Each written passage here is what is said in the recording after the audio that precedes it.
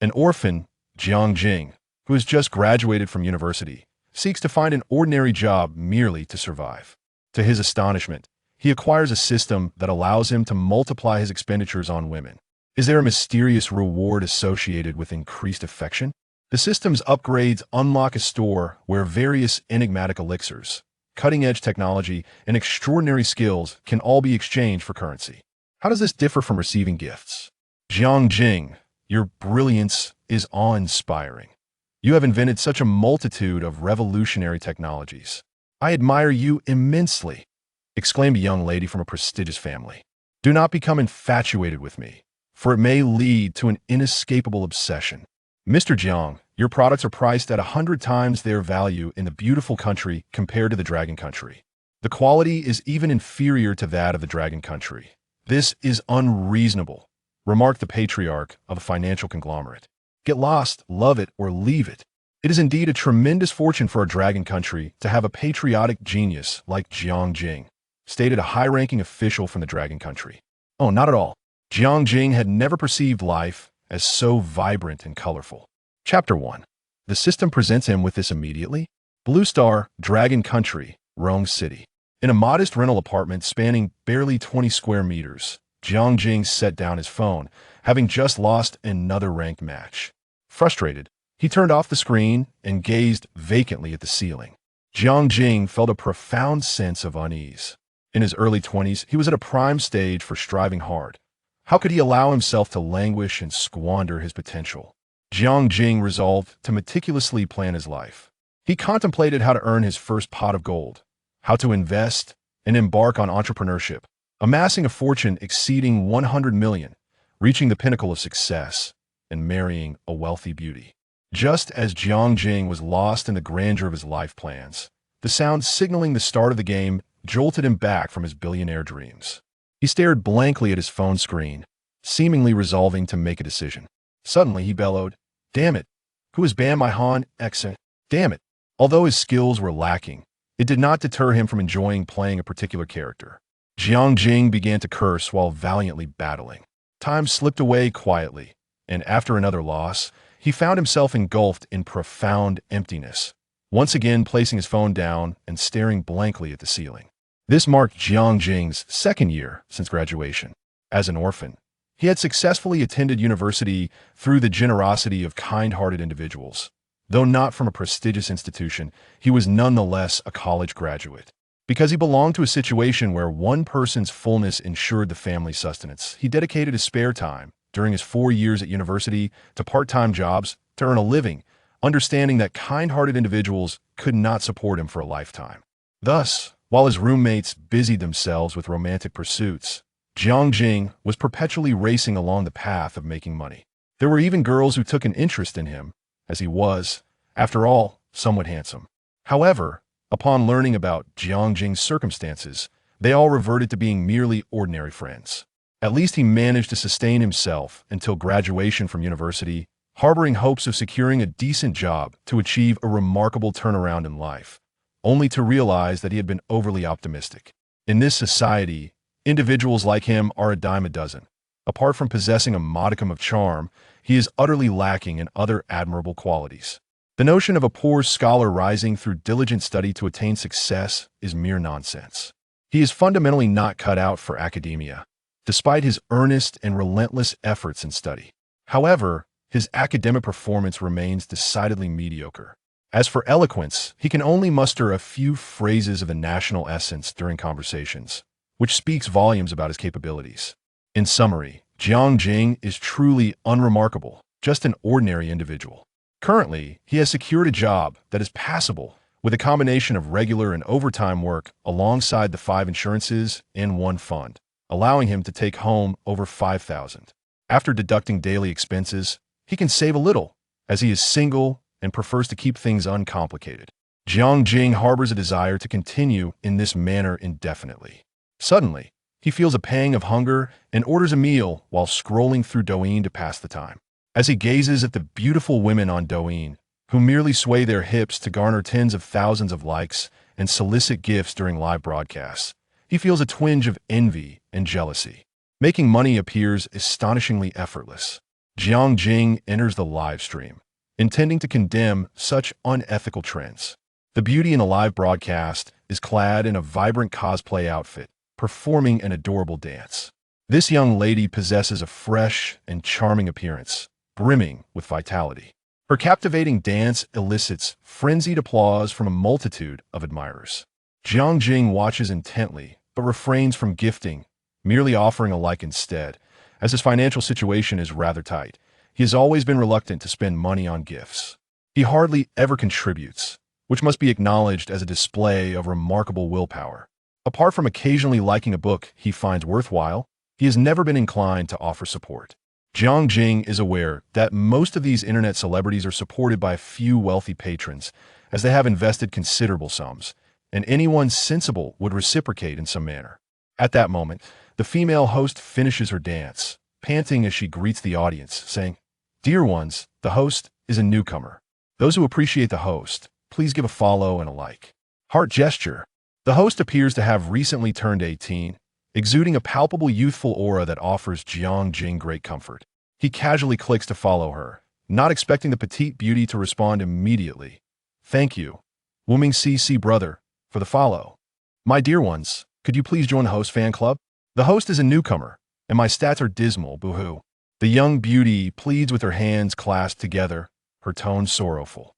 Jiang Jing notices that there are fewer than 10 people in the live room, confirming her status as a novice. Moreover, the young host is quite diligent, providing ample emotional value. Jiang Jing feels indifferent and decides to link his bank card, depositing 10 yuan to join the fan club. Perhaps it was a moment of impulsiveness, as he initially intended to enjoy the broadcast for free. Damn, he has fallen for her charms. Jiang Jing regrets breaking his long-standing commitment to free viewing. It seems even the heavens cannot bear to witness his embarrassing thoughts. System initializing, system binding. Congratulations, host. You have acquired the Indulgent Life System 1.0. The current function allows the host to receive cashback based on affection points when spending on women with a beauty score above 80. With affection points at 0 to 20, cashback is doubled. With affection points at 21 to 30, cashback is tripled. With affection points at 81 to 90, cashback is ninefold. For affection points above 90, every expenditure yields 10-fold cashback, and each increment in affection points above 90 grants a lottery opportunity. 4 points above 95, every increment grants 3 lottery chances, and reaching 100 rewards 10 lottery opportunities. Funds returned by the system are absolutely secure, with legitimate sources. The host may use them with confidence. Once the host's funds reach 1 billion, the system will unlock a redemption store, where various cutting-edge technologies, mysterious elixirs, and wondrous skills can be exchanged for money. The system informs the host that the truly valuable items are within the store. Jiang Jing, taken aback by the mechanical voice echoing in his mind, feels somewhat bewildered. Could it be that the cheat code has finally arrived? Ensuring that no one is around, Jiang Jing bursts in a hearty laughter. As a seasoned reader of immersive novels, he understands the extraordinary nature of systems. It is said that whoever possesses a system is destined to be the protagonist. Jiang Jing never imagined he would also have the fate of a main character. "System Daddy, are you there? System Daddy, could you please respond?" Despite his repeated calls, there is no reaction, causing him to panic, fearing that he had merely experienced a figment of his imagination. Silently, he calls out to the system again. This time, a data panel materializes in his mind. Host, Jiang Jing. Cashback amount, 0, lottery chances, 1, newcomer benefit. The simplicity of the panel prompts Jiang Jing to compare it with his previous experiences, evoking laughter. Wait a moment. Jiang Jing seems to have discovered a silver lining. He has 1 lottery chance, a newcomer benefit. Without hesitation, he initiates the lottery, confident that his years of being single will bestow him with remarkable luck. In his mind, a colossal spinning wheel appears, filled with a dizzying array of items, skills, and tools. As the pointer gradually comes to a halt, Jiang Jing seemingly glimpses the words unyielding gold lance. Subsequently, a radiant light envelopes Jiang Jing, filling him with boundless energy, as if he possesses inexhaustible stamina. As the sensation subsides, a skills section appears on his character panel, the shimmering text confirming that he is not dreaming. System Daddy, I absolutely adore you. Chapter 2. A modest trial, host Xin. Jiang Jing was overwhelmed with excitement, unsure of how to articulate his feelings. For the man he admired did not desire this extraordinary skill. Even the world's wealthiest individual, if plagued by inner turmoil, would inevitably grapple with feelings of inadequacy, an inescapable truth. Although he had yet to test this formidable ability, Jiang Jing sensed a transformation within himself. He delved deeper into this system, and from the simplicity of its interface and descriptions, it became clear that the cashback amount was derived from expenditures exceeding 80 points on beautiful women. As Jiang Jing prepared to conduct an experiment in search of a suitable candidate, a mechanical voice resonated within his mind, detected a qualifying consumer target. He gazed at the female streamer on his phone, who was actively engaging with her audience, and mused, could it be her? Observing the earnest little streamer, he concluded that it must indeed be her. The young host radiated innocence and charm. Devoid of the chaotic distortions typical of a grandmaster, she appeared refreshingly genuine. After all, there was only one beauty on Jiang Jing's phone, and she could hardly be a mere apparition. Thus, he resolved to test his hypothesis. Having just charged 10 yuan, he sent the little streamer 10 hearts, each worth 1 yuan. Thank you to Brother CC for the hearts.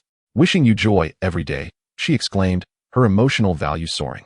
Jiang Jing eagerly checked the cashback amount on his panel, discovering it had risen from 0 to 2. The option to withdraw appeared. Effective. He attempted to transfer the funds to his bank account, and shortly thereafter, a notification popped up. Industrial and Commercial Bank. Your account 9,527 received 2 yuan on May 14th at 1910, balance 105,021 yuan. A smile slowly crept across Jiang Jing's face, transforming into a confident smirk. Taking a deep breath, he knew that from this moment onward, he was destined to soar. With a flourish, he deposited the remaining 10,000 yuan into Douyin, declaring that tonight he would dominate. As the funds were credited, he extravagantly gifted the little streamer a carnival celebration. When the dazzling effects of the carnival illuminated the live stream, the young host covered her mouth in delight, exclaiming, "Thank you to Brother CC for the carnival. This is my first time receiving such a gift." It appeared that Xin was indeed the young host's name. And Jiang Jing nodded in satisfaction as he observed the 6,000 yuan cashback amount on the panel. Without hesitation, he sent 2 more carnivals crashing down. As the 2 splendid displays flashed across the screen, a wave of spectators flocked into Xin's live stream. Douyin detected the substantial donations, granting the stream increased visibility and traffic. Who is this extravagant benefactor? Such generosity. Wow, the host is so fortunate to encounter a big shot. Indeed, Jiang Jing had been lurking, witnessing the entire spectacle. Host, do another dance to keep the wealthy brother entertained. Some were astonished, others envious, while a few urged the host to showcase her talents in hopes of retaining the affluent benefactor and satisfying the long-standing viewers. Xin, calming her racing heart, had initially intended to dabble in streaming for a couple of months before school commenced, hoping to earn a bit of pocket money. She never anticipated that today a benefactor would arrive, showering her with 3 carnival celebrations worth nearly 10,000 yuan. After the stream, her earnings would be substantial. Thus, Xin resolved to perform splendidly in hopes of retaining the benefactor. She unveiled her signature move, swaying gracefully, as she danced in rhythm with the music. Although her figure was obscured by loose clothing, hints of her alluring physique were still evident. Her pure visage, complemented by her enticing form, made her an undeniable heartthrob. Jiang Jing watched with delight, reveling in the fact that Xin was dancing specifically to express her gratitude towards him. What a gratifying sensation. A multitude of viewers flooded the screen with admiration. Ah, what an adorable host. Such a stunning figure. I've recorded this. My lonely nights will be comforted by the host. Jiang Jing chuckled at the humorous comments, reminiscing about his own beginnings. In a splendid mood, he withdrew the cashback amount and promptly recharged it all, transforming 18,000 into a cascade of carnival celebrations in the livestream. As Xin beheld the unceasing stream of carnival effects on her screen, she danced with barely contained excitement. After appreciating the little streamer's performance, Jiang Jing prepared to explore another livestream to cast his net wider. However, upon glancing at the cashback amount on his panel, he reconsidered his course of action. The figure displayed was a staggering 90,000. Clearly, after gifting Xin 6 carnivals, her favorability had surged to between 40 and 50. And now the cashback multiplier for the little host was even higher. Thus, continuing to invest in her would yield the highest efficiency. Jiang Jing typed, "You've been dancing for quite a while. Take a break and engage in a PK?" The message from the top donor was conspicuous, and upon seeing it, Xin obediently ceased her dance, cheerfully announcing, "Really? Thank you for your concern, Brother CC. I'll go connect now. Go ahead, rest assured that I am here," Jiang Jing declared with confidence. Half an hour prior, He would have never dared to exude such bravado. But now, he felt invincible, ready to proclaim, with this system, who can intimidate me? The number of viewers in the live stream continued to swell, and many bore expressions of eager anticipation. Xin confidently initiated the connection, linking up with a male streamer, presumably a gaming host, whose audience numbered around 8 or 9,000, a figure of some renown. Jiang Jing couldn't ascertain whether the live stream's moderators were orchestrating events, but the disparity between the two hosts was notable. Nevertheless, he remained unfazed. The opposing host specialized in PlayerUnknown's battlegrounds, colloquially known as a battle royale streamer. Upon connecting, they exchanged polite greetings. "Hello, beautiful. I'm a gaming host," the man, in his 30s, introduced himself with a distinctive voice that left a memorable impression. Xin promptly introduced herself. "Hello, I'm a dance host. Are we going to engage in a PK?" "Indeed, my viewers suggested I find someone to compete with," he replied, seemingly relaxed. "Wow, sounds like you have a big supporter behind you. Just remember to go easy on me," the gaming host added, putting Xin at ease. They briefly discussed the rules of the PK, which simply entailed determining which side could send more gifts within a set time frame. The agreed-upon penalty was lighthearted. Each would bow and proclaim 3 times that the other was awesome. Given that the opposing host was male, he would surely not impose unreasonable demands on the young woman. At least from his perspective, victory seemed assured, especially with a sizable audience of 8 or 9,000. Once both parties consented, the PK commenced. Seeing the match begin, Jiang Jing wasted no time. He unleashed 10 carnival celebrations in rapid succession, obliterating the opposing hostess health bar. Xin, witnessing Jiang Jing's formidable support, joyously exclaimed, "Thank you to Brother CC for the 10 carnivals. You're so handsome." The little streamer danced with glee, while the viewers in the chat expressed their excitement. "It's official. This, Wu Ming CC, is definitely a big shot. Already sent 19 carnivals. Living the life of a benefactor is my dream." The thrilling scene inspired others to consider sending gifts, though they lamented their own financial constraints. The little host is so lucky, not long into her stream, and she is already under the protection of a benefactor. As Jiang Jing observed the comments from his viewers, he couldn't help but reflect, "You probably would never have guessed that just an hour ago. I was merely a penniless nobody." Chapter 3, An Overnight Fortune. While keeping a watchful eye on the fluctuating PK health bars, Jiang Jing simultaneously perused the messages from his viewers. Xion's live stream was bustling with activity. While the rival gaming streamer appeared utterly flabbergasted, they were taken aback by the emergence of a significant player in a room of merely a few hundred viewers. As Jiang Jing casually unleashed 10 carnivals in one go, gazing at his dwindling health bar, the male streamer desperately sought to salvage the situation. "Brothers, we've encountered a big shot. Those of you who can, please lend a hand to your little brother. Let us hope we don't lose too disgracefully. The health bar is nearly gone. What a disaster." The opposing team recognized that anyone who could casually drop 10 carnivals was undoubtedly a heavyweight. Their side consisted of gaming enthusiasts who occasionally sent small gifts for support, but even the top contributors couldn't match the lavishness of Jiang Jing's generosity. "To show my goodwill, I'll send a hot air balloon to show my support," one viewer decided. "But with such limited means, I can only offer my heartfelt appreciation." "Hey, I can't stand watching someone show off like that. I've made up my mind to leave the live stream," exclaimed another. "Goodness, you're really something." As the moment of truth approached, the prominent figures in the live stream began to act, sending a few carnivals their way. With the male streamer's enthusiastic oration, their health bar gradually began to rise. Jiang Jing observed the crowd's efforts with a composed heart, knowing full well that he had an advantage. There was no need to crush the opposing streamer too harshly. He was a decent person. So, as the PK neared its conclusion, Jiang Jing dispatched another 10 carnivals. Cashback amount, 360,000. Quite splendid. The little streamer's favorability rating had risen to 51, then 60. The opposing side had undoubtedly lost. And the male streamer accepted the reality with grace, cupping his fists and exclaiming thrice, "CC brother, you're incredible." Xion felt somewhat unreal, as happiness had arrived so suddenly. After nearly a month of streaming, her audience had always been modest due to her refusal to exploit sensationalism. And she had not joined any guild, as she never intended to dedicate excessive time to streaming. She merely streamed when she had the time and interest. Thus, her earnings over the month had been meager, yet she was satisfied, as her original intent was merely to earn some extra cash. However, her perspective shifted dramatically. The income from just one evening eclipsed what she had earned in the previous month multiple times over. The big shot had sent 29 carnivals, amounting to 87,000 yuan, from which she could claim a substantial portion. This was merely the income from 1 hour. Xion admitted to feeling tempted. It is easy to transition from frugality to extravagance, but difficult to revert back. If she were to return to earning just 2 or 3,000 a month, she surmised she would find it unacceptable. Xin was aware of stories regarding beautiful streamers and their wealthy benefactors, and she harbored some concerns about whether the big shot might be a portly bald man. Despite these worries, she sent a green bubble message to Jiang Jing, pondering the possibility that he might be a tall, rich, and handsome gentleman. It would be akin to Emperor Qin Shi Huang experiencing electricity, pure bliss. Xin resolved to be more considerate, knowing that if the big shot was pleased, he would continue to shower her with gifts. Jiang Jing, immersed in the joy of his cashback amount, neglected to check his private messages. In his eyes, the little streamer had become an exceptionally valuable asset, high cashback rates, and quite lovely as well. Thus, with a grand gesture, he instructed Xin to continue the PK match.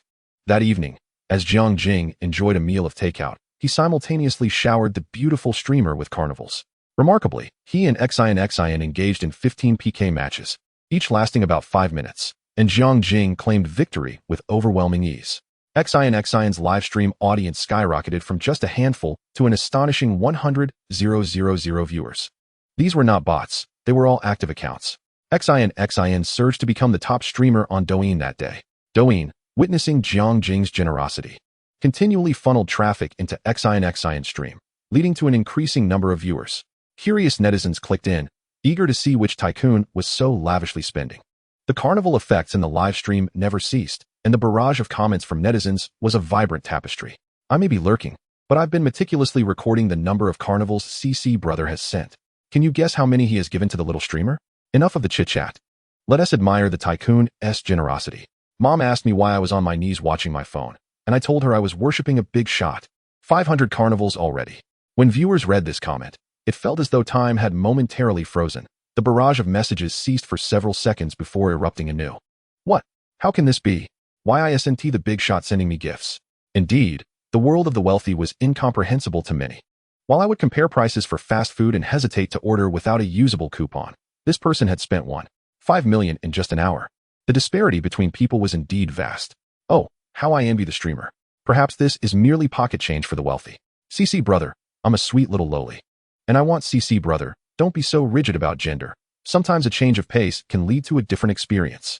The comments from netizens shifted from envy and jealousy to overt declarations of affection, gradually becoming more absurd, prompting the administrators to intervene and silence a wave of users. Jiang Jing, nestled on his narrow single bed, found the netizens' comments quite entertaining.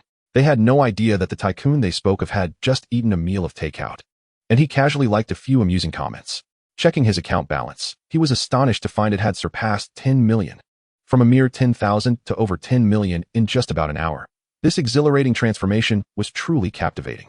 The little streamer Xin's cashback multiplier had plateaued at 7 times, indicating her favorability rating towards Jiang Jing had reached approximately 61 to 70, which was impressively high. She had no idea what Jiang Jing looked like, having spoken only a few words, yet simply because he had lavishly spent 1.5 million on her. Her favorability had soared to such heights. Jiang Jing personally experienced the advantages of wealth. Throughout the 15 PK matches, Jiang Jing encountered both male and female streamers.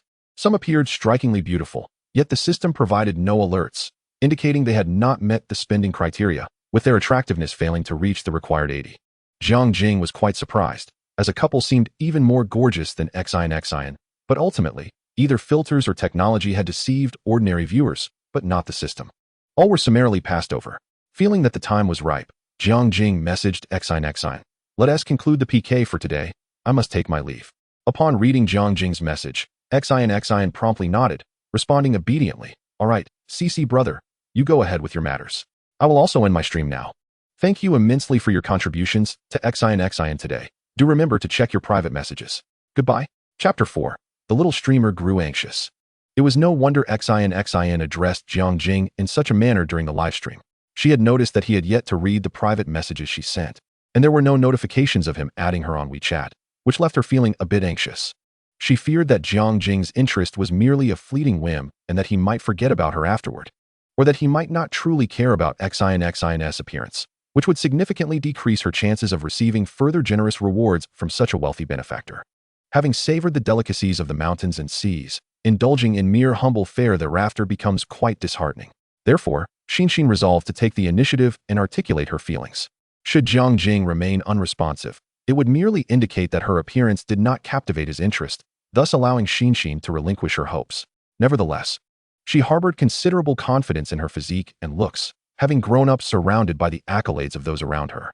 The envious glances from her female peers served as the finest testament to her allure, and she was acutely aware that her beauty and figure were valuable assets, deserving of careful consideration in selecting an appropriate match. After all, a woman's cleanliness is of paramount importance in the eyes of men, a fact beyond dispute. Today, she sensed that a suitable candidate had indeed emerged. In scarcely an hour, he had lavished upon her 500 gifts during a carnival, a rare breed of affluent individual. For while possessing wealth is one thing, willingly spending it on another is quite another. Few, like Jiang Jing, could remain so nonchalant about showering such generosity upon a lady unless they were equally wealthy, which Xin clearly was not. Upon hearing Xin's words, Jiang Jing opened his private messages to find a flurry of correspondence, each with varied content. He painstakingly located Xin's account, added her as a friend, and deleted the other messages, setting his preferences to accept communications solely from those he followed. When Xin noticed someone had added her, labeled as Brother CC, she promptly accepted. Addressing her audience in the live stream, she announced, "Dear friends, the host is feeling a bit tired and will be signing off now. Until we meet again." After a charming farewell, she ended the stream, leaving the chat filled with floating comments. "Oh no, my Xin is going to be taken away by a bad person. The host is so fortunate to have encountered a wealthy benefactor. She must hold on tightly. The innocent little cabbage is about to be swept away. How envious. Why do you all meddle in her affairs? It's none of your business." Caution one commenter. "Be careful, lest the wealthy man sees this and gives you a hard time." After concluding her stream, Xin promptly sent a message to Jiang Jing, casting aside her supposed modesty. "Brother CC, this is Xin. Thank you immensely for the gifts you bestowed upon me today." Jiang Jing, upon receiving her almost immediate reply, felt quite gratified. "Who said beautiful women would not take the initiative? No big deal," he responded with a hint of arrogance. Observing Jiang Jing's nonchalant demeanor, Xin found herself admiring him even more. "Brother, Xin is rather clumsy with words and struggles to express her gratitude." The young streamer chattered incessantly, while Jiang Jing leisurely replied to her messages. "Is this the privilege of wealth?" Their conversation flowed pleasantly, and when Xin suggested visiting Jiang Jing's city in the near future, asking him to be her guide, a smile crept across Jiang Jing's face. He was thoroughly pleased with such an understanding little streamer. Upon seeing Jiang Jing acquiesce to her request, Xin sighed with relief, gently rubbing her flushed cheeks, pondering whether Brother CC might think her too forward. In truth, most people are well aware of the dynamics between female streamers and their top supporters. Few would shower you with kindness without a vested interest unless there was something to gain. Xin felt no remorse for her actions. After their conversation, fatigue washed over Jiang Jing, leading him to succumb to slumber. The following morning, upon awakening, his first order of business was to open his banking app, whereupon he beheld a string of numbers in his account, finally alleviating his lingering anxiety. The dread of waking to discover the previous day's events had been a mere dream would have been utterly disheartening. Thus, Jiang Jing promptly dialed his boss to succinctly declare, "I resign." His boss, while generally decent, could be a bit demanding at times, yet Jiang Jing did not harbor any ill feelings, considering it a parting on good terms. On WeChat, Xin had sent a morning greeting. Though lacking in substance, the sentiment was nonetheless pleasing. Such exchanges often transpire in the throes of a romantic relationship. Though typically the male takes the initiative, Jiang Jing was savoring this new experience, finding it quite delightful. He replied briefly before heading to the restroom to attend to his personal hygiene. Xin had risen early, giddy with excitement from the previous day's windfall of lavish gifts, which, after the platform's deductions, amounted to an income that would take an ordinary person several years to earn. Hence, it was no surprise that she found herself grinning foolishly as she occasionally glanced at her balance. When her parents noticed their daughter awake so early, frequently smiling at her phone, they assumed she was in a romantic relationship, subtly reminding her to prioritize her studies in college and to be discerning when choosing a partner. Xin, somewhat exasperated, looked at her parents but refrained from revealing the truth. To them, her streaming was an unworthy pursuit, as she typically only streamed while they were at work. Were they to learn she had earned tens of thousands in a single night, they would likely be left in shock. Upon feeling her phone vibrate, she quickly glanced at it, and, sure enough, it was a message from the one she had been yearning for. Though it consisted of mere words, a smile graced her face.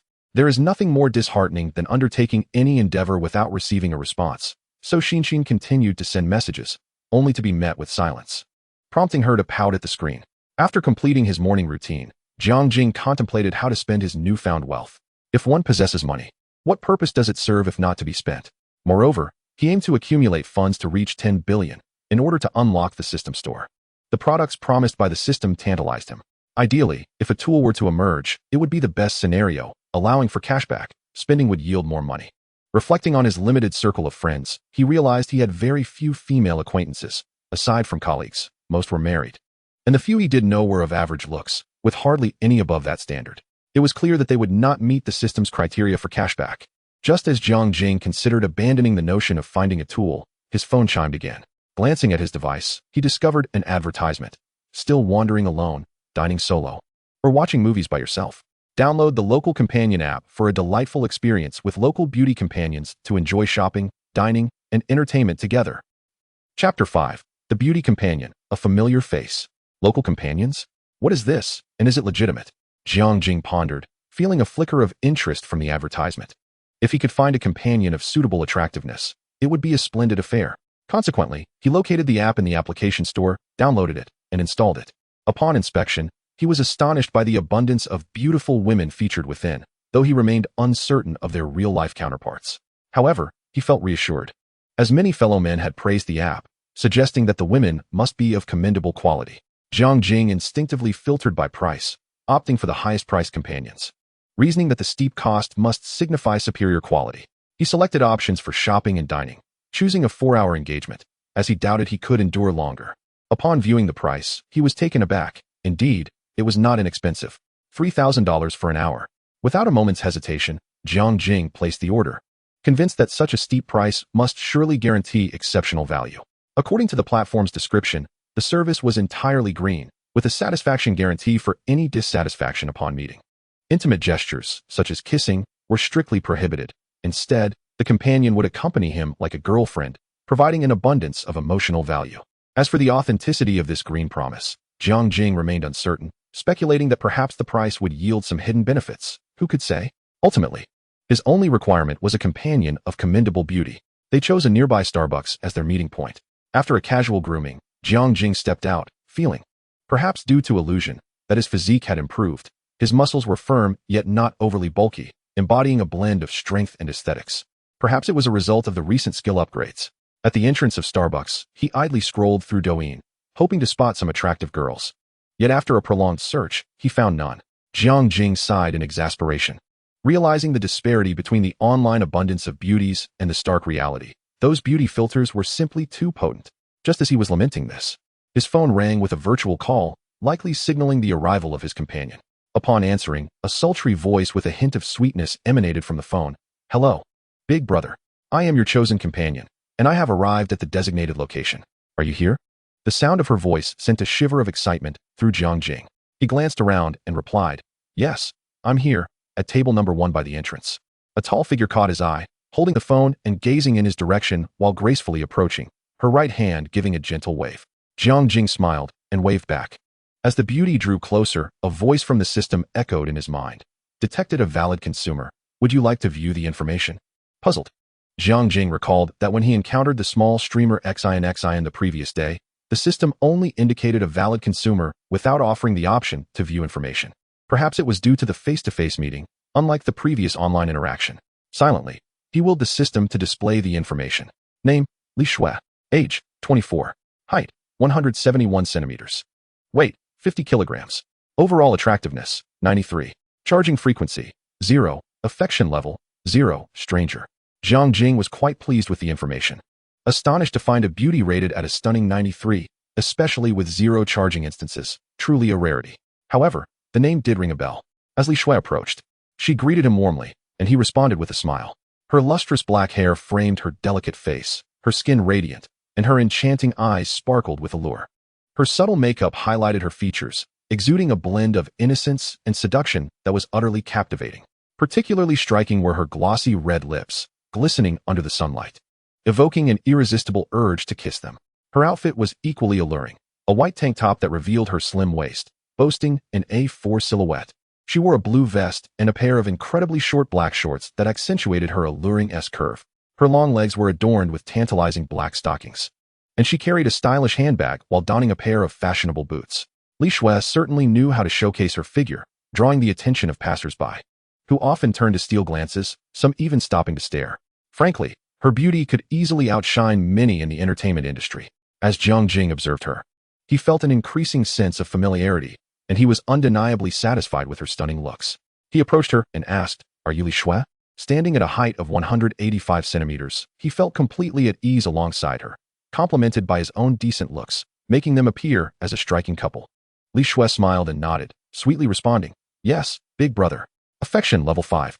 The system's notification brought a wave of satisfaction to Jiang Jing. He relished the acknowledgement of his own appealing visage, truly a tall, rich, and handsome figure. Meanwhile, Li Shui felt elated as well. Her high fees meant she rarely received orders, and the prospect of spending 4 hours with a handsome companion was thrilling.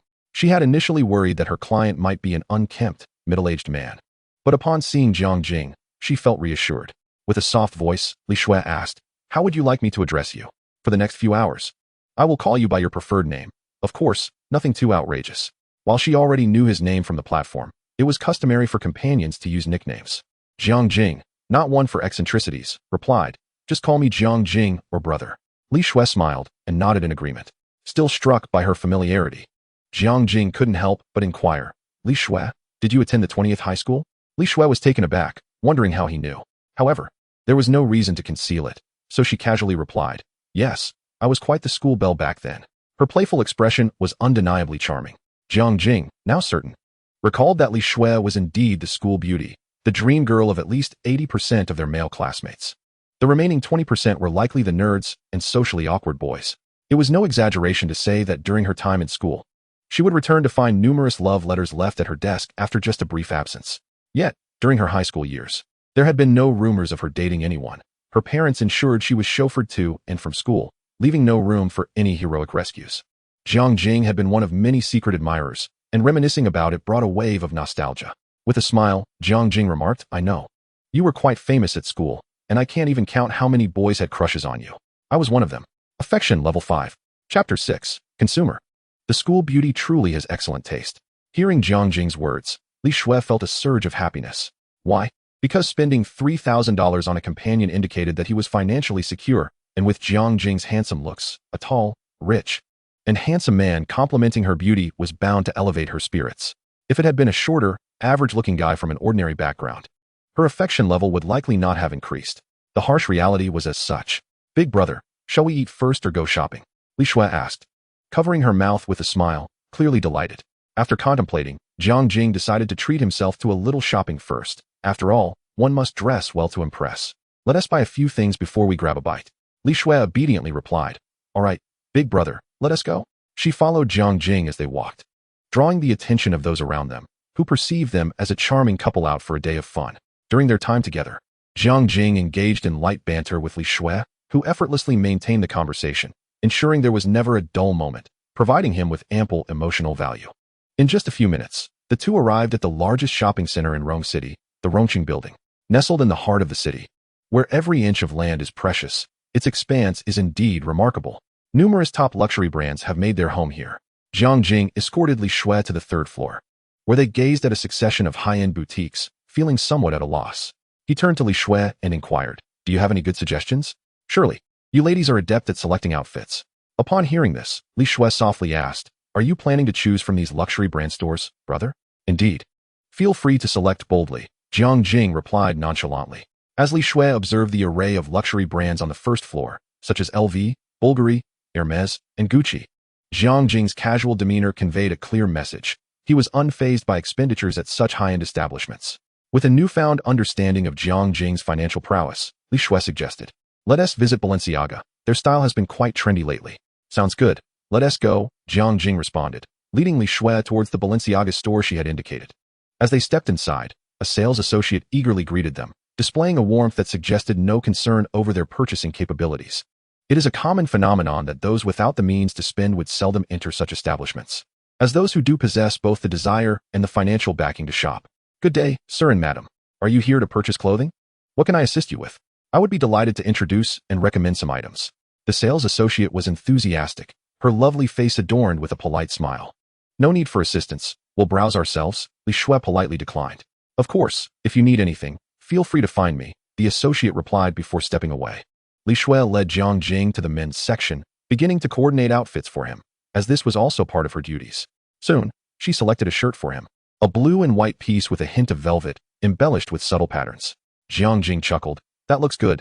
Just pick an entire outfit for me. Otherwise, I'll have to make multiple trips to the fitting room, which would be quite bothersome. Li Shui found this reasoning compelling and expanded her selection range. Her shopping enthusiasm ignited. She envisioned Jiang Jing as her personal fitting model, her eyes sparkling with the intent to dress him in a striking manner. Truth be told, this was indeed a pastime many women cherished.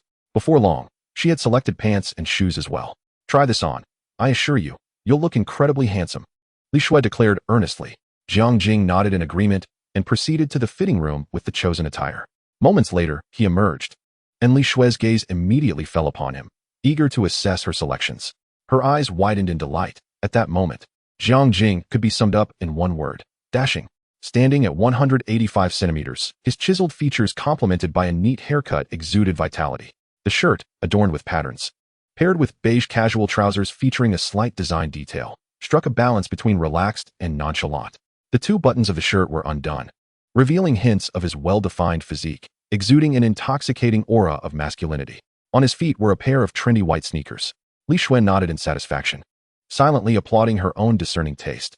Li Shui favorability 5. Her eyes inadvertently roamed over Jiang Jing's physique, a faint blush gracing her fair cheeks, surprised by his impressive build. It was no jest. This was a result of systematic enhancement. How could one not be fit? After surveying him, she selected a slim belt to accentuate his somewhat plain waistline. You look truly handsome, Li Shui couldn't help but praise. Jiang Jing had to admit, the beauty indeed had an eye for style. Had he chosen himself, he would have likely ended up in a short-sleeved shirt, jogger pants, and sneakers, what he termed the death trio. Now, standing before the mirror, he couldn't resist admiring his reflection. Who is this stunning gentleman? At that moment, the sales associate approached, showering Jiang Jing with compliments. Sir, your girlfriend has exquisite taste. The outfit she selected for you suits you perfectly. Jiang Jing, feeling a bit conceited, replied, Indeed, I think so too. Are you ready to make a purchase? We can offer you a 5% discount if you buy now. Jiang Jing smiled slightly. He knew that the sales associates in luxury boutiques were adept at igniting a strong desire to purchase. All right, I'll take this outfit. Let us proceed to payment. The sales associate, beaming, led Jiang Jing to the checkout.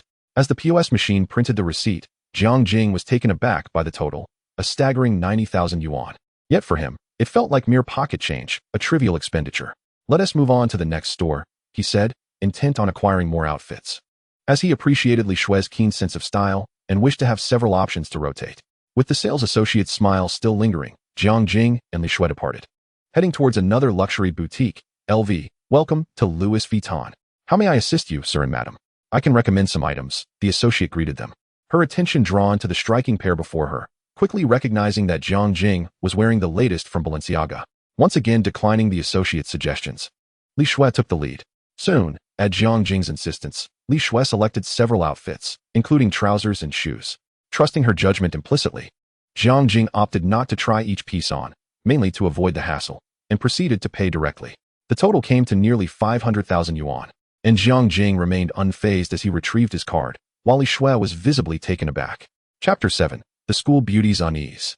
It was astonishing to consider that Jiang Jing had spent 50 to 60,000 yuan in just a matter of minutes, on clothing no less, without a hint of regret on his face.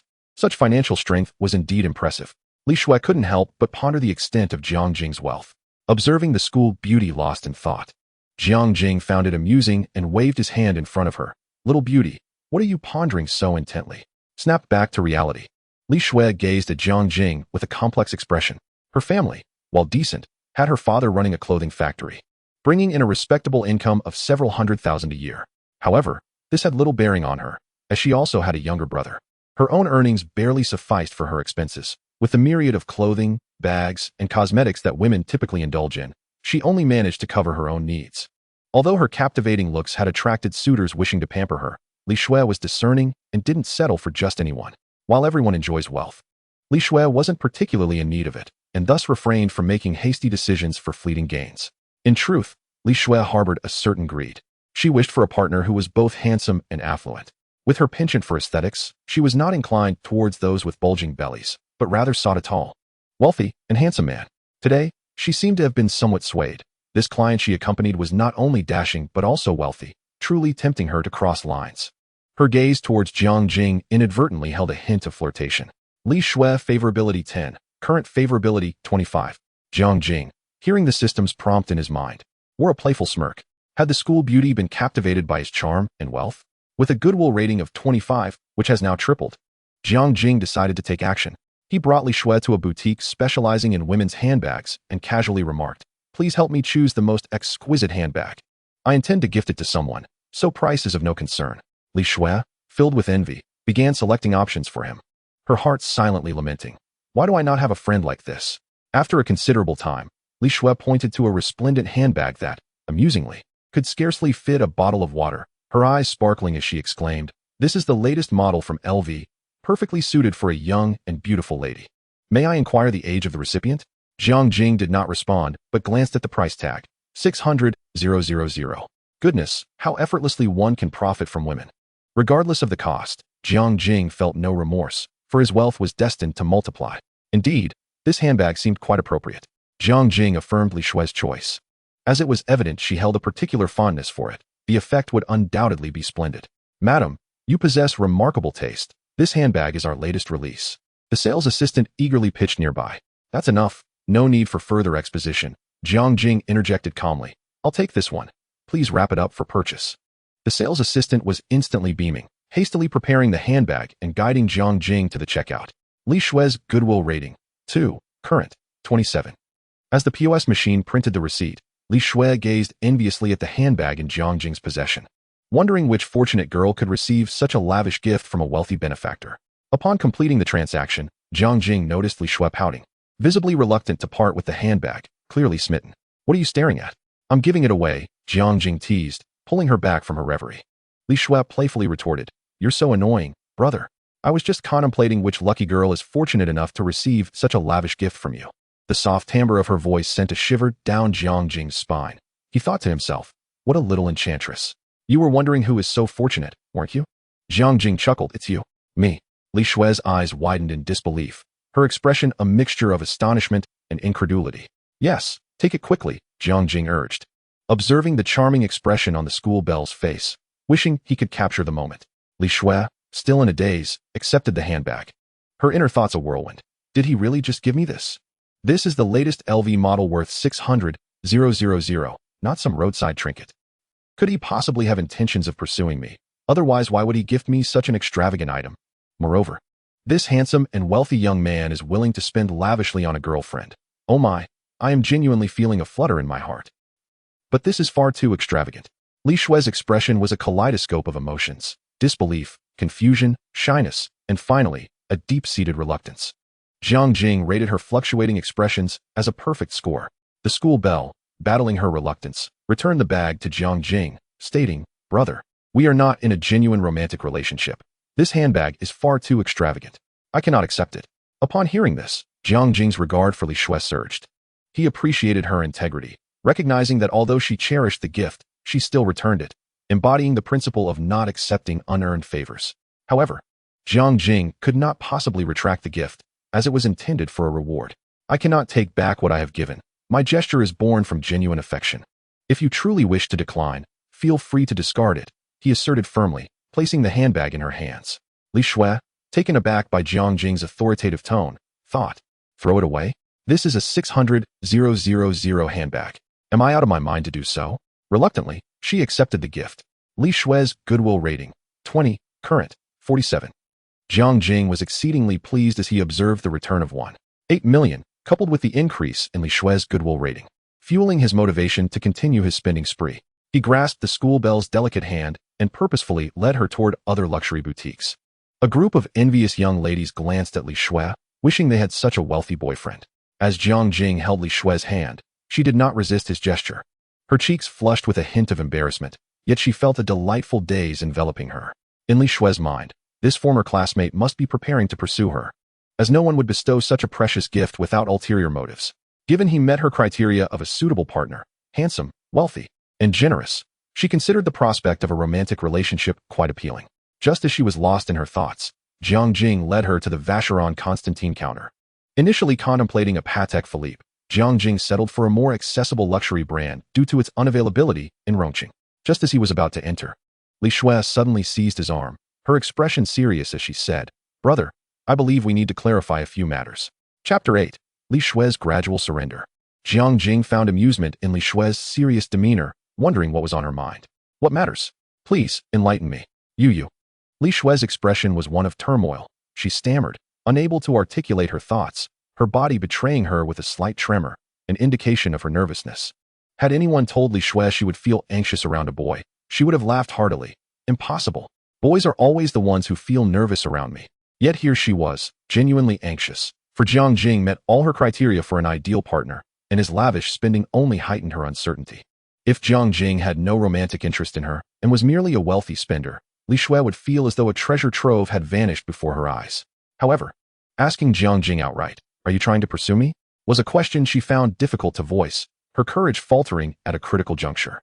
Jiang Jing observed her conflicted expression, chuckling softly without saying a word, merely holding her hand as they entered the store. "Good day, sir and madam. Welcome to Vacheron Constantine.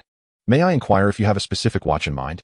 The sales assistant, noticing the couple's collection of luxury shopping bags, recognized them as potential clients and commenced her presentation. Jiang Jing directly inquired, "What is your finest watch currently available?" The sales assistant's eyes sparkled with excitement.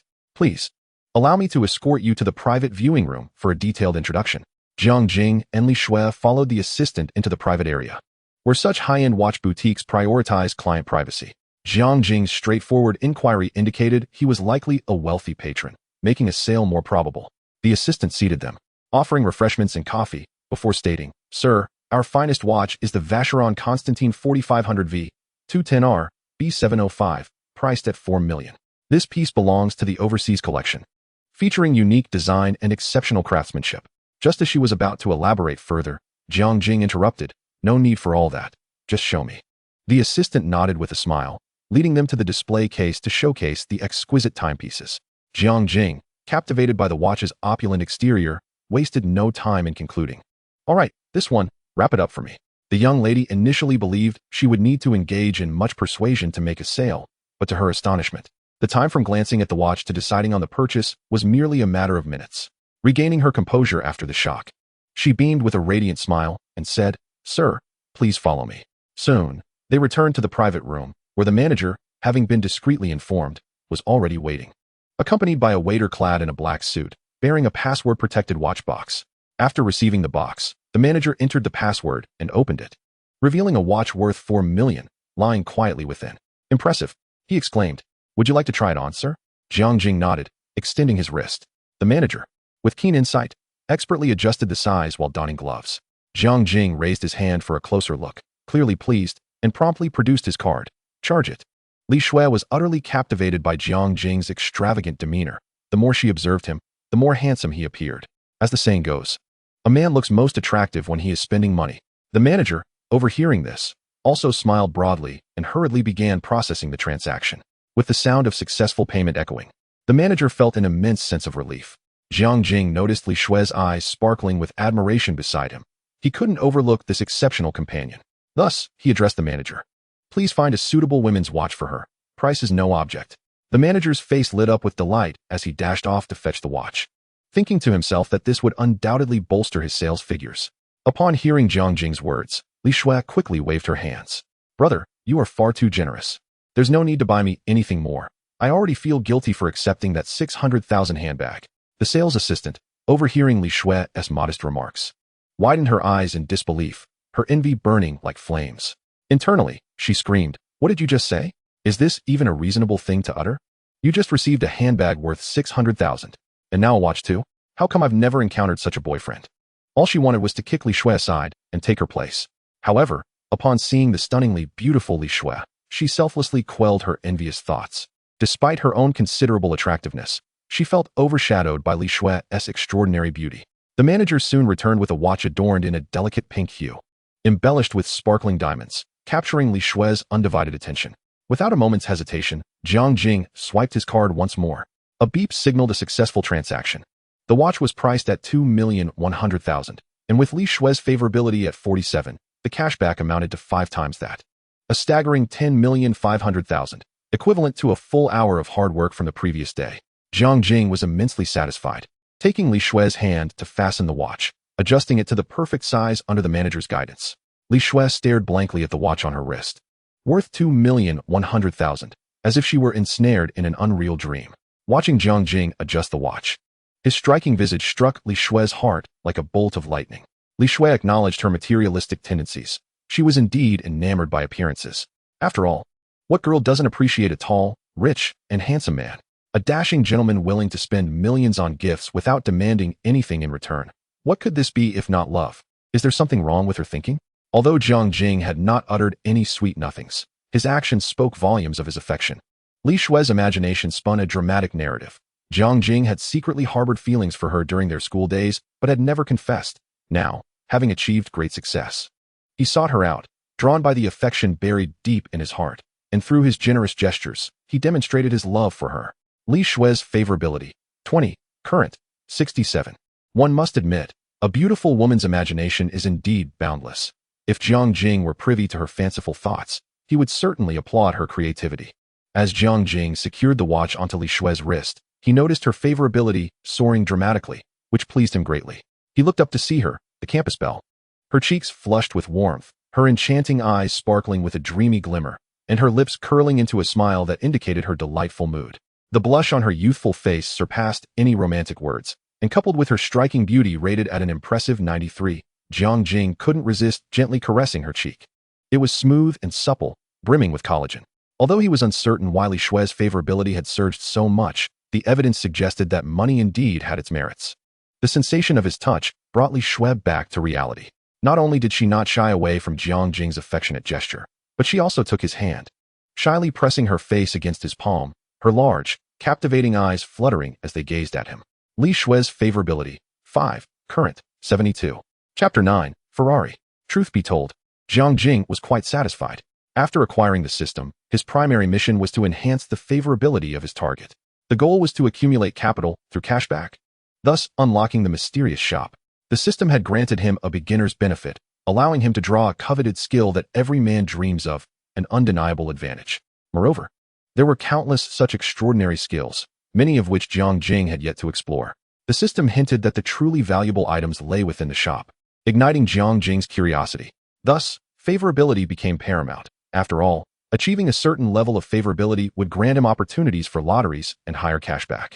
Jiang Jing's expenditures on Li Shui yielded immediate results.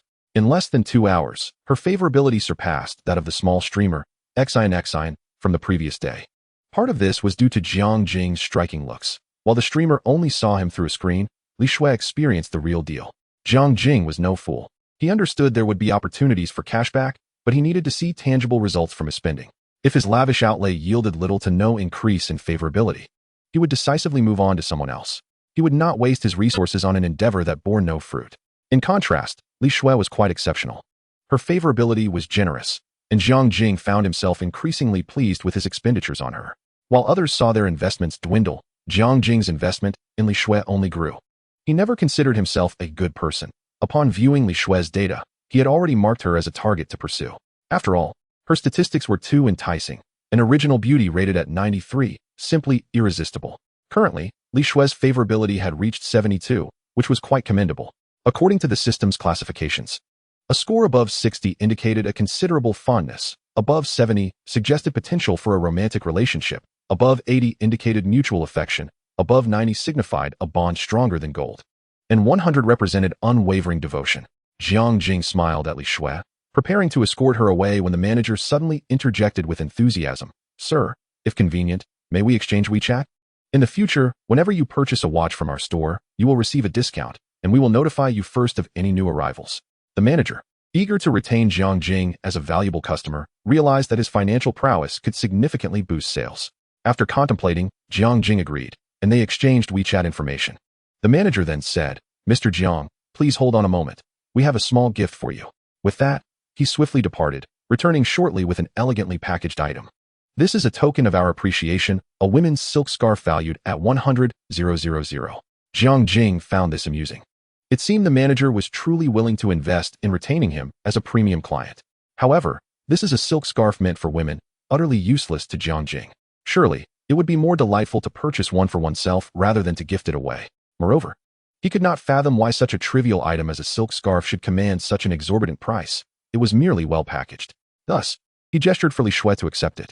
Upon seeing Jiang Jing's signal, Li Shui did not hesitate but stepped forward to accept the scarf. Jiang Jing then wrapped his arm around Li Shui's waist, leading her out of the watch store.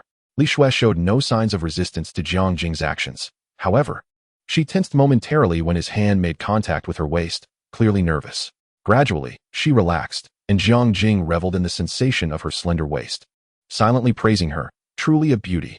You should keep this watch. It serves no purpose for me, Jiang Jing remarked to Li Shui. She nodded obediently, seeing it as an expression of her boyfriend's affection. At that moment, Li Shui had already regarded Jiang Jing as her boyfriend, despite his yet unvoiced confession. Suddenly, an idea seemed to strike her, and with a hint of shyness, she said to Jiang Jing, "Brother, you can call me Shui. My parents have always called me that." Upon hearing this, Jiang Jing's lips curled into a silent smile, signifying that Li Shui had begun to view him as someone very dear to her. Excellent. While embracing Li Shui's delicate waist, Jiang Jing pondered where to indulge next, especially since Li Shui was entitled to an 8-fold cashback, which should not go to waste. Li Shui, meanwhile, was in high spirits, occasionally raising her arm to admire the dazzling watch, her affection evident as she naturally leaned against Jiang Jing, embodying a sweet, dependent demeanor. In this moment, Jiang Jing felt immensely gratified with the beauty nestled in his embrace, yet he suddenly realized he had no means of transportation. Despite having acquired such lavish items, his bank account had swelled to nearly 20 million. Thus, with a clear objective, he led Li Shui out of the building and approached a nearby structure emblazoned with the colossal logo of a galloping horse. Ferrari, indeed a prime location for cashback. Brother, where are we going? Li Shui, nestled against Jiang Jing, asked in a sweet, playful tone. Jiang Jing pointed ahead with a grin, saying, "Over there." Following his gesture, Li Shui's gaze fell upon the Ferrari emblem, and she gasped slightly. "Brother, we've already bought so much today. Are we really going to buy a car?" Jiang Jing smiled faintly in response, remaining silent as he guided Li Shui directly into the Ferrari dealership. As they approached the entrance, a young saleswoman greeted them warmly, her sharp gaze immediately discerning the high value of the watches adorning Jiang Jing and Li Shui's wrists, indicating that they were not lacking in funds. Suddenly, a prompt from the system resounded. "Detected valid consumer. Would you like to view information?" Jiang Jing's attention shifted to the attractive saleswoman. While she was indeed beautiful, she paled in comparison to the captivating girl in his arms. Curiosity compelled him to check the information. Name, Huang Ying. Age, 28. Height, 165 centimeters. Weight, 51 kilograms. Overall attractiveness, 81. Number of admirers, 9. Affection level, 20. Indeed, her beauty barely met the system standards, and her data was less than impressive, with an excessive number of admirers, starkly lacking the charm of the girl beside him. Moreover, her initial affection level of 20 seemed to stem solely from her recognition of his wealth. Jiang Jing felt no interest in her. Just as they entered, before the saleswoman could utter a word, a sharply dressed middle-aged man approached them enthusiastically. The saleswoman could recognize wealth, but as the manager, he was even more astute, quickly discerning that the watches were each valued at over 2 million, signaling the arrival of a financial benefactor. Thus, he waved the saleswoman aside and took the lead. "Greetings, sir and madam. Welcome to the Ferrari Rongqing 4S store. I am the manager, Mr. Deng. How may I assist you today? Do you have any cars available?" Jiang Jing's intentions were clear. He sought a vehicle immediately, as pre-orders were too cumbersome and would hinder his romantic pursuits. The manager, understanding immediately, flashed a welcoming smile. "Yes, sir, we have just received a new batch of cars from headquarters, originally intended for display at an auto show. If it's convenient, please follow me, and I will introduce you to them." Jiang Jing only half listened, satisfied with the knowledge that there were cars available. The rest was irrelevant. Chapter 10. Visiting the campus belle's home. Jiang Jing and Li Shui followed the manager to a super sleek black sports car. As he enthusiastically described, this is the newly arrived Ferrari SF90 Stradale. It features a hybrid system composed of a 3.9 V8 engine and 3 electric motors.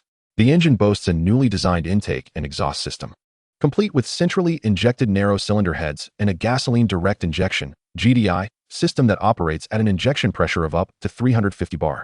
Altogether, this system produces a total output of 736 kilowatts, powered by 3 electric motors. Jiang Jing gazed at the car's deep, lustrous exterior and its elegantly flowing lines, utterly enamored. No man could resist the allure of a supercar. Ignoring the manager's enthusiastic monologue, Jiang Jing waved his hand dismissively. "All right, No need for further introductions. I want this one. The manager was momentarily taken aback, but quickly responded, "Certainly, sir. I will prepare the contract. Will that be a full payment or—" "Full payment," Jiang Jing interjected, then dropped another bombshell. "Are there any more cars available?" The manager, momentarily stunned, replied, "Yes, there is a red 488 available, with additional features." Jiang Jing waved his hand again, signaling him to dispense with the details. "I'll take that one as well, full payment. Now prepare the contract." "Oh, and that 488 should be registered in her name," Jiang Jing suddenly recalled, mindful of Li Shui's cashback benefit that should not be squandered, pointing at her as he spoke to the manager. The two saleswomen nearby were instantly captivated, their eyes gleaming with envy, wishing that such an extravagant gentleman were theirs. Li Shui, still a bit dazed, pointed to herself, "Asking me?" Jiang Jing chuckled, affectionately ruffling her hair. "Yes, that 488 is a gift for you. A token of my affection. Do you have your ID with you?" Li Shui nodded, her intent to refuse fading away under Jiang Jing's sweet words, leaving her head spinning as she acquiesced. "Brother, you are too kind to me. Shuer doesn't know how to repay you," she said, leaning against Jiang Jing, her soft voice igniting a flutter in his heart. He leaned closer to her ear, blowing gently against her delicate lobe, and teasingly remarked, "Don't worry. You'll have plenty of opportunities to repay me."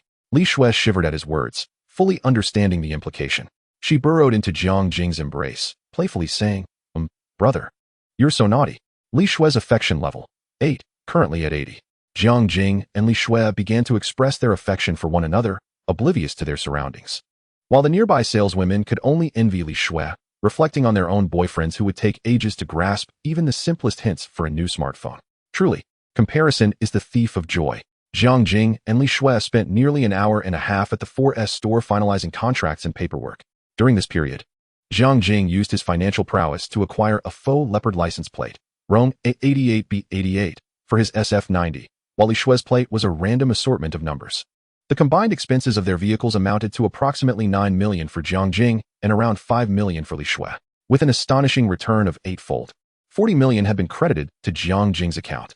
This equated to him essentially obtaining 2 cars for free while profiting several million, bringing his total capital to over 40 million. Jiang Jing had never experienced such effortless financial success. Once their vehicle registrations and paperwork were completed, the manager suggested holding a car delivery ceremony. Jiang Jing politely declined, yet Li Shui eagerly took numerous photographs, revealing her vanity. Coming from a modestly comfortable background, she could not afford such luxurious vehicles or extravagant watches. Seated in the car, gripping the steering wheel, Li Shui felt as if she were in a dream. It all began with her encounter with Jiang Jing. What she thought was a mundane companionship order turned out to be the meeting of her true soulmate. He was young, handsome, affluent, and generous, exhibiting none of the selfishness typically associated with the wealthy when it came to the women he cherished. Through the car window, Li Shui gazed at Jiang Jing's face, secretly resolving to pursue a certain course of action. In those fleeting hours, many girls had looked at Jiang Jing with expressions that seemed to convey a desire to devour him. Li Shui, perceptive as she was, certainly noticed. Opening the car door, she gracefully exited, her long legs striding towards Jiang Jing, affectionately linking her arm with his, her softness pressing against him. Leaning into his ear, she whispered sweetly, "Brother, my cat can do a backflip. Would you like to see?" Jiang Jing, captivated by her allure, felt a rush of excitement upon hearing this. His eyes gleaming with a wolfish intensity. "How marvelous. I truly want to witness this." Li Shui chuckled, leading him into his SF90. Leaving the 488 and the newly purchased clothes at the dealership, she sent her location to Jiang Jing's phone, and upon seeing it, he immediately set the navigation. Understandingly, Li Shui positioned her long legs clad in black stockings close to the central console, within Jiang Jing's reach. Without hesitation, he began driving the Ferrari with one hand, his right hand gliding over her smooth thigh. Do not misinterpret. He was merely savoring the texture of the stockings. The sensation was delightful, prompting thoughts of encouraging Li Shui to purchase several more pairs. On the road, other drivers, upon spotting such an extravagant sports car, instinctively distanced themselves, wary of the potential costs of any mishap. Jiang Jing drove steadily, displaying a natural aptitude for handling the vehicle despite lacking prior experience with sports cars, quickly mastering the controls within mere minutes. He certainly had no intention of recklessly speeding through the city. After all, his good fortune had only just commenced, and the thought of jeopardizing it through careless driving was unthinkable. He valued his life, adhering to the speed limits, knowing that for the thrill of racing, specialized tracks offered professional safety measures. Before long, Jiang Jing arrived at the residential complex where Li Shui resided. He parked the sports car in the designated area, and they ascended to her apartment. The two-bedroom unit appeared quite pleasant, particularly with Li Shui's room meticulously arranged, reflecting her penchant for cleanliness, an admirable trait in contrast to some girls who, despite their polished exteriors, lived in homes resembling pigsties. Were Li Shui's living conditions similarly disheveled, she would likely feel embarrassed to invite Jiang Jing over. Once inside, Jiang Jing teased Li Shui, "Where's that miraculous cat I was promised?" At his words, Li Shui's face flushed with embarrassment, her mouth opening as if to respond. "Who truly wants to see a cat?" Jiang Jing jested before leaning in to capture her lips in a fervent kiss, tasting a subtle sweetness that lingered on her lips as Li Shui gradually closed her eyes. Chapter 11. A Wish Fulfilled. "Brother," Li Shui's voice trembled, her entire being nearly collapsing into Jiang Jing's embrace. She had never experienced such sensations. As if every nerve in her body had been ignited. Her breathing quickened, fingers digging into Jiang Jing's back. "Brother, Her words were swallowed by the intensity of their kiss. In that moment, Li Shui felt as if she were floating on clouds, swept away by a tempest. Unaware of when it would cease, her body weightless, drifting through the skies. Time became irrelevant as she sought to plead for mercy. Yet the relentless fervor of her partner transformed her pleas into sounds of yearning. The robust bed frame endured the vigorous movements, ultimately remaining intact, averting an embarrassing collapse. Exhausted, Li Shui found herself utterly spent, lacking even the strength to move her fingers. Confounded, she pondered the notion that the advantage in matters between men and women lay with the female. They claimed only the overworked ox tires under the plow. Yet Jiang Jing's prowess rendered such statements laughable. At this moment, the ox had toiled for over an hour, showing no signs of fatigue, as if the ground had been plowed repetitively to its limits. Thankfully, the diligent ox recognized when to relent, or else Li Shui would have truly found herself in tears. Jiang Jing, immensely satisfied, mused that the system's product was undoubtedly of superior quality. During that hour, he felt no trace of fatigue. Had it not been for the fact that his partner was inexperienced and nearing her limits, he believed he could transform into a tireless ox, working the fields indefinitely. This was the essence of life. Afterward, Jiang Jing contemplated indulging in a cigarette but reconsidered, aware that Li Shui might find the scent intolerable, and thus he refrained. However, his idle hand sought to be of use. Noticing that Li Shui had rested for a while and seemed to have regained some strength, he slowly directed his mischievous hand towards the enchanting school bell. Beneath the covers, something restless stirred, moving about on Li Shui's delicate form. Li Shui shot Jiang Jing a weary glance, her lovely eyes reflecting resignation as she allowed his playful antics. Yet, sensing the once subdued ox stirring back to life, she confessed her growing trepidation. Startled, she summoned an unexpected strength to press down on Jiang Jing's wandering hand, blinking innocently, pleading, "Brother, I truly cannot endure any longer." Observing Li Shui's pathetic demeanor, Jiang Jing relented, recognizing the distinction between indulgence and excess. He shifted his hand to gently caress her silky back instead. "Swear, you needn't continue this work. I will provide for you." His tone, though light, conveyed an unmistakable authority. Upon hearing this, Li Shui felt no discontent. Instead, she nodded enthusiastically. Okay, brother," taking joy in Jiang Jing's concern for her. "What are you doing now?" she inquired, nestled against Jiang Jing's chest, her slender fingers tracing circles on his torso. Jiang Jing's financial prowess had indeed astonished Li Shui, igniting her curiosity. Upon hearing her question, Jiang Jing smiled faintly, thinking to himself, "I certainly won't disclose that I am currently an unemployed wanderer." Thus, he responded with a nonchalant demeanor, "Oh, I am merely engaging in some investments." In truth, there was nothing amiss. It was merely that Jiang Jing's investment lay in the realm of beauty. Upon hearing this, Li Shui, devoid of any suspicion, remarked, "Then your investments must be quite substantial, brother." Thankfully, money is an inexhaustible resource, only increasing with expenditure, Jiang Jing stated with an air of nonchalance while delivering a rather ostentatious declaration. Li Shui, taken aback, inhaled sharply, yet did not perceive Jiang Jing as pretentious. Her affection for him had already reached a commendable 86. In the throes of infatuation, individuals often experience a notable decline in rationality, choosing to believe even the most flawed statements from their beloved. Although Jiang Jing's words held truth, the reason for Li Shui's affection soaring to 86 was the result of over an hour of diligent effort on Jiang Jing's part. Hearts sparkled in Li Shui's eyes, a clear manifestation of her admiration for him. Jiang Jing, gazing into the shimmering depths of the school beauty's eyes, felt a sense of gratification. Her affection escalated rapidly, attributed not only to Jiang Jing's appealing visage but also to his willingness to lavish money on her, coupled with his exceptional capabilities. Within a mere half-day, her fondness had surged to an impressive 86, yielding a remarkable ninefold return. Given the girl's enthusiastic support, Jiang Jing felt inclined to be generous. With nearly 50 million in his account, he resolved to take Li Shui on a grand outing to purchase a house. Having already acquired a watch and a car, the only missing piece was a residence. As Li Shui mentioned, she was currently sharing a two-bedroom apartment with a university classmate. Recently, her roommate had been preoccupied with modeling at a car show, returning home quite late, which allowed Li Shui the liberty to bring Jiang Jing over without the risk of an awkward encounter. Securing a house would undoubtedly facilitate all of Jiang Jing's endeavors. While Jiang Jing was lost in contemplation, Li Shui began to playfully tease him, her small hand drawing circles on his chest, gradually straying to a more intimate area. Jiang Jing's body shuddered at her touch, his eyes igniting with desire, and he found it increasingly difficult to restrain himself. Startled by his reaction, Li Shui's complexion paled, prompting her to halt her movements. Realizing how sensitive he was, Jiang Jing, in a teasing yet slightly menacing tone, patted her perky posterior and warned, "Little enchantress, if you continue to be mischievous, you shall not leave this bed today." Li Shui fervently nodded, adopting an obedient demeanor. Before long, exhaustion overcame her, and she succumbed to slumber, having expended too much energy without having eaten lunch. As Jiang Jing watched her sleep, her exquisite face adorned with a faint blush, he found her breathtakingly beautiful. Gently, he retrieved his phone, lowering the volume, and opened Douyin, seeking opportunities, or rather, avenues for profit. At that moment, a small streamer named Xin had yet to commence her broadcast, leaving Jiang Jing to idly scroll through videos. After a considerable time, he found nothing that met the system's criteria. Feeling somewhat exasperated, the advancements in technology rendered the true beauty of online individuals nearly unrecognizable.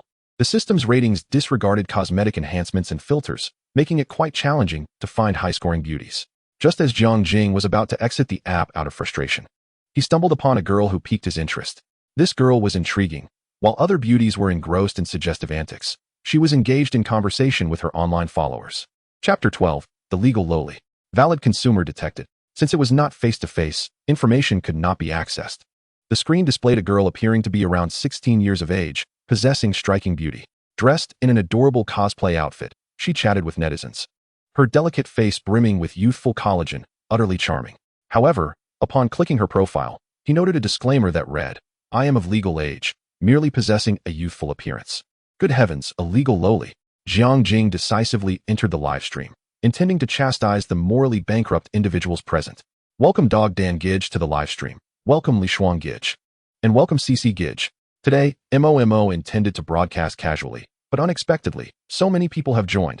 How delightful. Upon entering the live stream, the host greeted the incoming viewers, her face directly facing the camera. The girl's beauty was exceptionally high, seemingly devoid of any beauty filters, presenting a remarkably natural appearance. "Ah, my wife. Let me give you a kiss. The baby's looks are so high, I can't fathom why she's not more popular. I know this streamer. She always goes live without filters. Using the raw camera to capture her face, her beauty is quite resilient. Indeed, but I prefer this unadulterated authenticity." The chat room buzzed with lively messages, actively engaging in the discussion. "If I could marry MOMO, I would gladly drive a sports car and live in a villa. For those wishing for a miracle, visit the temple. If you're ill, seek a hospital." The small streamer read through the comments, occasionally sharing her thoughts on amusing ones, focusing on creating a joyful atmosphere. Suddenly, a comment captured the attention of many. "Wait, did the streamer just say, 'Welcome CC Gidge'? I wonder if it's the CC I'm thinking of." The streamer, puzzled, inquired, "What's going on, my darlings? Is CC Gidge quite famous? MOMO, you don't know? CC Gidge is a true big shot. Last night, he brought a beautiful small streamer to a PK. Do you know how many gifts he sent?" One netizen began to recount Jiang Jing's illustrious deeds. "How many?" The small streamer, intrigued, asked. As in her view, anyone capable of gifting 200,000 was undoubtedly a wealthy tycoon. After all, money does not come easily. Not at all. It was far beyond that. That fellow sent a total of 500 carnivals. Some sought to tantalize the small streamer, while others directly revealed the answer. Heavens! The small streamer gasped, her mouth agape in disbelief. 500 carnivals, that amounts to 1.5 million. Witnessing the certainty in the responses from netizens, her heart raced. Though she had no aspirations of earning vast sums through streaming, seeing others do so naturally invoked feelings of envy and longing, leading her to fantasize. "If only I could receive such generosity."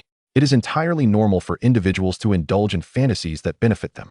After entertaining these thoughts, the streamer returned to her senses. Addressing her viewers, it probably isn't that wealthy gentleman. After all, many share the same name. The small streamer possessed a modicum of self-awareness. She did not believe in the likelihood of a windfall landing in her lap. Not necessarily. There are very few with the same name at such a high level. Many believe that the recently mentioned CC Gidge was indeed Jiang Jing. Jiang Jing, reclining on the bed and observing them discussing him, decided to cease lurking and earn some money. Thus, he directly opened the gift bar and sent carnivals. With a flourish, the screen erupted with a cascade of visual effects. Wu Ming CC sent 10 carnivals to the streamer. The small streamer, taken aback by the sudden display of effects, stared blankly at the screen, her adorable mouth agape. Regaining her composure, the streamer exclaimed in excitement, "Thank you, CC Gidge, for the 10 carnivals. Someone has gifted me carnivals. Ha ha ha, such an adorable girl." Yet utterly unrestrained in her boisterous laughter, it is quite amusing, indeed, and the scene possesses a striking impact. Lin Momo's favorability 20. Jiang Jing's lips curled into a subtle smile. It seems this girl is quite delightful, and the increase in favorability should pose no issue. He then resumed his busy activities. Wu Ming CC generously bestowed upon the host a carnival X10. Wu Ming CC generously bestowed upon the host a carnival X10.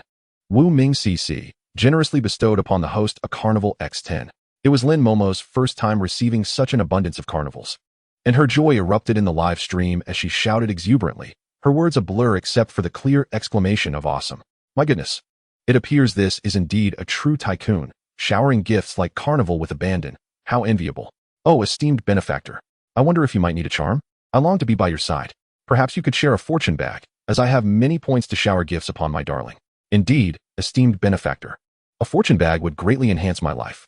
Jiang Jing paid no heed to those wishing to reap rewards without effort, merely chuckling as he observed the petite host dance joyfully in her excitement. CC, you old rascal. Now that you have XIN, please refrain from troubling Momo. I implore you to be a decent person. An unusual message in the chat caught Jiang Jing's attention, inciting a chuckle. What do you mean by troubling them? I merely wish to provide a sanctuary for these lovely ladies.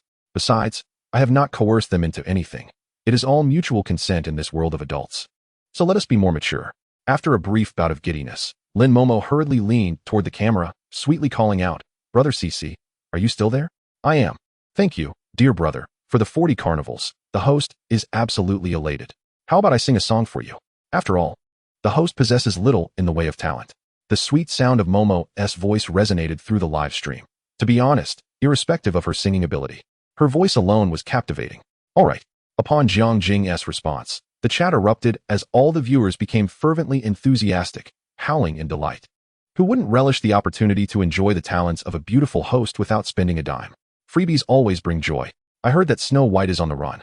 Little Red Riding Hood is worried about the big bad wolf. I heard that the Mad Hatter adores Alice. The ugly duckling will transform into a beautiful swan. Not to mention, the young lady's singing was rather commendable, and the song perfectly suited her style. Her sweet voice lifted the spirits, complemented by the fairy tale-like lyrics, making Momo truly resemble a Disney princess at that moment. There is always a winding, colorful river in the town of fairy tales, infused with a whimsical aura yet meandering through love's intricate pathways. The waters flow endlessly, splashing and drawing in the tapestry of time, leading all those long ago to moments of blissful endings. After the song concluded, Jiang Jing felt quite satisfied. In a display of generosity, he sent another 10 carnivals to the host. Chapter 13, Momo's attire, legs for days. Another 10 carnivals cascaded down, and this time, Momo had regained her composure. After all, one could say she was no stranger to grand occasions. Yet, the excitement on her face was undeniable as she couldn't resist forming a heart shape with her hands in the live stream. "Thank you, Brother CC, for the carnivals. You have been so generous to me, showering me with 50 carnivals in such a short time. At this moment, all my words can be distilled into 3. I love you." That playful and endearing demeanor, combined with her sweet voice, sent the male viewers into a frenzy of excitement. "Darling, I love you too. Sweetheart, be cautious. Brother CC is not a good person.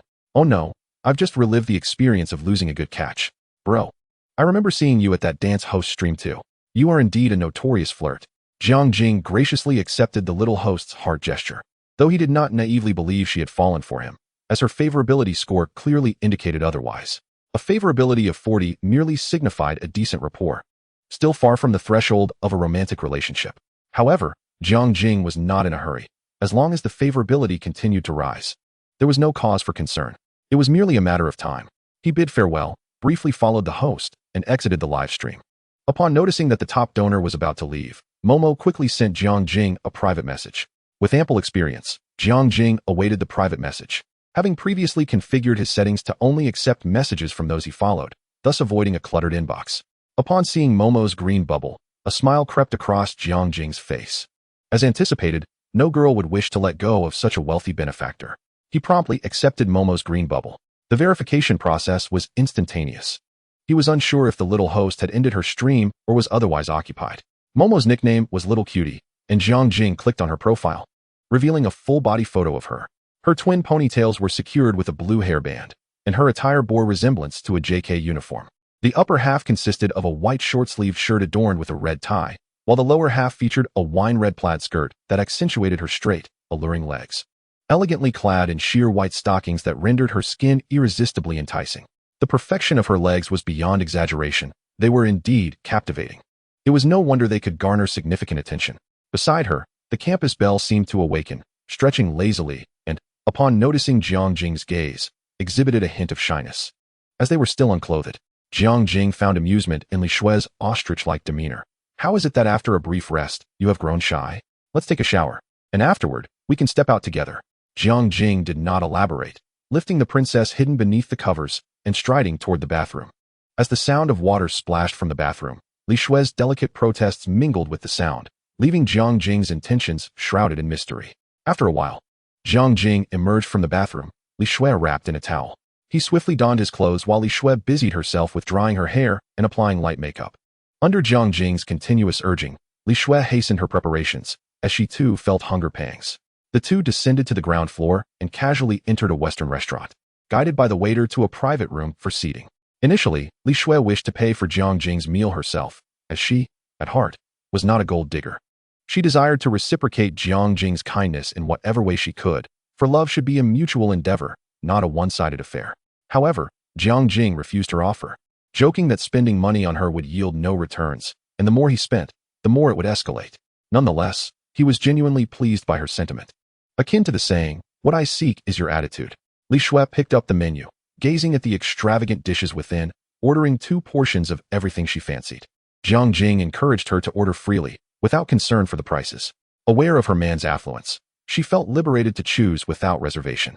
Soon, the waiter presented the dishes, and the sight of the sumptuous, aromatic delicacies made Jiang Jing's stomach rumble in anticipation. He was eager to indulge, having expended much energy. Although Li Shui was equally hungry, she took a moment to whip out her phone and snap a few beautiful photos. Jiang Jing, who had little interest in photographing food, indulged her, recognizing it as a common pastime among girls, taking pictures to share on social media. With Jiang Jing's consent, Li Shui settled beside him, their faces mere inches apart, and raised their hands in a cheerful gesture. In the photograph, Li Shui beamed like a blossoming flower, while Jiang Jing looked at her with tender affection, their uplifted hands prominently displaying their exquisite luxury watches. Onlookers could only exclaim, "What a stunning couple." Li Shui shared the photo on her social media, captioning it, "Darling, meeting you is the most fortunate event of my life." Jiang Jing promptly liked the post and commented below, "Me too, love you." Upon seeing Jiang Jing's comment, Li Shui's eyes glistened with tears of happiness. Li Shui's affection level 1, currently 87. Jiang Jing's reply and declaration of love deeply moved Li Shui. Having recently lost her virginity, she felt a mixture of joy and insecurity, particularly given Jiang Jing's exceptional qualities. She worried that he might treat her with the same indifference as a playboy once he had won her over. Posting on social media was a subtle strategy of hers to gauge Jiang Jing's feelings. If he hesitated to show up, it would indicate his lack of concern for her and their relationship. However, Jiang Jing's actions reassured Li Shui of his attentiveness, filling her with joy. He was entirely unconcerned with the vanity of women, possessing the means to indulge them. Had his monthly salary been a mere 5,000, he would have found such displays repugnant, unable to satisfy the girl's desires for comparison and vanity. Now, being capable of fulfilling their wishes only enhanced their fondness for him, which was undoubtedly a positive outcome. Everyone harbors a degree of vanity. It is inescapable. Li Shui thoroughly enjoyed the meal, her gaze frequently lingering on Jiang Jing, her eyes radiating an unmistakable affection.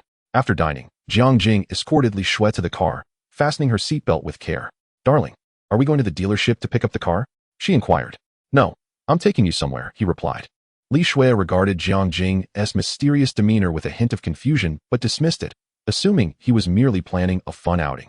She then took out her phone to check the reactions to her recent social media post. As expected, the comments were lively. "Wow, Xiaoxue, your boyfriend is incredibly handsome. So stylish," exclaimed a friend. "Li Shui, that outfit of your boyfriend's must be quite expensive. He must be wealthy," noted a college classmate. "Xiaoxue, how could you keep your relationship a secret from us? So scandalous," teased a close friend. "This guy resembles the dashing figure I used to be," quipped a shameless acquaintance. "Please, you look ridiculous. No one cares to hear from you," retorted another. Chapter 14. Cloud Sea Viewing Pavilion. "Congratulations, Xiaoxue." While there were both envious and congratulatory remarks, some astute individuals chimed in. "Li Shui, your boyfriend is extraordinary. If I'm not mistaken, that watch on his wrist is a Vacheron Constantine 4500V, 210R, B705. Priced at 4 million yuan, and yours must be around 2 million. What? Are those watches really that expensive? They can't be fakes." Li Shui, scrolling through the comments, replied to the knowledgeable individual, "Indeed, you have a keen eye." Consequently, her notifications began to buzz incessantly with messages from long-lost friends, all eager to congratulate her and, quite audaciously, to borrow money. The reasons varied widely, from needing funds for a wedding to struggling with business failures. Li Shui unceremoniously blocked all such shameless individuals. Regardless of their identities, it was laughable how some would approach her for loans without considering their own worth. Despite her youth, Li Shui handled these matters with remarkable decisiveness. Meanwhile, true friends offered nothing but light-hearted banter and well wishes. Li Shui joyfully responded to everyone's congratulations, while Jiang Jing smiled, admiring her adeptness. Her ability to manage situations with conviction was commendable. Before long, Jiang Jing brought Li Shui to a renowned luxury real estate office in Rong City. The Cloud Sea Viewing Pavilion. This was a top-tier residential complex where only the affluent resided, often including business elites and rumored celebrities. The environment, nestled between lush mountains and tranquil waters, boasted breathtaking scenery and far fresher air than the city center. Here, prices exceeded 150,000 yuan per square meter, with spacious units typically around 300 square meters, meaning a single unit would cost no less than 45 million yuan. Jiang Jing's current finances made acquiring such a property an effortless endeavor. Li Shui, witnessing Jiang Jing lead her to this prestigious real estate office, felt a thrill of excitement. Imagining he might be considering a purchase.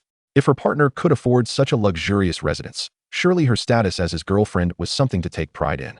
Upon exiting the car, she instinctively linked her arm with Jiang Jing's as they entered the sales office together. One can often assess the luxury of a community by observing its sales center, and this one was distinctly different from ordinary complexes.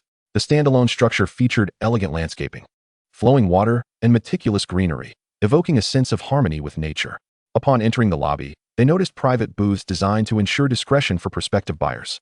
Wealthy individuals typically preferred to remain low-key, unlike those newly affluent who often flaunted their wealth, as their understanding of social etiquette had yet to catch up. Genuine power players, both in reality and online, seldom revealed their presence. They existed within their own circles. As Jiang Jing and Li Shui walked in, a dedicated receptionist approached them. "Good day, sir and madam. Are you here to view properties?" "Yes," Jiang Jing replied, getting straight to the point. "Excellent. Please follow me to the VIP hall where our specialist will provide you with a comprehensive introduction." With that, they were escorted to the VIP hall. The spacious foyer was adorned with soothing music, and staff members offered them exquisite pastries and coffee. They were not kept waiting long before a well-dressed gentleman entered the booth, exuding energy and warmth as he approached Jiang Jing. Upon closer inspection, one could see that his attire was entirely from a luxury brand, Armani. The man extended his hand, smiling as he addressed Jiang Jing. "Good day, sir. I am Mr. Zhou, the property manager at Cloud Sea Viewing Pavilion. It's a pleasure to assist you. May I ask your surname?" "My surname is Jiang," he replied. "Very well, Mr. Jiang. If it's convenient for you, we have a team ready to verify your financial standing. Would you like to proceed now?" The manager inquired politely.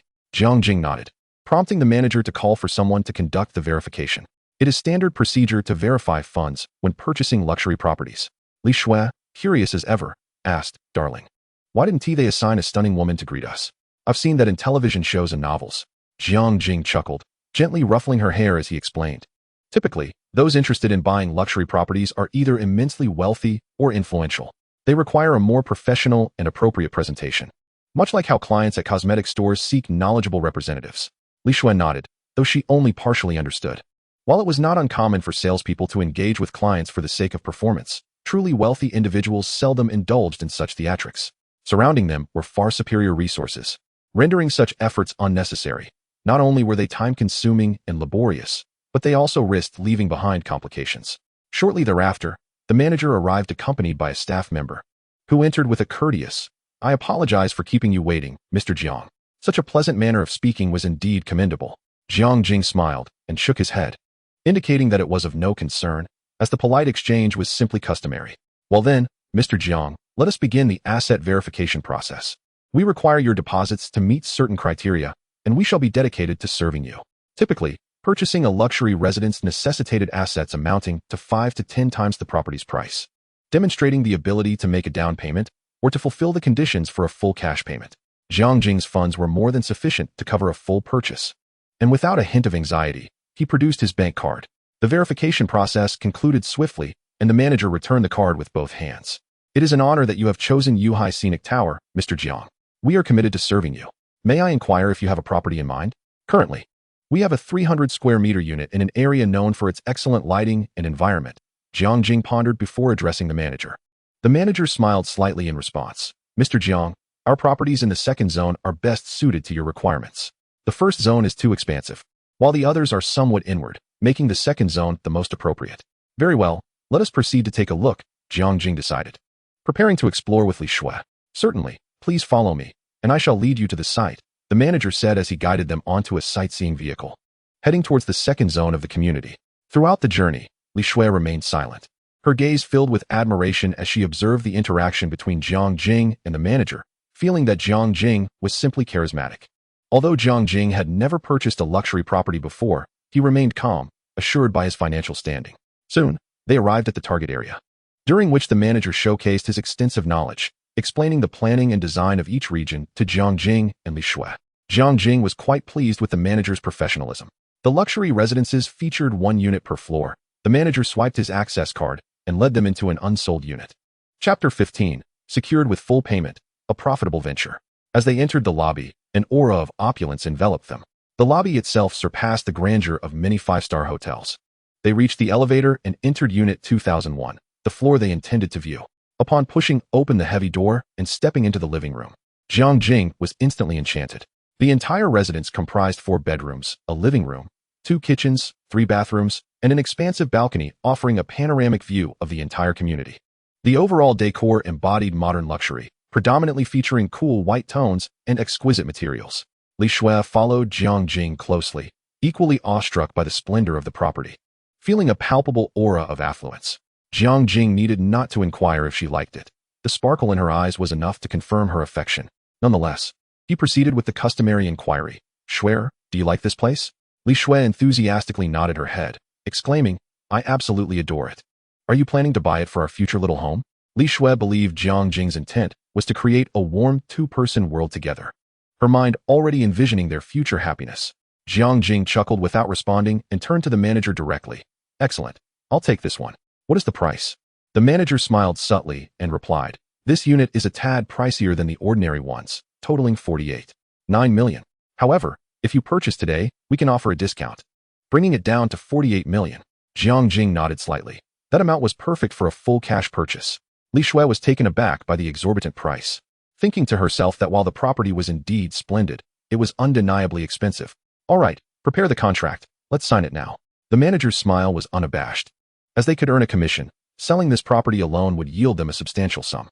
No one could remain composed in the face of an impending windfall, and the manager excitedly affirmed, "Very well, sir, I will expedite the process for you." Witnessing Jiang Jing effortlessly acquire a multi-million-dollar luxury residence left Li Shui both astonished and elated. After all, shouldn't a girlfriend be thrilled about her boyfriend's financial prowess? The trio returned to the sales office, where the manager swiftly prepared the contract, while a nearby service attendant followed closely. Her heart racing at the sight of this handsome gentleman poised to secure a property worth millions in less than half an hour. Young, wealthy, and charming. Such an exceptional individual was not someone she wished to overlook. Though Jiang Jing was accompanied by a stunning school beauty, the attendant remained undeterred, believing her own skills would outshine the competition. While she may not rival in looks, she could certainly leverage other attributes. Just as the attendant prepared to make her move, the manager returned with the contract. "Mr. Jiang, the contract is ready. You may fill in the relevant information." Jiang Jing turned to Li Shui beside him. Shuer, please fill in your details. Me? Why should I write my information? Li Shui's innocent confusion was evident. Jiang Jing chuckled. Of course, it's being purchased for you. What else would you fill in?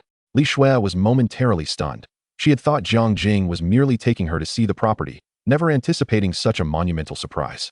Regaining her composure, she gazed affectionately at Jiang Jing, her feelings for him swelling as if they could envelop him entirely.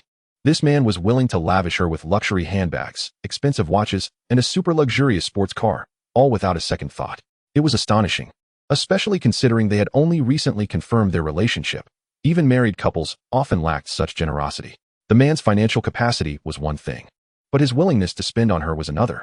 Countless couples devise various measures to safeguard their assets, including prenuptial agreements, merely to prevent the other from gaining an advantage. Jiang Jing's actions genuinely moved Li Shui. In her imagination, he transformed into a passionate suitor, lavishly spending without a hint of regret for the woman he adored.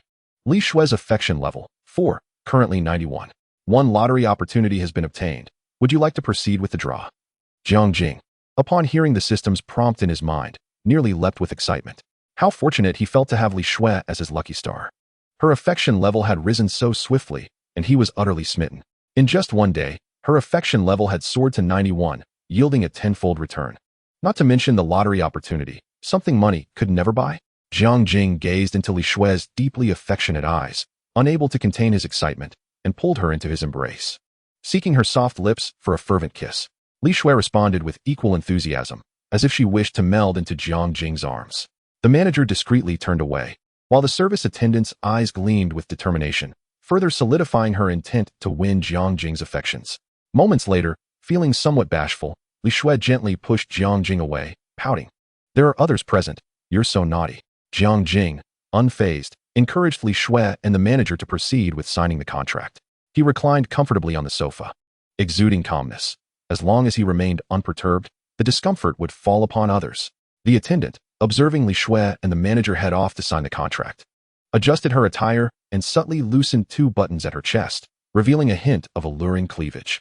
She strolled gracefully towards Jiang Jing, gently bending down, her snow-white cleavage immediately catching his eye. Hey, handsome, could we exchange contact information? The young lady's voice dripped with sweetness as she pushed her chest forward, deepening the alluring curve. Jiang Jing nonchalantly averted his gaze. No, thank you. He already had someone like Li Shui in his life and found no interest in commonplace individuals. Moreover, her looks failed to meet his standards, and her overt advances raised his suspicions. Undeterred, she tempted him further. Brother, my skills are exceptional. I can guarantee you a taste of imperial indulgence. Jiang Jing remained silent, withdrawing his gaze and pulling out his phone. The young lady, misinterpreting his actions as acquiescence, was filled with joy until she noticed Jiang Jing had opened a game instead. Feeling embarrassed, she retreated to a corner, adjusting her attire and donning a more appropriate smile. Soon, Li Shui returned, her contract signed, bouncing with excitement as she linked her arm with Jiang Jing's. He promptly took out his bank card to make the payment. As the successful transaction notification chimed, the manager's smile broadened, confident in his sales performance. Meanwhile, Jiang Jing received a tenfold return, a staggering 4.8 billion. Suppressing his exhilaration, he tucked away his card.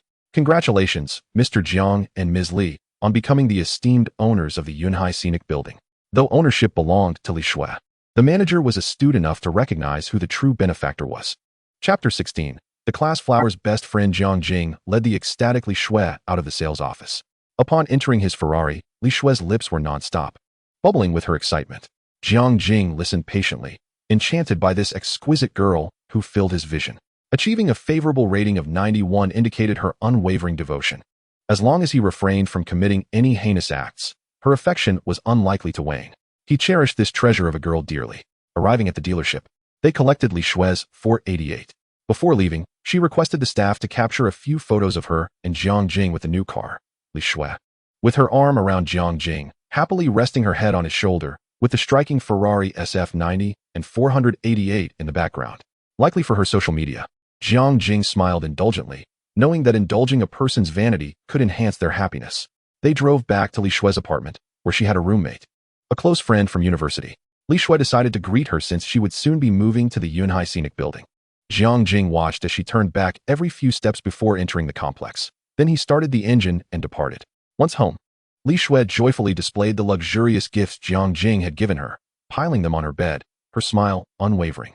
She shed her clothing, revealing her flawless, slender figure, trying on each outfit and snapping photos to send to Jiang Jing. Darling, do you think these clothes are beautiful? Jiang Jing, while driving, saw his phone light up and casually opened the messages, finding a plethora of enticing photos from Li Shui, including some stockings he had insisted she wear. Surprised by her thoughtfulness, he praised her, sending a voice message. Shuer, your figure is stunning. You look good in anything, especially that tiny waist and those long legs. Simply tempting.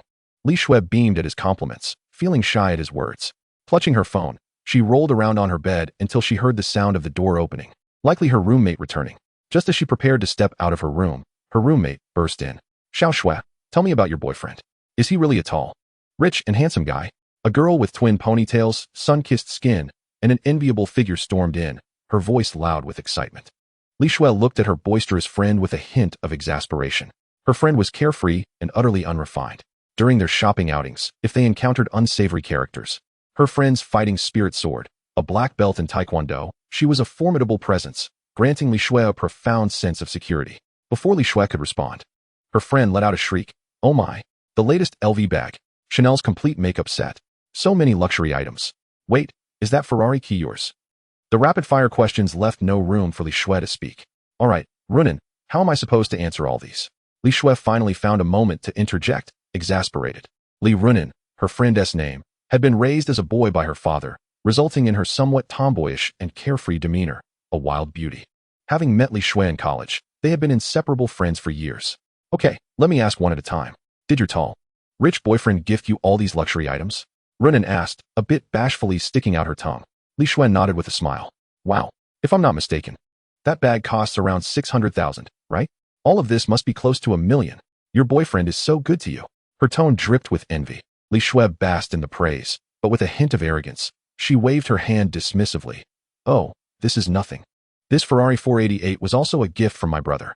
She proudly shook the Ferrari key in her hand. Runin's envy morphed into jealousy, her eyes narrowing as if they could pierce through Li Shui. How infuriating. Li Shui, amused by her friend's reaction, tossed in a bombshell. Just now, my brother took me to the Yunhai Scenic Building and bought me a penthouse worth 48 million. Runin, the Yunhai Scenic Building? The one of the most prestigious properties in Rongqing?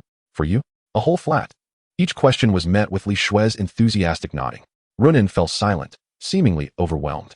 Li Shui leaned in to check her friend's reaction when, suddenly, Runin lunged forward, knocking Li Shui down, exclaiming, "This is outrageous.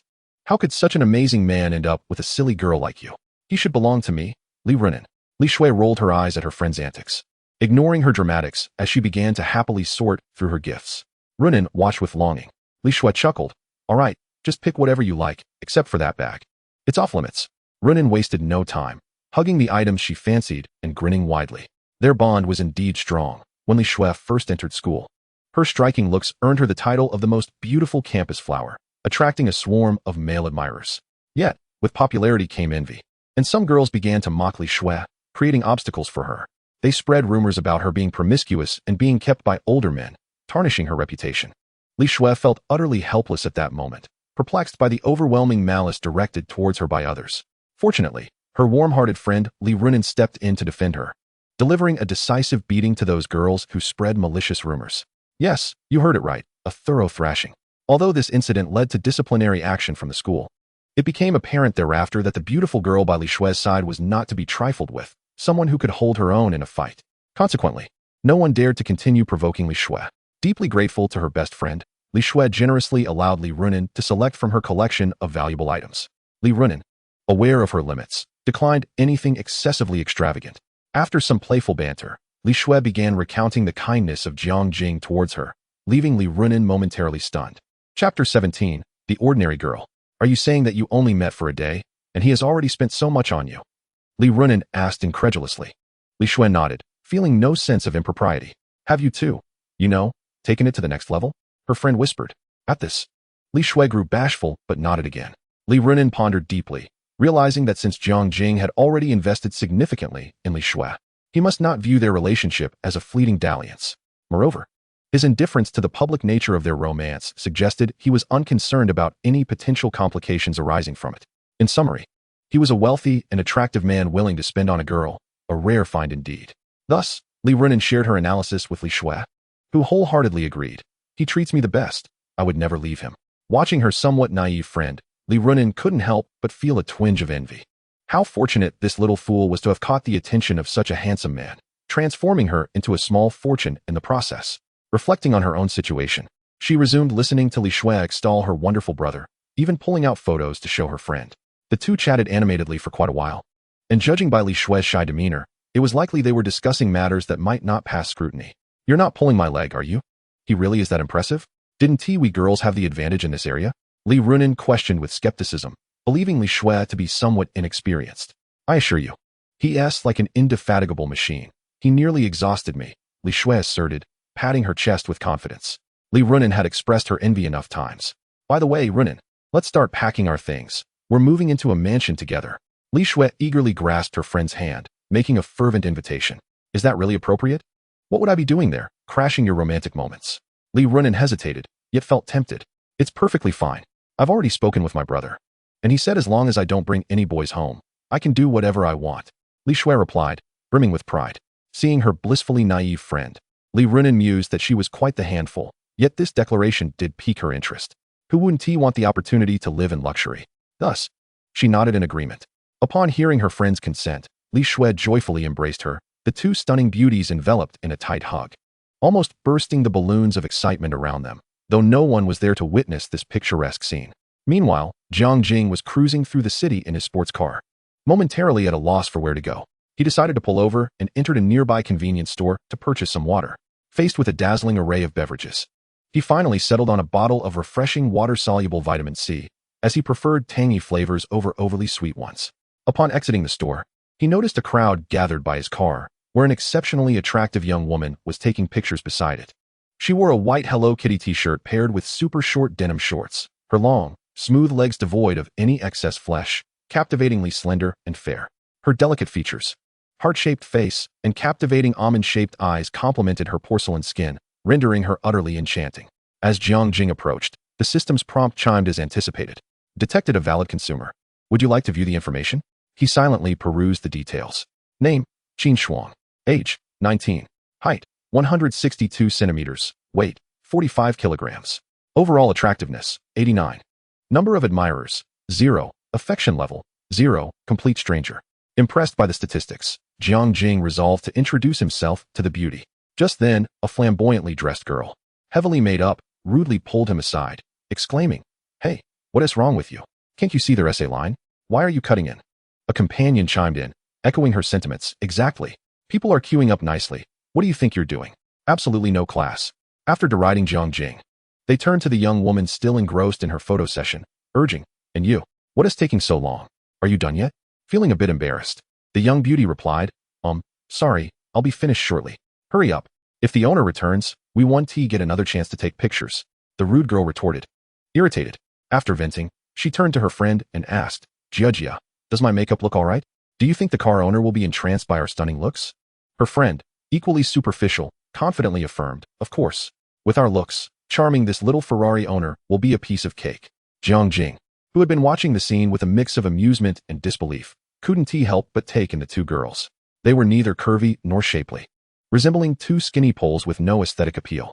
Their heavily made-up faces merely hinted at average features, leaving him puzzled at their misplaced confidence. He shook his head, incredulous at their delusion. Noticing Jiang Jing's scrutiny, the two girls grew agitated. What are you shaking your head for? You're not the car owner. What a joke. You're just a pathetic loser, wasting your good looks. Their furious outbursts only amused Jiang Jing, who decided to ignore them and instead produced his car keys, ready to deliver a reality check. With a couple of beeps, the Ferrari SF90S lights flashed, accompanied by a gentle sound. Sorry, but this car actually belongs to me, Jiang Jing stated nonchalantly, his calm demeanor delivering a significant blow to their egos. He then opened the car door and slid into the driver's seat. Turning to the young beauty still snapping photos outside, he raised an eyebrow and said, Hey, it's sweltering today. Would you like to come inside and take some pictures? At his invitation, the young woman's cheeks flushed, and upon seeing the exquisite interior, she eagerly took a seat in the passenger side. Qin Shuang affection level, 5, currently at 5. Jiang Jing closed the door, preparing to leave. Meanwhile, the two rude girls outside felt utterly humiliated. The car truly belonged to this handsome man. Thanks to the luxury vehicle, He had transformed from a mere nobody into a strikingly attractive figure. Realizing their earlier mockery of Jiang Jing, they wished they could disappear into the ground. Subsequently, driven by the allure of wealth, a naive young woman approached the window of Jiang Jing's car and rapped on the glass. "Is there something you need?" Jiang Jing inquired with an air of calmness. "Oh dear, handsome young man, it's quite warm here. Could I perhaps come up and take a few photographs?" The young woman bent forward, making an exaggerated effort to create two small mounds in what was otherwise a flat expanse. Jiang Jing found her display to be quite unappealing. Sneering slightly as he curtly replied, "No thanks, my car cannot accommodate dinosaurs." With that, he lost interest in the two and pressed down on the accelerator, swiftly departing the scene. Chapter 18. Qin Shuang's Subtle Intentions. As Jiang Jing drove away, the two young women vented their frustrations. "Humph. What is so special about him? It's just a Ferrari." One scoffed. The other nodded in agreement. "Exactly. That guy truly lacks discernment." After their critique of Jiang Jing, they turned their disdain towards each other. "Why do you have to criticize others?" one exclaimed. The other, incensed, retorted, "What do you mean? Are you blaming me? If it weren't for you, I would have already been in that handsome young man's Ferrari." Their mutual accusations escalated from verbal sparring to personal attacks, shattering their superficial sisterly bond as they engaged in a physical scuffle, tugging at each other's hair and clothes. The scene was rather brutal. Meanwhile, the onlookers, rather than intervening, whipped out their phones to document this spectacle of life, secretly marveling at the combat prowess of the two women. Unbeknownst to Jiang Jing, he was currently en route to the university town, accompanied by a young lady whose cheeks flushed a rosy hue, dressed in a miniskirt and appearing somewhat anxious in the passenger seat. Observing her demeanor, Jiang Jing chuckled lightly and asked, "What are you so nervous about?" He then introduced himself. "I'm Jiang Jing, having graduated from university just 2 years ago." "And you?" The young lady, in a sweet voice, replied, "I'm Qin Shuang, a freshman at the Rongqing Art School." After a brief pause, she nervously fidgeted with her fingers and added, "It's all my fault. If it weren't for me, you wouldn't have been mocked by those two ladies." Jiang Jing raised an eyebrow, finding her words intriguingly artistic. It was evident she was adept at the art of conversation. However, he remained indifferent.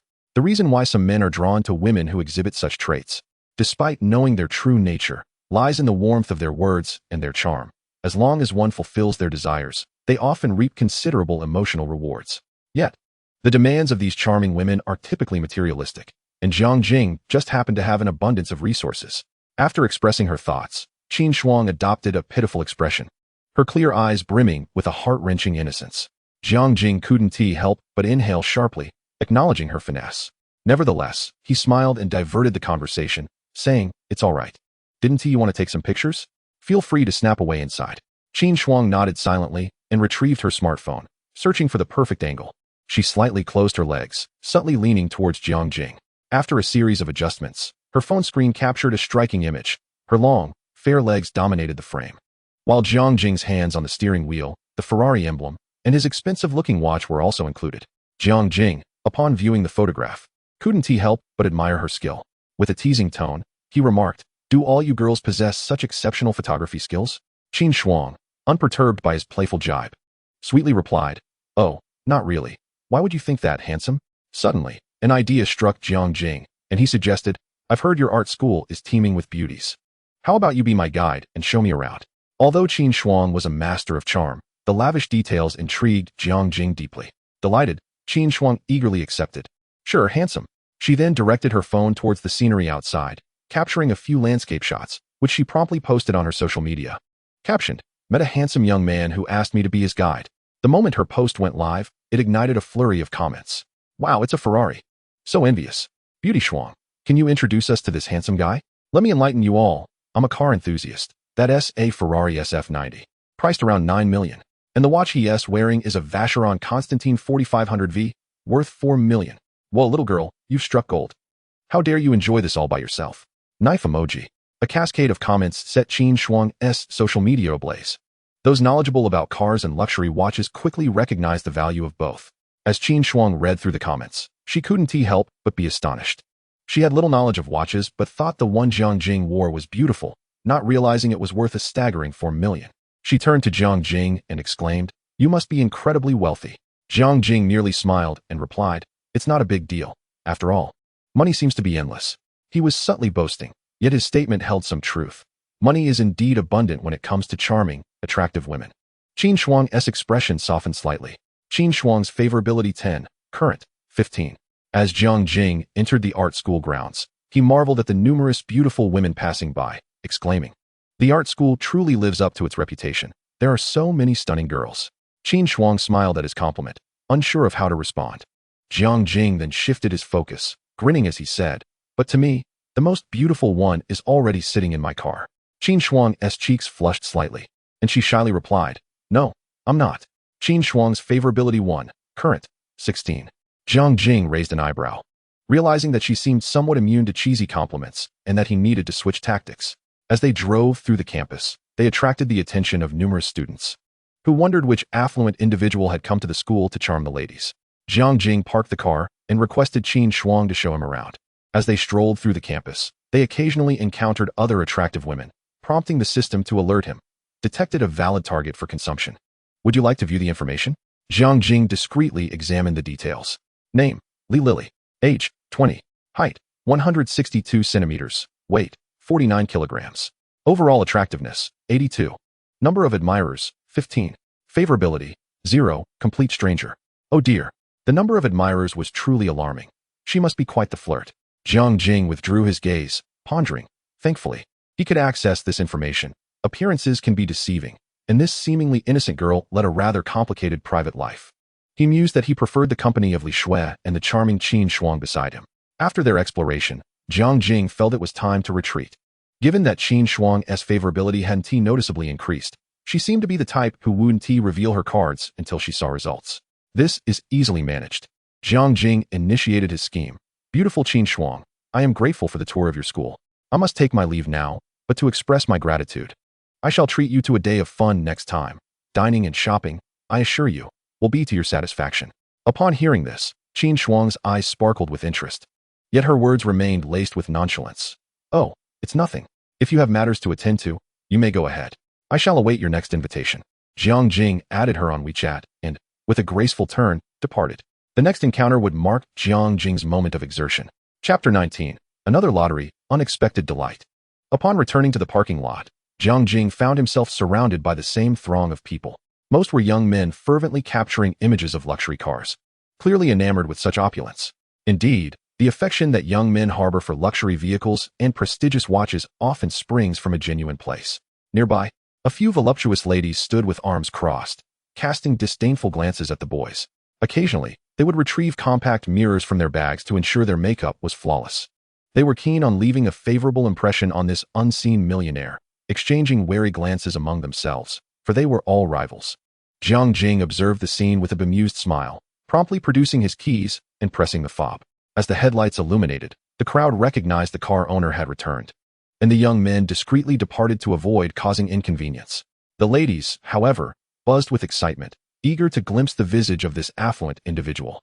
Jiang Jing approached the car door, slid inside, and several young women immediately advanced, striking alluring poses.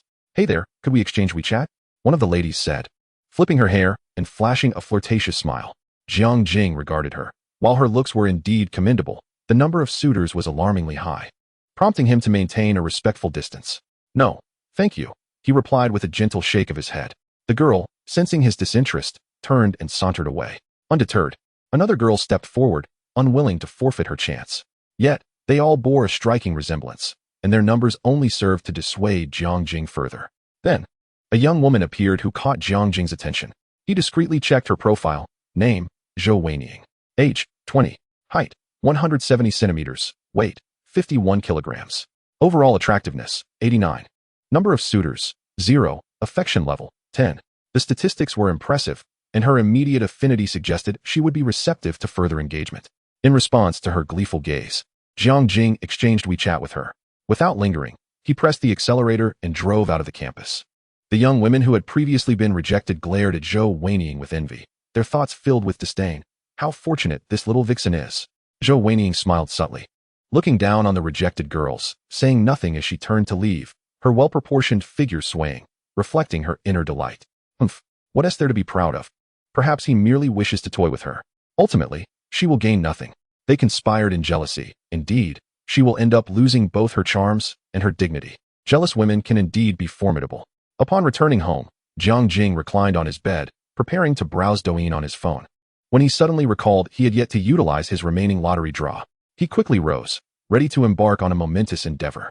Suddenly struck by inspiration, he dashed to the bathroom for a refreshing shower and then lit an incense stick.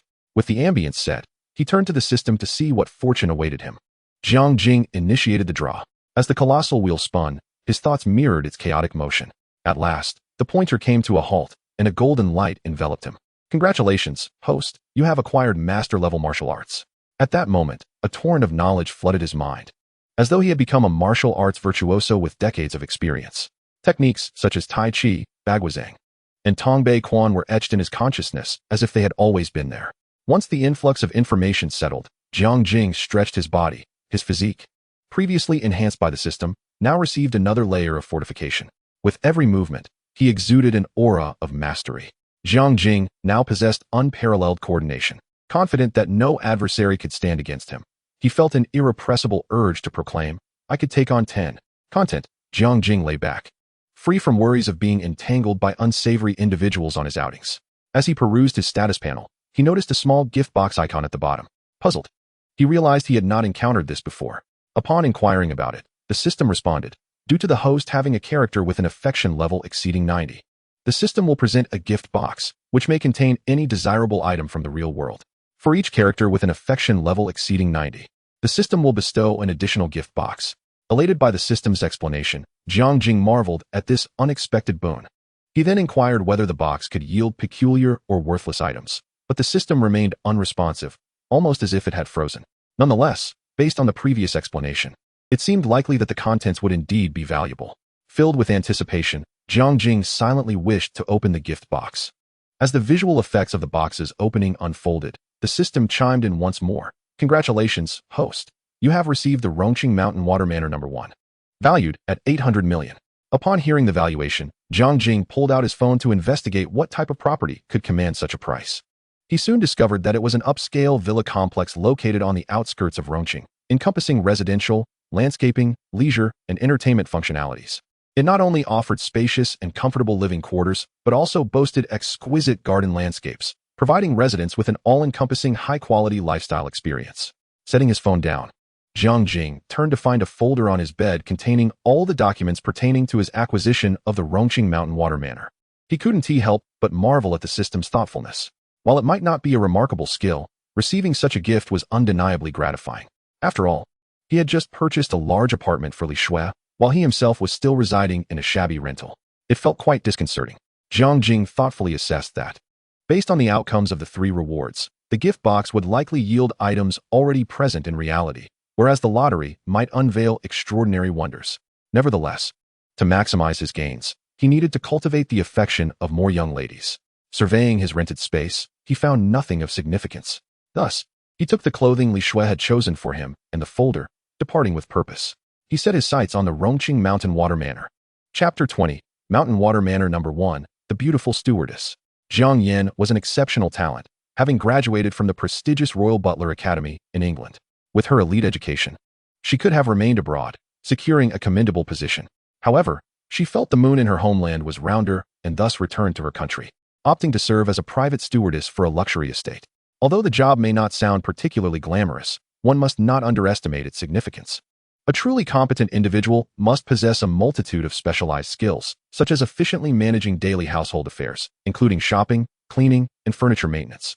Furthermore, handling financial matters, such as budgeting, bill payments, and expense tracking, is essential. Cooking, dining, and garment management are merely the beginning. One must also exhibit exceptional communication and coordination abilities. Safety precautions and first aid skills are indispensable, and proficiency in multiple foreign languages, along with a modicum of legal knowledge, is highly advantageous. Fortunately, Jiang Yan is fully capable of fulfilling all these requirements. Thus, she has been appointed as the private steward of the illustrious Rongqing Shanshui Manor No. 1. This opulent estate, valued at 800 million, has yet to be inhabited since its completion. While the property remains unsold, Jiang Yan's salary is covered by the management, allowing her to receive a substantial income without any obligations. Yet, she finds herself discontented, feeling that her talents remain unexpressed. However, today marks a change. Jiang Yan receives a call from the property management, informing her that the manor has just been purchased by a mysterious magnate. Overjoyed, she dials the mysterious buyer's number, eager to familiarize herself with him. Jiang Jing, currently driving towards the estate, is intrigued when an unfamiliar number appears on his phone. With curiosity, he answers, "Hello. Who is this?" A melodious female voice replies, "Good day.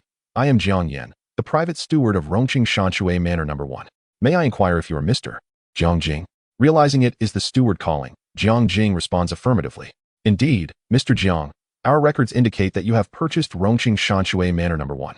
When do you plan to take residence so that we may prepare accordingly?" Her professional tone instills a sense of relaxation. "I am currently en route and should arrive in about half an hour," replies Jiang Jing. "Very well, Mr. Jiang. We shall ensure that everything is in order for your arrival," Jiang Yan promptly assures. "Sounds good." Jiang Jing concludes the call, focusing on the road ahead. As Jiang Yan reflects on his voice, she surmises he must be relatively young, though she wonders about his temperament, considering she will soon be working closely with him. After all, it is said that many wealthy individuals can be capricious in nature. Composing herself, Jiang Yan prepares to welcome the new owner of the mansion. Meanwhile, Jiang Jing's vehicle approaches the grand entrance of the estate, which boasts an immense villa gate. Peering through the car window, he observes a fountain, a garden, various rockeries, and an expansive green lawn. Remarkable, it even features a golf course. He muses, a smile creeping onto his face as he anticipates the luxurious interior. Upon arriving at the gate, the surveillance system automatically recognizes his vehicle, and with a soft click, the enormous iron gates swing open. The attentive system is truly impressive. It processes all necessary information before his arrival. As he drives in, he finds himself in an astonishingly vast underground parking garage, ample enough to accommodate dozens, if not hundreds, of vehicles. Regrettably, it is devoid of any car save for Jiang Jing's own Ferrari SF90. He contemplates purchasing additional vehicles to enhance his image. Upon reaching the villa's entrance, he is greeted by a stunning woman clad in a tailored professional suit, awaiting his arrival. Detected a valid consumer. Would you like to view information? Jiang Jing promptly chooses to view it. Name, Jiang Yan. Age, 26. Height, 175 centimeters. Weight, 53 kilograms. Overall attractiveness, 93. Number of admirers, 0. Favorability, 2. Truly exquisite. He thinks, taking in the sight of the captivating woman. She stands in high heels, her long, shapely legs accentuated by sheer black stockings, exuding an irresistible allure. The familiar black pencil skirt clings to her curves, while her slender waist contrasts dramatically with her voluptuous hips. Her professional attire, adorned with a name tag reading Jiang Yan, captures his attention momentarily. Rising to meet her gaze, he is struck by her striking features. High cheekbones softened by natural brows, framed by doe-like almond eyes, accentuated by delicately curled lashes coated in a sheer brown mascara. Her nose is perfectly sculpted, but it is her lips that draw the eye, full, matte, and painted in a soft mauve hue, curving into a subtle, almost enigmatic smile. "Welcome home, Mr. Jiang." Jiang Yan greets him with impeccable poise, her melodious voice snapping Jiang Jing back to the present. "Hello, Miss Jiang Yan," he replies with a smile. "There is no need for such formalities. Let us interact as if we were ordinary acquaintances." Although treated with such deference, Jiang Jing feels a touch uncomfortable. He prefers a more relaxed atmosphere. Jiang Yan, understanding his sentiment, readily agrees, recognizing that no one truly enjoys excessive formalities, particularly in a professional context. "Are you prepared to take residence immediately?" she inquires with a smile. Jiang Jing nods, prompting Jiang Yan to begin outlining the estate's layout and amenities. The grand hall boasts a soaring 12-meter dome adorned with pure gold accents, while the floors are laid with entire slabs of Italian Carrara marble. A baccarat crystal chandelier, valued at millions, hangs majestically overhead. The walls are crafted from rare white peacock stone, and the furnishings are custom-made by the royal brand Louis XV, with a natural crystal centerpiece adorning the coffee table. The upper levels consist of 4 floors, each housing 6 suites, complete with walk-in closets, spa rooms, and panoramic terraces. The mattresses are custom designed by Swedish brand Stens, and the bathroom floors are equipped with a heating system. The bathtubs are sculpted from solid mica stone. The wine cellar maintains optimal temperature and humidity, housing over 5,000 bottles of fine wine, including the illustrious 1945 Romanicani, complemented by a professional tasting room. The private cinema is outfitted with IMAX laser projection and Dolby Atmos sound systems, featuring leather recliners akin to those found in Rolls-Royce vehicles. The fitness center boasts floor-to-ceiling windows overlooking the lake, with equipment sourced from the flagship line of Technogym, accompanied by a 25-meter heated swimming pool adorned with Venetian glass mosaics. The garden has been designed by a world-renowned landscape architect, featuring 30 ancient crepe myrtle trees, and the nighttime pathways are embedded with intelligent sensor lighting. Additionally, a helicopter landing pad caters to business needs, marked with 24K gold leaf. The intelligent system connects the entire estate to Savant's smart home controls, allowing for voice-activated management of lighting, temperature, humidity, and security. The security measures are of the highest caliber, featuring facial recognition access, bulletproof glass, an underground emergency shelter, and a security dormitory linked to local law enforcement. The estate operates on an ecological closed-loop system, complete with its own water recycling plant and solar power generation system. After hearing this, Jiang Jing felt extremely satisfied. The two then sat on the sofa. Watching the young lady's hesitant expression after her introduction, Jiang Jing smiled and said, "Miss Jiang Yan, please feel free to speak your mind. There's no need to hold back." Jiang Yan adjusted her elegant black stockings, feeling a touch of embarrassment as she replied, "Mr. Jiang, it's like this. You have purchased manor number 1, and starting today, I will no longer be receiving my payment from the property management." Chapter 21. Moving into the manor, lavishly spending money. Jiang Yan's legs rubbed together awkwardly, a slight sound revealing her discomfort with the situation. After all, it was somewhat awkward to be the one to request her salary, yet as an employee, she had no choice. It was of utmost importance. Thus, it was vital to clarify this matter in advance to avoid any potential complications.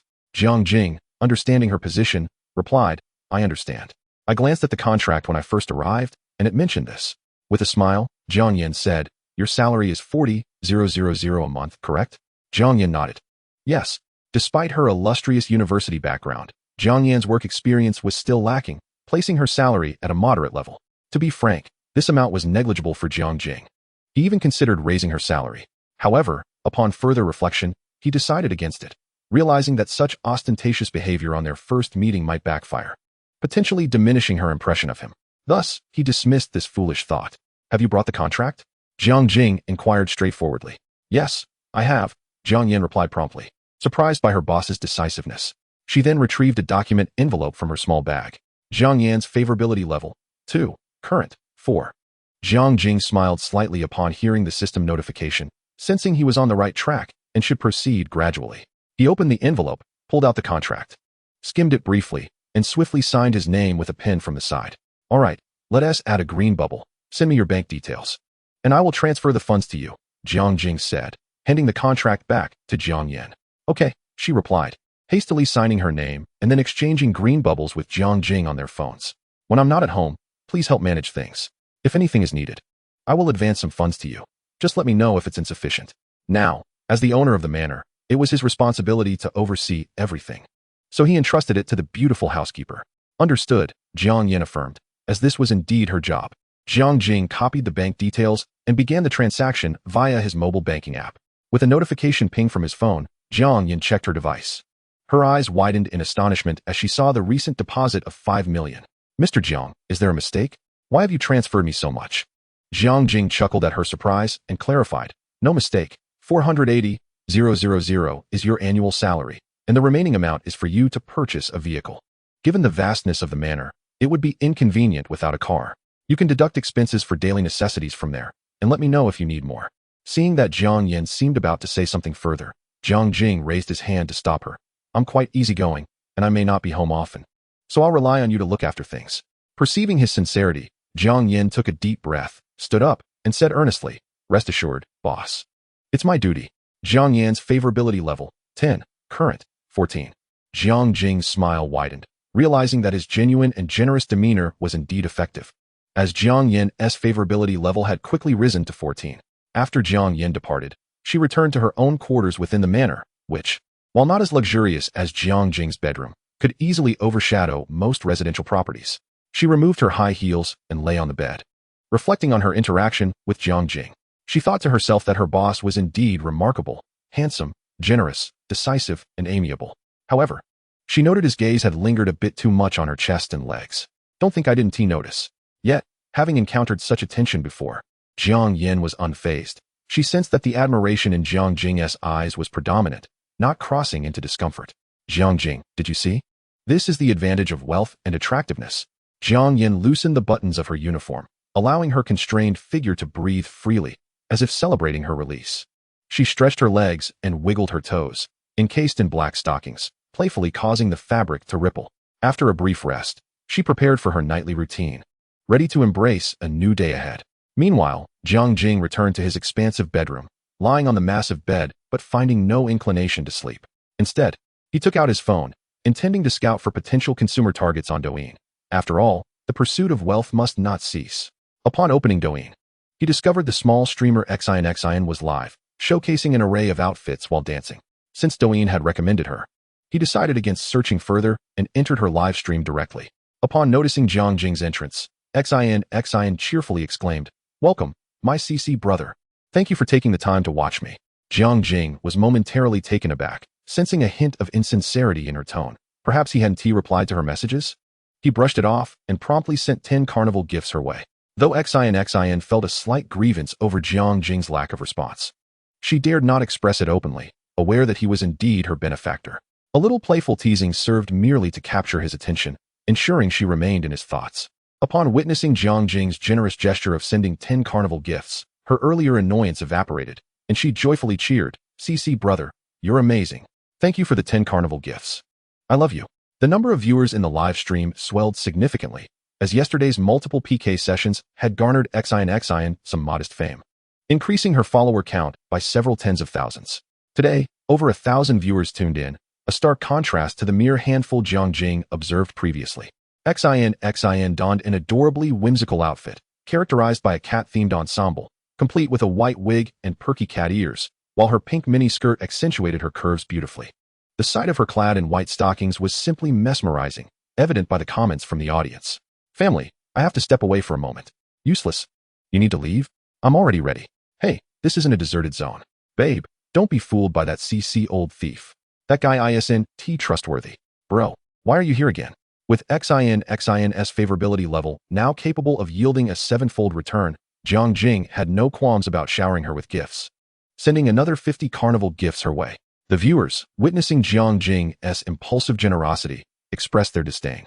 "Dude, we know you're wealthy. Could you share a bit with us? If you like beautiful women, I can dress up too. How about a fake N? The world of the wealthy is beyond comprehension. Why not use that money to honor your parents instead of lavishing it on internet celebrities? Why do you care how others spend their money? It's not your cash.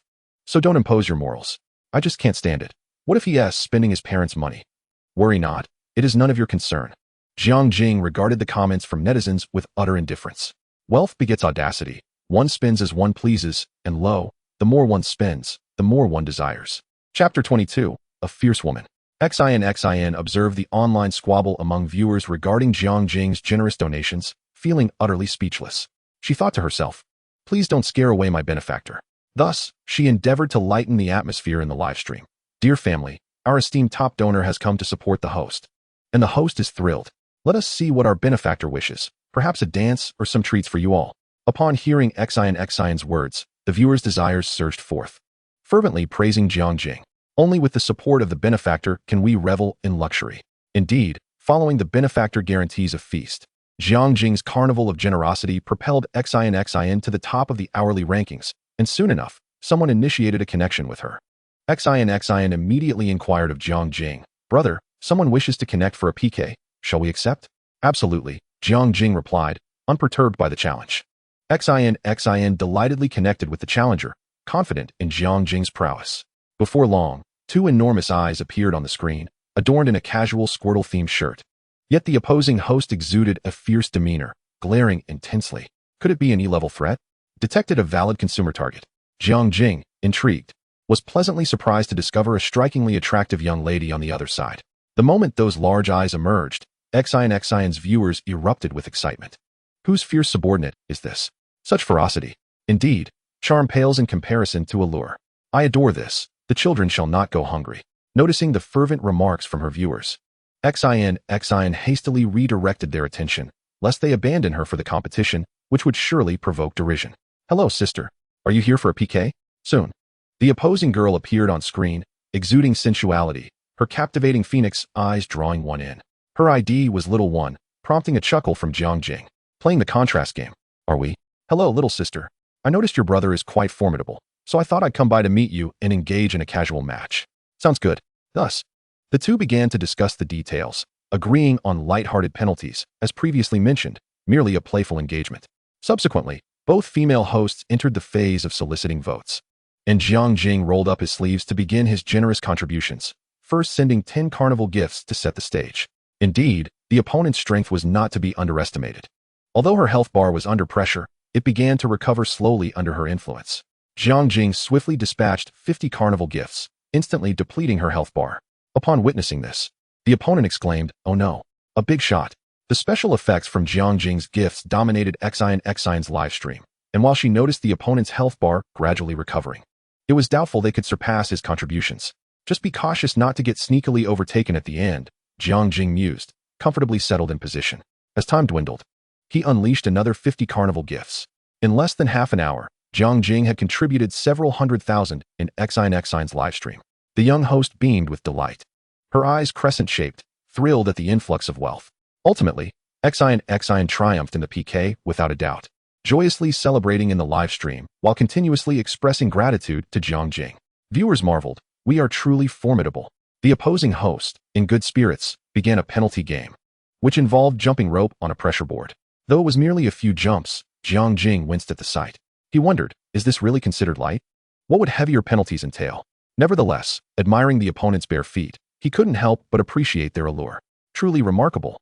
Upon entering the opposing host's room, he observed the viewers inundating the chat with comments. "Report to the warden. We have discovered the jailer."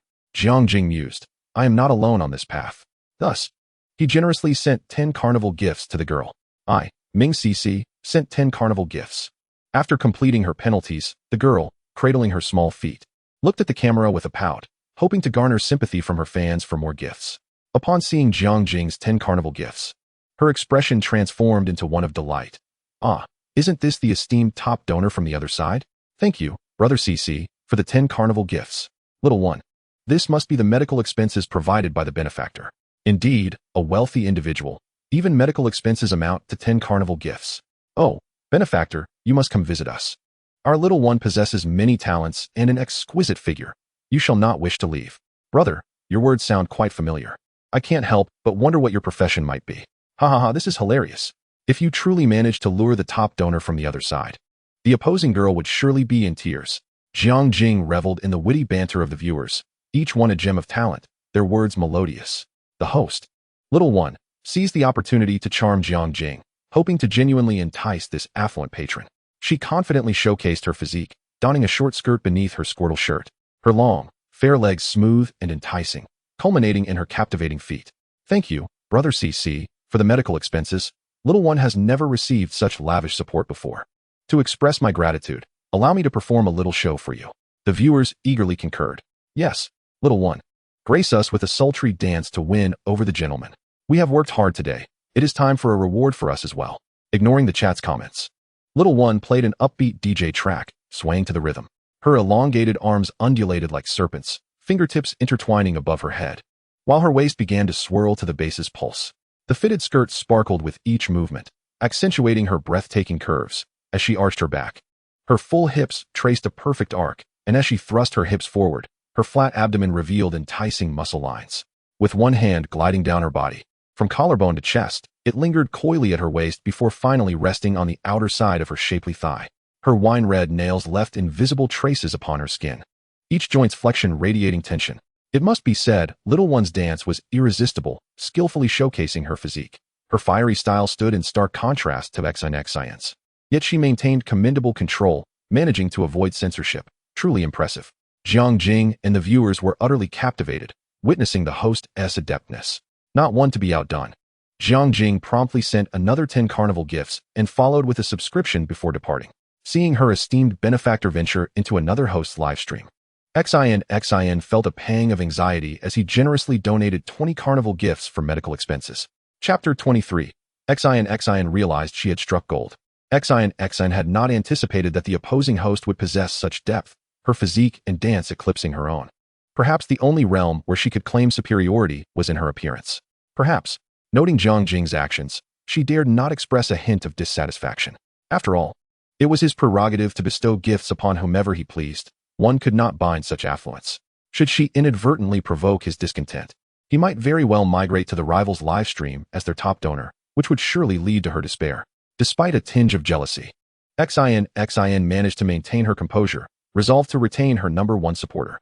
After all, the opposing streamer was indeed quite alluring. instilling in Xin a sense of urgency. She decided to diligently nurture her relationship with Jiang Jing, and the prospect of an offline meeting, previously mentioned, was now to be prioritized. Xin was eager to see Jiang Jing's appearance, as it would aid her in deciding how best to keep him close.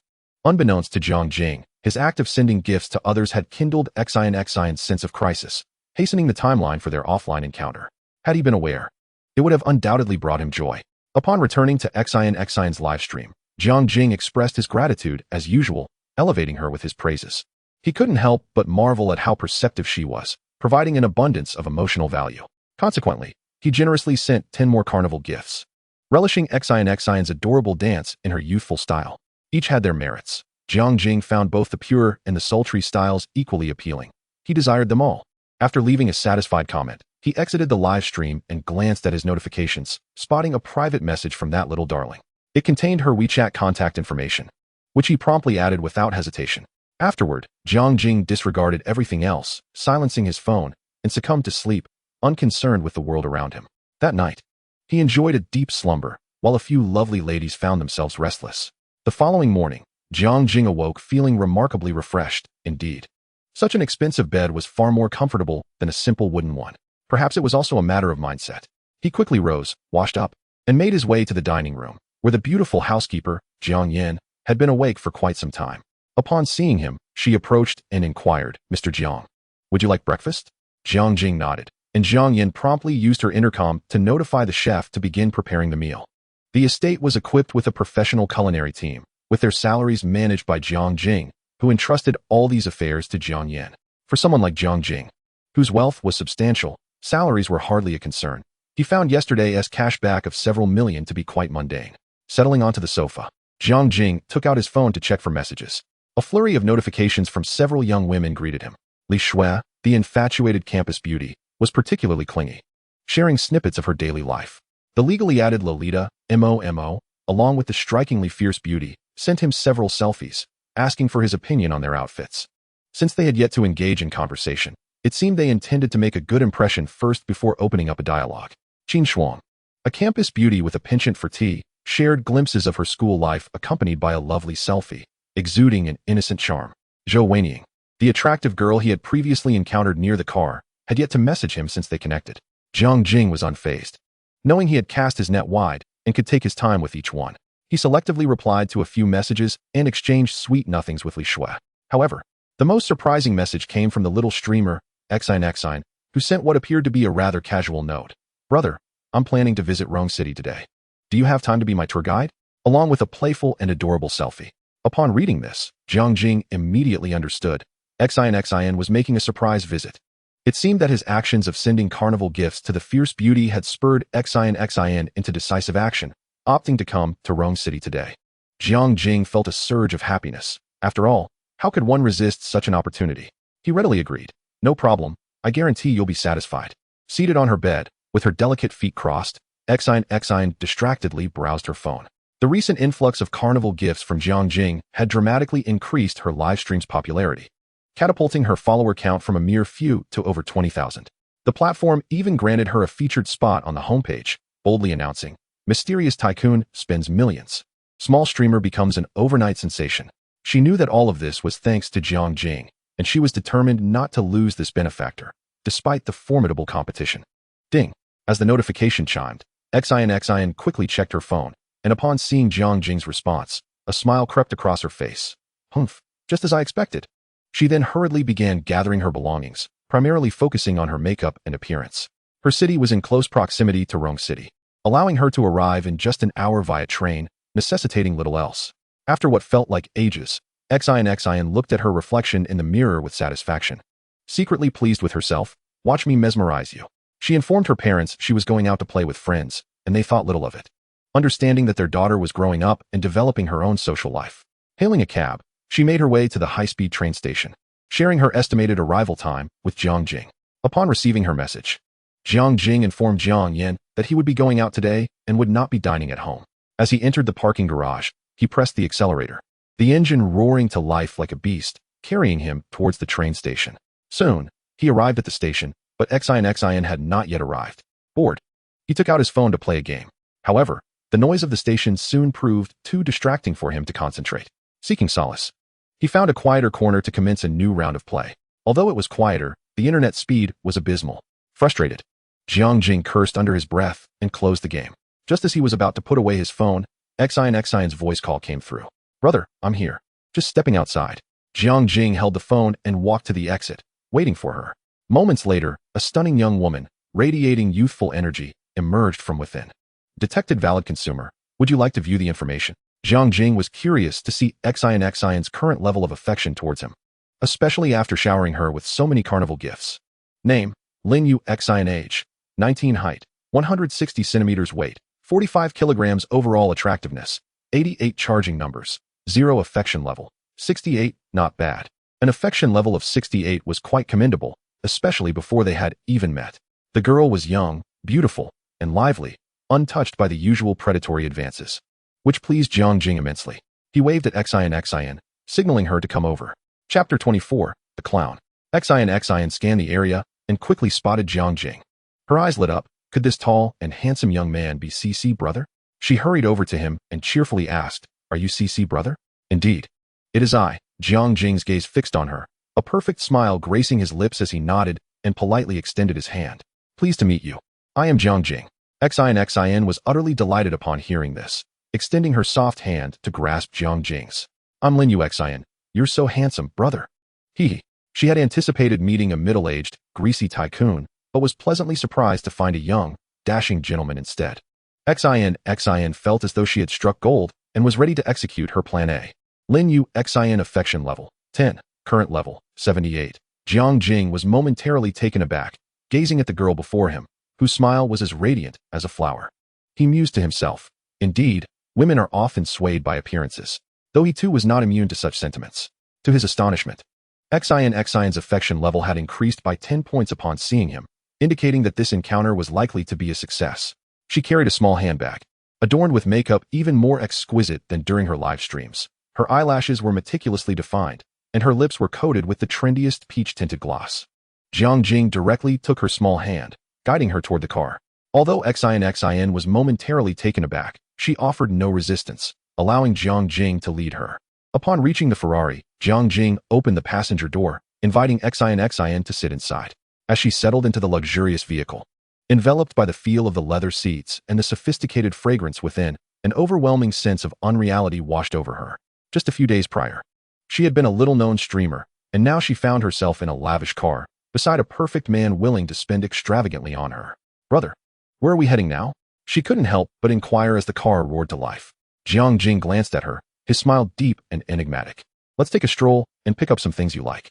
His straightforward response left Xian blushing, curious about Jiang Jing's appearance.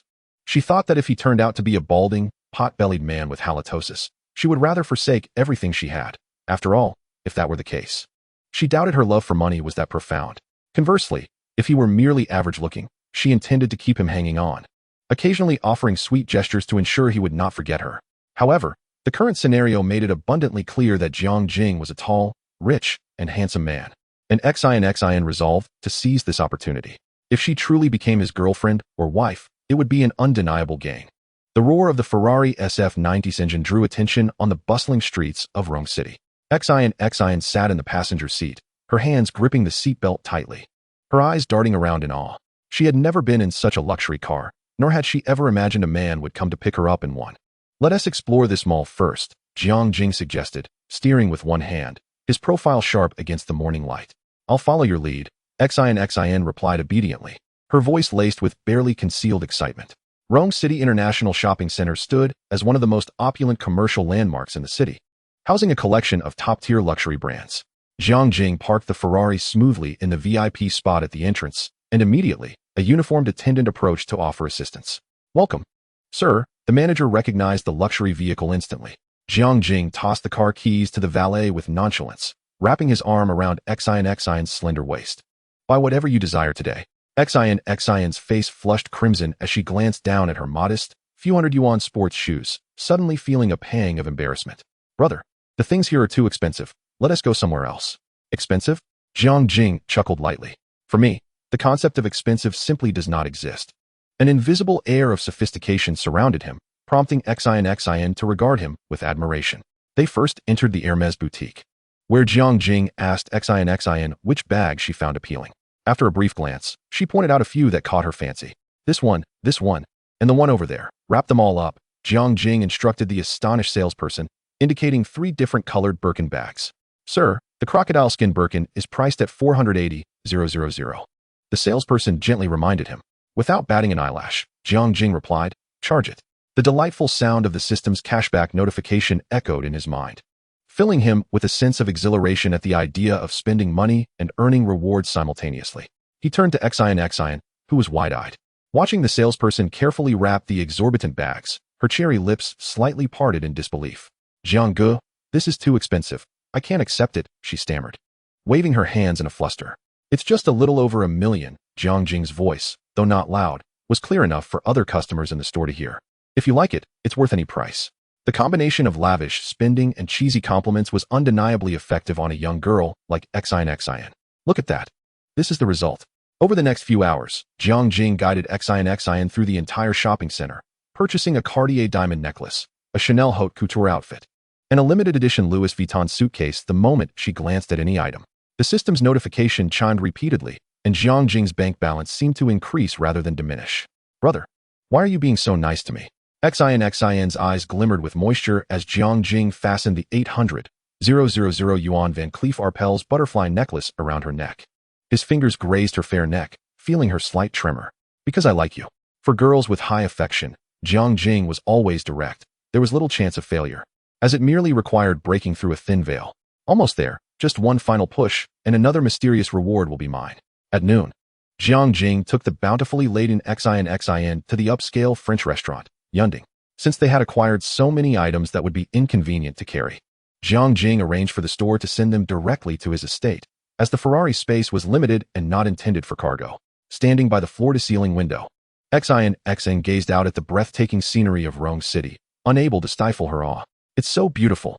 Not as beautiful as you, Jiang Jing replied, pulling out a chair for her with a gentlemanly flourish.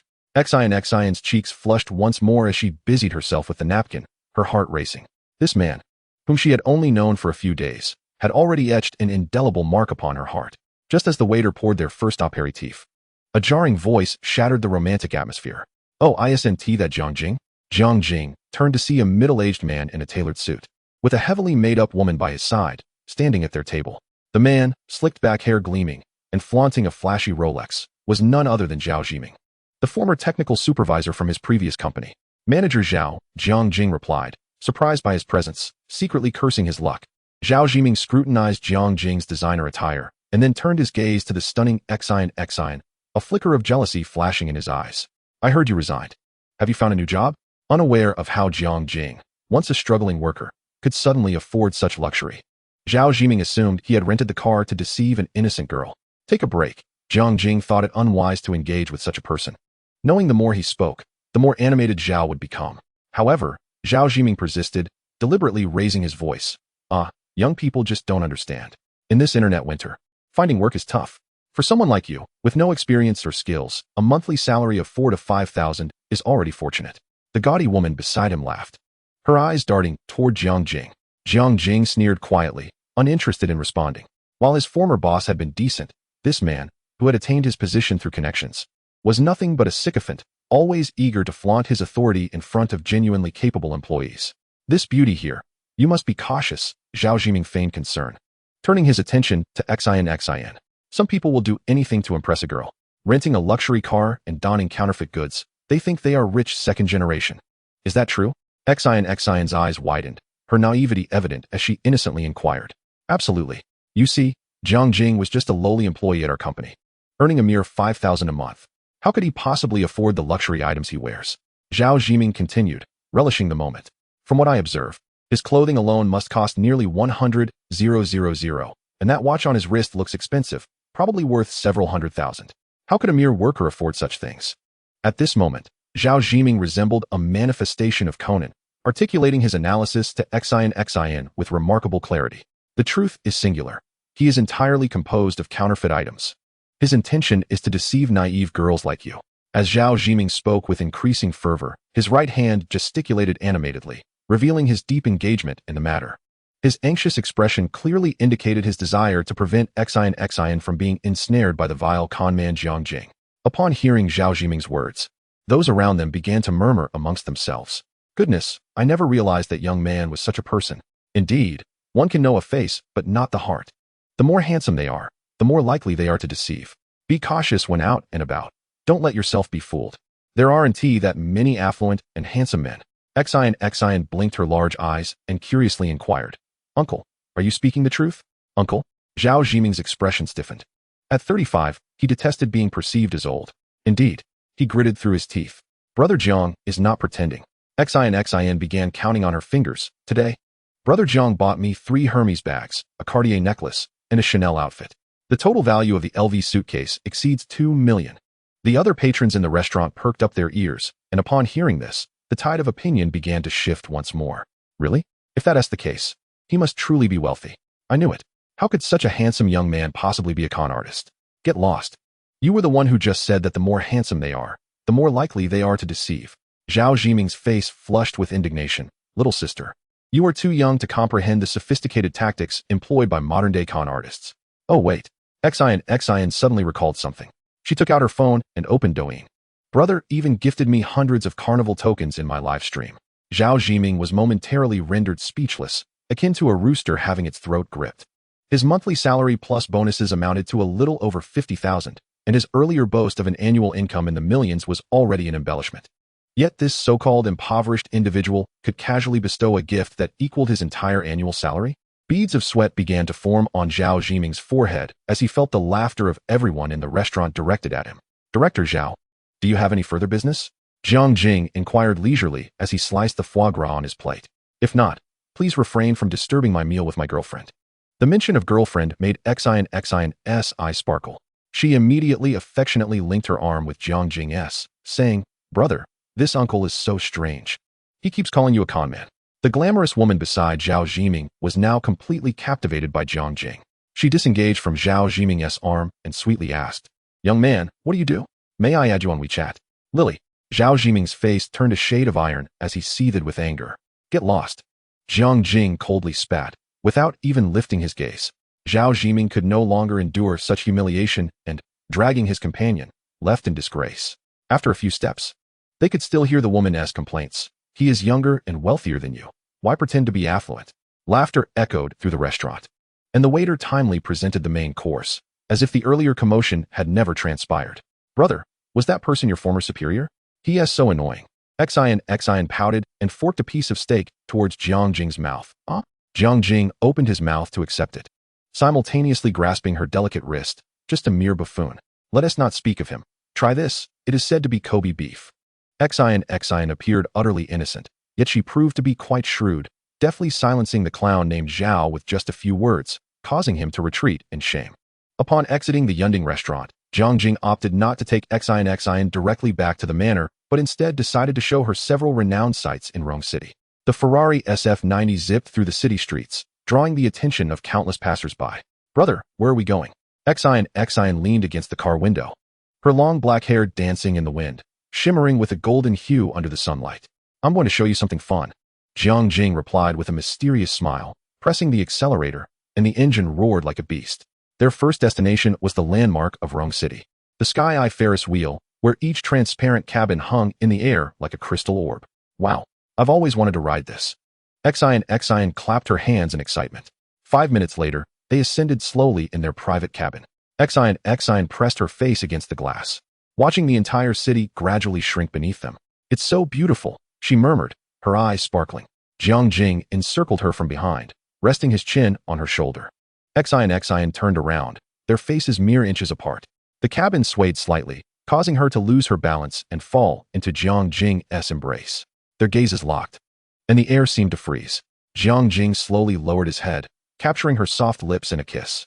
Initially stiff, Xian soon responded, her small hands clutching his clothing tightly. Lin Yusin affection level 1, currently at 90. As anticipated, Jiang Jing received another gift box, though he chose not to open it immediately. When the Ferris wheel reached its apex, the panoramic view of Rome City unfolded before them, the setting sun casting a golden hue over the entire city. Meanwhile, the two inside the cabin had completely forgotten about the scenery, lost in a sweet kiss.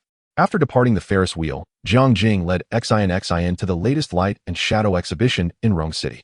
This was an artistic space created using holographic projections and interactive technology, with each room presenting a different dreamlike scene. In the Galaxy Stroll Room, countless lights formed a galaxy that enveloped them, while in the Flower Maze, flowers bloomed wherever they stepped. The most astonishing was the Water Mirror Room, where the entire space reflected like a water surface, making them feel as if they were gliding over the waves. "Brother, take a picture of me." Xin twirled amidst the flowers, her skirt billowing, her laughter radiant. Jiang Jing raised his phone, capturing the beautiful scene. "What are you laughing at?" Xin bounced over to see the photo. Chapter 26, Lottery Chances Increased by 1. "I'm laughing at how adorable you are," Jiang Jing replied, pocketing his phone and pinching her cheek playfully. Their final stop was the night market in the old street of Rome City, where they strolled into the bustling atmosphere. Goodness! Stinky tofu, grilled squid, candied hawthorn. Xin's eyes sparkled as she tugged Jiang Jing's hand, weaving between various stalls. Whenever she spotted something delicious, she'd buy 2 skewers, one for him and one for herself. Jiang Jing chuckled, following closely behind her, watching Xin. One hand holding a candied hawthorn and the other a cup of milk tea, her mouth smeared with sauce. He felt an inexplicable sense of satisfaction swell within him. "Brother, you should try a bite." Xin held out a half-eaten candied hawthorn towards his mouth, her eyes crescent-shaped with joy. Jiang Jing bit into the hawthorn, the sweet and sour flavor bursting in his mouth. As night deepened, a weary Xin leaned against Jiang Jing's shoulder, yawning. "Shall we head back?" Jiang Jing softly asked. Xin drowsily nodded, her small hand clutching tightly to his clothing as if afraid he might disappear. Jiang Jing drove, taking Xin towards the manor. At night, the Ferrari SF90 entered Rome City's most upscale residential area, the Mountain Water Manor. Xin rested her chin on the car window, her eyes widening as she beheld the increasingly luxurious villas along the way. Her earlier drowsiness evaporated, replaced by a surge of alertness. "Brother, do you live here?" Her voice trembled slightly with astonishment. Jiang Jing smiled and nodded. As the car passed through meticulously manicured gardens and entered the vast underground garage, he casually remarked, "We've arrived." He led Xin to the entrance, and upon successful facial recognition, the gate swung open. "Why don't you come in?"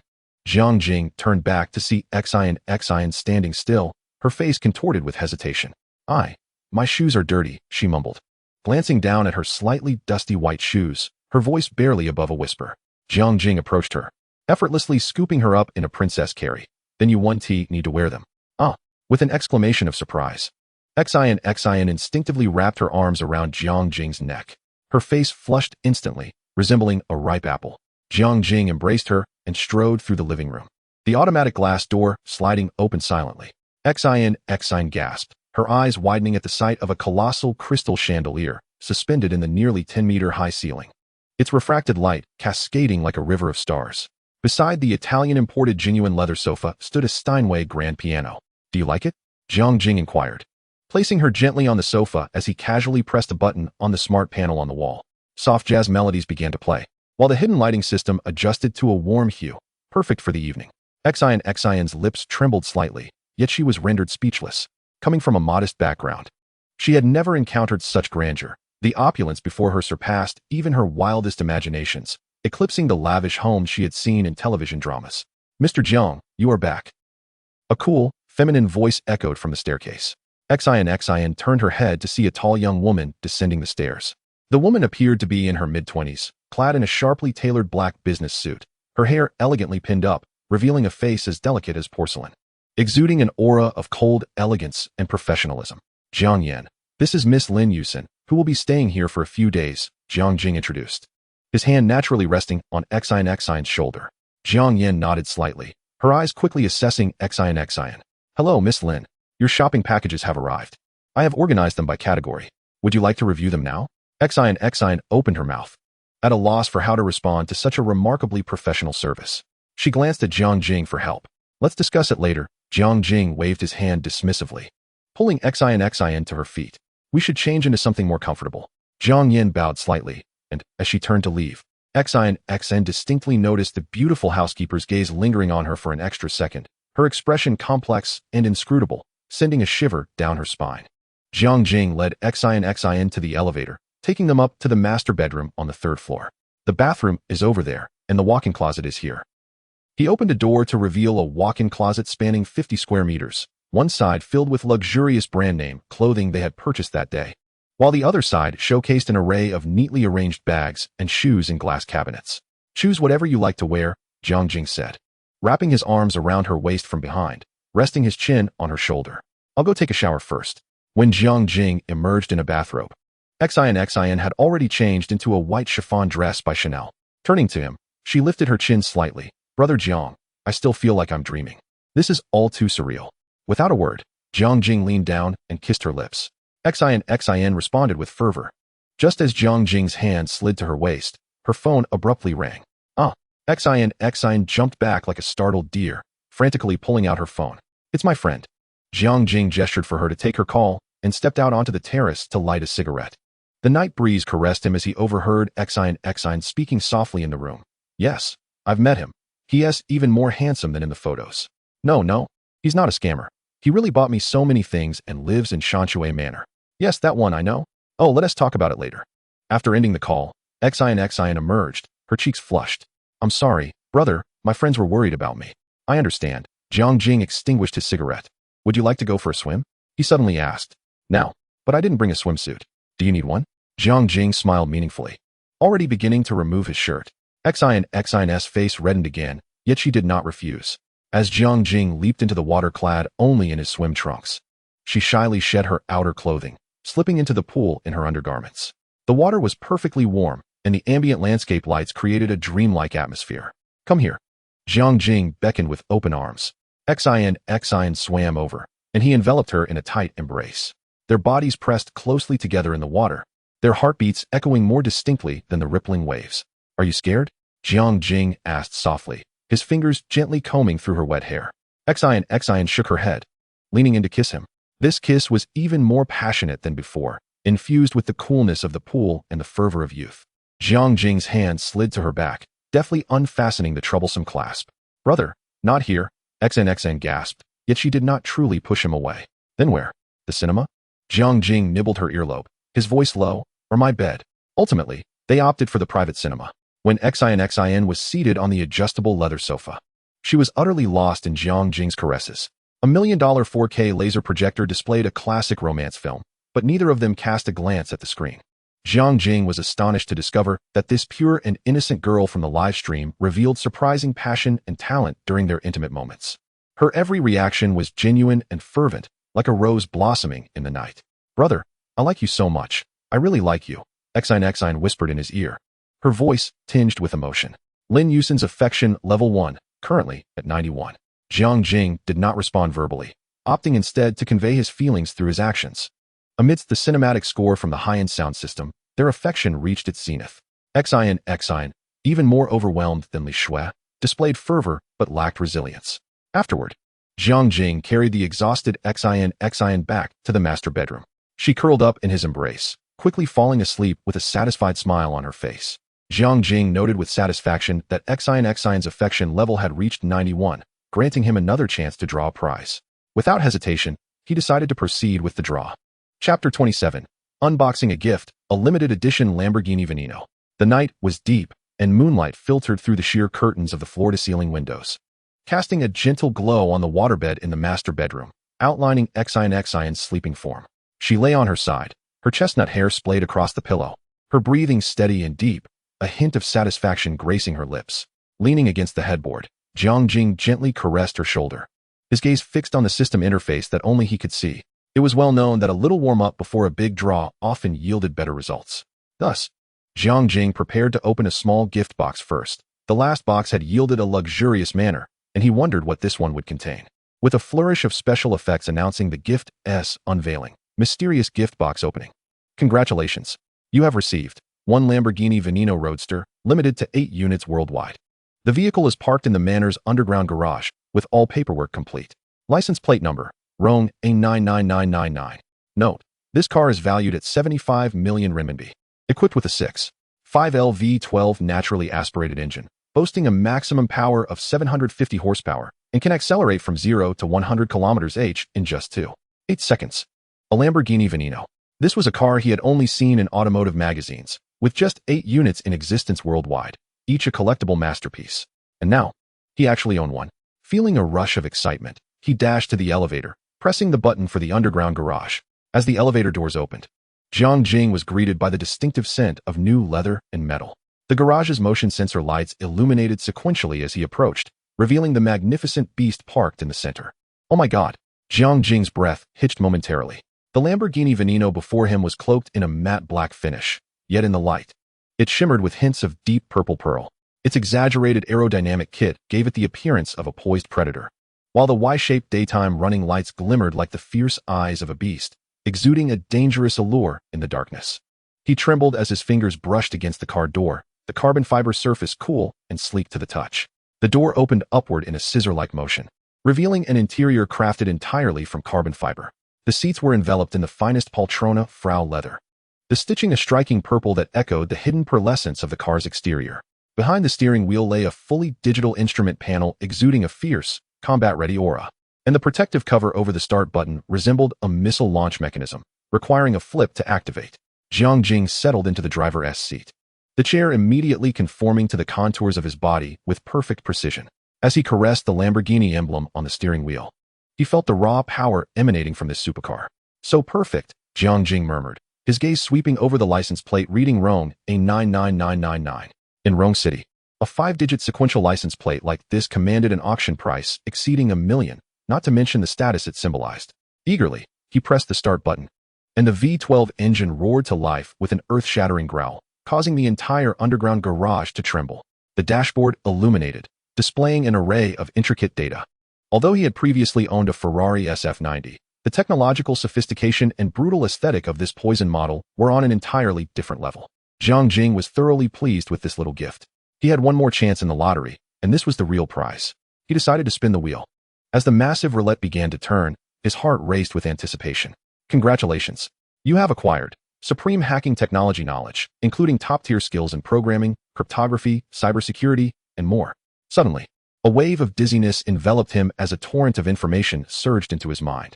Programming languages, encryption algorithms, system vulnerabilities, network protocols, countless areas of expertise he had never encountered before automatically categorized and organized themselves in his brain, as if he had mastered them for years. He clutched his head in agony, feeling his temples throb. This process lasted for approximately 5 minutes, and when the discomfort subsided, Jiang Jing realized that his understanding of computer technology had reached an unprecedented height. He picked up his phone and casually glanced at the Wi-Fi settings of the estate, instantly identifying 3 security vulnerabilities. Even more astonishingly, 7 methods of intrusion materialized in his mind, along with a predictive understanding of the topology of Rome City's telecommunications backbone. This was utterly insane. The supreme hacking skills not only bestowed upon him knowledge, but also endowed him with an entirely new way of thinking. Whenever he regarded any electronic system, he instinctively knew how to breach, defend, and optimize it. He opened his phone's browser, casually inputting a few keywords, his fingers dancing across the screen, and within mere minutes, he had infiltrated the browser's backend system, not through any complicated tools, but rather by exploiting several obscure protocol vulnerabilities.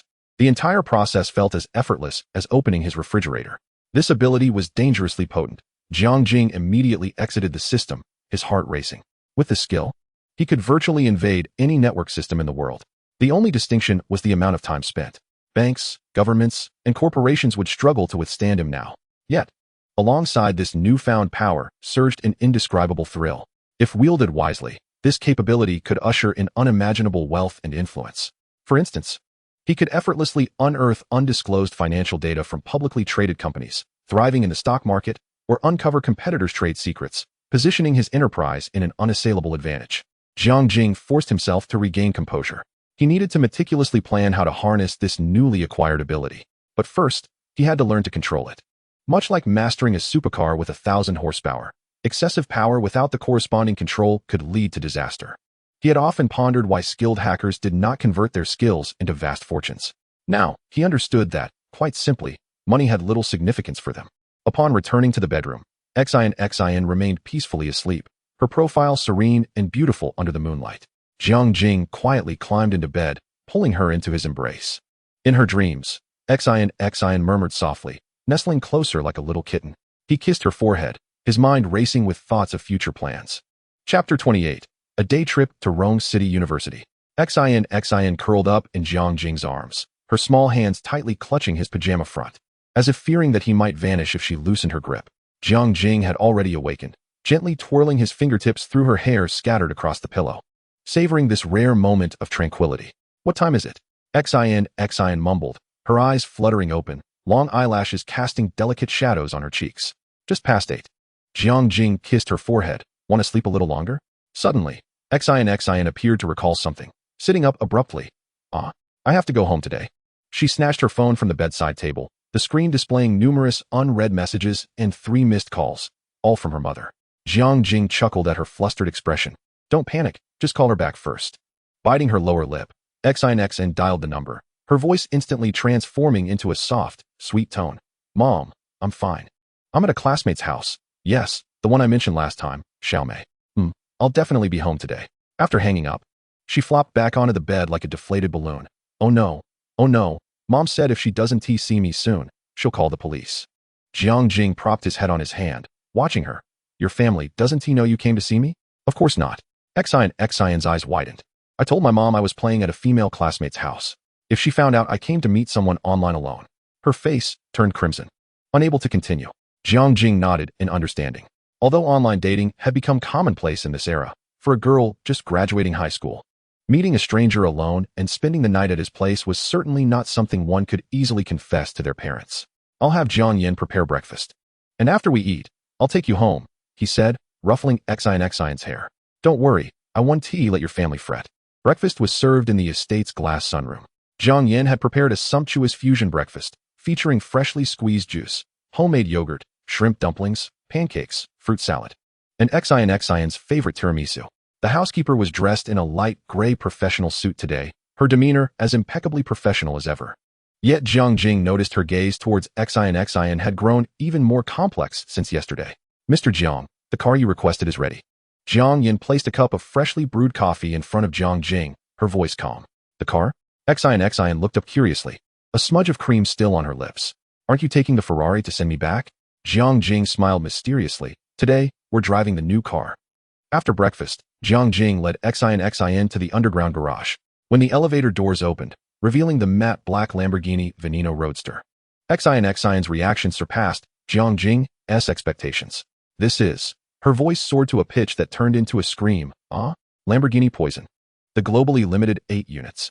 Jiang Jing raised an eyebrow in surprise. "You know this car?" "Of course." Xion exclaimed, excitedly circling the car, her hands eager to touch yet hesitant. "I'm a regular user on the Autohome forum. There are only 2 of these cars in the country. One in Shanghai and one in Beijing." "Oh my god, how did you get this, Jianggo?" Watching Xion dance with joy, Jiang Jing felt a swell of satisfaction. He had initially thought girls wouldn't be so knowledgeable about supercars. Little did he know that Xion was a hidden car enthusiast. "It just arrived last night." Jiang Jing spoke casually, pressing the car key. The scissor doors of the Lamborghini Veneno rose slowly, the V12 engine emitting a deep rumble akin to a waking beast. Xin carefully settled into the passenger seat, running her fingers over the all-carbon fiber interior, the texture, the stitching. "Oh my, I can hardly believe I'm sitting inside a Veneno." She suddenly turned to Jiang Jing, her eyes sparkling with excitement. "Brother, can I shoot a video for Douyin? Just the interior, no license plate." Witnessing her childlike enthusiasm, Jiang Jing smiled and nodded. "Feel free to film." For the next 10 minutes, Xin, like a child with a new toy, captured the car's interior from every angle, even asking Jiang Jing to take a few photos of her in the driver's seat. Today, she wore a simple white dress, which contrasted sharply with the sleek black supercar. The collision of purity and wildness made every photo resemble a high-fashion editorial. "All right, I'm finally satisfied," Xin declared, stowing away her phone. "Let's south hit the road." As the Lamborghini Veneno exited the estate, the security guard at the entrance instinctively stood at attention. The stir this car caused on the streets of Rongqing was even more pronounced than that created by the Ferrari SF90. After all, while Ferraris are costly, they are not particularly rare, whereas this Veneno is an extraordinary gem, one that even many seasoned car enthusiasts have only seen in photographs. "Brother, can we drive with the top down?" Xin eagerly inquired as they passed through the estate gates. Jiang Jing pressed a button, and the roof began to retract, transforming the vehicle into a genuine convertible supercar. The early summer breeze rushed in, infused with sunlight and the scent of greenery. Xin unbuckled her seatbelt and stood up, a dangerous move, certainly not to be imitated, spreading her arms wide in jubilation, her long hair dancing in the wind. "Sit down." Buckle up, Jiang Jing urgently commanded, simultaneously reducing the speed, though he could not suppress a smile. Xinxin's vitality and enthusiasm were infectious, stirring even him, who was accustomed to urban indifference. Where to next? Jiang Jing asked. A continuation of our Rongqing day tour? Xinxin shook her head. Let us first take a stroll around Rongqing University. I'm enrolled in their broadcasting department, starting in September. Rongqing University is the premier institution in the province, with its media program ranking highly nationally. Jiang Jing altered their course, and the Veneno zipped through the city streets like a bolt of black lightning, drawing countless passers-by to stop and take photos. The campus was lush with greenery, a harmonious blend of classical and modern architecture. Despite it being summer vacation, many students remained active on campus. When the Lamborghini Veneno entered the university grounds, the ensuing commotion was palpable. Oh my, is that really a Veneno? I can't be mistaken, can I? The one with only 8 units globally? Quick, take a picture. Hurry. Jiang Jing found a parking space, and he and Xinxin stepped out to stroll. Xinxin animatedly pointed out various buildings, sharing tales of campus legends and anecdotes she had heard from upperclassmen. For the most part, Jiang Jing listened quietly, occasionally asking questions. This ordinary campus date, in stark contrast to the opulence he had experienced in recent days, unexpectedly brought a sense of comfort. Around noon, they dined at a modest restaurant near the school. Unlike the exquisite meals at the estate, here they served simple home-style dishes, yet Xinxin relished every bite. This is way better than the fancy restaurants, she exclaimed, enthusiastically digging into her braised pork. Jiang Jing chuckled as he wiped a grain of rice from the corner of her mouth. Eat slowly, no one is competing with you. After their meal, they ambled leisurely towards the parking lot. Brother, look over there. Xinxin suddenly pointed at the car, exclaiming. Jiang Jing followed her gaze and noticed a group of young people frantically photographing their vehicle, one even jumping in excitement. Stay calm. This will be the norm for the rest of the journey, Jiang Jing remarked nonchalantly. No, look. Xinxin quickly pulled out her phone, scrolling rapidly. WeVE already been posted on Douyin. The title reads, Lamborghini Veneno spotted in Rongqing. The divine car, limited to 8 worldwide. It's only been uploaded for 5 minutes, and it's already garnered thousands of likes. Jiang Jing glanced at her phone screen. The video was quite clear, capturing both their profiles distinctly. The comments section was already ablaze. Wow, it's really a Veneno. The owner looks so young. The girl in the passenger seat is stunning. Rome, A99999. That license plate must be expensive, right? Does the big shot need a pendant? We're going to be famous, Jiang Jing joked. But Xinxin suddenly grew anxious. Oh no. What if my parents see this? Don't worry, Jiang Jing reassured her. There are thousands of such videos every day. It's not easy to get noticed. Even if they do see it, just say it's edited. Xinxin finally relaxed somewhat, though she remained glued to her phone, watching the likes climb. Her face contorted with concern. Jiang Jing drove them to the bus station, where Xinxin had already purchased her ticket. WeVE arrived, he announced, parking the car and turning to her. Need help with your luggage? Xinxin shook her head, suddenly quiet. She lowered her gaze, her fingers nervously twisting the hem of her dress. What's wrong? Jiang Jing asked gently. Brother, Xinxin's voice trembled slightly. I don't want to leave you. Jiang Jing then noticed her eyes were reddening, tiny tears clinging to her long eyelashes. He pulled her into an embrace, feeling her slight tremor. Silly girl, it's not like we want to see each other again. He gently stroked her back. Rongqing is not that big. You can come visit anytime. Once school starts, it'll be even easier for us to meet. But Xinxin looked up, tears brimming in her eyes. What if you forget me? You're so wealthy. There must be many girls prettier and more accomplished than I am. Jiang Jing interrupted her. What nonsense. You are my lucky star. This was no exaggeration. Without Xinxin, Jiang Jing would not have acquired the system, making her indeed a lucky star in his life. Moreover, he found great fondness for this charming girl who had only a few charging cycles. He took out his phone, executed a few commands, and said, I've transferred you some money. It should cover your expenses for this period. Feel free to purchase whatever you need. Do not begrudge yourself. Xin's phone vibrated, and as she pulled it out, her eyes widened in astonishment. 500,000. This is far too much. I cannot accept it.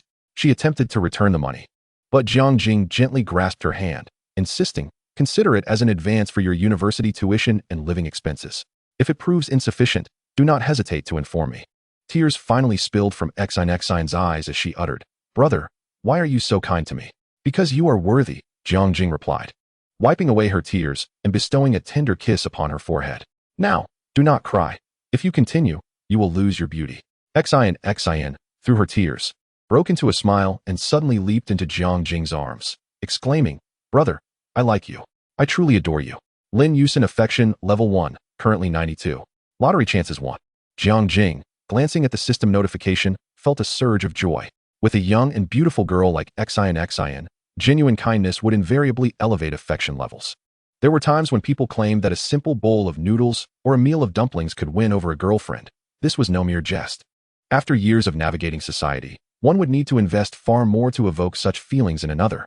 I like you too, he softly replied, his words sincere. It could be said that Jiang Jing was a person of profound affection, doghead. Before parting ways, Xian initiated a kiss with Jiang Jing, filled with longing and commitment. As she finally opened the car door to leave, her frequent glances back stirred a peculiar emotion within Jiang Jing. It was only after her figure vanished at the bus station that he started the car and departed. Throughout the journey, Jiang Jing's drive was remarkably smooth. Other drivers, upon catching sight of Jiang Jing's car from a distance, would lower their heads in curses, instinctively reducing their speed to avoid this spectacle. The model of the car was unnecessary to identify. Its stunningly audacious exterior alone made it clear that it was not to be approached lightly. Driving along the expansive road, Jiang Jing couldn't help but marvel at the high standards of car owners in Rome City. Suddenly, his phone rang. He parked the car to the side, retrieved his phone, and discovered a message from Li Shui. Dear, I have a class reunion next week. Would you accompany me? Accompanied by a charming emoji, Jiang Jing instinctively smiled. Of course. Just call me when the time comes, he readily agreed. After all, he was quite free at the moment, with his primary task each day being to accompany various young women and enhance their affection levels. Life was simply too carefree. Shortly after parking, onlookers began to notice the extravagant supercar, pointing and taking pictures. Soon, their vehicle was surrounded by a throng of admirers. The globally limited Lamborghini Veneno Roadster. Brothers, am I seeing this correctly? This is truly a masterpiece. A booming male voice cut through the crowd's chatter. Jiang Jing turned toward the voice to see a young man clad in a black t-shirt, excitedly explaining into a selfie stick directed at his phone. He appeared to be around 24 or 25, with thick brows and large eyes, sporting a professional camera around his neck, evidently a seasoned car enthusiast. This car is equipped with a 6.5-liter V12 naturally aspirated engine, generating a maximum power of 750 horsepower, and it accelerates from 0 to 100 in just 2.9 seconds. Its domestic price exceeds $75 million, and it is virtually unavailable. The man continued enthusiastically, I never expected to see the real deal here in Rome City. Look at this carbon fiber body. This aerodynamic kit. Wow. The doors are opening. As the scissor doors slowly ascended, Jiang Jing stepped out of the driver's seat, and the crowd fell silent for a few seconds before erupting into a louder commotion. The owner is getting out. So young. He is quite handsome. Jiang Jing had exited the vehicle because he recognized the car enthusiast as someone who resembled an old classmate. He scrutinized the man before him, and memories began to resurface. Wang Hao? The live-streaming gentleman stood frozen, nearly dropping his phone. He stared at Jiang Jing for several seconds, then suddenly widened his eyes, exclaiming, Jiang Jing, is that really you? The man named Wang Hao blushed with excitement, rushing forward to embrace Jiang Jing, only to abruptly halt, realizing the gravity of the situation. I'm your high school classmate, Wang Hao, the one who sat behind you. Wang Hao was one of Jiang Jing's few friends from high school, an ardent car enthusiast who had gone to Beijing for media studies and was later heard to have ventured into automotive social media. Jiang Jing had not anticipated encountering him here. Given his status as an orphan, Jiang Jing had few genuine friends during his school years, often remaining taciturn. However, certain outgoing individuals, like Wang Hao, managed to significantly influence those around them. Long time no see, Jiang Jing smiled, extending his hand. Wang Hao, taken aback, shook it, then suddenly remembered something and quickly turned his phone's camera toward Jiang Jing. Guys, an astonishing twist. The owner of this Lamborghini is my high school classmate. We even skipped class together to play games at an internet cafe. The live stream exploded with comments. Is this for real? Howsy, you've hit the jackpot. What is it like to have a billionaire classmate? Does the big shot need friends? The barrage of comments flew in, accompanied by a flurry of gift effects. As the viewership surged from thousands to over 100,000. Jiang Jing, what are you doing now? Wang Hao cautiously inquired, bringing the phone microphone closer to him. Jiang Jing had anticipated this question and replied with poise, I'm involved in some investments. Luck has been on my side. How modest. Wang Hao exclaimed dramatically, gesturing widely. This supercar is worth nearly $1 billion. You were always the most low-key in our class, but it turns out you were the real big shot. I was merely insecure. Not low-key, Jiang Jing chuckled, playfully nudging Wang Hao. The crowd continued to express their astonishment, and some began to push forward for closer shots of Jiang Jing and the rare supercar, creating a bit of chaos. Everyone, please step aside. Do not obstruct traffic. The nearby traffic police finally took notice of the commotion and hurried over to restore order. Taking advantage of the situation, Jiang Jing suggested to Wang Hao, "This isn't a suitable place. Let us chat another time?" "Wait." Wang Hao hastily pulled out a business card from his pocket. "I'm currently in automotive social media, with over 200,000 followers. Let us grab a meal sometime. It's on me." Jiang Jing glanced at the card. Kargat Hao, Chief Content Officer at a well-known automotive platform. It appeared Wang Hao was doing quite well for himself. "All right, feel free to contact me directly." Jiang Jing pocketed the card and turned to return to his car. At that moment, Wang Hao suddenly shouted to the live stream, "Guys, would you like to see the interior of the Veneno? I'm asking Jiangda for a chance." The comments were instantly flooded with requests to see, and the gift effects went into overdrive. Jiang Jing chuckled, "What is there to be polite about? Feel free to film." "No problem." Wang Hao eagerly moved beside the car, carefully filming the interior with his phone. "Look closely, everyone. All carbon fiber. Alcantara headliner. Custom purple stitching. The texture. The craftsmanship. My heavens, I could cry." The live stream erupted once more. "This is what it means to be a winner in life. I'm so envious. Are you in need of a driver, esteemed sir?" Wang Hao inquired with a grin, stepping back a few paces. "Thank you, Mr. Jiang. My friends, let us give our number one brother some attention." Jiang Jing resumed his seat in the driver's position, and amidst the envious gazes of the crowd, the scissor doors ascended. The growl of the V12 engine echoed as he slowly departed the scene. In the rearview mirror, Wang Hao animatedly conversed with his phone, while the surrounding crowd lingered, reluctant to disperse. As he navigated away from the bustling streets and turned onto the private road leading to the Shanshui Manor, Jiang Jing opened the sunroof, allowing the night breeze to caress his slightly intoxicated cheeks.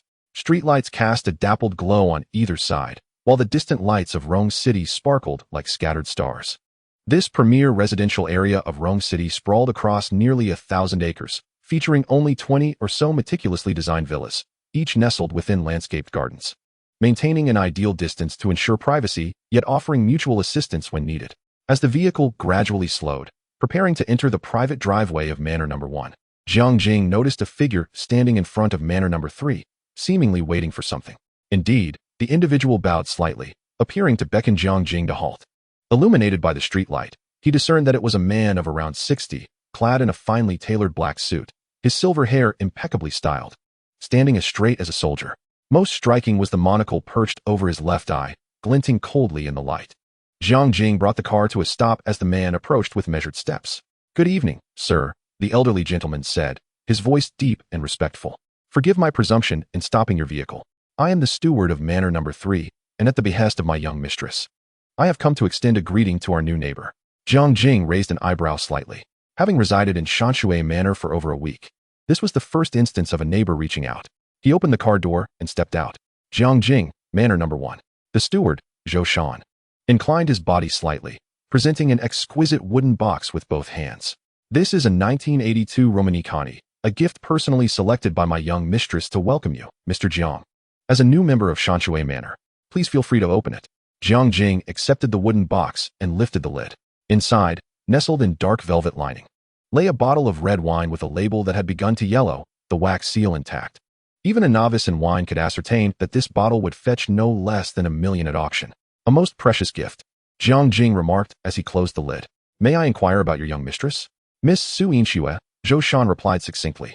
"She has recently returned from Switzerland and, upon hearing that Manor Number 1 has a new owner, has expressed considerable curiosity." Jiang Jing keenly detected a subtle change in the steward's tone when mentioning curiosity. This was no mere neighborly greeting. "Please convey my gratitude for Miss Su's thoughtful gesture," Jiang Jing responded, accepting the wine box. "I shall send my steward to pay a visit in due time." Chapter 31. The mysterious female neighbor. The steward replied, "You are too kind, Mr. Jiang. I will relay your sentiments accurately." Upon returning to the car, Jiang Jing pondered as he observed the gates of Manor Number 3 gradually close. Who exactly is Su Yinxue? Why does she exhibit such keen interest in him, a newly affluent neighbor? As he drove through the gates of Manor Number 1, Jiang Yin was already waiting in front of the main building. This evening, she had donned a deep navy silk qipao, her hair styled into a vintage bun, appearing under the moonlight like a classical oil painting. "Mr. Jiang, welcome back," she greeted with a slight bow. Jiang Jing waved his hand dismissively. "First, let us examine this." He handed the bottle of Romanicani to Jiang Yin. The stewardess expertly inspected the seal and label, a flicker of surprise crossing her eyes. A 1982 Romanicani. This bottle sold for 280,000 at last year's Sotheby's auction. It seems our new neighbor is quite generous. Jiang Jing removed his coat and handed it to Jiang Yan. Please investigate the background of Su Yinxue from Manor Number 3. Jiang Yan hesitated for a moment. Miss Su? Has she already made contact with you? Jiang Jing sharply noted the anomaly in her demeanor. Do you know her? Only by hearsay. Jiang Yan quickly regained her professional composure. She is the sole daughter of Su Yuanshan, chairman of the Su Group, a Cambridge economics Ph.D., fluent in 5 languages. Last year, she ranked 3rd on Forbes Asia's 30 under 30 list. Manor Number 3 was a gift from her father on her 22nd birthday, but she has predominantly resided in Switzerland until recently returning home. She then sent a photograph, which Jiang Jing opened, unable to suppress his admiration for the striking beauty. The woman in the photo, clad in white, stood amidst the snow, her dark hair cascading like a waterfall, her skin fair as snow. Most captivating were her eyes, cold as frost, yet radiating a wisdom that seemed to penetrate all. She was not a mere internet sensation, but rather an embodiment of innate nobility and elegance, as if she were destined to stand in the spotlight, basking in the admiration of many. Intriguing, Jiang Jing mused, placing his phone down and moving towards the floor-to-ceiling window. From this vantage point, he could just discern the outline of Manor Number 3 fading into the night. A 26-year-old business prodigy, what could possibly pique her interest in him? A self-made man? Was it merely a neighborly gesture, or did she harbor ulterior motives? Meanwhile, within the study of Manor Number 3, Steward Zhou Shan stood respectfully before an antique writing desk. The high-backed chair behind the desk slowly turned to reveal the stunning visage of Su Yinxue. He intends to send someone to return the courtesy tomorrow? Su Yinxue's voice was like the sound of ice and snow colliding, crisp and melodious. Her delicate fingers picked up a fountain pen, examining it meticulously under the light. Fascinating. Miss, this Mr. Jiang does not seem as simple as the investigative report suggests, Joseph whispered. His demeanor and eloquence are far from that of a nouveau riche. There's an exceptional aura about him. Su Yinxue's lips curled into a slight smile. The owner of Shanshui Manor Number 1 cannot possibly be trivial. She gently placed the pen back on the desk, continuing her observation, but let us proceed with caution and not alarm him. Understood. Zhou Shan hesitated momentarily. There's one more thing. Jiang Yan serves as the steward at Manor Number 1. The expression on Su Yinxue's face shifted for the first time. Jiang Yan? The one from the Jiang family? Indeed, that is her, Zhou Shan confirmed. Su Yinxue suddenly chuckled lightly. How increasingly intriguing. It seems our Mr. Jiang harbors numerous secrets. She rose and approached the floor-to-ceiling window, the moonlight outlining her perfect profile. Her gaze drifted toward the lights of Manor Number 1. Curious to discern whether this suddenly ascendant investment genius was genuine gold or merely gilded. Just as Jiang Jing prepared to extract his phone for a few rounds of gaming, it rang, Wang Hao's name flashing on the screen. Hello, old classmate. Wang Hao's voice was tinged with excitement. Do you have any idea how popular that livestream was? The peak viewership surpassed 1 million. My account gained 200,000 followers this morning. The platform is even considering featuring me on the homepage. Congratulations. Jiang Jing replied with a smile. Jiang Jing, no. Brother Jiang. Wang Hao urged eagerly. The platform wants to conduct a special interview with you. Let us converse about your entrepreneurial endeavors and your collection of automobiles. Compensation is negotiable. I am not interested. Jiang Jing flatly rejected. Oh, come on. Wang Hao remained undeterred. Do you not realize that the entire internet is currently searching for the owner of the Lamborghini Veneno? Sooner or later, your information will be unearthed. It would be wiser to take the initiative and seize control of the narrative. What a jest. If my exceptional hacking skills could be exposed, it would only become a farce. This remark indeed enlightened Jiang Jing. Perhaps it would be prudent to actively cultivate a public persona. He could easily fabricate an impeccable backstory, sparing himself considerable trouble. Very well, let me ponder it. Jiang Jing's tone softened somewhat. Splendid. Wang Hao was elated. Then how about we gather tonight? Just a few old classmates catching up, and absolutely no talk of work. Let us reminisce. The venue is the Night Never Ends bar in the university town. At 7 o'clock. What do you say? After some reflection, Jiang Jing, having no pressing matters, agreed. All right, but I may arrive a bit late. No problem. I will wait for you. Wang Hao joyfully ended the call. As Jiang Jing lay on his bed preparing to start a game, his phone buzzed again. This time, it was a message from Xian. Brother Jiang, I am home. My mother scolded me for a bit, but it's all fine now, sticking out tongue. I showed her the living expenses you provided, and she immediately fell silent, sneaky smile. By the way, I told my mom that the money was earned from live streaming. So don't let the cat out of the bag. Also, I mentioned you to my girlfriends, and they all want to meet you. Shy. The text was accompanied by a flurry of emojis and several selfies. In the photos, Xian beamed with joy, completely devoid of the sorrow she had displayed when they parted. Jiang Jing could not help but smile. Yes, rest assured. Chapter 32. The Bar, Old Classmates. Jiang Jing. Xin, and Li Shui indulged in a brief chat before Jiang Jing opened his phone and began to engage in battle. Before long, the room resonated with Jiang Jing's furious roar. Are you a pig? Are you rushing to hand over your head?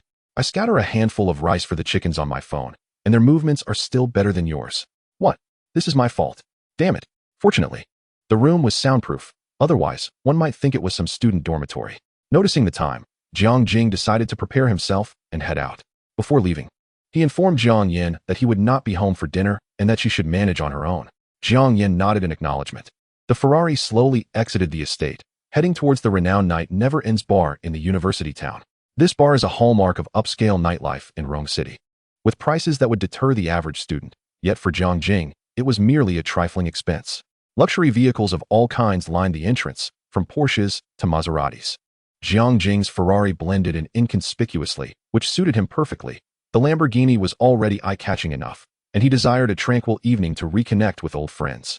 Sir, may I inquire if you have a reservation? The security guard respectfully asked at the entrance. A private room reserved by Wang Hao. Ah, you must be Mr. Jiang, correct? The guard's demeanor instantly became more cordial, as Mr. Wang had specifically instructed. Please, follow me. Your friends are already awaiting your arrival. Following the guard through the bustling hall, Jiang Jing arrived at a VIP room on the second floor. Upon entering, he was greeted by familiar laughter and the scent of alcohol. Jiang Jing, you finally made it. Wang Hao was the first to rush forward, enveloping him in a hearty embrace. Brothers, look who has arrived. Inside the room sat 5 or 6 individuals, and Jiang Jing instantly recognized his former classmates. The chubby class monitor, Chun Jiqiang, the ever-skinny academic representative, Li Ming, and the class beauty, Lin Xiaoyu. To his astonishment, he spotted his high school deskmate, Zhang Shua, the very friend with whom he once scaled walls to skip classes for gaming. No way, Brother Jing. Zhang Shua dashed over, lightly punching Jiang Jing's chest. You've made it big, and didn't he even mention it? If it weren't for Hausi capturing your veneno during a live stream today, we would still be in the dark. Exactly, Chun Jiqiang chimed in. Back then, we were sharing instant noodles together. And now you're driving a supercar worth over $500 million. That is not fair. Amidst the playful teasing from his old classmates, Jiang Jing felt a long-lost warmth. These individuals had witnessed him at his lowest, clad in faded school uniforms, subsisting on the cheapest cafeteria meals, and meticulously budgeting even for reference books. Apologies. I have indeed been quite busy lately. Jiang Jing sincerely stated. Tonight, the treat is on me. We shall not leave until we are all inebriated. Magnanimous. The others cheered in unison. The room soon erupted into lively chatter once more. The server brought forth top-tier champagne and whiskey, along with an array of exquisite appetizers.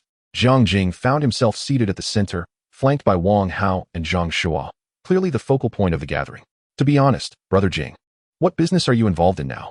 After a few rounds of drinks, Zhang Shua could not contain his curiosity. I recall you studied computer science in college. How did you suddenly become so affluent? All eyes turned to Jiang Jing, evidently intrigued by the answer to this question. Jiang Jing had long prepared his narrative. I dabble in cryptocurrency and equity investments, fortunate enough to catch several waves of favorable trends. He nonchalantly lifted his glass, attributing it primarily to the assistance of benefactors. Impressive. Wang Hao gave a thumbs up. I knew you were exceptional. Back in the day, you were the best in math class. Investing must come naturally to you. Indeed, Jiang Jing excelled in mathematics and science. Yet his performance in the humanities was less than commendable. By the way, do you remember Wang Peng? Chun Jiqiang suddenly asked. The one from high school who always boasted about his connections. Jiang Jing's brow furrowed. I remember, what about him? That guy is quite full of himself now. He has become a junior manager at some internet company and constantly flaunts his wealth in our class group. Chun Jiqiang scoffed. Just last week, he posted a photo of his BMW 5 Series, claiming he has finally bid farewell to the days of cramming into the subway. Utterly revolting. Jiang Jing felt speechless. Wang Peng was precisely that sort of person, always relishing in ostentation, flaunting the price of his sneakers and glasses until he evoked gasps from others. Let us not dwell on those spoilsports. Lin Xiaoyu raised her glass. Cheers to our long-awaited reunion. Cheers. Under the influence of alcohol, the atmosphere in the room grew increasingly vibrant. They shared tales of their high school antics, who had glued the teacher's chair, who had taken a tumble during the sports meet, and who had harbored secret crushes without daring to confess. Those innocent memories transported Jiang Jing back to the carefree days of his student life. Do you remember? That time in senior year, when you and Zhang Shua scaled the wall to go online, only to be caught by the disciplinary director. Wang Hao laughed, slapping his thigh. How could I forget? Zhang Shuo interjected. Brother Jing leaped back over the wall in a flash, leaving me quaking in my boots. And then what? Lin Xiaoyu inquired with curiosity. I ended up getting a demerit. Zhang Shuo mockingly pointed at Jiang Jing. While this guy was honored as the good student representative for catching me, laughter erupted among the group. Jiang Jing too could not help but chuckle. That memory was indeed both amusing and absurd. At that time, he often repaired computers for the internet cafe owner to earn free hours online, honing his technical skills. Just as the atmosphere reached a crescendo, a jarring ringtone abruptly interrupted their merriment. It was Wang Hao's phone. Hello? Ah, yes, I'm here, what? Wang Hao's expression suddenly grew peculiar. Hold on, this doesn't seem appropriate. After hanging up the phone, Wang Hao cast a troubled glance at Jiang Jing. That Wang Peng somehow heard about our gathering and insisted on showing up. The private room fell silent in an instant. Everyone knew that Wang Peng had never seen eye to eye with Jiang Jing since high school, and his sudden arrival was clearly aimed at provoking Jiang Jing. Let him come, Jiang Jing said calmly, taking a sip of his drink. After all, they were old classmates. It would be nice to reminisce. Wang Peng loved to flaunt his status, but due to Jiang Jing's background as an orphan, he had become Wang Peng's favorite target for boasting. He would seize every opportunity to belittle Jiang Jing, which irked him immensely. Within 10 minutes, the door to the private room swung open. A sharply dressed young man strode in, flanked by two exquisitely dressed young women. Oh, everyone's here, the young man exclaimed, scanning the room before his gaze settled on Jiang Jing, pausing for a moment. I heard our class's little nobody is making an appearance today, so I came to see for myself. His tone dripped with obvious provocation, and the atmosphere in the room plummeted to an icy chill. Wang Peng, a rich second-generation student from high school whose family dabbled in the building materials business, strutted in without paying any heed to the reactions around him. He plopped down confidently, slamming his BMW key on the table. Apologies, everyone, just picked up my new car, a fully loaded 5 Series. Took a bit of time to find parking. His two female companions settled down beside him, one of them curiously eyeing Jiang Jing. Who is this? Our high school classmate. Jiang Jing, Wang Peng replied with a smirk. He used to be a nobody in class, and now, he elongated his words mockingly. I hear he is still a programmer? Is your monthly salary over 10,000? The atmosphere turned awkward immediately. Zhang Shuo frowned. Wang Peng, you being a programmer is quite respectable. Jiang Jing calmly interrupted Zhang Shuo, raising his glass towards Wang Peng. Congratulations on the new car. Wang Peng clearly did not appreciate such a reaction. Narrowing his eyes, he scrutinized Jiang Jing's attire. Oh, that cashmere sweater looks quite nice. What brand is it? Not some Taobao knockoff, I hope. No brand, Jiang Jing replied nonchalantly, as long as it's comfortable. He added, but I'm not a coder anymore, oh? Change careers? Wang Peng's eyes lit up, as if he had seized upon some incriminating evidence. What are you doing now? Delivering takeout or driving for ride-hailing? He chuckled to himself, and his two female companions stifled giggles. Wang Hao frowned. Wang Peng, have you had too much to drink? I'm perfectly sober.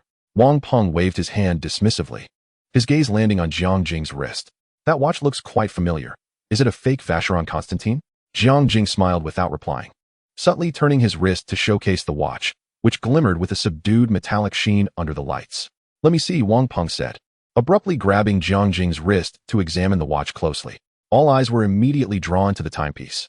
The dial shone under the light, revealing intricate mechanical workings through the sapphire crystal case back, a testament to exquisite watchmaking craftsmanship. As he studied it further, Wang Peng's expression grew increasingly peculiar. This workmanship, what's wrong, Pingo? One of the female companions asked curiously. Wang Peng released his grip, attempting to maintain composure as he took a sip of his drink. It's a pretty good imitation? Wang Hao interjected suddenly. Wang Peng, are you joking? This is a genuine Vacheron Constantine 4500V, 210R, B705, priced at 4 million. I checked this morning. For million. The room erupted in astonishment. Is that for real? A watch that can buy several BMW 5 Series? Jiang Jing, you must be rolling in money. Wang Peng's face turned a ghastly shade. Nonsense. How could Jiang Jing afford such a watch? Why don't you check? Zhang Shuo gleefully offered his phone. I just searched. It's an exact match. Wang Peng took the phone, staring at the screen, his face shifting from red to pale. The model, specifications, and price all matched perfectly. Particularly, when he saw the price, his hand began to tremble slightly. This, he stammered, struggling to form coherent words. All right.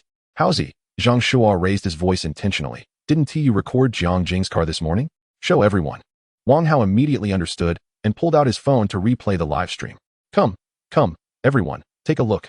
A globally limited Lamborghini Veneno Roadster. Someone offered 75 million. And it's practically unavailable. a price without a market.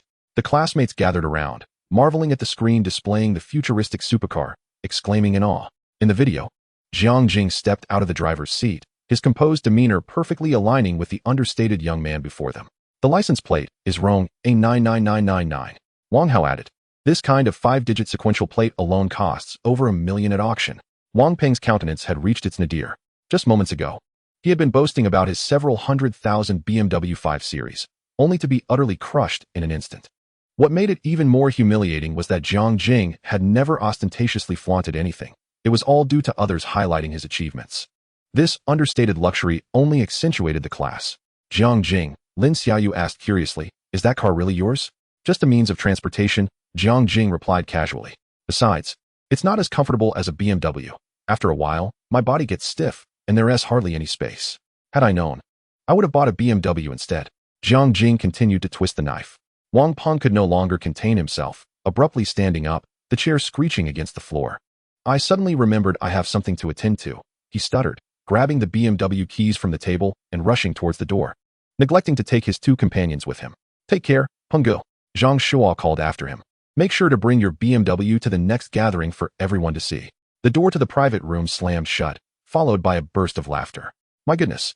Jiang Jing, you're incredible. Wang Peng's expression was priceless. I'm dying of laughter. Let him show off every day. He has finally hit a wall. Jiang Jing shook his head with a smile, beckoning the waiter to bring out a few more bottles of fine wine. Although the previous scene was satisfying, he didn't genuinely care about someone like Wang Peng. With the system, his perspective had long evolved. Perhaps he had initially thought about how to retaliate against Wang Peng, but eventually found it meaningless. The conversation swiftly shifted back to their lives. Shen Jiqiang had passed the civil service exam and was working at the tax bureau. Li Ming had moved to Shenzhen to work in a tech company's research and development, while Lin Xiaoyu had become a primary school teacher. Each had embarked on a different path in life. As the drinks flowed, the atmosphere grew lively again. The awkwardness brought by Wang Peng had long been forgotten, and everyone returned to the camaraderie of their high school days. Do you remember that spring outing in our senior year? Lin Xiaoyu's cheeks flushed, clearly having had a bit too much to drink. Jiang Jing carried the bags of 3 people and walked over 10 miles on the mountain. How could I forget? Zhang Shuo thumped the table. I said back then, Jing Ge is dependable. He truly steps up when needed. Jiang Jing laughed and shook his head. At that time, he was strong and accustomed to hard work. Carrying bags for classmates was nothing out of the ordinary. Jiang Jing, Lin Xiaoyu suddenly looked at him earnestly. Honestly, seeing you live so well now makes us all very happy. The other classmates nodded in agreement. Jiang Jing felt warmth in his heart. These were true friends, who would not envy his success but genuinely rejoice in it. Thank you. He raised his glass in a toast. To friendship, to friendship. Everyone echoed in unison. The sound of clinking glasses ringing out, crisp and melodious. Chapter 34, Forgotten Matters, The System Mall. The gathering continued until the late hours of the night before dispersing. Jiang Jing summoned a designated driver, ensuring that each guest safely boarded their vehicle before he himself took a seat and departed. Having indulged in alcohol, Jiang Jing also sought the services of a designated driver. However, upon encountering Jiang Jing's supercar, the driver was instantly struck with trepidation. The driver thought to himself, what on earth is this? You want me to drive this car? What if I accidentally cause some damage? How long would I have to work to repay that? Months? Years? No way. Despite Jiang Jing's assurances that he would cover any damages, the driver resolutely shook his head. He was unwilling to gamble his livelihood on Jiang Jing's promise. Thus, he politely declined. The subsequent designated drivers reacted similarly. For the first time, Jiang Jing experienced the peculiar woes of the affluent. And this was merely a Ferrari. One could only imagine the reaction if it were a limited edition Lamborghini. Left with no other option, Jiang Jing called for Jiang Yin to pick him up. 20 minutes later, a discreet black Mercedes-Benz S-Class glided to a halt outside the bar. Jiang Yin emerged from the driver's seat, clad in a sharp business suit, her gold-rimmed glasses glimmering under the neon lights. Mr. Jiang, she inclined her head slightly, accepting the keys to the Ferrari. I will arrange for your car to be returned to the estate. Jiang Jing nodded and settled into the back seat of the Mercedes, which he had previously procured for Jiang Yan's convenience. The interior was suffused with a subtle scent of sandalwood, and the heated seats had been activated to a perfect temperature. Shall we head back to the estate? Jiang Yan inquired through the rearview mirror. Yes, Jiang Jing nodded, beginning to vent his frustrations about the designated drivers. As Jiang Yan observed Jiang Jing's exasperated recounting of the driver's reactions, a smile unconsciously crept onto her lips. She too found the situation amusing. Who would shy away from a luxury vehicle? However, considering her own modest income, She could empathize with their hesitance. After all, this job was not essential for them. Under the influence of alcohol, Jiang Jing's thoughts drifted, replaying the evening's events in his mind. Suddenly, a bolt of realization struck him, and he sat up straight. Oh no, Mr. Jiang? Jiang Yin was startled by his sudden movement. It's nothing. Jiang Jing waved his hand dismissively, reclining back into his seat, yet his mind was in turmoil. Damn it, how could I have forgotten that? Jiang Jing mentally berated himself. The system mall. The activation requirement is a capital of 1 billion, but his current assets barely reached half that amount. He had initially planned to swiftly accumulate funds by making substantial purchases for Xin or Li Shui. Having already bought Li Shui a spacious apartment in the Yunhai Scenic Building, yet he had neglected to secure a property for Xin as well. Had he thought of this earlier, he would have easily amassed the necessary 1 billion by now. System, what specific items are available in the mall? Jiang Jing inquired within his mind. The system mall offers a variety of items that transcend current technological capabilities, including, but not limited to, gene optimization agents, nanomedical robots, various cutting-edge technologies, artificial intelligence chips, etc. A detailed product list will be displayed upon the mall's activation. Jiang Jing's heart raced. Gene optimization? Nanorobots? Cutting-edge technology? These were things that only existed in science fiction, yet they could be redeemed? He felt a sensation akin to standing outside a toy store as a child, gazing through the glass at limited edition Transformers, so close, yet utterly unattainable. Mr. Jiang? Jiang Yan's voice interrupted his reverie. We've arrived. It was only then that Jiang Jing realized the car had come to a stop at the estate's entrance. He nodded, stepping out and walking toward the grand door. The night breeze carrying the fragrant aroma of the estate's flora, refreshing his senses. Thank you for your hard work. Jiang Jing waved his hand. You should get some rest. The master bedroom's bed was soft and comfortable, yet sleep eluded him. Early the next morning, Jiang Jing was awakened by the ringing of his phone, displaying an unfamiliar number. Hello? He answered groggily. Is this Jiang Jing Gidge? A sweet voice chimed from the receiver. I am Zhou Weining from the art department at Rongqing University. We met on campus previously. Jiang Jing instantly became alert. Just as he had thought. He cleared his throat, his voice brightening. Oh, I remember. What can I do for you? Well, Zhou Weining's voice carried a hint of shyness. Our school is on break. And I was hoping to find someone to explore Rongqing with during the summer, but it seems my friends are all busy. Jiang Jing nearly burst into laughter. It was as if he had been given a pillow to lay his head on. He could hardly believe that a university student, after a year or two of study, suddenly wished to explore Rongqing. After all, there wasn't much to see in Rongqing. And how convenient that all her friends were preoccupied. Quite reasonable, he thought, marveling at the girl's unexpected boldness. I find that very interesting. Jiang Jing feigned a keen enthusiasm for travel. As it happens, I too wish to tour Rongqing. But I have no one to accompany me. Really? That's wonderful. Let's form a team. Zhou Weining seemed taken aback by his swift agreement, her voice brimming with excitement. Great, Jiang Jing replied with a smile. How about I treat you to lunch first, and then we can go see an exhibition? There was a brief silence on the other end before Zhou Weining's barely contained joy erupted. Sure. You choose the place. How about the revolving restaurant on the top floor of Rongqing Tower? I hear the view is spectacular. Jiang Jing deliberately selected a high-end venue to gauge her reaction. Oh my gosh, that's so expensive, Zhou Weining exclaimed. Maybe we should skip it. I don't want you to spend too much. Not a problem. It's a small matter. Jiang Jing said nonchalantly. Let's settle on that, then. I'll pick you up at school at 11:30. She readily agreed, her voice filled with delight. After hanging up, Jiang Jing glanced at his phone. Xin had sent her usual affectionate messages. Li Shui mentioned moving into her new home with her best friend today. And the cosplay streamer Momo had sent some inconsequential messages, seemingly trying to maintain her connection with Jiang Jing to avoid being forgotten. Qin Shuang shared snippets of her daily life, while the bold and outspoken Dexiong beauty engaged Jiang Jing in flirtatious banter. Jiang Jing selectively replied to a few messages, engaging in a playful exchange of racing metaphors with Xiao Xiao. The content was too risque to write down, lest it face censorship. When Jiang Jing boasted about his prowess, Xiao Xiao was incredulous, dismissing his claims as mere jokes. Jiang Jing provocatively challenged her to experience it for herself one day, to which she readily agreed. Though whether she was truly as bold as she professed remained to be seen. Chapter 35. The young lady goes to the gym. Jiang Jing stood before the full-length mirror in the changing room, adjusting his attire. He chose a tailored deep blue shirt paired with light-colored casual trousers, presenting an image that was neither overly formal nor lacking in an air of sophistication. Mr. Jiang, the car is ready, Jiang Yan's voice called from outside the door. Thank you, Jiang Jing replied, glancing at his phone to check the time. Exactly 11 o'clock. He descended to the underground parking garage, took his place behind the wheel, and pressed the ignition button. The V12 engine roared to life with a deafening growl. Jiang Jing drove with caution, prioritizing safety. As there were no young ladies present to impress, the campus of Rongqing University remained bustling on the weekend. As the Lamborghini Veneno entered the gates, the commotion it caused was palpable. Jiang Jing parked in a conspicuous spot, immediately attracting a throng of curious students. Wow, is that a Lamborghini Veneno? Is that the globally limited edition of just 8 units? Quick, take a photo. Hurry. While everyone was brimming with excitement, the college students maintained their composure. Avoiding any unruly behavior, Jiang Jing sat calmly in the car and sent a message to Zhou Weiying. I have arrived at the school gate. Within 5 minutes, a tall figure emerged from the crowd. Zhou Weiying was dressed in a fitted white dress that perfectly accentuated her alluring figure. Her chestnut hair cascaded over her shoulders, shimmering with golden hues under the sunlight. Her makeup was exquisite yet subtle, with her lips adorned in the trendy peach shade, exuding an aura of youthful vitality. Upon spotting the Lamborghini Veneno parked by the roadside, her eyes sparkled with astonishment, her mouth slightly agape in disbelief. Although she was yet unaware of the car's immense value, it certainly appeared far more impressive than the previous Ferrari. She approached cautiously, only confirming that this was indeed her ride when Jiang Jing lowered the window and beckoned her. Get in, he said, pressing a button that caused the scissor doors to rise gracefully.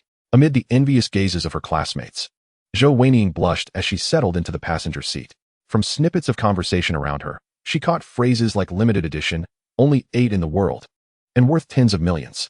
Her movements were somewhat stiff, as if she feared damaging this extravagant supercar. Buckle up, Jiang Jing reminded her, noting that her affection rating had surged to 35 on the system interface.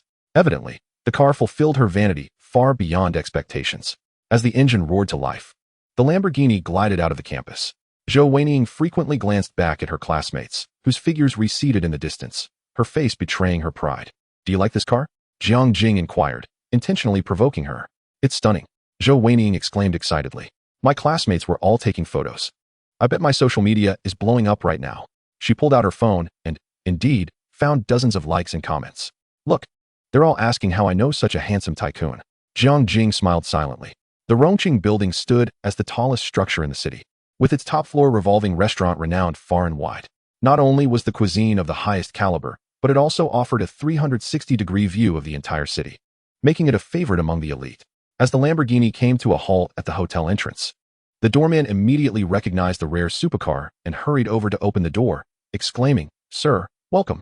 The elevator whisked them directly to the top floor, where a staff member greeted them. Mr. Jiang, your table is ready, the best window view. Once seated, Zhou Weiying, like an inquisitive kitten, marveled at the restaurant's opulent decor and the breathtaking scenery outside. This place is so luxurious. It's my first time in such a venue. I'm glad you like it, Jiang Jing replied, handing her the menu. Order whatever you desire. No need to check the prices. Zhou Weiying opened the menu, her eyes widening in disbelief as she saw appetizers priced in the thousands and main courses even higher. After much hesitation, she finally settled on the cheapest salad. Jiang Jing, observing her, directly told the manager 2 signature sets and a bottle of 2009 Dom Perignon champagne. Certainly, I will prepare that immediately, the manager replied respectfully before retreating. Senior Jiang, Zhou Weiying whispered, Isn't this a bit extravagant? Just call me Jiang Jing. He smiled. No need to be formal. To me, this is merely a small expense. This statement elevated Zhou Weiying's affection rating by another 2 points, reaching 37. Jiang Jing felt a surge of satisfaction. It appeared she was indeed, as he suspected, a girl enamored with vanity, making his plans easier to execute. Dishes began to arrive at their table, each one a masterpiece of culinary art. Zhou Weiying incessantly snapped photos to share on social media, relishing the envy and admiration from her friends. Meanwhile, Jiang Jing engaged her in conversation, seeking to uncover her background and preferences.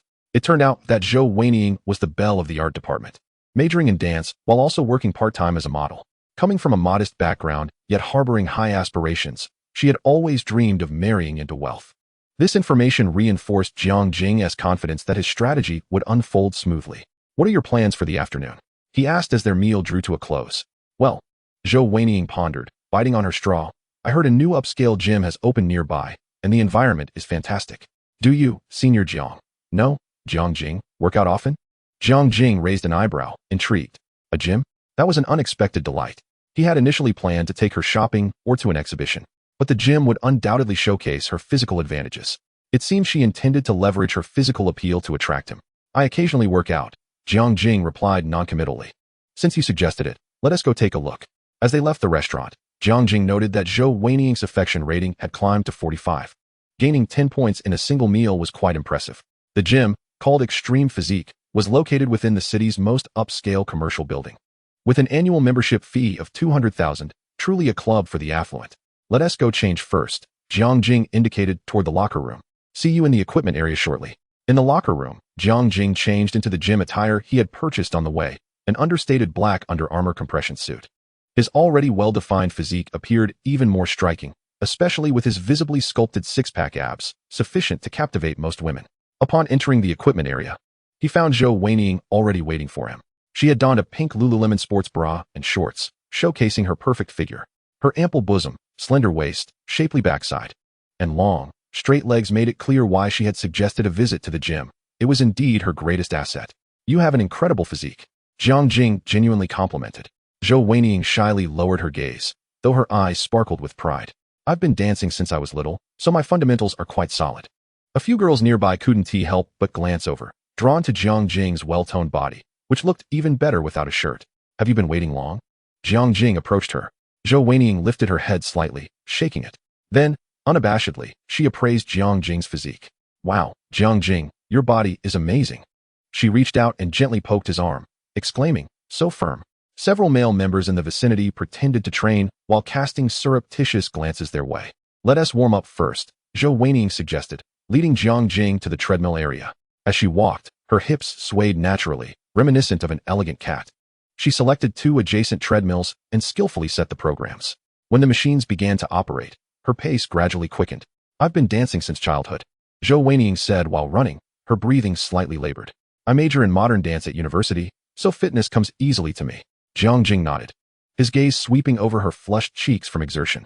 Zhou Weining clearly relished the attention. She occasionally adjusted her running posture to showcase her figure from the best angles. After 20 minutes, they concluded their warm-up. Zhou Weining's forehead glistened with fine beads of sweat, her chest heaving dramatically, the edges of her sports bra dampened by perspiration, revealing dark patches. What shall we do next? Jiang Jing inquired, offering her a bottle of Evian. Zhou Weining took the water bottle and said, I would like to try bench pressing, but I need someone to spot me. Can you assist? The free weights area was the most prominent section of the gym.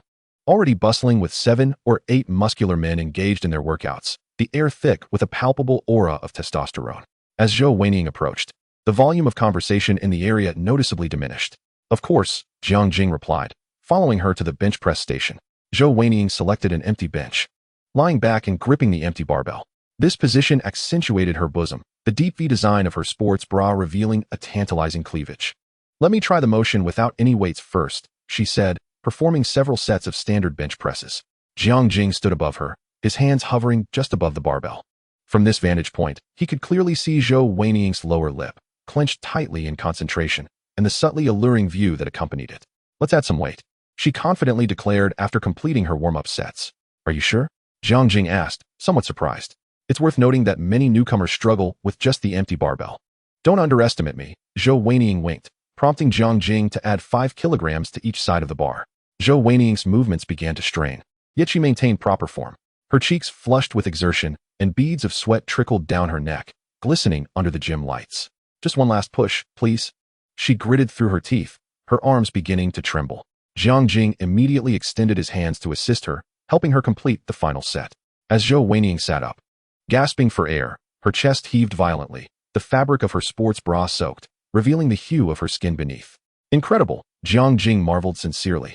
It's impressive for a woman to reach this level. Just as Zhou Weining was about to respond, a deep voice interjected, your form is decent, but your spotting technique is quite amateurish. Jiang Jing turned to see a towering man, nearly 9 meters tall, standing beside them. The man was clad in a tight tank top that seemed on the verge of bursting, showcasing exaggerated biceps and granite-like trapezius muscles, with a name tag reading Lu Meng. Gold medal coach hanging from his neck. Your figure is commendable. Lu Meng's gaze subtly roamed over Zhou Weining. However, strength training requires professional guidance. Otherwise, injuries are likely. He deliberately flexed his chest, causing his massive pectorals to ripple beneath the fabric. Zhou Weining smiled politely. Thank you. I have a background in dance and am well acquainted with strength training. Dance and fitness are entirely different realms, Lu Meng dismissed with a wave of his hand. Turning his attention to Jiang Jing, sizing him up. Is this your boyfriend? His physique is all right, but it's evident he is a novice at the gym. He deliberately flexed his bicep like a small mountain. Would you like me to demonstrate the proper spotting technique? Jiang Jing narrowed his eyes. Lu Meng was clearly attempting to flirt, employing a rather crude tactic of belittling him to elevate himself. No need, Zhou Weiniang gently bit her lip. A gesture that nearly caused the three onlookers to drop their dumbbells in shock. Lu Meng waved dismissively, exclaiming, "Why be polite? I have a duty to correct your improper movements. It's for your safety." Without waiting for a response, he lay back on the bench press, stating, "Watch closely. The standard movement is as follows." He effortlessly lifted the barbell, executing 10 flawless presses, each time deliberately tensing his muscles, causing veins to bulge like earthworms. Wow, impressive. Some female gymgoers clapped, their eyes filled with admiration. Lu Meng, reveling in the attention, turned to the two male companions beside him, saying, "Load it up to the max. I wouldn't want anyone thinking I can't lift." His lackey promptly complied, grunting as he added an additional 60 kilograms. Despite his heavy breathing, Lu Meng maintained perfect form, clearly showcasing his experience. After completing a set, he stood, flexing his robust arms, proclaiming, "Now this is fitness." Some people train for years yet remain scrawny, all show without substance. His pointed glance at Jiang Jing was unmistakable, particularly aimed at those who relied on their looks to gain favor with women, implying they were of no real worth. As a gym coach, such thoughtless remarks seemed beneath him, yet his desire to impress the beautiful woman before him had evidently clouded his judgment. Several muscular men had gathered around, wearing expressions of amusement. One, donning a baseball cap, chimed in, "Coach Lu is the provincial bodybuilding champion, bench pressing a maximum of 90 kilograms.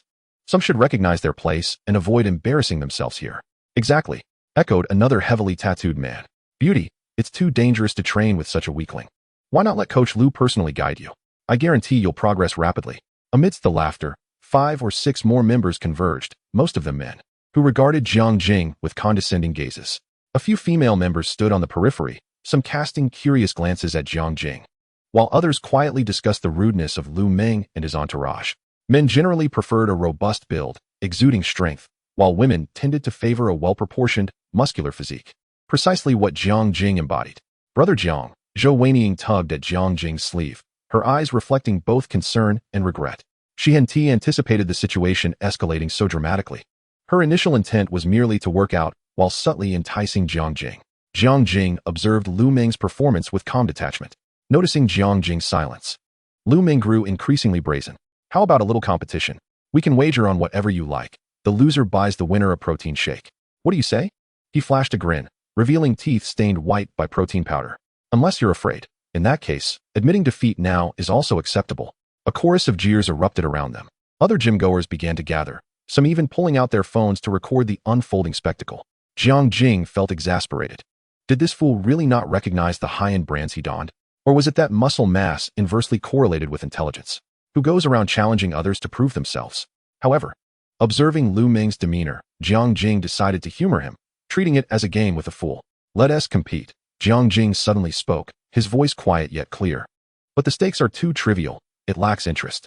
Lu Meng paused for a moment, then burst into laughter. "What do you wish to wager?" "Best 2 out of 3. Pull-ups, planks, and bench presses," Jiang Jing stated calmly. "The loser must run naked around the gym, shouting, 'I am a waste of space.'" The area fell silent instantly. The wager was bold, leaving no room for retreat. Truth be told, Jiang Jing felt somewhat irked. He had no desire to attract trouble, yet some individuals insisted on provoking him. He thought to himself, perhaps it was time to consider hiring bodyguards to avert such nuisances. Casting an indifferent glance at Lu Meng, he resolved to engage him in this game. Lu Meng's smile froze on his face. He hadn't anticipated that this seemingly frail youth would propose such a wager. "What is the matter, afraid?" Jiang Jing replied, a hint of disdain lacing his tone. Lu Meng, thoroughly incensed, retorted, "Who is afraid? Let us compete. The rules are quite straightforward. The movements must be executed with precision, and the officiating will be carried out by everyone present." Jiang Jing's face broke into an inexplicable smile. Why did he have the audacity to say such things? Because he possessed the confidence of a master martial artist and the resilience of an indomitable spirit. With these two skills at his disposal, although Jiang Jing's strength was not particularly extraordinary, his core strength was sufficient to surpass all others. Otherwise, why would the bench press be placed last? Did they truly believe Jiang Jing was foolish? The two competitors were not on the same level. Naturally, one must play to their strengths while avoiding weaknesses. The first event was the pull-up. A murmur of discussion erupted among the onlookers.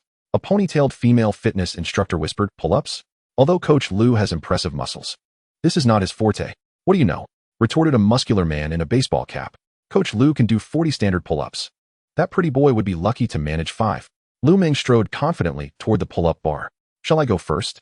"I wouldn't want you to think I'm bullying you." Jiang Jing shook his head. "You go ahead. I fear you won't have a chance after I'm done." The crowd gasped at Jiang Jing's audacity. Goodness, what a boastful character.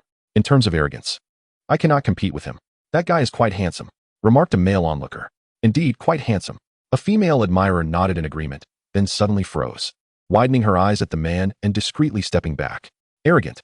Lu Meng snorted disdainfully as he grasped the pull-up bar. A bespectacled member suddenly raised his phone. "Wait. This competition is too exciting. Why not go live? I have 30,000 followers on Douyin. Go live. You must." The surrounding crowd urged. The bespectacled man quickly set up his phone, initiating the live stream. "Folks, breaking news. A mysterious handsome guy challenges the provincial bodybuilding champion at the gym. The stakes are thrilling.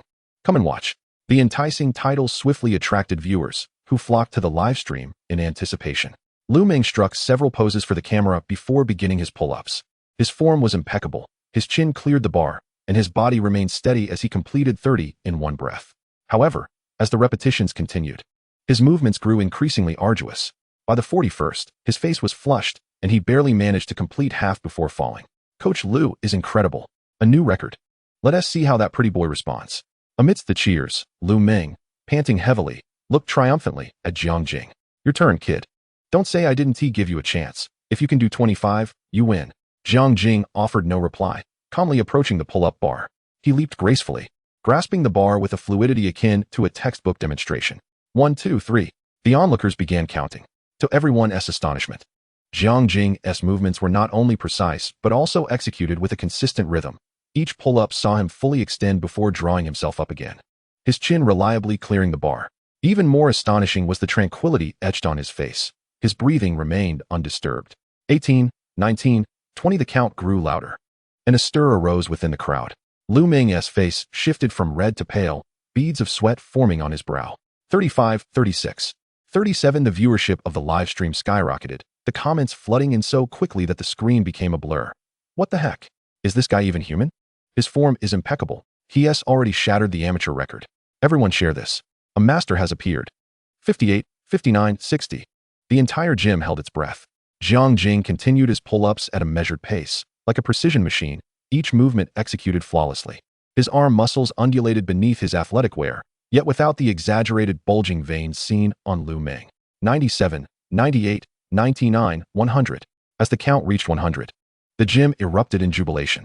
The livestream audience surged past 100,000, and the comments exploded. "So impressive. Please, let us delve deeper into this handsome guy." Jiang Jing finally released his grip and landed softly, his complexion unchanged and breath steady. He turned to Lu Meng, whose face had drained of color. "Shall we move on to the next event?" Lu Meng's lips trembled, unable to articulate a response. The comments in the live stream continued to escalate. "We want more. Let us see a plank challenge. Coach, just concede. This guy is too handsome. Please share his contact information." Jiang Jing surveyed the awestruck crowd, a slight smile gracing his lips. "Next up, the plank." At this moment, a viewer's comment gained traction, garnering numerous likes as others echoed it. "Can we challenge the world record for pull-ups in 1 minute?" "Sir." The bespectacled man's voice trembled with excitement. "The live stream already has tens of thousands of viewers.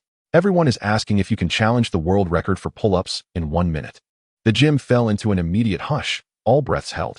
The world record for pull-ups in 1 minute was a number revered among fitness enthusiasts, akin to the Holy Grail. Jiang Jing raised an eyebrow. "What is the world record?" 55. The bespectacled man replied quickly. "Set by XXX.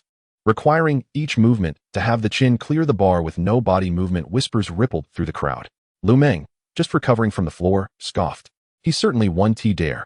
He wiped the sweat from his brow, casting a challenging glance at Jiang Jing. "Some may think they won." Jiang Jing raised a hand, interrupting him, a subtle smile playing at the corners of his mouth. "Sounds intriguing." Brother Zhouwen's eyes sparkled with admiration. "Are you really going to challenge the world record?" Jiang Jing rolled his shoulders and approached the pull-up bar. "Let us give it a try." The gym erupted in excitement. People scrambled to pull out their phones, with some even climbing onto equipment to secure better angles for filming. They urged Jiang Jing to rest and regain his strength, for he had undoubtedly expended energy moments ago. Time slipped by, and the viewership in the bespectacled man's livestream soared at a rate of thousands per second. The comments so numerous they obscured the screen. Witness history.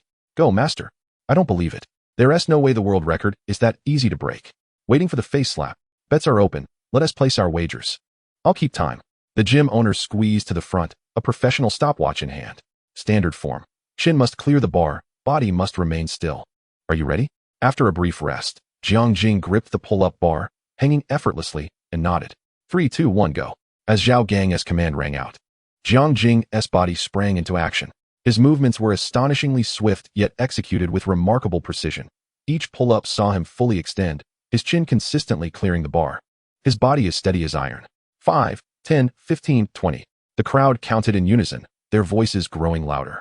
In a mere 30 seconds, Jiang Jing completed 29 flawless pull-ups, showing no signs of slowing down. His expression remained serene, breathing steady, as if he were taking a leisurely stroll rather than engaging in high-intensity exercise. What speed?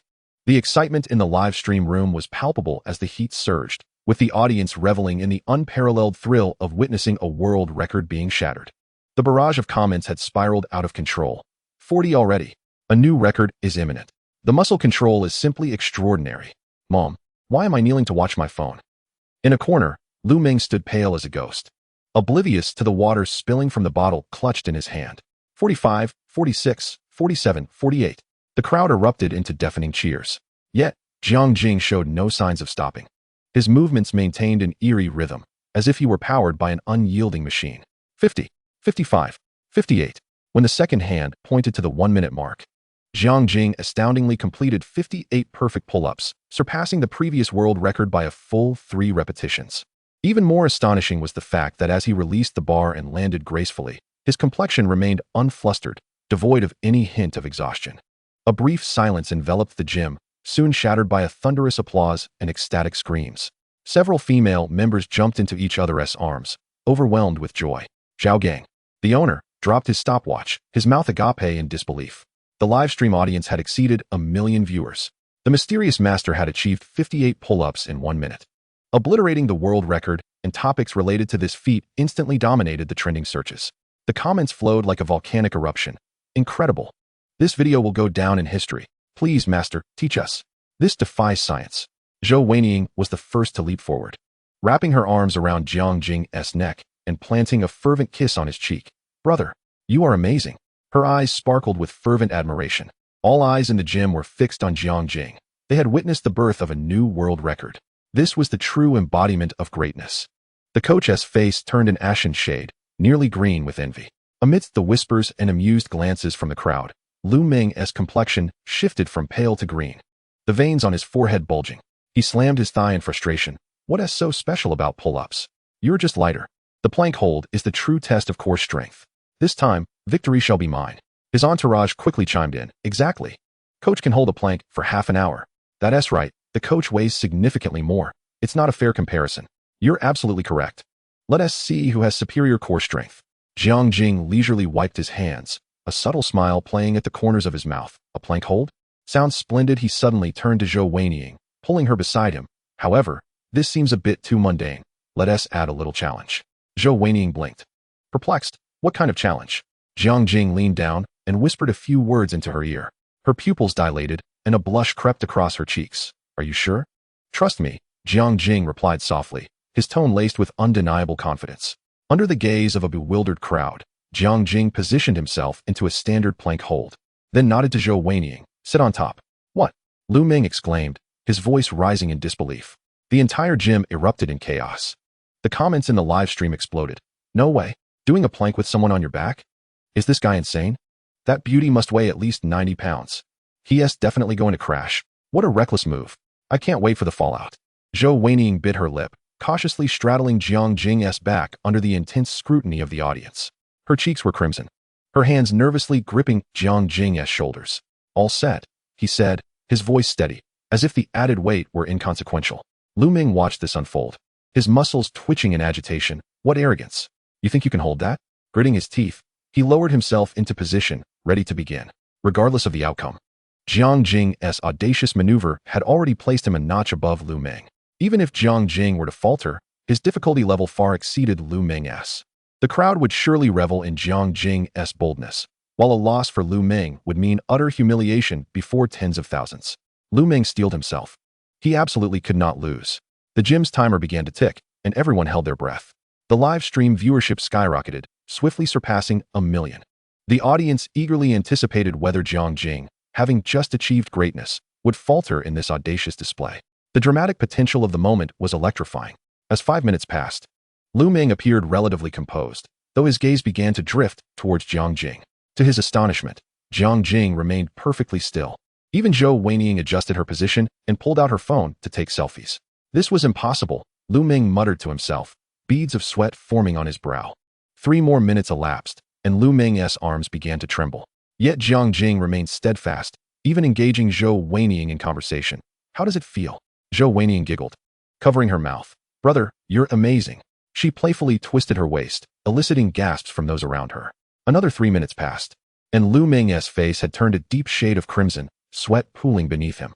His followers anxiously encouraged him. Coach, hang in there. That guy must be nearing his limit.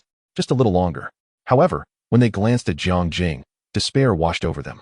He not only remained motionless, but was also managing to support himself with one arm, while nonchalantly taking a sip of water from a bottle Zhou Weiniang handed him. Incredible. One-handed. Is this even human? He is holding someone up with one hand. The comments in the live stream were now a blur, the viewers' enthusiasm overwhelming. A miracle. This core strength is unreal. Please, master, start a fitness class. Coach, just admit defeat. As the glasses-wearing man observed the viewers urging the coach to concede, his eyelids twitched incessantly. Thankfully, Lu Meng was unaware, otherwise. He might have been so enraged he would have collapsed on the spot. Chapter 39. An audacious maneuver wins, a psychological victory. By the 15th minute, Lu Meng had already surpassed his usual limits. It seemed that one truly did not know their boundaries until pushed. By the 16th minute, Lu Meng finally succumbed, collapsing onto the ground, gasping for breath. His entourage exchanged glances, none daring to speak. Meanwhile, Jiang Jing maintained his flawless plank hold, Zhou Weiniang now entirely at ease. Even humming a cheerful tune, leaning closer to Jiang Jing, she whispered something that elicited a chuckle from him, the muscles in his back rippling, capturing the envious gazes of several female members nearby. 16 minutes. Unbelievable. He can sustain this while carrying someone. This must be an extraterrestrial. As the timer ticked to 20 minutes, the onlookers stood agape, utterly mesmerized by the spectacle unfolding before them. The number of viewers in the live stream had become a blur, with a dazzling array of comments flooding the screen. The topic of a mysterious handsome man breaking the plank support record surged to the second spot on the trending list, right behind Jiang Jing's world record for pull-ups. Finally, Jiang Jing spoke up, his voice steady as ever, declaring that continuing would be pushing it too far. He effortlessly straightened up, and Zhou Weiniang seized the moment to glide her hand across his arm and abdominal muscles. This scene elicited collective eye rolls from the surrounding female members, with a few young girls even muttering curses under their breath, labeling her a vixen. The online audience thrived on the spectacle, sucking noise, boyfriend power max, seeking marriage. The coach is weeping in the restroom. Lu Meng slumped on the ground, his gaze vacant, as if his entire worldview had been shattered. His followers had long since slipped away, leaving only a handful of onlookers, engrossed in taking photos and recording videos. Jiang Jing approached Lu Meng, looking down at him from a height. Are we still comparing for the third item? Lu Meng opened his mouth, but could not produce a sound. His eyes darted around at the spectators holding their phones, his complexion shifting from red to white, then to a sickly green. He stammered, struggling to articulate a complete sentence. According to their bet, Jiang Jing's voice, though not loud, resonated distinctly in the quiet gym. Shouldn't you? Suddenly, Lu Meng dropped to his knees, exclaiming, Big brother. I was wrong. I didn't recognize the mountain. Please have mercy. He even began to slap himself, crying out, I spoke too freely. I deserve this. This dramatic scene sent the live stream audience into fits of laughter. How quickly he crumbles. What happened to your earlier bravado? Huh? This is killing me. Recording this. Tomorrow's trending is a sure thing. There was no denying that Lu Meng could distinguish between disgrace and social death. If he were to adhere to the wager, he might consider relocating to another planet or descending the stairs without using the elevator. What began as a live stream organized by his subordinates to humiliate Jiang Jing had now backfired and turned into a blade directed at Lu Meng himself. Jiang Jing frowned, suddenly feeling a sense of ennui. He brushed off non-existent dust from his clothes. Forget it, this is dull. Turning to Zhou Weiniang, he added, let us go. Are we just going to let him off the hook? Zhou Weiniang pouted, appearing somewhat disappointed. Jiang Jing smiled faintly. Word has already spread online. His reputation is tarnished.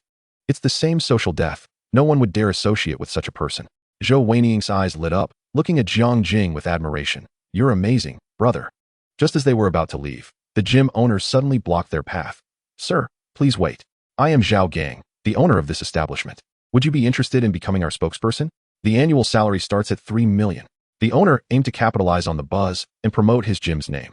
He had already devised a gimmick. The world record would be born here. The boss knows his stuff. This endorsement is absolutely worth it. God, please agree. Jiang Jing shook his head, not interested. 5 million. The owner gritted his teeth, increasing the offer and adding shares. Gasps of astonishment echoed around them. Jiang Jing found it somewhat amusing. Did he truly think so little of that amount? He shook his head again. I pay to work out here, yet I encounter these trivial matters. How dare you even say such things? The owner was rendered speechless, wanting to say something, but ultimately swallowed his words. Jiang Jing said little else, and simply led Zhou Weining out of the gym. Behind them, Lu Meng remained sprawled on the floor. The topics of the mysterious deity dominating the gym scene and breaking the plank support record continued to reign on the trending list. The crowd watched as Jiang Jing and the girl climbed into a dazzling Lamborghini, realizing he truly dismissed the conditions proposed by the owner. The owner said nothing, merely lamenting the loss of this lucrative opportunity, while only the muscular man suffered in this world. Back in the Lamborghini, Zhou Weinian could no longer contain herself. Grabbing Jiang Jing's arm, brother, you're so handsome. I've never seen anyone so impressive. She tilted her head back, her eyes brimming with admiration. How did you do it? Jiang Jing smiled without answering, quietly noting that Zhou Weinian's affection for him had reached 60. Where to next? Shopping. Jiang Jing started the car, the V12 engine roaring like a beast. Sounds great. Zhou Weinian replied eagerly, then hesitated, but I'm all sweaty. No problem. Let's south go to my place for a shower, Jiang Jing said nonchalantly. It's very convenient. Zhou Weinian's eyes brightened at the prospect of going to Jiang Jing's home. This was a significant development. She feigned modesty, biting her lip. Wouldn't that be too much of an imposition? Not at all. I have a guest bathroom and spare clothes, Jiang Jing reassured her as he drove. If you don't mind. All right then. Zhou Weinian lowered her head, concealing her smile. The Lamborghini sped towards the picturesque manor. Jiang Jing observed Zhou Weinian's reaction from the corner of his eye. As they entered the estate, her mouth fell open in astonishment, her beautiful eyes wide with disbelief. Jiang Yan, prepare the guest room and bathroom. Jiang Jing instructed the approaching beautiful housekeeper. Also, find a new set of clothes for Miss Zhou. Right away. Jiang Yan briefly glanced at Zhou Weinian before quickly heading off to get everything ready. Jiang Jing took Zhou Weinian on a tour of the main areas of the estate. Wow, this is like a mansion from a movie, Zhou Weinian exclaimed, standing before the floor-to-ceiling windows, gazing at the pool shimmering with blue light in the night. Can I take a photo? Just of the pool. Of course, feel free, Jiang Jing replied generously. Zhou Weinian immediately pulled out her phone, experimenting with various angles for selfies. Although she claimed she would only photograph the pool, every shot skillfully included herself as well. Jiang Jing could only imagine the stir these photos would create in her social circle. Meanwhile, his phone buzzed incessantly. Miss Zhou, your bathroom is ready. Jiang Yin announced at the opportune moment. The fresh clothes are in the changing room. Thank you. Zhou Weinian chirped, following Jiang Yin to the guest room. Jiang Jing glanced at his phone. Li Shui had messaged. Darling, is that you in the fitness video online? Also, Xian sent a flurry of messages. Brother, you're trending. So handsome. Even a few old classmates he hadn't contacted in ages chimed in. Lao Jiang, you're famous. Jiang Jing glanced through the messages, but chose not to reply. He took a quick shower himself, finishing in mere minutes. In the guest bathroom, Zhou Weinian stood before the fogged mirror, scrutinizing her reflection. The steam from the hot water gave her skin a delicate pink hue, and a few droplets glided down her collarbone, disappearing into the valley wrapped in her towel.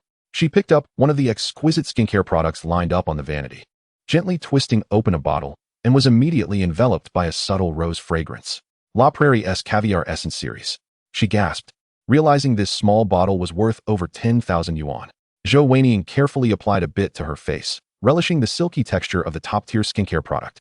The girl in the mirror possessed a luminous complexion, her bright eyes sparkling with vitality, while her lips appeared particularly plump due to the warmth of the atmosphere. She untied her bath towel, reaffirming her enviable figure, a slender waist, a pert posterior, and elongated legs, all of which constituted her greatest assets. I must win over Jiang Jing, she murmured to herself, her fingers delicately tracing the curve of her neck. This luxurious mansion, this Lamborghini, and all those countless luxurious items should rightfully belong to me. Dressing in the attire prepared by Jiang Yan, a beige knitted Chanel dress paired with a coat from the same brand. Zhou Weiniang was pleasantly surprised to find the fit impeccable. Even the undergarment's cup size was spot on. That housekeeper has quite an eye, she thought, somewhat displeased. Recalling Jiang Yan's professional appraisal of her figure, as if she were merely an item awaiting evaluation. Upon exiting the bathroom, she discovered Jiang Jing already waiting in the living room. He had changed into a casual ensemble, a deep blue linen shirt paired with white trousers. His damp hair casually falling over his forehead, exuding an air of effortless charm. All set? Jiang Jing inquired, putting away his phone with a smile. Yes, Zhou Weiniang nodded, absent-mindedly toying with her freshly dried hair. Thank you for preparing the clothes. They fit perfectly. Glad you like them. Jiang Yan selected these specifically for guests, Jiang Jing replied, rising to his feet. Are you hungry? Shall we dine? Zhou Weiniang thought to herself, what a display of wealth. Even the guest attire is of such high quality. This time, he chose a relatively understated Ferrari instead of the ostentatious Lamborghini. The sleek black vehicle glided through the night like an elegant shadow. Where would you like to eat? Jiang Jing asked as he started the engine. Biting her lip, Zhou Weiniang replied, actually, I was hoping to visit Xinhui Plaza. A few luxury boutiques have recently opened there, and I've been eager to check them out. She deliberately downplayed her enthusiasm, but the longing in her eyes was unmistakable. Jiang Jing chuckled inwardly. Sounds good. I'm hungry too. He adjusted the direction.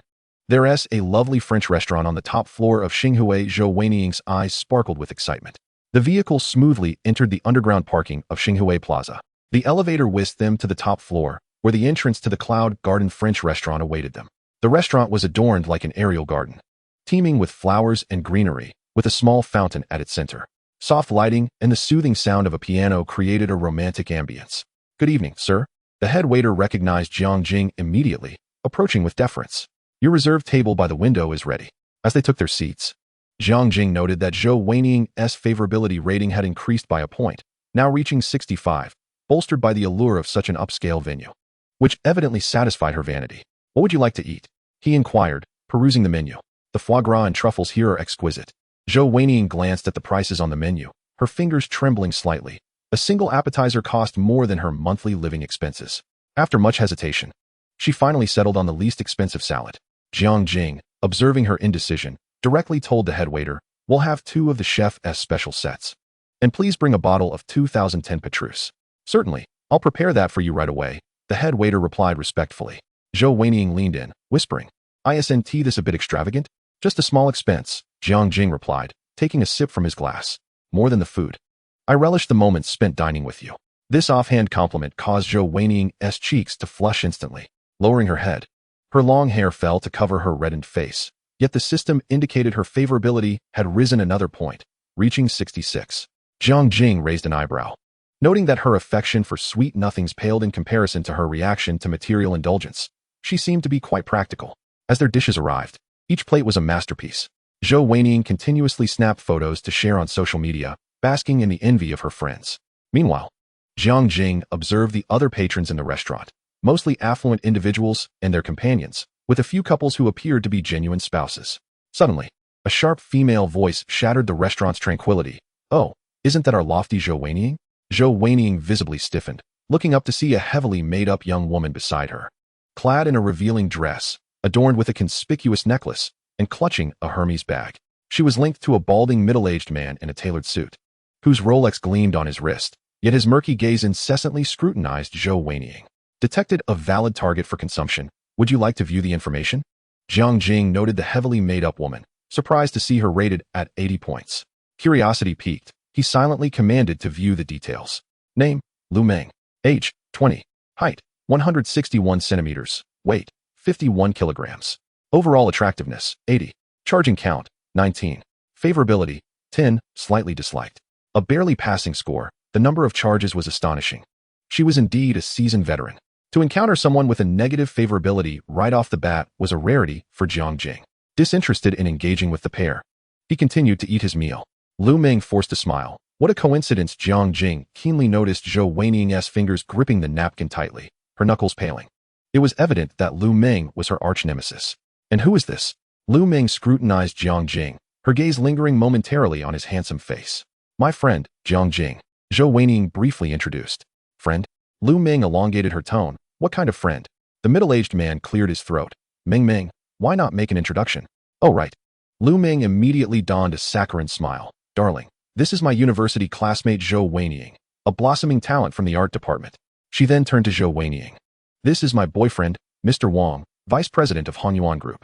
Mr. Wang puffed out his beer belly, extending his hand in a mock gentlemanly manner. Pleasure to meet you. Jiang Jing shook his hand nonchalantly. Mr. Wang's gaze remained fixated on Zhou Weiniang, his intentions all too apparent, eliciting a cold laugh from Jiang Jing internally. Since we've met, why not dine together? Mr. Wang suddenly proposed, his eyes glued to Zhou Weiniang. Lu Ming's smile faltered for an instant, but quickly returned. Yes. Yes, let us all eat together. The more, the merrier. Though her words suggested camaraderie, her heart wished to whisk the balding man away. This old lecher couldn't take his eyes off Zhou Weiniang. Jiang Jing noted the flicker of resentment and anger in Lu Ming's eyes, and feeling a tad bored. He was intrigued to see what schemes the two were concocting. He thus nodded by all means. The waiter promptly brought over 2 additional chairs. Miss Zhou, right? You truly embody your name, graceful and beautiful, even more so than Meng Meng described. Are you studying art, Miss Zhou? Mr. Wang inquired, his breath reeking of alcohol and stale food. I truly admire young ladies with artistic flair. Zhou Weiniang furrowed her brow, leaning slightly back. Thank you. Mr. Wang's company is currently preparing for an art foundation. Lu Ming interjected, attempting to divert Mr. Wang's attention. Right, dear? Absolutely. Mr. Wang slapped his forehead as if struck by a sudden realization. We are preparing to sponsor a group of young artists, providing each with an annual funding of 500,000. He cast a significant glance at Zhou Weiniang. Miss Zhou, are you interested? Lu Ming rolled her eyes inwardly, recognizing that this so-called art foundation was merely a ruse devised by Mr. Wang to flirt. This lecherous old man, who typically dallied with petite models and internet celebrities, now had the audacity to flirt with her arch-rival in her presence. I have little interest in the art foundation, Zhou Weiniang politely declined. Ah, the joys of academia. Students are so innocent. Mr. Wang chuckled, his jowls quivering with delight. I relish engaging with students. It broadens my horizons. Jiang Jing gently set down his chopsticks. Mr. Wang, are you truly so enamored with art? Only then did Mr. Wang shift his gaze to Jiang Jing, a flicker of impatience in his eyes. I possess a modicum of understanding. And what is your profession, young Jiang? A layabout, dabbling in investments, Jiang Jing replied coolly. Investments? Mr. Wang snorted derisively. These days, young people claim to be investors at the drop of a hat, yet most are merely shell companies, aren't they? Lu Ming immediately chimed in, indeed. There are so many fraudsters nowadays. She cast a pointed glance at Jiang Jing. Some individuals rent luxury cars and don fake designer labels, daring to impersonate wealthy men to deceive young women. Zhou Weiniang's expression darkened. Lu Ming, what do you mean by that? Oh, I merely spoke off the cuff. Lu Ming feigned a smile. I never suggested your boyfriend is a fraud. Seizing the opportunity, Mr. Wang attempted to pat Zhou Weiniang's hand, but she quickly recoiled, her expression growing increasingly displeased, nearly unable to restrain herself from giving this man a couple of slaps. Not achieving his aim, he feigned nonchalance. A beauty like Miss Zhou must stay vigilant. Should you encounter any difficulties, do not hesitate to seek my assistance. He produced a gilded business card and presented it to Zhou Weiniang, available 24/7. Witnessing this scene, Lu Ming's fury reached a boiling point. That shameless woman, relying on her looks to seduce men everywhere. Now even her benefactor was being snatched away. Zhou Weiniang. To secure next month's Hermes handbag and credit card limit, she dared not lose her temper on the spot, forcing a smile instead. Dearest, did you not promise to buy me that Cartier necklace? Lu Ming clung to Mr. Wang's arm, playfully. Shall we go and take a look now? Mr. Wang impatiently shook her off. What is the rush? I am enjoying a delightful conversation with Miss Zhou. He turned back to Zhou Weiniang, presenting what he believed to be a charming smile. What do you typically enjoy, Miss Zhou? Shopping? Traveling? I have a villa in Hainan, and you are always welcome to visit. Lu Ming's expression soured considerably. She had begged Mr. Wang for months to visit that villa, and now he was inviting Zhou Weiniang without hesitation? That lecherous old man. Chapter 42. Does he truly think so highly of himself? Zhou Weiniang was becoming increasingly exasperated with the bald man, her tone turning frosty. Gentlemen, my friend and I wish to enjoy our meal in peace. Kindly refrain from disturbing us. Mr. Wang and Lu Ming were momentarily taken aback, their expressions revealing a myriad of emotions.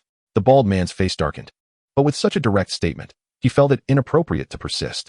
Lu Ming, however, felt a flicker of joy and quickly pulled her benefactor to another table. Brother, I'm full. Shall we leave? Zhou Weiniang, uninterested in further interaction, stood up and departed with Jiang Jing. Jiang Jing nodded and took Zhou Weiniang's hand. Let us go? Once outside the restaurant, Zhou Weiniang let out a long sigh of relief. Heavens, That was so awkward. Lu Ming was my college roommate, and she has always envied my popularity.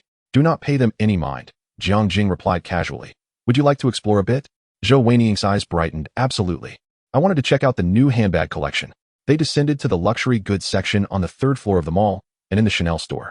Zhou Weiniang set her sights on a classic CF bag priced at over 50,000.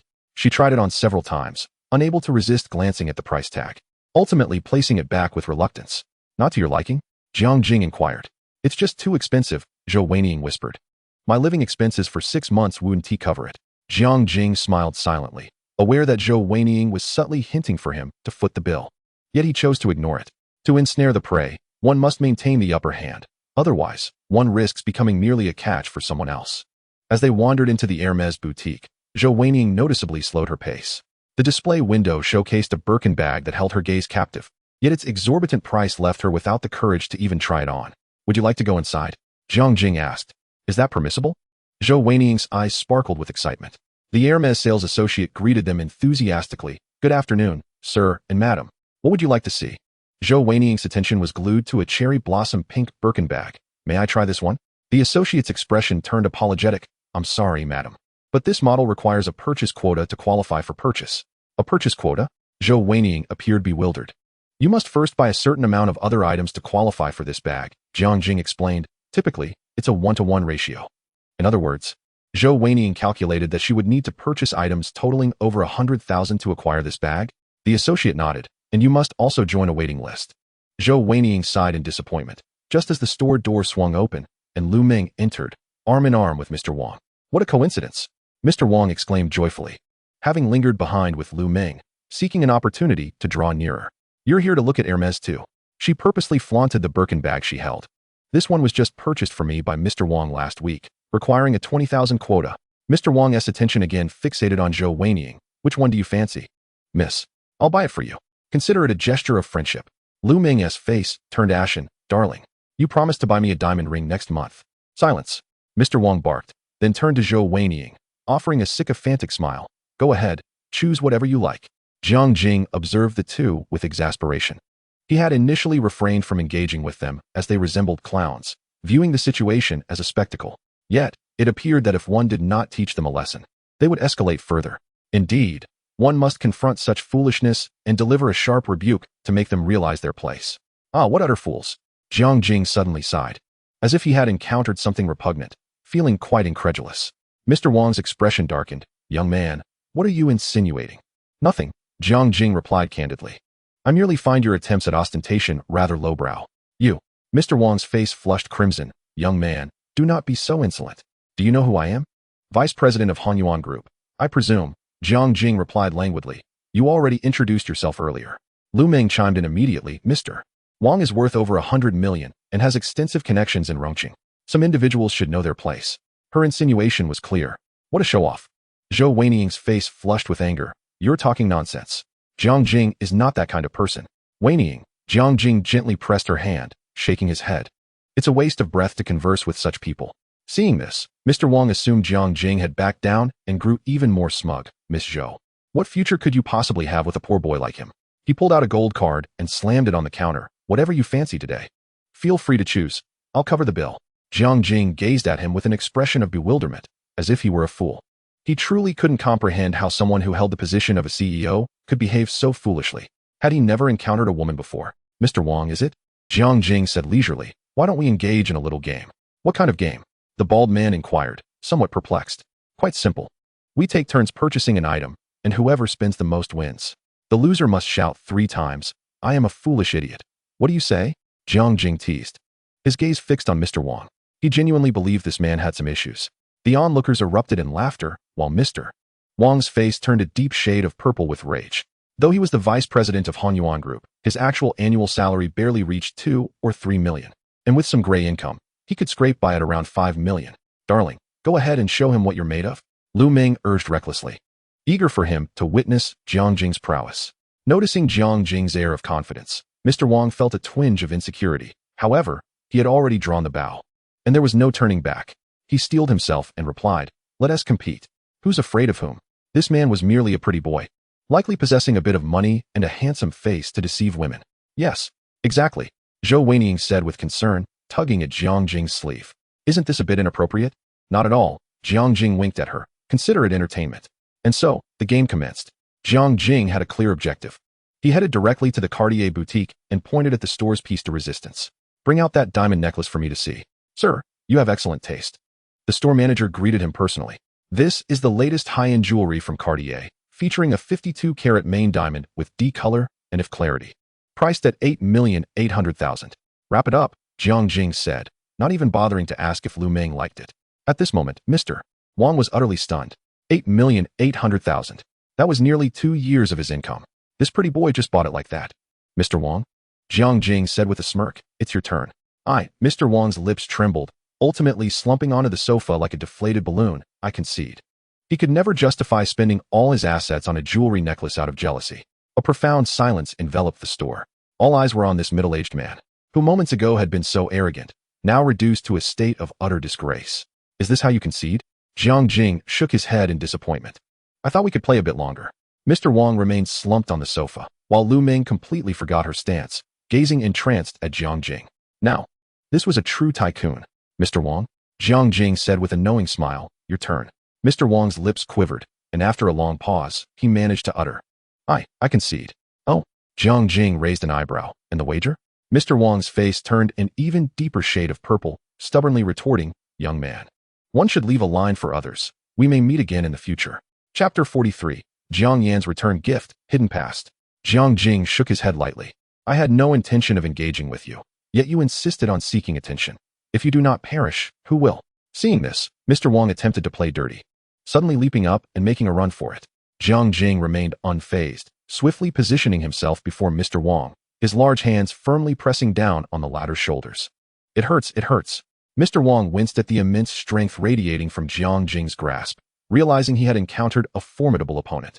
He looked at Jiang Jing with pleading eyes, yet Jiang Jing remained unmoved, coldly uttering 2 words, the wager. Left with no alternative, Mr. Wang slowly knelt before the crowd, forcing out the words through clenched teeth. I am a foolish idiot. The crowd erupted into laughter, some even pulling out their phones to record the scene. Mr. Wang, humiliated and furious, scrambled to his feet and dragged Lu Meng out. As they ran, Lu Meng glanced back at Jiang Jing, seemingly reluctant to part with this true tycoon. At the entrance of Villa No. 3 in the Shanshui manor, Jiang Yan took a deep breath and adjusted her collar. Today, she had deliberately donned a simple but elegant housekeeper's uniform, holding a gift box containing an authentic Ming Dynasty painting, Qingyuan Landscape by Wen Zhengming.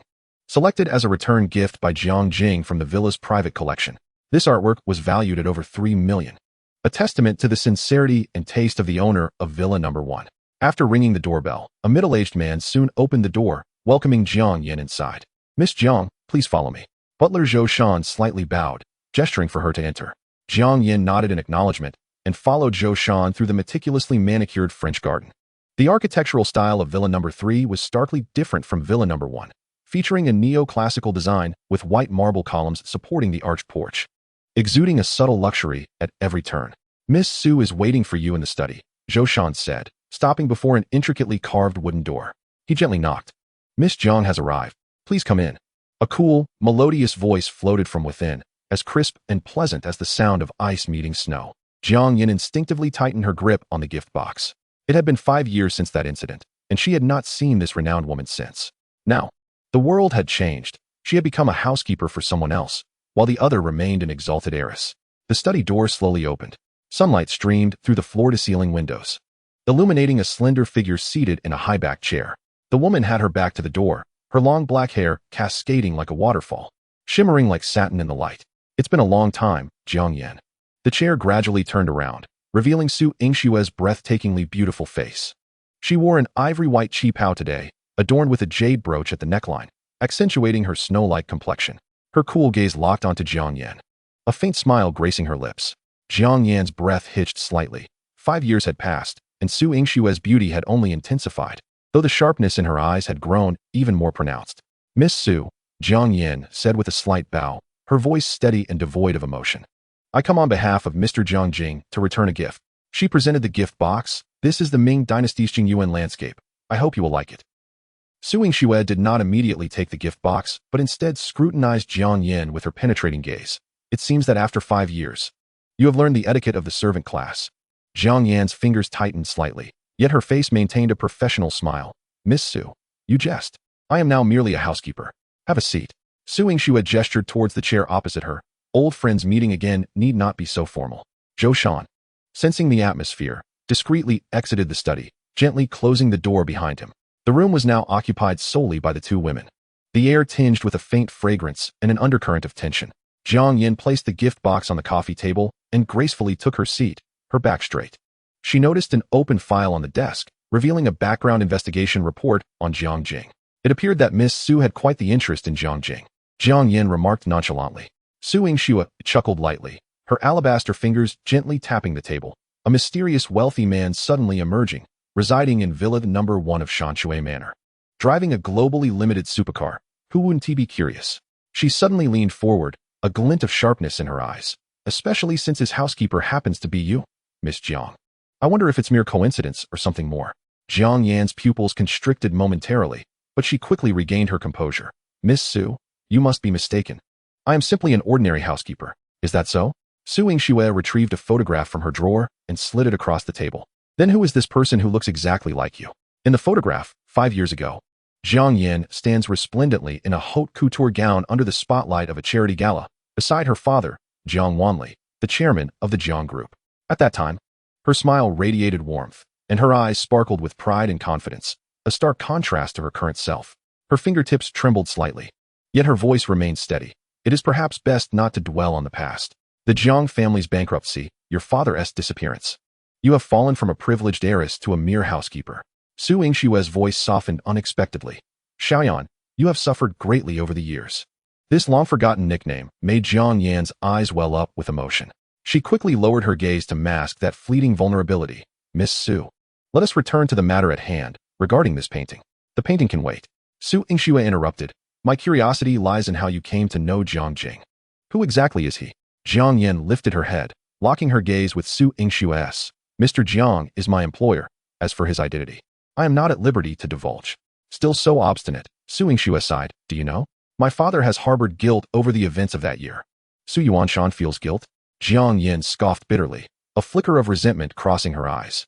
He showed no remorse when he seized the opportunity to acquire the core assets of the Jiang family. The temperature in the study seemed to plummet. Su Yingshue's expression turned grave. The business world is akin to a battlefield. It is a game of winners and losers. Your father's misjudgment led to a rupture in the financial chain. He has no one to blame but himself. A misjudgment? Jiang Yan's voice quivered slightly. It was your Su family that conspired with the banks to tighten loans and spread rumors about the Jiang family's financial crisis. Su Yingxue fell silent for a moment, then shifted the conversation abruptly. Does Jiang Jing know your true identity? Jiang Yan was taken aback, then shook her head. I am merely his housekeeper. There is no need for him to know such things. Intriguing. Su Yingxue chuckled knowingly. An enigmatic billionaire and a disguised heiress. You two are quite the match. Chapter 44. Why has it stagnated? How intriguing. Su Yingxue chuckled knowingly. An enigmatic billionaire and a disguised heiress. You two are quite the match. She rose and moved to the window, turning her back to Jiang Yan. Do you know? Recently, someone has been investigating Jiang Jing's background, and it is not mere curiosity. It is an organized inquiry. Jiang Yan's heart raced. Who? I am not certain. Su Yingxue turned around, the sunlight forming a halo around her. But I can assist you in investigating, provided you tell me the truth about Jiang Jing. No need for that. Jiang Yan resolutely declined. Mr. Jiang has treated me well. I will not betray his trust. Furthermore, I truly know nothing. Trust? Su Yingxue scoffed. Jiang Yan, you remain so naive. In this world, there is no such thing as unearned goodwill. Jiang Jing has taken you in. Perhaps he has ulterior motives.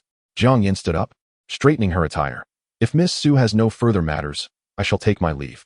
The painting has been delivered, and Mr. Jiang will be pleased to hear the news you appreciated it. Su Yingxue scrutinized her for a few seconds before suddenly smiling. Very well, since you insist. Zhou Shan. The old housekeeper responded promptly. See her off.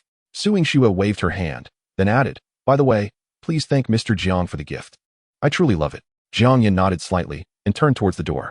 Just as her hand grasped the doorknob, Su Yingshue's voice echoed once more. Jiang Yan, be wary of repeating past mistakes. Some individuals are not worth your entanglement. Jiang Yan hesitated momentarily, but did not turn back, leaving the study with determination. Zhou Shan escorted Jiang Yan to the entrance of the villa and suddenly lowered his voice. Miss Jiang, My young lady genuinely cares for you. Recently, someone has been investigating Villa Number 1, and their intentions are not benign. Jiang Yin looked at the old housekeeper in surprise. Why tell me this? Zhou Shan sighed. The events of that year are intricate. The Su family is not as you perceive. Some enemies are shared. He handed her a business card. Should you require assistance, feel free to contact me.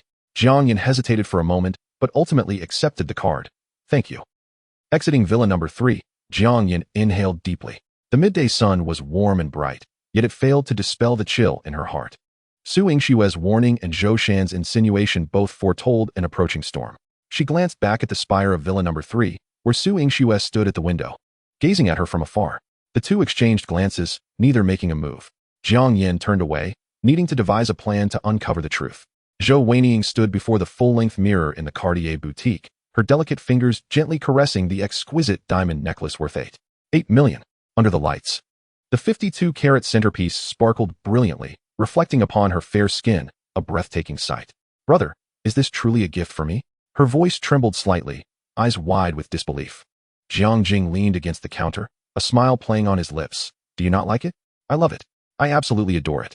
Zhou Weiniang exclaimed, nearly leaping with joy, wrapping her arms around Jiang Jing's neck and planting a kiss on his cheek. You are too good to me. Zhou Weiniang's affection level, 15. Current affection level, 81. A system notification chimed in Jiang Jing's mind, and simultaneously, 61. 6 million was credited to his bank account. 8 million with a 7-fold rebate. Jiang Jing felt a twinge of worry. This is progressing rather slowly. There is still a considerable distance to the 1 billion mark. The store staff stood by with professional smiles, envy almost spilling from their eyes. The manager personally brought over a bottle of champagne, respectfully stating, Sir, this is our store's treasured 2009 Dom Perignon. Please enjoy. Jiang Jing accepted the glass, taking a gentle sip. The champagne's bubbles burst on his tongue, infused with a subtle fruitiness. His gaze wandered across the other jewels in the store, suddenly catching sight of a bracelet in the corner of the counter. May I see that bracelet? The manager promptly complied, retrieving the diamond-studded Cartier leopard bracelet. Sir, you have an excellent eye. This is our limited edition. With only 50 pieces available worldwide, priced at 2 million. Zhou Weiniang's breath hitched. Jiang Jing picked up the bracelet. Measuring it against Zhou Weiniang's slender wrist, it suits you perfectly. Brother, this is far too extravagant, Zhou Weiniang protested, yet her eyes remained fixed on the bracelet. Wrap it up. Jiang Jing instructed the manager directly, then pointed to the pair of diamond earrings at the center of the counter. I will take these as well. Ultimately, Jiang Jing spent an additional 5 million, earning a rebate of 45 million. Nearly 400 million remained to reach the billion threshold. Zhou Weiniang was adorned with sparkling jewels, enveloped in a golden aura, radiating a dizzying brilliance. Zhou Weiniang's affection level, 3. Current affection level, 84.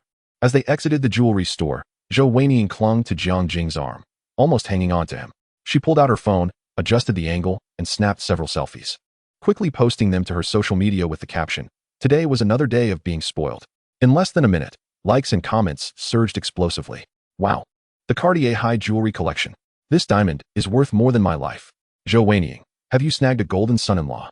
She smirked, her vanity thoroughly satisfied. Jiang Jing's objective was clear. While Zhou Weiniang's affection soared, he would indulge in extravagant spending, hastily amassing the 1 billion needed to unlock the System S shop. Next stop, Hermes. Welcome to Hermes.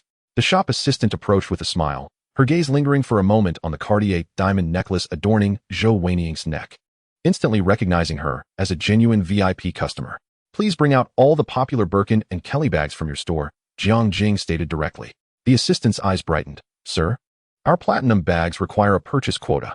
How much? Approximately 15 million. Jiang Jing, uninterested in idle chatter, swiftly produced his card. Allocate goods worth 2 million first. I want 3 bags. The assistant momentarily faltered, quickly bowing. Please hold on. I'll arrange that immediately. Zhou Weiniang's heart raced at the thought of a 2 million quota and 3 Birkin bags. She had never imagined she could own an Hermes. And now Jiang Jing was buying her 3. Zhou Weiniang's favorability, 3. Current favorability, 87.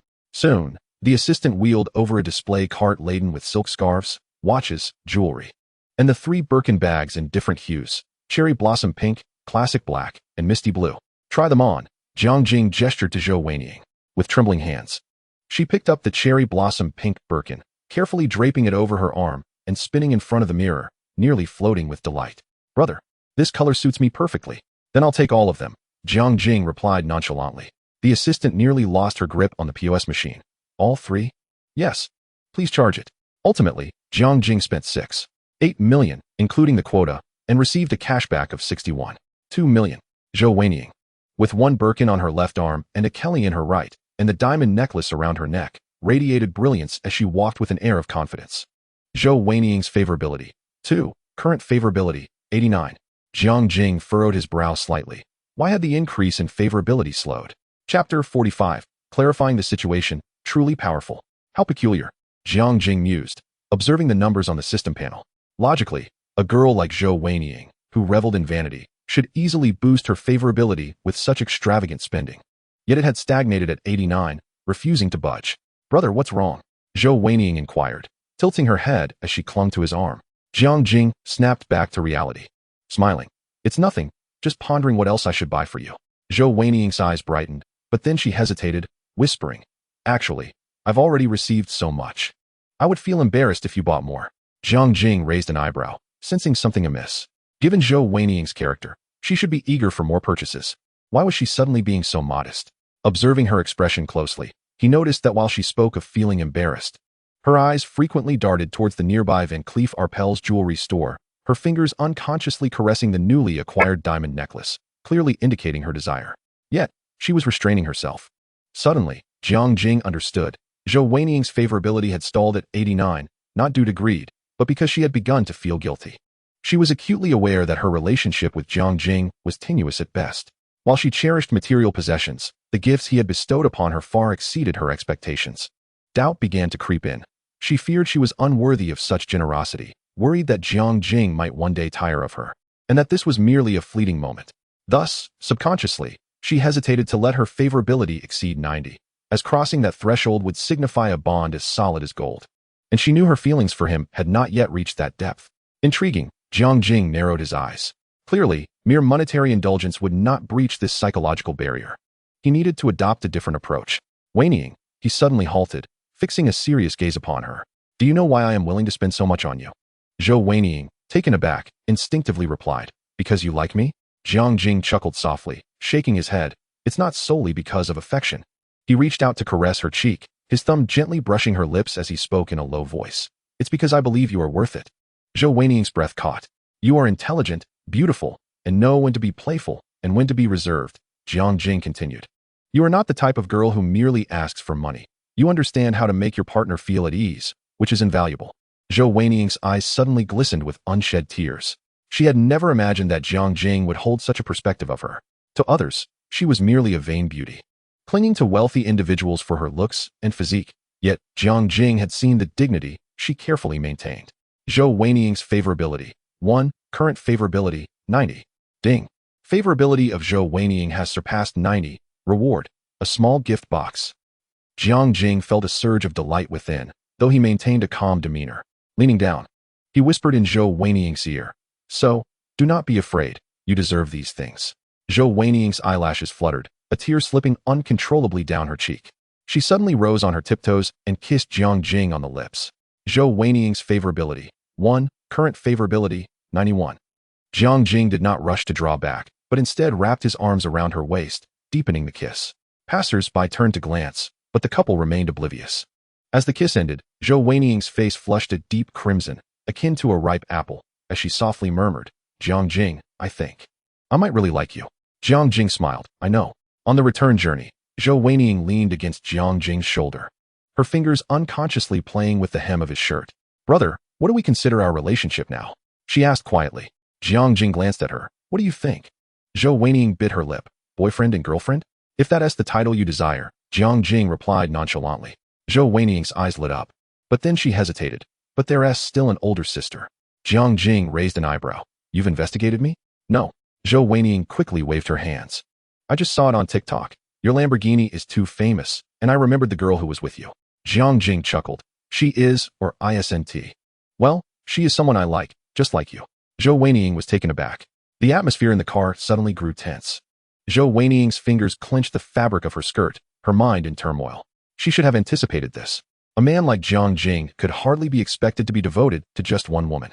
Strangely, however, she felt neither the anger nor sadness she had anticipated. but rather a sense of relief in the confirmation. Zhou Weiniang's favorability. 1. Current favorability, 90. Jiang Jing, noticing this shift through the system, was not surprised. He reached out to tousle her hair. What's wrong? Not happy. Zhou Weiniang lowered her gaze, softly replying, No, I just didn't expect you to be so candid. I dislike lying, Jiang Jing stated calmly. You can choose to accept it or walk away. Whatever your decision, everything I purchased for you today is yours.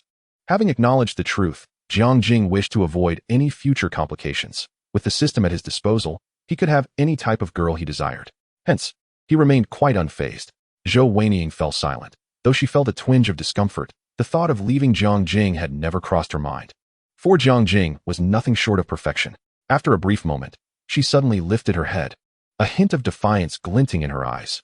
Can I be the most special one? Jiang Jing chuckled. That will depend on your abilities. Zhou Weiniang pressed her lips together, then leaned in closer, gently exhaling into his ear. I will make you unable to part from me. Zhou Weiniang's affection level 2. Current affection level 92. Current lottery chances, 2. Jiang Jing felt a surge of satisfaction within. A girl like Zhou Weiniang, whose possessiveness was more stimulating than money, was sure to heighten her affection. Moreover, once the lines were drawn, her affection truly soared, suddenly placing her at the pinnacle. He cast a glance at the system panel. Current assets, 8 billion. Just 320 million more, and he could unlock the system mall. Chapter 46, 3 lottery draws. Let the draws begin. As night deepened, the main bedroom of Villa No. 1 at the Mountain Water Manor was illuminated solely by a dim yellow wall lamp. Zhou Weiniang, wrapped in a bathrobe, stood by the floor-to-ceiling window, her damp hair still dripping with water. She gazed out at the star-studded night sky, her heart racing uncontrollably. Nervous? Jiang Jing's voice came from behind her, his warm chest pressing against her back. Zhou Weiniang gently shook her head, her hair brushing against Jiang Jing's chin. It all felt surreal. She turned to wrap her arms around Jiang Jing's neck, whispering, Before today, I was just an ordinary university student. Jiang Jing lowered his head and captured her lips, silencing her unfinished words. The kiss was tender and lingering, causing Zhou Weiniang to quickly melt, the sash of her bathrobe having somehow loosened. And now? Still feel it's unreal? Jiang Jing's voice held a teasing lilt. Zhou Weiniang, blushing, shook her head and rose onto her tiptoes to kiss him again. As her fingertips grazed his firm abdominal muscles, she couldn't help but inhale sharply. So eager? Jiang Jing chuckled, effortlessly lifting her into his arms. Zhou Weiniang gasped, then laughed, tightening her embrace around his neck. Brother Jiang, I want to make you happy. The mattress sank slightly as Zhou Weiniang was gently placed in the center, her bathrobe now fully undone, resembling a blooming flower in the dim light. Time ticked by, and Zhou Weiniang's consciousness began to blur, her throat turning hoarse and her body softening like a puddle of water, lacking the strength even to raise her hand. Yet Jiang Jing remained invigorated, as if he would never tire. Zhou Weiniang had initially hoped to make Jiang Jing infatuated with her, to the point of him being unable to part from her. Yet, according to the current trend, it seemed she was the one unable to part from Jiang Jing. Zhou Weiniang's affection level 1, current affection level 93. Gain lottery chance x1. Current lottery chances, 3. Yet another lottery draw earned. Jiang Jing felt elated as he brushed aside the strands of hair clinging to her cheek. Zhou Weiniang, in a daze, let out a soft hum, her eyelids heavy and unable to lift, yet instinctively nuzzled closer into his embrace, mumbling incoherently, Brother, spare me. Jiang Jing chuckled, pinching her cheek. Didn't you say you wanted me to be unable to part from you? Is this it? Zhou Weiniang lacked the strength to retort, merely giving him a feeble punch before succumbing to deep slumber. What a peculiar creature. In the final moment before plunging into darkness, that thought was the only one swirling in her mind. Jiang Jing gazed at the girl in his arms, now fast asleep, a satisfied smile gracing his lips. He gently kissed her forehead and rose to head towards the bathroom. The warm water washed away the sweat from his body as Jiang Jing summoned the system panel. His assets were nearing 1 billion. With the purchase of a house for Zhou Weiniang tomorrow, he should be able to unlock them all. With this thought, his spirits soared, and he decided to utilize the lottery opportunity he had just acquired. As the lottery commenced, in his mind, a colossal golden wheel slowly materialized. The wheel was densely covered with an array of dazzling rewards, each segment radiating an enticing glow. When the pointer finally came to a halt, a deep purple light erupted from the wheel. Congratulations, host, you have acquired master-level business acumen. In an instant, Jiang Jing felt as though his brain had been infused with some extraordinary energy. Waves of business knowledge surged into his consciousness, the operational principles of financial markets, the intricate techniques of corporate management, the psychological tactics of business negotiation, This knowledge was not mere information, but rather profound insights, as if he had navigated the tumultuous seas of commerce for decades. He closed his eyes, savoring this marvelous transformation. Now, he could effortlessly discern whether a company's financial statements were fraudulent, predict the rise and fall of certain industries, and even construct complex business plans within his mind. This ability encompassed not only theoretical knowledge, but also an almost instinctual commercial intuition. Interesting, Jiang Jing murmured to himself. Without hesitation, he initiated the second lottery draw. The wheel spun once more, and this time the pointer landed on a silver-white segment. Congratulations, host. You have acquired divine-level driving skills. A sensation akin to electric current coursed through his body. Jiang Jing felt his nervous system recalibrated and his muscle memory reshaped. Countless driving scenarios flashed through his mind like a revolving lantern. The extreme cornering on an F1 track, the precise drifting on a rainy mountain road, and the daring escape through a hail of bullets. He instinctively moved his fingers, as if feeling the steering wheel in the palm of his hand. This ability was not merely an enhancement of driving skills, but encompassed an almost preemptive perception. With a foundation in master-level martial arts paired with divine-level driving skills, Jiang Jing's reflexes and adaptability had reached an extraordinary level. Now, even with his eyes closed, he could sense the spatial conditions within several meters around him, capable of executing the most precise maneuvers in critical moments. This is far more valuable than the supercar itself, Jiang Jing chuckled, already envisioning himself behind the wheel of a Lamborghini Veneno. For the final lottery draw, the wheel's rotation noticeably slowed. When the pointer ultimately halted, a card shimmering with dark golden light slowly emerged. Congratulations, host, you have acquired an item, precognition card. Upon use, it allows the foresight of significant events occurring within the next 72 hours. Jiang Jing's pupils constricted slightly. The value of this card exceeded his expectations. Unlike other skills or items, this one pertained to glimpsing the future, its worth immeasurable. The card materialized in his hand, its surface cool and smooth, adorned with mysterious luminous patterns. Jiang Jing could feel the strange energy contained within, as if the river of time had been compressed within this small space. He refrained from using it immediately, opting instead to scrutinize the card carefully. The notion of foreseeing the future sounded delightful. It was imperative to wield it wisely. Activating it at a critical moment might avert a disaster or seize an unparalleled opportunity. After storing the card in the system space, Jiang Jing turned to look at the slumbering Zhou Weiniang. Bathed in moonlight, her profile appeared exceptionally serene. Jiang Jing reached out to gently caress her cheek, his fingertips feeling the delicate warmth. Tomorrow, I'll give you a surprise, he whispered, a slight smile curling at his lips. As the unlocking conditions for the system mall approached fruition, Jiang Jing's spirits soared with anticipation. A staggering sum of 1 billion was within reach, and the legendary black technologies, genetic serums, and ultra-modern equipment were now tantalizingly accessible. In Chapter 47, Purchasing a Home, the system mall was finally on the verge of opening. Sunlight streamed through the floor-to-ceiling windows, illuminating the bedroom, where Zhou Weiniang lay curled up beneath her velvet blanket, deeply asleep. Her lashes cast delicate shadows in the morning light, and the corners of her mouth hinted at a serene smile, suggesting she was lost in a beautiful dream.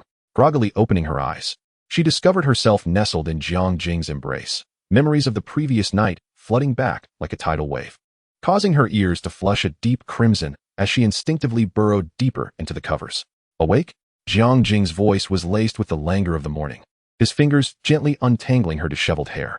Zhou Weiniang buried her face against his chest, muffling a soft in response, her legs still feeling weak. This man was simply extraordinary. Get up and tidy yourself. I'm taking you somewhere, Jiang Jing said, patting her back. Half an hour later, Zhou Weiniang chose a beige knitted dress by Chanel that she had purchased the day before, accessorized with the diamond necklace Jiang Jing had gifted her. The reflection in the mirror revealed a radiant young woman, devoid of any trace of student-like demeanor. Where are we going? She inquired curiously as they settled into the Lamborghini. Jiang Jing turned the steering wheel, a slight smile playing at the corners of his mouth. To buy a house. The words caught her off guard. At the sales office of the Yunhai Scenic Tower, Manager Zhou was admonishing a new salesperson. Did you lose track of last week's client? How could you not know? Just then, his phone rang. Upon seeing the caller ID, Manager Zhou's expression shifted from furious to jubilant. Mr. Jiang, you're coming? Excellent. I'll prepare right away. Hanging up, he rushed to the restroom to straighten his tie, practicing a perfect smile in the mirror 3 times. The last time Jiang Jing visited to purchase a property was still vivid in his mind. The man had nonchalantly swiped over 40 million without batting an eye. When the ostentatious Lamborghini pulled up to the entrance, the security guard had already notified Manager Zhou. Mr. Jiang, he exclaimed, his smile even warmer than before. Zhou Weinian clung to Jiang Jing's arm, her fingers tightening instinctively. She had heard of the Yunhai Scenic Tower, one of the most luxurious residences in Rong City. Similar to Li Shui's place, Jiang Jing replied nonchalantly, as if selecting bottled water at a supermarket. Manager Wang's eyes lit up. There happens to be a spacious flat on the 18th floor, 310 square meters, complete with a private pool and an aerial garden, designed by an Italian architect. Lead the way. As the elevator ascended smoothly, Zhou Weinian gazed through the glass curtain wall at the shrinking cityscape, her heart racing. Stealing a glance at Jiang Jing's profile, she noticed he appeared deep in thought. What are you thinking about? She inquired, leaning closer. Jiang Jing shook his head. Nothing. In truth, he was reviewing the system panel, current assets, 8 billion. With the rebate from this property, the mall's opening was imminent. The elevator dinged as it reached the 18th floor. When manager Wang swung open the double doors, Zhou Weinian gasped in astonishment. The entire wall of floor-to-ceiling windows showcased the Rhone River, which flowed like a silver dragon below. In the 6-meter-high living room, a grand piano stood silently in the corner, its surface reflecting the morning light. Is this really for me? She stammered, gripping Jiang Jing's sleeve tightly. Jiang Jing did not respond, but walked towards the expansive window. From this vantage point, he could see the building where Li Shui's apartment was located, a straight-line distance of no more than 500 meters. An arena of chaos. Not a chance. Jiang Jing would never be at the mercy of others. He was the one in control. Do you like it? He asked, turning to her. Zhou Weinian nodded vigorously, her eyes sparkling with delight. I adore it. Then this one it is. Jiang Jing turned to manager Zhou. Put it in her name, full payment. Manager Zhou's eyes crinkled with joy. Had it only been a few days since the last purchase? He battled the urge to laugh heartily. Following protocol as he inquired, Mr. Jiang, the total price for this unit is 45 million. Are you certain? Absolutely, charge it.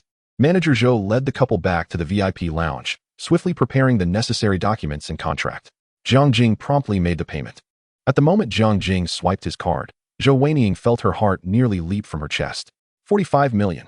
The figure echoed in her mind, causing a ringing in her ears. She clutched the edges of the purchase agreement tightly, the paper trembling in her fingertips, as if it were not merely a document but a ticket to paradise. Is this really mine? She murmured, her voice barely above a whisper, as if afraid to awaken from this beautiful dream. With a beaming smile, manager Zhou handed her the keys. Miss Zhou, congratulations on becoming the owner of a unit on the 18th floor of the Yunhai Scenic Tower.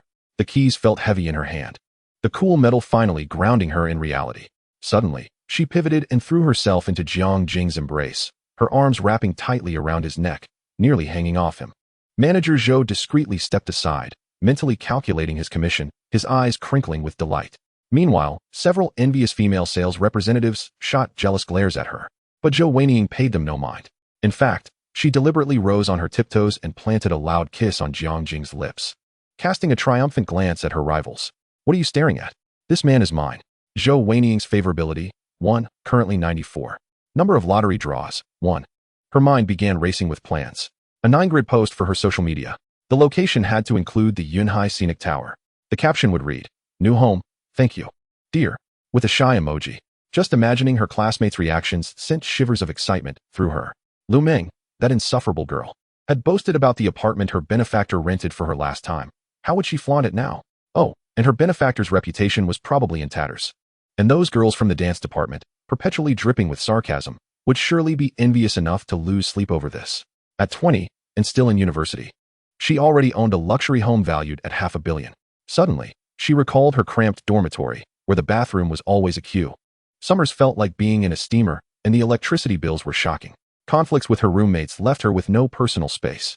But now, Zhou Weinian shook her head, quickly wiping her eyes and beaming a dazzling smile. It's nothing, just, thank you, darling, she exclaimed, leaving her mark on Jiang Jing's lips, oblivious to the envious gazes of the nearby saleswomen. Jiang Jing raised an eyebrow. You're quick to change your tune. Well, I have to call you that sooner or later, she teased, playfully brushing her nose against his. After a brief pause, her voice softened. Thank you for showing me that life can be this beautiful. Feeling a bit too sentimental, she quickly leaped onto Jiang Jing, clinging to him like a koala, using her playful demeanor to mask a fleeting moment of vulnerability. No matter what, this will be our cozy little love nest from now on. You have to come and keep me company. Jiang Jing chuckled softly, lifting her slightly. That depends on your performance. Zhou Weinian bit her lip, her eyes sparkling with mischief as she leaned closer to his ear and whispered, I'm planning to buy some lingerie, the kind that uses minimal fabric. Expenditure, 45 million, received a tenfold rebate, totaling 4.5 billion. Current assets, 11.3 billion. The system mall has been activated. Jiang Jing's pupils contracted slightly. The moment had finally arrived. Chapter 48, The System Store, frightening indeed. Jiang Jing departed with Zhou Weiniang, leaving behind a beaming manager Zhou and a crowd of onlookers. In the car on the way back, Zhou Weiniang resembled a child who had just acquired a new toy, incessantly flipping through the real estate contract and occasionally bursting into silly laughter. Jiang Jing reclined in his seat. His eyes closed as he navigated through the recently unlocked system mall in his mind. The virtual interface unfolded before him, its categories impressively clear. Gene Enhancement 1. Basic Gene Optimizer, 500 million enhances overall physical quality by 30, delaying cellular aging. 2. Advanced Gene Recombinant Fluid, 2 billion transcends human limits, enhancing strength, speed, and reflexes by 300, increasing bone density to withstand 10 tons of impact. 3. Brain Domain Development Capsule, 300 million permanently boosts IQ by 50 points, significantly enhancing learning ability, memory, and logical thinking. Limited to 3 uses per person. Exceeding this may lead to neural overload. 4. Neural Reaction Enhancer, 1 billion improves dynamic vision and reaction speed by 500, enabling effortless evasion of bullets. 5. Self-Healing Factor Injection, 10 billion grants extraordinary self-healing capabilities, with limb regeneration taking only 72 hours and ordinary wounds healing within a minute. Cutting-edge technology 1. Perfect Beauty Serum, 100 million erases all scars, wrinkles, and pigmentation, restoring skin to a youthful state of 18, lasting for 5 years. 2. Hydrodynamic Engine, 1 billion utilizes water as fuel, generating energy through molecular fission, with an efficiency 100 times that of oil. Can be installed in cars, aircraft, and ships, with limitless range. 3. Neurosensory Prosthetics, 200 million. Per set seamlessly connects with the human nervous system, providing tactile sensation, temperature perception, and flexibility indistinguishable from real limbs. Weapon modules can be added, additional costs apply. 4. Infantry Combat Mech, basic version, 2 billion, a marvel of future technology, collapsible to the size of a briefcase. Capable of flying at 2 Mach and withstanding the shockwaves of low-yield explosives. Comes with portable bombs and laser weapons. A miniaturized elemental reactor must be purchased separately. 5. Elemental Reactor, clean and harmless version. 10 billion generates 500,000 kilowatts per second, clean and pollution-free, providing energy for 100 years. Compact enough to be implanted within the body. Miraculous Elixirs 1. Bone Cleansing Pill, 100 million purges impurities from the body, extending lifespan by 1 year. 2. 9-Turn Golden Pill, 1 billion restores life when consumed at the brink of death, regenerating severed limbs and curing all ailments. 3. Enlightenment Tea, 50 million. Per cup induces a state of sudden insight, enhancing learning efficiency by 1,000 within 24 hours, particularly effective for skill and knowledge acquisition. 4. Minor Rejuvenation Pill 1. 5 billion increases lifespan by 5 years. 5. Major Rejuvenation Pill, 5 billion increases lifespan by 20 years. Extraordinary Skills 1.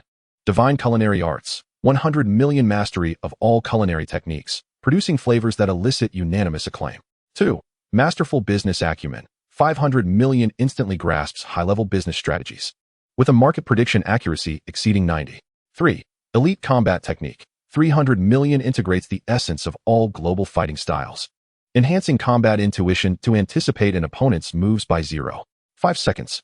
4. Ethereal Voice, 500 million singing can influence the audience's emotions, even inducing temporary hypnosis, with a 500 increase in language learning speed, capable of mimicking any dialect and vocal tone. 5. Supreme Forging Technique, 1 billion capable of crafting cold weapons and armor that surpass modern technology, even simplified Iron Man gloves, requiring high-grade materials for use. 6. Extreme Sports Master, 80 million excels in parkour, rock climbing, surfing, and other activities, reaching the zenith of human capability. Significantly enhances body balance and coordination. Special Items 1. Foresight Card, 1 billion. Per card predicts significant events within the next 72 hours. 2. Invisibility Cloak, 1 billion optical invisibility, evading all electronic surveillance and visual observation. Maximum usage time of 1 hour per activation. 3. Spatial Ring, 5 billion, a 100 cubic meter stationary space, with time flow frozen. Cannot store living beings. 4. Time Dilation Watch, 3 billion reduces the local time flow rate by 50, lasting for 10 minutes. A plethora of wondrous items and skills made Jiang Jing's mouth water.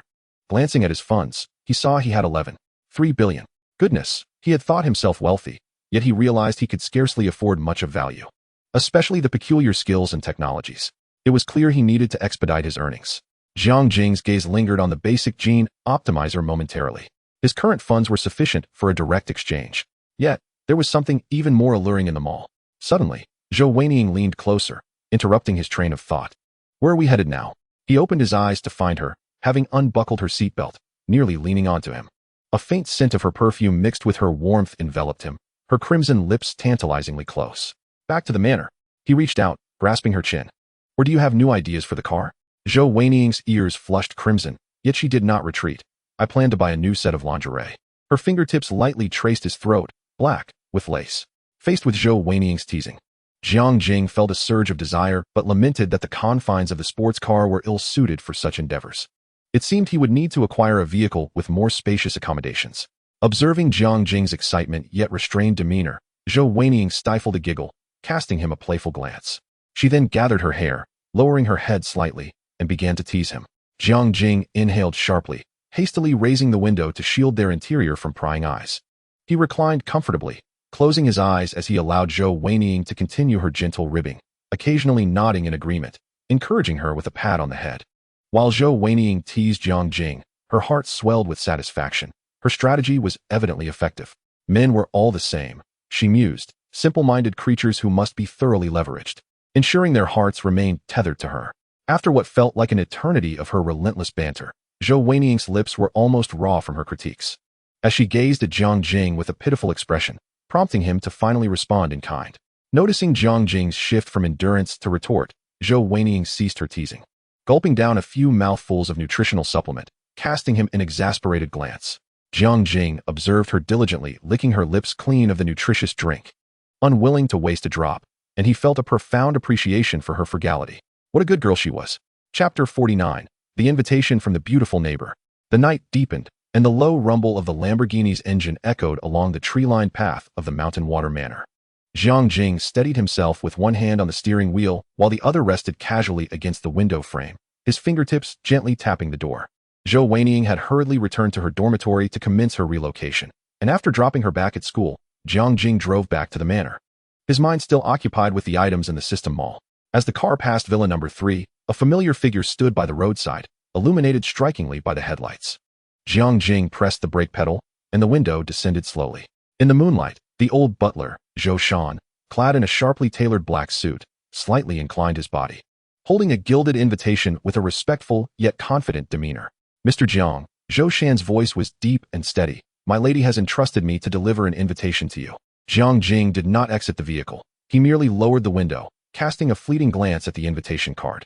The embossed family crest of the Su family shimmered in the moonlight, its edges adorned with intricate dark patterns, unmistakably a costly affair. What invitation? Jiang Jing inquired, his tone unremarkable.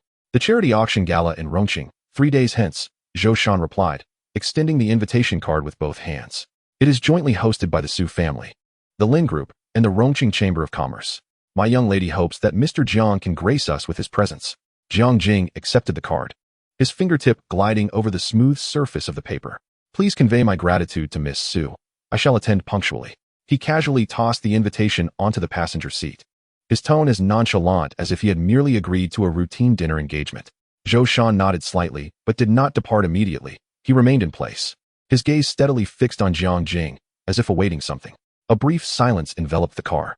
Jiang Jing's fingers lightly drummed on the steering wheel before he broke the stillness. Is there anything else? Zhou Shan hesitated for a moment, his voice lowered. Mr. Jiang, forgive my boldness, but my young lady harbors a keen interest in you. Oh, Jiang Jing raised an eyebrow, intrigued. What kind of interest? In a commercial sense. Zhou Shan's response was devoid of ambiguity, yet his eyes conveyed a deeper meaning. The Su family is currently in search of suitable partners for collaboration, and Miss Su believes you may be an excellent choice. Jiang Jing chuckled lightly, choosing not to respond. He was well aware of Su Yingshue's intentions. This woman was far from simplistic, and her youth belied her many accomplishments. Every decision she made was undoubtedly calculated. Please thank Miss Su for her admiration, Jiang Jing finally remarked, a hint of amusement in his tone. However, matters of collaboration are best discussed in person, wouldn't you agree? Zhou Shan inclined his body slightly. Indeed, Mr. Jiang. He stepped back, clearing the way for the car, anticipating their next encounter in 3 days. The window rolled up slowly, and the engine of the Lamborghini roared to life as it sped toward Villa Number 1. In the rearview mirror, Zhou Shan's figure gradually diminished, ultimately vanishing into the night. Villa Number 1, study. Jiang Jing stood before the floor-to-ceiling window, toying with the gilded invitation in his hand. A charity auction. He murmured to himself, a cold smirk playing at the corners of his mouth. Such occasions ostensibly serve as platforms for the elite to showcase their benevolence. Yet they are rife with hidden intrigues. Behind every auction item lies the potential for profit exchanges. Every bid represents a contest of wealth and status. Su Yingshua's invitation was merely a ploy to discern whether he was a true dragon or a mere pretender. Yet, what she failed to realize was that Jiang Jing excelled at shattering expectations. Yunhai Scenic Building. Li Shui sat before her vanity, her fingertips absent-mindedly gliding over her phone screen. On Douyin, a video boasting over 1 million likes played on repeat, depicting Jiang Jing's Lamborghini Veneno Roadster, one of only 8 in the world, parked at the entrance of Rongqing University. The scissor doors slowly ascended as a girl clad in a white dress joyfully settled into the passenger seat. She was striking, with chestnut locks cascading over her shoulders and eyes that crescented when she smiled. She flashed a peace sign at the camera. Her caption reading, "My first date with brother Jiang Jing." The comments section erupted. Wow, isn't that the Lamborghini Veneno? Who is this girl? Absolutely gorgeous. Only the wealthy play like this. If I had that car, I'd be sick within a year. Li Shui's fingers froze on the screen, her breath quickening. She understood that a man like Jiang Jing would not be without other women, but witnessing him so openly with another girl pierced her heart like a dagger. She clicked on the girl's profile, which bore the username Little Mosquito Loves Life, revealing she was 20 years old, a student in the arts department at Rongqing University. With 320,000 followers, her bio stating, "Loves dancing, loves life." Scrolling further down, the most recent post was from today. Zhou Wenying sat in the Lamborghini, holding a home purchase contract, the details obscured, but the bold words Yunhai Scenic Building were clearly visible. The caption read, "My first house gifted by my brother, so happy." Li Shui's grip tightened around her phone, her nails nearly digging into her palm. Xiaoxue? What's wrong? Her best friend, Li Runin, entered, balancing 2 cups of milk tea. She immediately noticed Li Shui's pale complexion and trembling fingers. Nothing. Li Shui quickly locked her screen, forcing a smile. Li Runin raised an eyebrow, placing the milk tea on the table and snatching the phone from her hands. "Come on, you can't fool me looking like that." The phone unlocked, revealing Zhou Wenying's Douyin profile. Li Runin glanced at it and suddenly laughed. "Is this all?" Li Shui pressed her lips together, remaining silent. "Jealous?" Li Runin teased, poking her cheek. "Is it because Jiang Jing is seeing another girl?" "I am not." Li Shui turned her face away, her voice barely above a whisper. Li Runin sighed, plopping down beside her. "Oh, please, your face practically says I'm so jealous in big letters." A silence fell over the room. Finally, Li Shui spoke, her voice muffled. "Runin, am I being too greedy?" Knowing full well that a man as exceptional as Jiang Jing would inevitably attract beautiful women, I still find myself uncomfortable at the thought of him with someone else. She clutched the hem of her dress. Li Runin took her time to respond, sipping her milk tea leisurely. "Are you feeling unbalanced inside?" Li Shui remained silent. The answer was painfully apparent. Li Runin shrugged. "What's there to be conflicted about? If I were you, I'd like him too. Handsome, well-built, wealthy, and generous, not to mention skilled in bed." Li Runin. Li Shui's ears flushed crimson as she glared at her friend. "What?" Runin rolled her eyes. "I'm just speaking the truth. You're upset because you see yourself as the main girlfriend, thinking Jiang Jing should only cherish you. But are you two even married?" Li Shui was taken aback. "Not yet. Right?" Li Runin pierced through her thoughts. "He buys you gifts, gives you houses and cars, but has he ever said, 'I want to marry you'?" Li Shui's fingers curled slightly.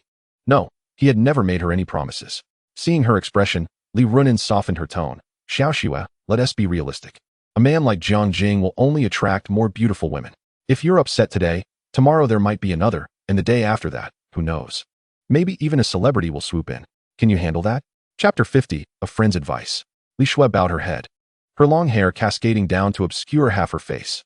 "If you truly want to be with him long-term, there's only one way." Li Runin leaned in closer, lowering her voice.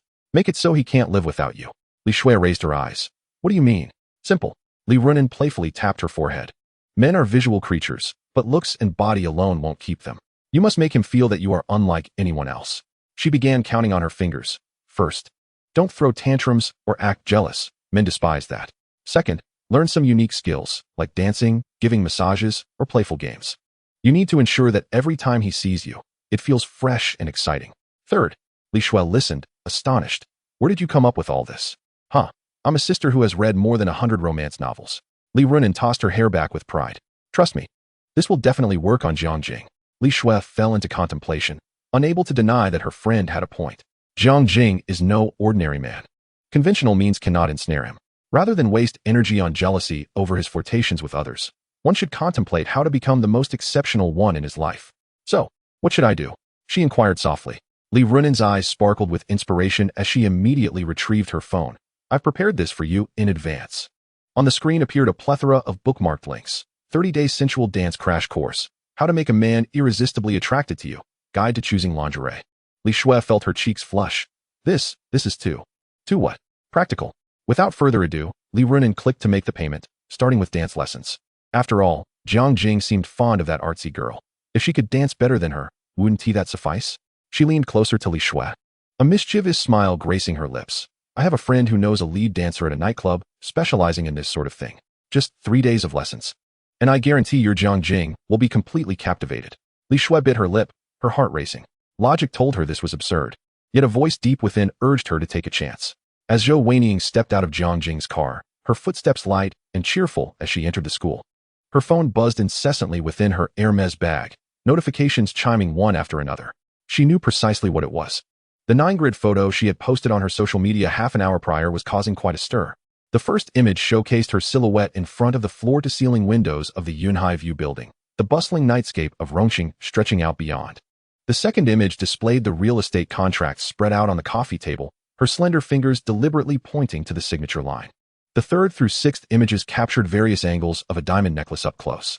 The seventh image was a heap of luxury shopping bags, while the eighth featured a selfie of her leaning against Jiang Jing's shoulder, only his chiseled jawline visible. The final image displayed their interlaced hands, accompanied by a simple yet explosive caption, "Thank you, darling." Ding dong, ding dong. The notifications continued unabated. Zhou Weiniang deliberately refrained from checking immediately, instead slowing her pace to relish the astonished glances of her classmates. She could overhear whispers behind her. Isn't that Zhou Weiniang from the arts department? Oh my, is she wearing the latest Cartier? I heard her boyfriend drives a Lamborghini Veneno. A smile involuntarily graced Zhou Weiniang's lips as she straightened her back. By the time she reached the dormitory building, her phone had vibrated dozens of times. Finally, unable to resist, she glanced at her phone. The red dot on her social media indicating 99 notifications, the list of likes scrolling endlessly, while the comments section erupted in chaos. What the heck? Yunhai View building. Isn't that the most expensive mansion in Rongqing? I've seen that diamond necklace at the boutique. It's over 8 million. Weiniang, who is your boyfriend? He is so extravagant. Who said Zhou Weiniang was being supported? She is in a serious relationship. Okay. Please introduce me to the wealthy circles. Senior, you're amazing. Can you share your experience? What thrilled her most was a comment from her former rival, the aloof student union vice president Chen Yu, who remarked, Weiniang, you've been looking increasingly beautiful lately. When shall we dine together? Zhou Weiniang's red lips curved into a subtle smile as her slender fingers glided across the screen, deliberately avoiding responses to anyone's inquiries, occasionally liking a few comments to keep the air of mystery alive. She understood that the more she withheld, the more it would pique everyone's curiosity. In the corridor before her dormitory, she encountered Lin Yu from the neighboring class. This girl, who had once whispered behind her back about her pretentiousness, now widened her eyes in astonishment, scanning Zhou Weiniang from head to toe before forcing out an exaggerated smile. Weiniang, you look stunning today. Is that a new dress? Yes, it's the latest from Chanel's early autumn collection. Zhou Weiniang replied nonchalantly, deliberately flaunting her Hermes bag. My boyfriend insisted it suited me, so he bought it. Lin Yu's expression instantly morphed into a mix of admiration, jealousy, and regret. Zhou Weiniang nearly burst into laughter. The sensation was utterly delightful. As she opened the dormitory door, the previously boisterous room fell silent. Her 3 roommates pivoted in unison, their 6 eyes sweeping over her like searchlights before settling on the diamond necklace around her neck and the Hermes bag. Weiniang's back? Zhang Xiaowen was the first to spring up, her face radiating an unprecedentedly warm smile. Is it hot outside? I've prepared you some iced lemon water. Zhou Weiniang raised an eyebrow. Just last semester, this very girl had ridiculed her for accidentally spilling a cup of milk tea for an entire week. Now she was so eager to serve her. Thank you, but no need, she replied leisurely, placing the Hermes bag on her desk and relishing the immediate fixation of her roommate's gazes. Is that an Hermes bag? Another roommate, Wang Li, leaned closer, her eyes wide with awe, her fingers itching to touch it, yet hesitant. I've seen it in magazines. It must cost at least over 200,000. Zhou Weiniang smiled without a word, retrieving a bottle of limited edition Chanel perfume from the bag, elegantly spritzing it into the air. The intoxicating floral fragrance instantly filled the dormitory. Wow! Zhang Xiaowen gasped, her nose instinctively following the scent. Was it a gift from your boyfriend? Yes, Zhou Weiniang finally spoke. Her tone as casual, as if discussing the weather. He said the scent suited me, so he bought the whole set. The whole set? The three chorused in unison, their voices rising in excitement. Weiniang, who exactly is your boyfriend? Wang Li could no longer contain herself, her voice trembling with enthusiasm. He must be spoiling you rotten. Zhou Weiniang sat down on the edge of her bed, leisurely removing her high heels. His surname is Jiang, she teased, deliberately leaving her sentence unfinished. Delighting in her roommate's anxious expressions. Jiang. Zhang Xiaowen suddenly widened her eyes, as if struck by a revelation. Could he be the owner of that Lamborghini Veneno? The one that went viral on Douyin a few days ago? Zhou Weiniang smiled enigmatically, tacitly confirming the assumption. The dormitory erupted into a frenzy. No way. It really is him. I've seen videos of him. He is incredibly handsome. That Veneno is limited to only 8 units worldwide. Rumor has it you can't even buy it for $500 million. Weiniang, you are unbelievable. How did you meet him? Chapter 51. This feeling is exquisite. In the face of a barrage of questions, Zhou Weiniang merely smiled mysteriously. She elegantly crossed her legs, retrieving a delicate document folder from her bag, deliberately allowing the papers inside to rustle. I just completed the paperwork today. She placed the folder on the table, watching as her roommates eagerly crowded around. Yanhai View Building. 310 square meters. The moment the real estate contract was pulled out, the dormitory fell silent enough to hear a pin drop. Wang Li's fingers trembled as she pointed to the figures on the contract. Over 40 million? Yes, Zhou Weiniang nodded nonchalantly, flipping to the signature page and indicating her name. He said it was convenient for me to live. This statement detonated like a bomb, leaving her 3 roommates utterly dumbfounded. Zhang Xiaowen gaped, unable to utter a sound, while Wang Li's expression shifted through various shades before settling on a complex mix of envy and jealousy. Even the typically reserved roommate, Li Ting, couldn't suppress a gasp. Zhou Weiniang reveled in their astonished reactions, a profound sense of satisfaction swelling within her. The feeling of being admired, envied, and courted by others was far more intoxicating than any luxury item, and all of it was granted to her by Jiang Jing. Ying. Zhang Xiaowen was the first to regain her composure, plopping down beside her and affectionately looping her arm through hers, her voice dripping with sweetness. Aren't we the best of friends? My birthday is next week. Why not bring your boyfriend along? I promise not to intrude on your little world. Zhou Weiniang scoffed inwardly, realizing that they were now best friends. Just last semester, they had formed a small group without her, criticizing her for pretending to be aloof. He is quite busy lately. She replied tactfully, perhaps we can discuss it another time. Suddenly, recalling something, she rummaged through her bag and produced a small pouch. I brought you a little gift. Inside were perfume samples and a few high-end lipstick testers she had acquired from the counter. Though these items held little value for her, they were enough to send her roommates into a frenzy of excitement. Oh, Ying, you're so generous. Is this a sample of XXX's cream? Oh my goodness.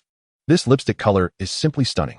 Observing the trio's ecstatic expressions, Zhou Weiniang felt a surge of satisfaction. She had once been no different from them, but everything was now transformed.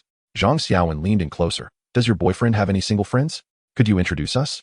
Yes. Wang Li quickly chimed in. Our expectations aren't high. We'd be thrilled with someone half as good as your boyfriend. Zhou Weiniang chuckled internally, yet feigned contemplation on the outside. I'm not quite sure. I'll keep an eye out for you. Her polite refusal caused their expressions to fall, not bothering with their disappointment. Zhou Weiniang swiftly began to pack her belongings.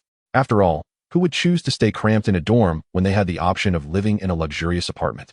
Her roommates, noticing her actions, eagerly assisted in tidying up, even though there was little to organize. Zhou Weiniang planned to discard most of her items, keeping only those of sentimental value, as her new home was already well furnished. As night descended, Jiang Jing's Lamborghini glided into the underground parking lot of Li Shui's residence. His phone buzzed to life, displaying a message from Li Shui. All the ingredients are ready. Just come up. I'll leave the door open for you, followed by a playful cat emoji. A smile crept onto Jiang Jing's lips. He had been preoccupied with other matters lately and hadn't seen this campus beauty for quite some time. The last housewarming seemed to be orchestrated by her and her best friend, making Jiang Jing feel somewhat inadequate. After all, Li Shui was technically his first woman. Ding. The elevator chimed as it arrived at the 20th floor. As the door opened, an enticing aroma wafted towards him, not the scent of perfume, but the delicious fragrance of carefully prepared food. The living room was illuminated by flickering candlelight, with a bouquet of fresh white roses gracing the center of the long table. Droplets of water glistening on the petals. From the open kitchen, sizzling sounds filled the air as Li Shui, donned in a lake blue apron, flipped a steak with tongs. Hearing the commotion, she turned, her fringe plastered to her temples with sweat, a sprinkle of flour dusting her nose. "You're here. Just 5 more minutes." Jiang Jing leaned against the doorframe, appraising her. Today, Li Shui wore a cream-colored cashmere dress, the soft fabric hugging her curves perfectly. The aproness ties formed a bow at her back, accentuating her slender waist. She wore no stockings, her bare calves shimmering under the kitchen lights. Just as he was about to speak, a sound of slippers slapping against the floor echoed from the living room. "Oh, the man Xiao Shui mentioned has finally made an appearance," came a voice, laced with a hint of languorous rasp. Jiang Jing turned to see a short-haired woman sauntering in from the adjacent guest room, clad in a form-fitting black leather skirt. She showcased a figure that was nothing short of mesmerizing, her ample hips curving into long, elegant legs, delicate earrings dangling from her radiant earlobes. Her skin, a healthy shade of wheat, exuded vitality, her high nose bridge and full lips curved into a slight smirk, her gaze imbued with curiosity. Jiang Jing's eyes lingered on her for a fleeting moment, wild, flamboyant, akin to a poised leopard ready to pounce. Detected a viable consumer. "Would you like to view information?" Jiang Jing mentally commanded to check the details. Name, Li Runin. Age, 24. Height, 175 centimeters. Weight, 55 kilograms. Overall attractiveness, 91. Charging contacts, 0. Affinity, 15. Such impressive data stirred Jiang Jing's interest. To have a 15 affinity rating upon first meeting was no small feat, likely due to Li Shui's commendations of him. "This is my best friend, Li Runin." Li Shui sprinted over, linking her arm with Jiang Jing's. "We prepared this feast together." Li Runin had now approached, extending her hand. "Hello." Jiang Jing grasped it, noting that her grip was anything but delicate. "Hello, Miss Li. Just call me Runin." She withdrew her hand, her red lips curling into a smile. "Xiao Shui has spoken of you all day." At that moment, Li Runin's first impression of Jiang Jing was one of excellence. His appearance was undeniable, handsome and charismatic, exuding wealth and generosity. No wonder Xiao Shui was so enamored. Li Shui's cheeks flushed as she tugged Jiang Jing towards the dining table. "Please, have a seat. We'll be ready shortly." With that, she darted back to the kitchen for the final touches. Jiang Jing settled into the main seat, engaging in casual conversation with Li Runin, who recounted the efforts Li Shui had invested in acquiring culinary skills for him. Jiang Jing felt a pang of nostalgia, recalling that the campus beauty was once a pampered princess who would never have set foot in the kitchen. "Have you seen the videos on Douyin?" Li Runin suddenly lowered her voice. "I've watched them over 20 times. Jiang Jing paused. "Did they bring you to tears?" "Not exactly." She sipped her wine. "Though I did spend quite a while hugging a pillow in a daze." She leaned in closer, the scent of her perfume intensifying. "Honestly, how do you plan to handle that little internet celebrity?" Jiang Jing met her gaze. "Are you concerned?" "Of course." Li Runin maintained eye contact. "Xiao Shui is my closest friend." She traced circles on the rim of her glass with her fingertip, "but I'm more curious about what type of girl a wealthy, handsome man like you is attracted to." Her toes grazed his pants leg ever so subtly. Chapter 52, Li Shui's Subtle Schemes. "Runin." Li Shui emerged from the kitchen carrying a platter. "Could you help me with the salad?" Li Runin straightened, winking at Jiang Jing before turning back towards the kitchen. Jiang Jing was left bewildered. What was she up to? Surely, a 15 affinity rating wouldn't warrant such behavior. Was there something more beneath the surface? Soon, 3 main dishes were served: pan-seared foie gras with fig jam, black truffle cream mushroom soup, and the signature Kobe beefsteak. The presentation rivaled that of a Michelin star restaurant, leaving no hint of a novice's handiwork. "Give it a try?" Li Shui, nervously clutching the edge of her apron, urged. Jiang Jing cut into the steak, revealing a perfect pink interior, the juices glistening as he pressed down with his knife. The moment he took a bite, the aromas of black pepper and rosemary exploded on his palate, the meat so tender it required little chewing. "How is it?" Li Shui's eyes sparkled, and Li Runin mirrored her anticipation. "Michelin quality," Jiang Jing praised sincerely. Li Shui's eyes crinkled with joy as she dashed to the wine cabinet for another bottle of red. The atmosphere at the dining table was harmonious, the wine flowing freely. "So, you work in finance?" Jiang Jing casually inquired as he sliced into a piece of foie gras. Li Runin shrugged. "Private equity, helping the affluent become even more affluent." She took a sip of red wine, leaving a delicate imprint of her crimson lips on the rim of the glass. "However, compared to your artistry, my little maneuvers seem trifling." Her gaze was unabashed and bold, brimming with unmasked curiosity. Li Shui quietly savored her salad, occasionally pouring more wine for the two, behaving with an almost unnerving obedience. The dinner proceeded in a subtly charged atmosphere. Li Runin recounted a few juicy tidbits from the finance circle. I heard you recently purchased an apartment? The Yunhai viewing tower? Li Runin abruptly shifted the topic, causing a momentary pause in the ambience around the table. Li Shui hesitated for a brief moment, but quickly resumed slicing the beef on her plate. Jiang Jing maintained a stoic expression. It's a gift for someone. Runin. Li Shui suddenly lifted her head, her eyes flashing a warning. Jiang Jing set down his utensils and turned to Li Shui. You know? Li Shui bit her lip and nodded gently. Surprisingly, Jiang Jing did not appear embarrassed. Instead, he chuckled and pinched Li Shui's cheek. Are you jealous? No. Li Shui turned her face away, her voice muffled. I know I have no right to concern myself with your affairs. This statement was perfectly timed, carrying a hint of grievance yet infused with a certain sweetness. Jiang Jing noted Li Shui's favorability, now at 90 points, slightly reduced from before, which was still quite good. Li Runin timely stood up. I'll go fetch dessert. She winked at Li Shui. Once the kitchen door closed, Jiang Jing pulled Li Shui onto his lap. Really not jealous? Li Shui lowered her head, her fingers unknowingly twisting the hem of her skirt. A little, but mostly scared. Scared of what? Scared of you. She lifted her gaze, her eyes slightly reddened. Afraid that you might think they are better than me and decide to cast me aside. Jiang Jing paused, taken aback. Seizing the moment, Li Shui nestled into his embrace, her voice barely audible. I know there will be many around you. I ask for nothing else but a small place in your heart. Her hair brushed against Jiang Jing's chin, carrying a faint scent of gardenia. Jiang Jing suddenly realized that Li Shui had changed. Once the goddess in the eyes of her classmates, radiating pride, she had now learned to retreat to advance after falling for Jiang Jing. This display of vulnerability was far more potent than any contest for attention. The kitchen door swung open, and Li Runin emerged with dessert, dramatically covering her eyes upon witnessing their posture. Oh dear, should I be leaving? Li Shui hurriedly jumped off Jiang Jing's lap, her cheeks flushed. Don't be silly. Li Runin placed a delicate chocolate lava cake on the table, adorned with strawberry sauce spelling out Jiang's name. Xiao Shu especially learned this, prepared it for you. She winked at Jiang Jing. What do you think? Quite the surprise, isn't it? Jiang Jing gazed at the crooked Jiang character, suddenly feeling a gentle tug at his heart. After dinner, Li Runin took her leave, insisting on hailing a cab because she knew no one would escort her. All right.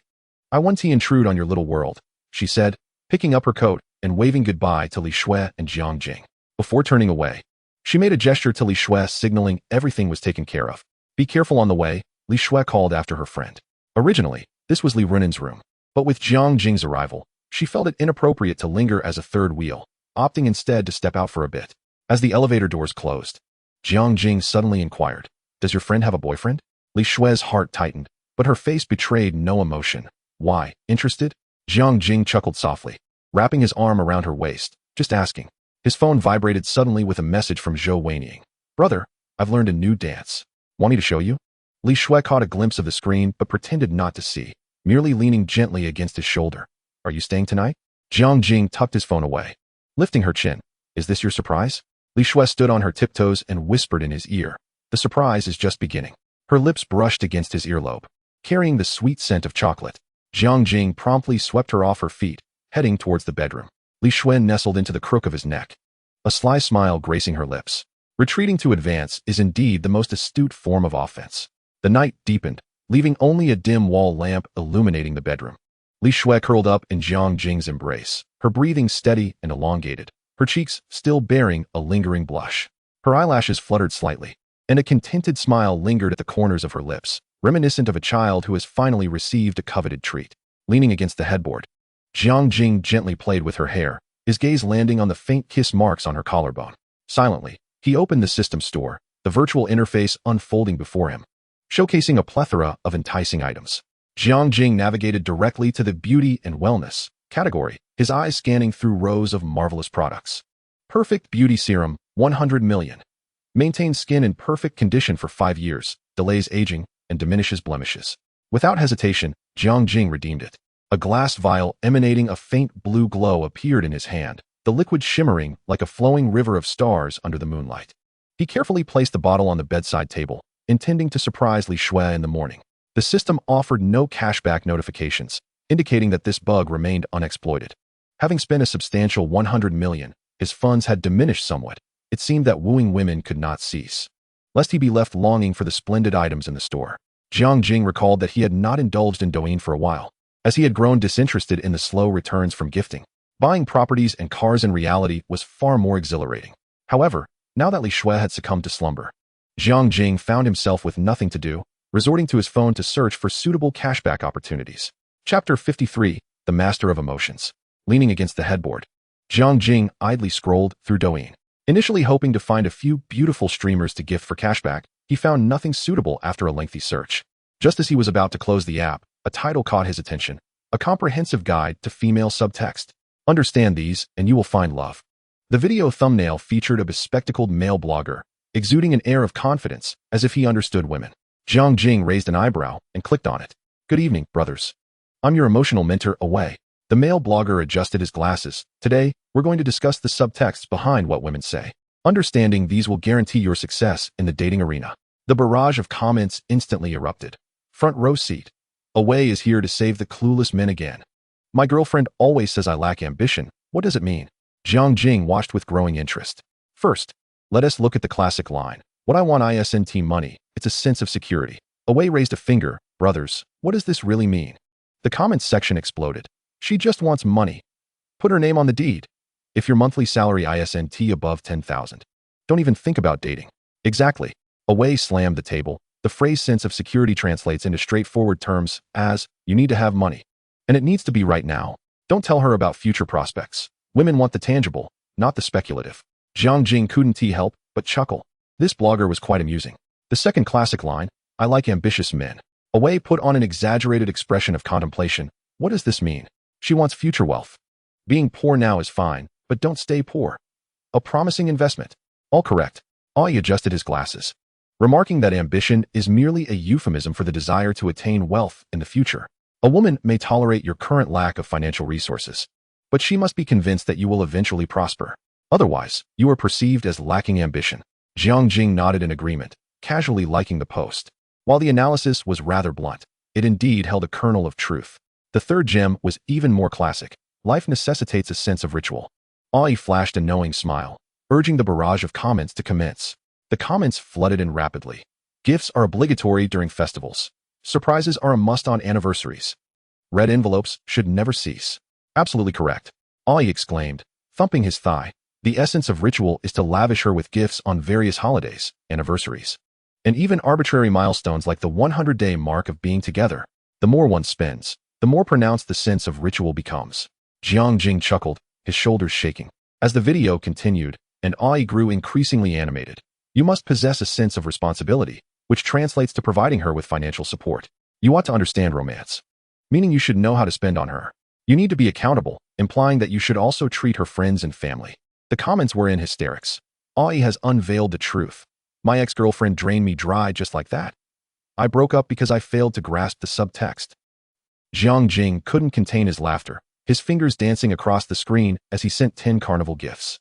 The special effects instantly dominated the screen, and Ai's eyes widened in surprise. Thank you to Brother Wu Ming CC for the 10 carnivals. Brother, you are formidable. You must have understood these underlying messages. The comments echoed in agreement. A wealthy benefactor has appeared. Does the brother need any accessories? This analysis must have amused the big shots. Jiang Jing sent another comment. Continue. If it's insightful, there might be more. Ai, invigorated as if electrified, adjusted his glasses and raised his voice an octave. Excellent. Since the brother is so generous, I shall go all out today and reveal my ultimate insights. He switched to a PowerPoint presentation, displaying the bold title, Advanced Subtext Analysis.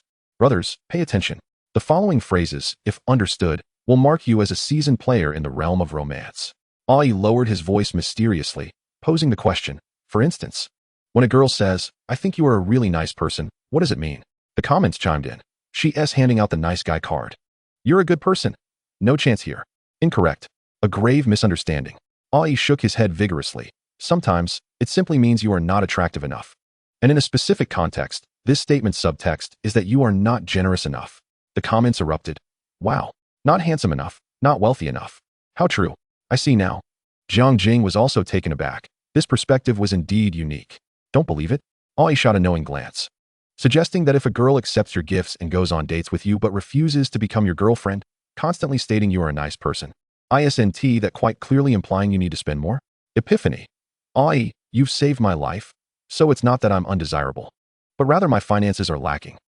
Jiang Jing sent another 10 carnivals, and Ai was so elated he nearly toppled off his chair. Thank you, brother. You truly have a discerning eye. Let us continue. The next advanced subtext. I need a clear sense of values. This phrase is incredibly potent. Many brothers are left bewildered after hearing it. Aren't they? The comments were a chorus of lament. My ex-girlfriend ended things for this very reason. I completely don't understand. Please explain. Ai flashed a mysterious smile. The subtext of this phrase indicates that while spending on her, you must also ensure she feels cherished. Simply spending money is inadequate. You must make her feel as though you are not merely bestowing gifts upon her. So true. She wants it all. A woman's heart is as elusive as a needle in the ocean. Jiang Jing laughed heartily, slapping his thigh. Ai truly was a genius, dissecting the dynamics between men and women with such clarity. He sent 20 carnivals in a single gesture, and the live stream erupted in excitement. Wow, 30 carnivals now. Does the big shot need any accessories? Ai is raking it in tonight. Ai was so exhilarated he could hardly articulate. Thank you, brother. You are truly my kindred spirit. As the video approached its conclusion, Ai summarized. Brothers, remember this. Every word a woman utters carries subtext, and 90% of that subtext pertains to money. This is not materialism. This is reality. That hits hard. But it makes so much sense. Ai has seen through the fabric of life. The comments were flooded with laughter and affirmations of truth. After leaving the live stream, Jiang Jing scrolled for a while, but found no suitable candidates. Overwhelmed by drowsiness, he succumbed to sleep, clutching the soft, fragrant school beauty beside him. Chapter 54, Shares and Penguin? Delightful. As sunlight filtered through the sheer curtains into the bedroom, Li Shui was languidly turning over in her slumber. She reached out, her palm brushing against warm skin. Jiang Jing was still there. A satisfied hum escaped her lips as she nestled closer to him. Awake? Jiang Jing's voice floated down from above, imbued with the characteristic raspiness of morning. Li Shui opened her eyes to meet his profound gaze. He had just woken, propped up against the headboard, watching her intently, his fingers idly weaving through her hair. Li Shui began. But her gaze was drawn to an unfamiliar object on the bedside table. What is this? She reached for the exquisite glass bottle, the liquid within shimmering with a dreamlike blue hue in the morning light. For you. Jiang Jing leaned closer, his chest pressing against her back, his chin resting on her shoulder. Beauty serum. Li Shui shook the bottle curiously. So beautiful. What brand is it? You can't find this in stores. Jiang Jing's lips brushed against her earlobe. Apply it, and your skin will remain in peak condition for the next 5 years. Li Shui blinked, momentarily at a loss. What? Give it a try. Jiang Jing unscrewed the cap, and a fresh scent of gardenia instantly filled the air, mirroring the fragrance emanating from Li Shui herself. Skeptically, she poured a few drops into her palm. The moment the liquid touched her skin, a peculiar coolness enveloped her, as if every pore had awakened. She gently patted the serum onto her face, and as her fingertips glided across her cheeks, she felt an undeniable transformation. The texture of her skin became exquisitely refined and smooth. How does it feel? Jiang Jing inquired. Cool and very pleasant, Li Shui replied, but then her eyes widened in realization. Wait. She threw off the covers and dashed barefoot to the dressing mirror, incredulity washing over her as she touched her face. The faint dark circles beneath her eyes had vanished, revealing skin that radiated a nearly translucent glow. Even the barely visible pores around her nose had become as fine as porcelain. Leaning closer to the mirror, she could even see a healthy sheen on her skin, reminiscent of meticulously polished jade. How is this possible? She turned to Jiang Jing, her voice trembling. What kind of black technology is this? Jiang Jing reclined lazily against the headboard, savoring her astonished expression. Do you like it? Li Shui did not respond. Instead, she leaped back onto the bed, enveloping him in a tight embrace. Her arms clung to his neck with such fervor it nearly took his breath away. I love it. Thank you. Her voice was muffled in the crook of his neck, brimming with an unmistakable delight. I've never received such a gift. Li Shui's favorability level, 2, currently 92. Lottery chances, 1. Is she truly this happy? Jiang Jing gently cupped her face, pulling her back slightly to better observe her expression. Li Shui's eyes glimmered with a hint of redness, yet her lips were curled into a radiant smile. She cradled Jiang Jing's face and planted a fervent kiss on his lips. This is more precious than any handbag or jewelry. You have no idea how much we girls spend on this face.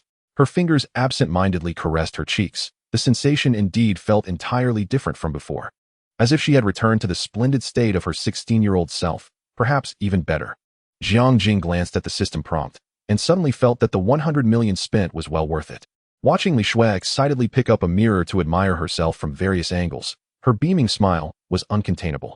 Jiang Jing realized he had underestimated the allure of a beautiful face for women. If this were to be sold to the wives of wealthy tycoons, it could easily fetch a price of 10 billion for a single bottle. Of course, Jiang Jing would never do such a thing. With a system at his disposal, it would be rather undignified to engage in profit-making schemes. Ding. System notification. You have 2 unused lottery chances. Would you like to draw now? The system's prompt suddenly echoed in his mind, and Jiang Jing remembered that both Zhou Weiniang and Li Shui's favorability levels had increased, granting him lottery opportunities yet to be utilized, along with a small gift box whose contents remained a delightful mystery. Draw. Jiang Jing commanded without hesitation. Drawing. Congratulations. You have obtained Master-level Eloquence skill. Skill description. With this skill, you will possess the language proficiency of a world-class orator. Whether it be public speaking, business negotiations, or everyday conversations, you will navigate effortlessly, articulating with finesse. During negotiations, your success rate will be enhanced by an additional 50. A warm current surged through Jiang Jing's mind, flooding him with countless techniques of public speaking, linguistic artistry, and psychological insights. He felt his thoughts crystallizing, his vocabulary expanding exponentially, enabling him to conceive numerous ways to articulate the same idea. This skill is remarkable, Jiang Jing mused to himself, especially considering he also possessed master-level business acumen. The synergy of these 2 attributes would yield effects beyond mere numbers. Would you like to continue drawing? Yes, continue. Drawing. Congratulations. You have obtained master-level singing skill. Skill description. With this skill, you will possess the vocal prowess of a world-class singer, with a broad vocal range, perfect pitch, and profound emotional expression. Once again, a warm sensation enveloped him, this time concentrating in his throat and chest. Jiang Jing felt as if his vocal cords had been redefined, and his breathing technique transformed. Unable to resist, he hummed a melody. His voice resonated powerfully, the transitions between high and low notes seamless and fluid, akin to that of a professional singer. How marvelous! Jiang Jing touched his throat, incredulous that such a beautiful sound had emanated from his own mouth. Although the practical applications of this skill might be limited, who would ever begrudge themselves an abundance of talents? Would you like to open the mysterious gift box? Opening the gift box. Congratulations. You have obtained 1 share of Penguin Group. The share certificate and related documents have been placed in your vehicle, and all legal formalities have been completed. Jiang Jing was taken aback. Shares of Penguin Group. That was a colossal enterprise valued at nearly $600 billion. 1 share equated to $6 billion. Although given his current circumstances, with the system, it would not take long to amass hundreds of billions. Owning shares in Penguin Group transcended mere monetary value. It signified his formal entry into the upper echelons of capital and bestowed him with influence over the internet industry. System, you are incredibly powerful. Jiang Jing couldn't help but exclaim. With this share, his future plans could unfold more effectively. Suddenly, the tranquility was shattered by the ringing of his phone. The screen revealed an unfamiliar number from Deep City. Chapter 55, Management? No, I just want the money. Hello? Jiang Jing pressed the answer button. His voice inadvertently imbued with the calm magnetism characteristic of master-level eloquence. Good day, is this Mr. Jiang Jing? A soothing yet authoritative voice of a middle-aged man resonated from the other end. I am Li Zhan, Senior Executive Vice President and Chief Strategy Officer of Penguin Group. Jiang Jing raised an eyebrow. The Chief Strategy Officer of Penguin Group personally calling? Their response was swifter than he had anticipated. It is worth noting that within the hierarchy of Penguin Group's executives, the CSO ranks just below the CEO and President, forming part of the core decision-making team. Hello, Mr. Li. Jiang Jing's tone struck a perfect balance between courtesy and composure. I didn't expect to receive your call so soon. Li Zhan chuckled lightly, his voice resonating through the line with a warm familiarity. Mr. Jiang, as an important new shareholder of Penguin Group, we naturally wish to contact you at the earliest opportunity. The chairman of the board, Mr. Ma, specifically instructed me to extend our most sincere welcome. Jiang Jing's lips curled into a slight smile. Penguin Group's reaction confirmed the system's might. This share was acquired openly and could withstand any scrutiny. Mr. Ma is too kind, Jiang Jing remarked as he approached the floor-to-ceiling window, gazing down at the cityscape. I have always admired Penguin Group's strategic vision and corporate culture. To receive recognition from a young talent such as yourself is indeed an honor for us. Li Zhan's voice carried a hint of probing. May I ask, did you acquire your shares through the secondary market? Our investor relations department had no prior indication. Anticipating this question, Jiang Jing responded with poise. I acquired them through several offshore funds over the course of nearly 6 months. I prefer to operate discreetly. I hope Mr. Li can understand. Of course. Li Zhan replied promptly. Your investment strategy is truly admirable. However, he pivoted the conversation. Some colleagues on the board are curious if your sudden investment in Penguin reflects any particular strategic considerations. A flicker of understanding crossed Jiang Jing's eyes. This was the true purpose behind the call, to gauge whether he intended to meddle in company management. Mr. Li, rest assured, Jiang Jing replied with a light chuckle. I have complete confidence in Penguin Group's existing management team. This investment is purely financial. I am only interested in dividends and will not engage in operational matters. From the other end of the line, a palpable sigh of relief was evident. Mr. Jiang, you are truly a straightforward individual. Mr. Ma will undoubtedly be pleased to hear this. Li Zhan's tone became noticeably warmer. By the way, next Wednesday, the group will hold its annual shareholders meeting at our headquarters in Deep City. Would you be interested in attending? Jiang Jing had been anticipating this invitation. Certainly. I have some investment ideas I wish to discuss privately with Mr. Ma. Wonderful. Li Zhan's voice brimmed with delight. I will arrange for my secretary to send you a formal invitation immediately. Mr. Ma has also been closely monitoring investment opportunities, and I believe you will have much to discuss. After exchanging a few more pleasantries, the call concluded. Jiang Jing set down his phone, a wry smile playing on his lips. Penguin Group's response had unfolded precisely as he had anticipated. First cautious, then eager to engage upon learning he would not interfere with management. This share had indeed proven to be, as he had surmised, not merely an asset but a ticket into the upper echelons of the business world. At that moment, Li Shui emerged from the bathroom, wrapped in a towel. Noticing Jiang Jing lost in thought with his phone, she approached curiously, wrapping her arms around his waist and asking, Darling, what is the matter? Jiang Jing returned to the present, gazing at the beautiful sight before him, and with a gentle smile replied, Nothing much. I just acquired 1% of Penguin Group, and they called to invite me to the shareholders meeting. Upon hearing the news, Li Shui's eyes widened in astonishment. A penguin? Is it the same penguin I know? Jiang Jing reached out and playfully pinched her cheek. Of course. Is there another penguin in the country? Li Shui excitedly clutched Jiang Jing's arm, exclaiming, Oh my! That is a penguin. With my minuscule 1% stake worth several hundred billion. How splendid you are, my dear. Jiang Jing understood Li Shui's excitement. After all, anyone would be thrilled to learn that their companion was a billionaire, especially since Li Shui was his woman. However, Jiang Jing's attention was solely fixated on Li Shui's alabaster skin. Noticing Jiang Jing's lack of response, Li Shui glanced over, only to realize that their previous antics had caused her towel to slip, and this man was unabashedly staring. Blushing furiously, Li Shui hurriedly wrapped the towel around herself. Weary from a long night, observing the spark in Jiang Jing's eyes, she could only look at him with a pleading expression. Jiang Jing, recognizing her fatigue, was about to relent when a sudden thought struck him. He leaned in close to her ear and whispered something. Li Shui's face turned crimson, and she awkwardly replied, I've never done that before. Jiang Jing, like a cunning wolf guiding a naive rabbit into his den, assured her, It's nothing to worry about. It's quite simple. Under Jiang Jing's persistent encouragement, Li Shui reluctantly agreed. She tied her hair up, while Jiang Jing lounged leisurely on the bed. As Li Shui continued to vent her frustrations, Jiang Jing closed his eyes to spare her the embarrassment. The room was filled only with her murmurs and complaints. Surprisingly, Li Shui displayed a certain aptitude in this regard, and Jiang Jing did not hesitate to praise her. With his approval, Li Shui became even more animated, though her mouth and throat grew dry from the lengthy discourse.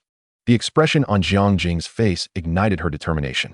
It is often said that women have an advantage in such matters, yet here, the opposite seemed true.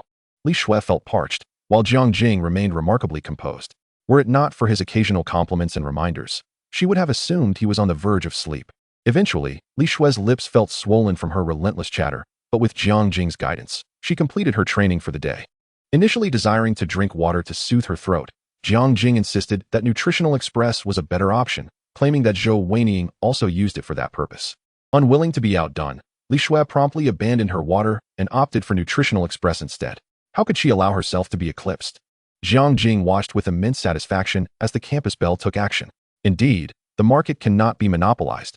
Healthy competition is essential for vitality. With competitors emerging, companies strive to improve and earn consumer approval. Chapter 56, Business Planning. Jiang Jing hummed a tune as he entered the bathroom, preparing to take a shower. The water cascaded over him, compelling him to sing along to a rather challenging song by Queen. Yet at that moment, his rendition was flawless, each high note executed perfectly. Shaking his head at his own singing skills reflected in the mirror, he mused that had he possessed such talent earlier, he wouldn't have been mocked for his off-key performance at the company's annual meeting. Once he finished his ablutions, Jiang Jing's gaze drifted to the cerulean sky of Rong City. He suddenly realized that his previous ambitions were rather limited, fixated on merely spending money on beautiful women for returns. While it brought quick profits, it ultimately amounted to trivial pursuits. The system offered high-end goods worth billions, and relying solely on such superficial methods was unsustainable. He had no intention of becoming a fool, endlessly spending lavishly on others. The advanced technologies available in the system mall could revolutionize the world, and it was evident that he needed to venture into the realm of business.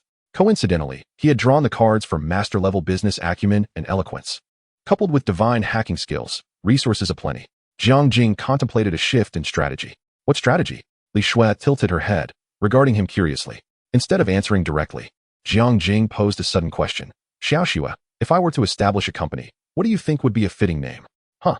Li Shui blinked, her excitement palpable as she straightened in her seat. Are you starting a business? Biting her lip, she pondered for a few seconds before suggesting, how about Stellar Tech? It signifies the vastness of the stars and the ocean. Stellar Tech, Jiang Jing echoed softly, his eyes lighting up with inspiration. Excellent choice. He quickly grabbed his phone and messaged Jiang Yan. Please help me register a company named Stellar Tech, focusing on new energy, biomedicine, artificial intelligence, and high-end manufacturing. Include everything applicable. After sending the message, Jiang Jing accessed the system panel to explore the mall interface. Among the dazzling array of high-tech products, his gaze settled on several key projects. Hydrodynamic engine technology, 1 billion. Neural sensory prosthetic technology, 200 million per unit. Individual combat mech technology, 2 billion. Elemental reactor technology, 10 billion. Each of these technologies, if unveiled, could disrupt existing industrial paradigms. Yet, Jiang Jing was acutely aware that introducing overly advanced technologies could attract unwanted attention and potentially disrupt national strategic frameworks. He needed a comprehensive business plan that would not only facilitate rapid wealth accumulation, but also align with national development.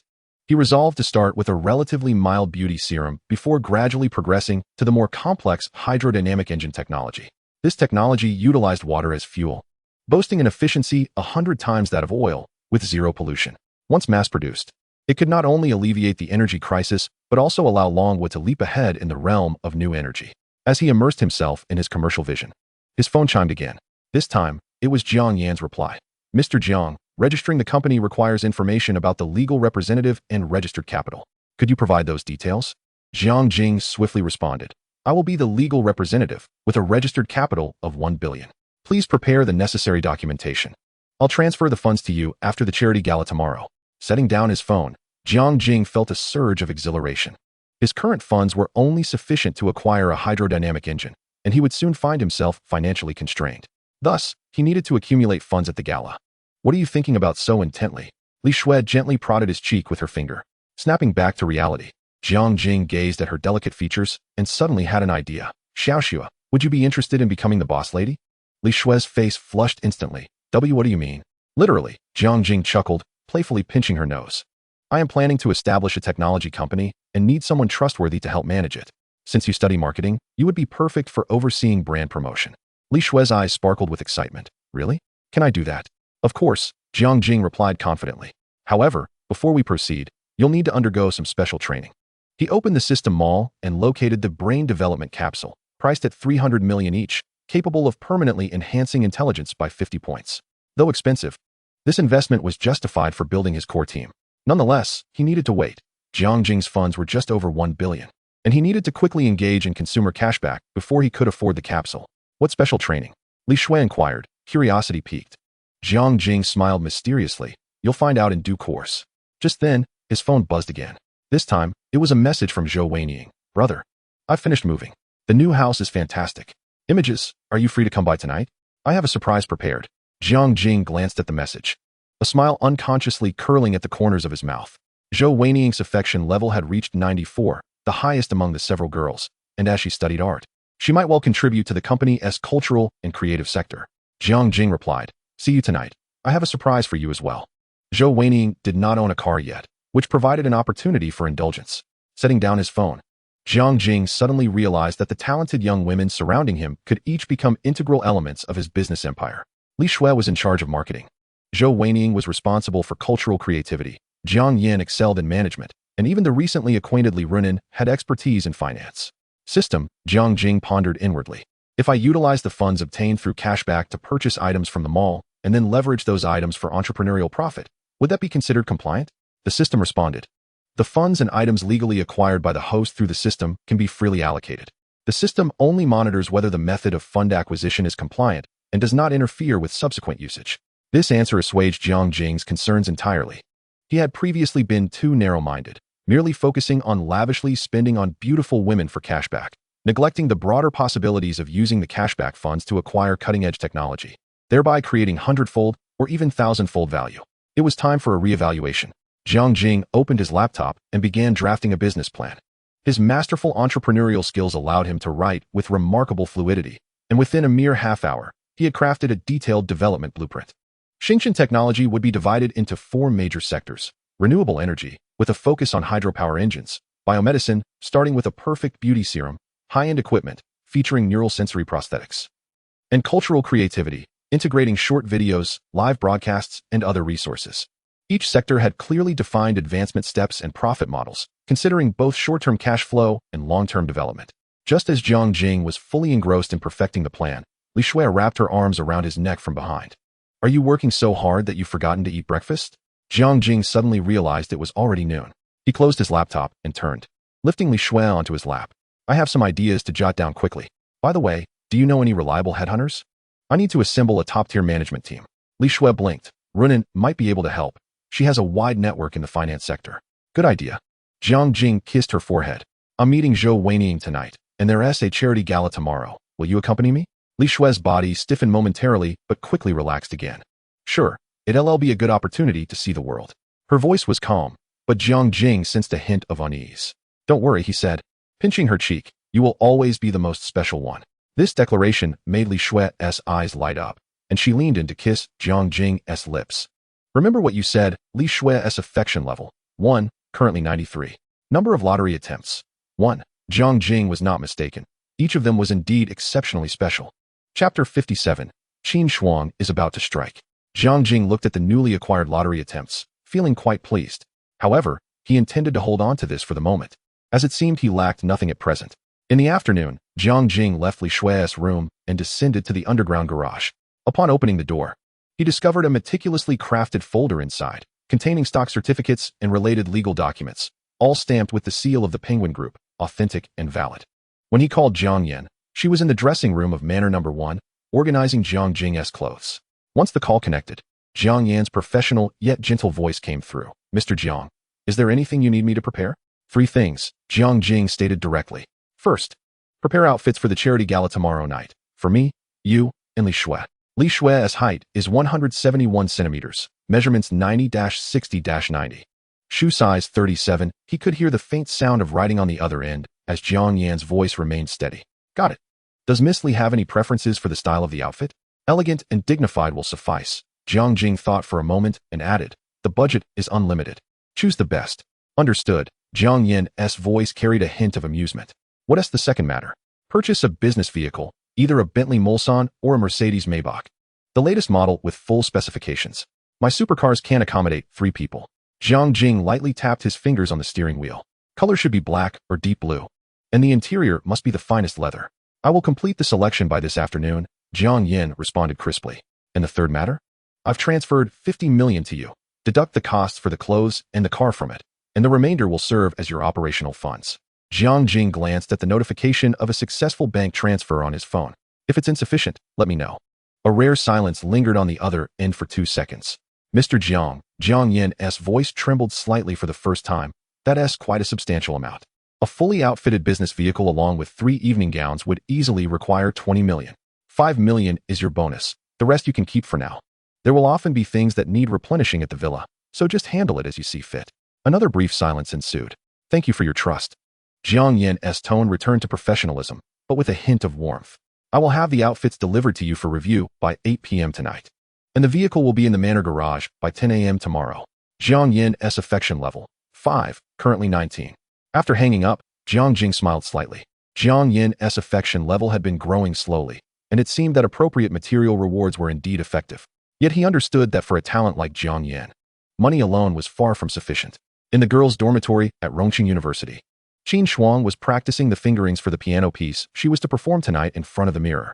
Her slender fingers danced lightly on the surface of the desk, the sunlight streaming through the sheer curtains illuminating her exquisite profile, casting a soft outline. Shuang Shuang. Have you heard? Her roommate, Zhang Xiao, suddenly burst in, waving her phone. Zhou Weining has really climbed the social ladder. Qin Shuang's fingers paused momentarily, but quickly resumed their fluid motion. What do you mean by climb the ladder? You know, that rich guy who drives a Lamborghini Veneno. Zhang Xiao plopped down on the edge of Qin Shuang's bed, handing over her phone. Look at her moments. She's flaunting a house in the Yunhai Scenic Building, claiming it was a gift from her boyfriend. Qin Shuang took the phone, and on the screen, Zhou Weining's latest post was unmistakably visible. The central image was a purchase contract for a house, surrounded by luxury brand packaging. Caption: New home. Thank you, dear. In the photo, Zhou Weining beamed, and the Cartier diamond necklace around her neck sparkled under the light. Qin Shuang's fingers instinctively tightened. The Yunhai Scenic Building was one of the most prestigious luxury residences in Rongqing, with units starting at tens of millions.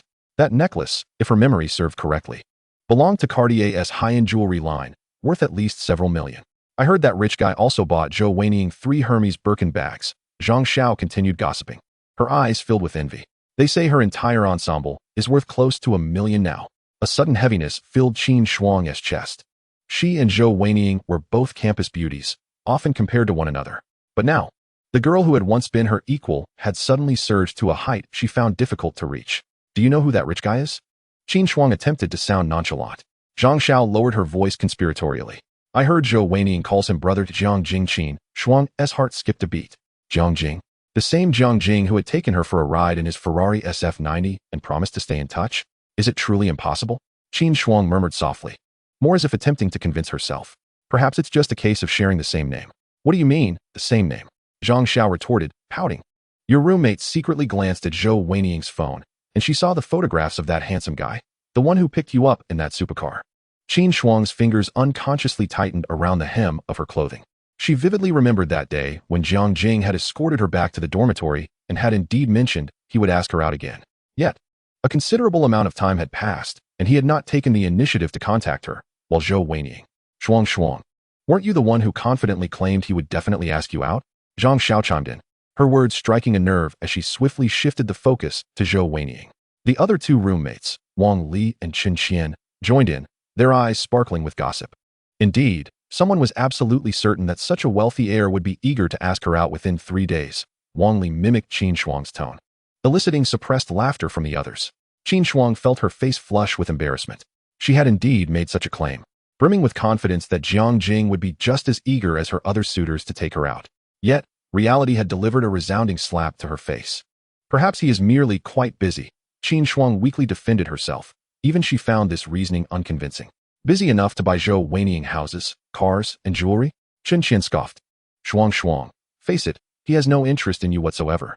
This statement pierced Qin Shuang's heart like a dagger. Throughout her life, she had always been the center of admiration, never having faced such disdain. What made it even more unbearable was that she was being outshone by Zhou Weining, another beauty of the campus. Yet, it was no surprise. Zhang Xiao assessed Qin Shuang with a nuanced tone. Zhou Weining's figure is such that even men would find it hard to look away. Shuang Shuang, you are indeed beautiful. But it's merely your face that stands out, you understand, right? Qin Shuang instinctively lowered her gaze to her comparatively modest curves, a surge of unexplainable anger igniting within her. She abruptly stood up, declaring, I'm going to practice the piano. Chapter 58, Zhou Weining's Gift. After leaving the dormitory, Qin Shuang did not head to the practice room, but instead wandered to the edge of the artificial lake within the campus. She pulled out her phone and opened Zhou Weining's moments, flipping through the glaring photos one by one. With each image, her sense of bitterness deepened. Why should it be like this? Qin Shuang bit her lip, her nails nearly embedding themselves into her palm. Suddenly, she recalled a post she had seen on the campus forum last week, where someone had captured a Lamborghini Veneno parked in front of the art building. And Zhou Weining had been the one to be picked up. At the time, she had scoffed, assuming it must have been photoshopped. Just then, her phone vibrated, revealing a message from the head of the Literature and Arts Department. Qin Shuang, don't forget your piano solo for the college gala the day after tomorrow. It starts promptly at 7. Do you need me to arrange a male partner for you? Qin Shuang stared at the message, a bold idea suddenly blossoming in her mind. She quickly replied, no need, I already have a male partner. Then, taking a deep breath, she found that long-stored but never dialed number in her contacts, Jiang Jing. Her finger hovered over the dial button, hesitation washing over her. What if he declined? What if he didn't remember her at all? How can I know unless I try? Qin Shuang muttered to herself, gritting her teeth before pressing the call button. The agonizing seconds before the phone connected felt like an eternity. "Hello?" came the familiar, magnetic voice from the receiver, with the faint sound of an engine rumbling in the background, suggesting he was driving. Qin Shuang's heart raced, and she swiftly adjusted her breathing, striving to make her voice sound sweet yet genuine. "Brother Jiang Jing, it's me, Qin Shuang. Do you remember me?" "Of course I remember." Jiang Jing's voice brimmed with amusement. "How could I forget the most beautiful flower of the art academy?" This compliment sent a wave of elation through Qin Shuang. But she quickly recalled Zhou Weiniang, her tone tinged with a hint of melancholy. "You certainly know how to flatter, but it's been so long without any contact. I thought you might have forgotten me." On the other end of the line, Jiang Jing was finishing up some matters while driving his Lamborghini towards Zhou Weiniang's apartment. Hearing Qin Shuang's slightly petulant complaint, he raised an eyebrow, realizing that this fish had willingly taken the bait. "I have indeed been quite busy lately," Jiang Jing replied, his tone seemingly sincere. "I was planning to ask you out in the coming days." It was a classic Playboy line, but at that moment, it sounded like music to Qin Shuang's ears. Her eyes sparkled with excitement. "Well then," Qin Shuang's voice dropped, laced with a touch of vulnerability. "We have a gala at the Art Academy the night after tomorrow, and I need a male partner. My roommates all have someone to accompany them, but I—" She intentionally left her sentence unfinished, employing the art of suggestion to its fullest. Jiang Jing immediately grasped her intention. This was not merely about seeking a partner. It was a subtle reminder of his recent lack of communication. "Be your partner? No problem. What time?" Jiang Jing readily agreed. "What time should I pick you up?" Qin Shuang had not anticipated such an easy agreement, nearly bursting with excitement, yet maintaining her composure. "The gala starts at 6:30, and my performance is at 7. Would it be all right if you pick me up from the girls' dormitory at 5:30? "No problem," Jiang Jing replied readily. "By the way, do I need to wear formal attire?" "You look so handsome," Qin Shuang said softly. "You can wear whatever you like." "All right," Jiang Jing responded briefly. "Just send me the exact address later." "Okay." Qin Shuang's voice brimmed with delight. "I have prepared a particularly beautiful dress that you will surely love." After hanging up, Qin Shuang twirled on the spot, her face beaming with triumph. She could hardly wait to rush back to the dormitory, bursting through the door to announce, "The day after tomorrow, Jiang Jing will be my partner for the gala." Her three roommates simultaneously lifted their heads, expressions of disbelief etched on their faces. "Really?" Zhang Xiao exclaimed, her eyes wide. "Isn't he with Zhou Weiniang?" Qin Shuang waved her phone triumphantly, her pride evident as she declared, "Humph, brother Jiang Jing has always treated me well." "Wow." The girls chorused in envy. The night breeze tousled her long hair, and Qin Shuang's gaze grew resolute. In the art academy, there was no man she, Qin Shuang, could not capture. Meanwhile, inside the Lamborghini, Jiang Jing ended the call, unable to suppress a chuckle. Qin Shuang's call had come at just the right moment. He had been too busy to seek her out lately, and now she had taken the initiative. Locking the car, he made his way to the elevator. The elevator took him directly to the 18th floor, and as he approached Zhou Weiniang's door, it swung open automatically, likely because she had been peering through the peephole in anticipation. "Brother!" Zhou Weiniang leaped into his arms like a jubilant bird. Today, she wore a loose-fitting white shirt that barely covered the tops of her thighs, her long legs on full display. Her chestnut hair cascaded casually, still damp from a shower, exuding a delicate fragrance. Jiang Jing instinctively wrapped his arm around her slender waist, and with the other hand, he closed the door. "Eager to see me? I missed you." Zhou Weiniang looked up, her red lips slightly pouting. "And I have a surprise for you." Jiang Jing raised an eyebrow. "What surprise?" Zhou Weiniang playfully winked, leading him into the living room. In the center of the room, a round blanket was spread out, and beside it stood a tripod with a phone mounted on it. "I've learned a new dance." Zhou Weiniang's cheeks flushed, "and it's just for you." As she spoke, she pressed the play button on the phone, and an alluring melody filled the air, slow and enticing. Zhou Weiniang stepped back a few paces, positioning herself in the center of the blanket, casting a flirtatious glance at Jiang Jing. As the music swelled, her body began to sway gently in rhythm. Jiang Jing's Adam's apple involuntarily bobbed as Zhou Weiniang's dance, though lacking in professionalism, exuded a naive yet deliberate allure that electrified the atmosphere. Her gaze remained fixated on Jiang Jing, lips slightly parted, with her tongue occasionally darting out to moisten the corners of her mouth. Clearly, Zhou Weiniang had meticulously prepared for this performance. Not only was her dance rehearsed, but even her lingerie was freshly purchased, its sheer lace offering little concealment, only amplifying its seductiveness. As the music crescendoed, her movements grew increasingly audacious. "Do you like it, brother?" she asked in a husky voice. Jiang Jing offered no reply. Instead, he stood and strode towards her. Zhou Weiniang looked up at him, her eyes shimmering with anticipation and a hint of nervousness. He leaned in and swept her off her feet. "Ah." she gasped, instinctively wrapping her arms around his neck, momentarily forgetting the dance. In the remaining moments, Jiang Jing nibbled her earlobe and whispered, "Let us continue this in bed." Zhou Weiniang buried her face in his neck, responding with a soft hum, her ears flushed with heat. Chapter 59, Preparations to Depart. Jiang Jing strode purposefully towards the bedroom, kicking the door open and tossing Zhou Weiniang onto the plush bed. "Wait." She suddenly propped herself up. "I have an outfit specifically prepared for today." Jiang Jing raised an eyebrow. "Oh?" Zhou Weiniang, her cheeks aflame, retrieved an exquisite little box from the nightstand and handed it to him. "You turn around. I'll change for you." Jiang Jing accepted the box, but showed no intention of turning away. "Change here." "You." Zhou Weiniang, embarrassed, curled her toes, yet ultimately acquiesced. Jiang Jing opened the box to reveal a nearly transparent set of black lingerie, with scant fabric barely veiling her most intimate areas. Accompanying it were a pair of black lace, thigh-high stockings and garters. Under Jiang Jing's fiery gaze, Zhou Weiniang donned the outfit. Kneeling on the bed and gazing at him shyly, the sheer black fabric offered little cover, instead rendering her form alluringly visible. The lace stockings clung to her long, beautiful legs, with the garter leaving a delicate imprint at her thighs. "Do I look good?" Zhou Weiniang asked softly, her fingers nervously entwined. Jiang Jing's breath grew noticeably heavier as he pulled her into his embrace. "What do you think?" His kiss descended upon her, fervent enough to leave her breathless. Her body melted into a puddle of desire, and she could only weakly cling to his neck, surrendering to his demanding advances. After their passionate encounter, Zhou Weiniang curled up like a cat in Jiang Jing's arms, her fingers unconsciously tracing circles on his chest. "Are you hungry?" Jiang Jing asked, giving her a playful pat on the backside. "Order something?" Zhou Weiniang shook her head, suddenly flipping over to straddle him, mischief sparkling in her eyes. "I haven't finished that dance yet." Jiang Jing's gaze darkened as he grasped her slender waist. It seems the lesson was insufficient. Zhou Weiniang giggled and leaned down to whisper in his ear, "This time, let me be the one to teach you." As the night deepened, the lights of the Yunhai viewing pavilion on the 18th floor illuminated until dawn. The following morning, Jiang Jing awoke and gently moved Zhou Weiniang's arm from his waist before rising to approach the window. "Leaving so early?" Zhou Weiniang's languorous voice drifted from behind him. She propped herself up, the silk blanket slipping to reveal an expanse of alabaster skin. Jiang Jing returned to her side, planting a kiss on her forehead. "I have some matters to attend to." "All right, be careful on the road," Zhou Weiniang replied thoughtfully. She understood that supporting a man engrossed in his career was the wisest choice, avoiding any petty tantrums that might brand her as unreasonable. What she desired was to be perceived as understanding. By 10 in the morning, Jiang Jing arrived at the underground garage of Li Shui's building, ready to escort her back to the estate. As the Lamborghini drove towards the Shanshui Manor, Li Shui gazed curiously out the window. Upon entering the manor's grand gates, she could not help but exclaim, "Oh my, is this your home?"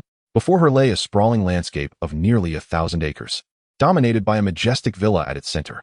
Fountains, a swimming pool, and a tennis court adorned the grounds, and in the distance, a small golf course came into view. "Do you like it?" Jiang Jing asked, a hint of a smile playing on his lips. Li Shui nodded, momentarily at a loss for words. As the car halted in front of the main building, Jiang Yin awaited at the door. Dressed in a tailored beige suit, her hair neatly pinned, she exuded both professionalism and elegance. "Mr. Jiang, Miss Li," Jiang Yin greeted with a slight bow. "Lunch is ready." Li Shui's gaze lingered on Jiang Yin for a few seconds, a sudden wave of unease washing over her. The woman was strikingly beautiful, tall, and graceful, with an innate aura of sophistication. "This is Jiang Yin, my housekeeper," Jiang Jing introduced succinctly. "Jiang Yin, please take Li Shui to her room and let her try on the evening gown." "Certainly," Jiang Yin replied, taking Li Shui's suitcase. "Miss Li, please follow me." As Li Shui followed Jiang Yin into the villa, she was overwhelmed by its opulence. The 12-meter-high foyer, with its Italian-imported marble floors, and the walls adorned with what appeared to be priceless oil paintings, all showcased an extravagant lifestyle. "The guest room is on the east side of the second floor." Jiang Yin's voice broke through Li Shui's reverie. The guest room was even more spacious than she had imagined, with a decor style that was both minimalist and elegant. The floor-to-ceiling windows opened onto a private balcony overlooking the manor's gardens. The bathroom featured a whirlpool tub and steam room, and the walk-in closet was already stocked with some daily wear, tailored to her size. "The evening gown is hung over there. You can try it on later. If it doesn't fit, we still have time for alterations," Jiang Yin explained professionally. Li Shui approached the walk-in closet, astonished by the sight before her. An entire wall filled with designer clothing, shoes, and bags, all in her size. At the center, a mannequin displayed a Valentino haute couture gown, its silver fabric shimmering under the lights. "Is all of this for me?" Li Shui asked, incredulous. Jiang Yin smiled and nodded. Mr. Jiang specifically instructed it. He said your elegance suits Valentino's refined style. A warmth flooded Li Shue's heart, quickly followed by a tinge of bitterness. Jiang Jing was so kind to her. Yet he was also kind to other women, like Zhou Weining and the perfect housekeeper before her. Jiang Yin, Li Shue suddenly inquired. How long have you been working for Jiang Jing? Jiang Yin's expression remained impassive, less than a month. Oh, Li Shue pondered. What do you think Jiang Jing is like? Jiang Yin paused her movements, contemplating seriously. Mr. Jiang is a very special person. Generous, decisive, and deeply enigmatic. This response only deepened Li Shue's unease. And she bit her lip, tentatively asking, does he often bring girls home? A flicker of complexity crossed Jiang Yan's eyes. Miss Li, as a housekeeper, I prefer not to discuss my employer's private affairs.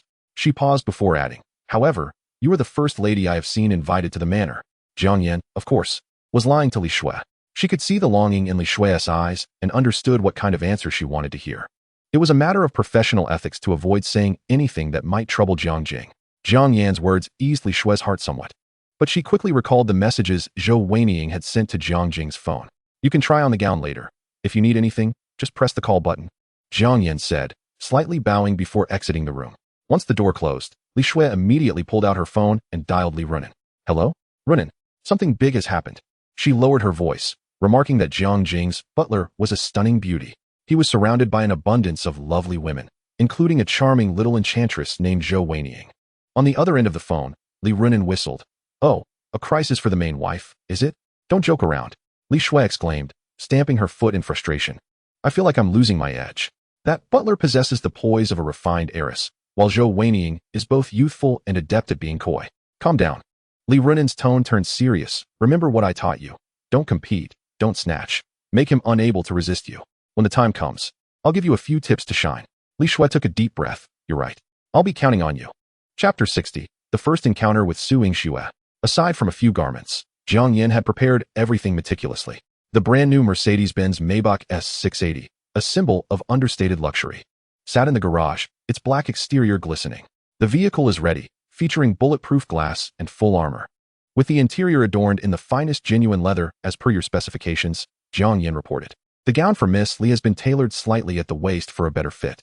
Jiang Jing nodded in satisfaction. Well done. Time passed quietly. Li Shue had changed into a Valentino gown, the silvery fabric accentuating her perfect curves. Standing before a full-length mirror, she repeatedly checked her makeup and hairstyle. Perfect. Li Runin's voice emanated from the phone. They were on a video call. Remember, the keywords for tonight are elegance and mystery. Your task is to follow Jiang Jing's lead. Speak only if necessary. Maintain an air of enigma. Li Shue nodded and descended the stairs. Jiang Jing's attire was relatively casual, appearing somewhat formal yet still relaxed, as he had a strong aversion to the constricting feel of suits. Wow, darling, you look so handsome. Li Shue gazed at Jiang Jing with hearts in her eyes. No sooner had she spoken than Jiang Yin descended the staircase.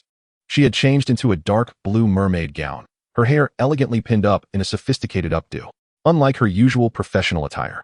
Tonight, Jiang Yin exuded an air of noble elegance, commanding attention. Li Shue felt a pang of insecurity. One Zhou Weining was already enough to give her a headache. And now with the addition of a strikingly poised butler, the pressure felt overwhelming. Let us head out, Jiang Jing said effortlessly. The group entered the pristine Maybach. Spacious and comfortable inside, with a driver arranged by Jiang Yin at the helm. The luxury vehicle glided out of the estate, making its way to the city's most opulent hotel. The grand banquet hall at the Rongqing International Exhibition Center was ablaze with light. Crystal chandeliers illuminating the space as if it were midday. A deep red carpet lay at the entrance, flanked by uniformed attendants. And each guest was subject to rigorous identity verification before entry. The Maybach came to a gentle halt at the end of the red carpet, and an attendant promptly approached to open the door. Please present your invitation, the security personnel requested respectfully. Jiang Jing produced the gilded invitation, and upon inspection, the guard bowed slightly. Mr. Jiang, welcome to tonight's charity gala. Miss Su has expressly mentioned that you are our esteemed guest. The trio stepped into the hall, where a vast circular dance floor occupied the center, surrounded by numerous crystal round tables adorned with white tablecloths. Dozens of crystal chandeliers hung from the ceiling, casting a kaleidoscope of light throughout the room, while a small symphony orchestra played soft classical music in the corner. Li Shue instinctively clutched Jiang Jing's arm. She had never encountered such a high-end setting. The guests milling about were all prominent figures from Rongqing's business and political circles. Men in tailored suits and women adorned in exquisite jewelry, exuding grace and composure in their every gesture. "Don't be nervous," Jiang Jing whispered reassuringly, gently patting the back of her hand. Jiang Yan lingered a step behind, her keen gaze surveying the room as if searching for something. "Mr. Jiang, welcome," a cool, melodious voice resonated from ahead. Jiang Jing looked up to see a woman in a white mermaid gown approaching them. Her long, lustrous black hair was styled into a refined updo, exposing her graceful neck and defined collarbones. The gown, embellished with shimmering sequins, sparkled with each step she took, resembling a cascade of stars. Detected a valid consumer. "Would you like to view the information?" Jiang Jing recognized her as Su Yingxue and immediately checked her details. Name, Su Yingxue. Age, 27. Height, 172 centimeters. Weight, 51 kilograms. Overall attractiveness, 95. Charge count, 0. Affection level, 15. He raised an eyebrow. He hadn't anticipated such a level of interest upon their first encounter. Without a doubt, Su Yingxue was the most stunning woman Jiang Jing had ever encountered. "Miss Su," Jiang Jing extended his hand, a polite smile gracing his face. "It is an honor to finally meet you." Su Yingxue's hand was cool and soft, akin to a piece of exquisite mutton fat jade. Her nails were perfectly manicured and painted a subtle pink, understated yet refined. "Mr. Jiang, you are even younger than I imagined." Her voice, like her presence, was cool yet laced with a hint of curiosity. "Having you here is our privilege." Her gaze swept over the two women behind Jiang Jing. A flicker of something unnoticeable crossed her eyes upon seeing Jiang Yan. "And this is?" Su Yingxue inquired, her lips curling into a polite smile. "My companion, Li Shui," Jiang Jing introduced, gesturing towards Jiang Yan. "And this is my assistant, Jiang Yan." Su Yingxue inclined her head slightly. "Miss Li, Miss Jiang, welcome." Her attention lingered on Jiang Yan for a brief moment before returning to Jiang Jing. "Mr. Jiang, your recent activities in Rongqing have been quite notable." A probing remark. Jiang Jing stifled a smile inwardly, maintaining an impassive expression, just a bit of mischief, hardly comparable to the century-old legacy of the Su family. "Mischief?" Su Yingxue chuckled lightly, her laughter reminiscent of crystal chimes. "Acquiring 2 luxury apartments in Yuhai Viewing Tower and securing a stake in Penguin Group 1 within a week. If that is mere mischief, then what are we? If not children at play?" A glimmer of surprise flashed in Jiang Jing's eyes. Su Yingxue was evidently well informed about his movements, having done her homework. However, possessing master-level business acumen, he had anticipated such scrutiny. "You flatter me, Miss Su," Jiang Jing replied with poise. "It was merely a stroke of good fortune, coinciding with a few promising investment opportunities." "Fortune?" Su Yingxue narrowed her eyes slightly. "The shares in Penguin Group are not something one acquires by mere luck. As far as I know, that stake originally belonged to an investment fund that had held it for a long time without divesting. Yet it was suddenly transferred to an obscure young man." Her words held an underlying challenge. Jiang Jing detected her attempt to probe into his background and funding sources. "Commercial secrets," he replied with a mysterious smile. "However, if Miss Su is interested, we could have a more private discussion sometime." Chapter 61.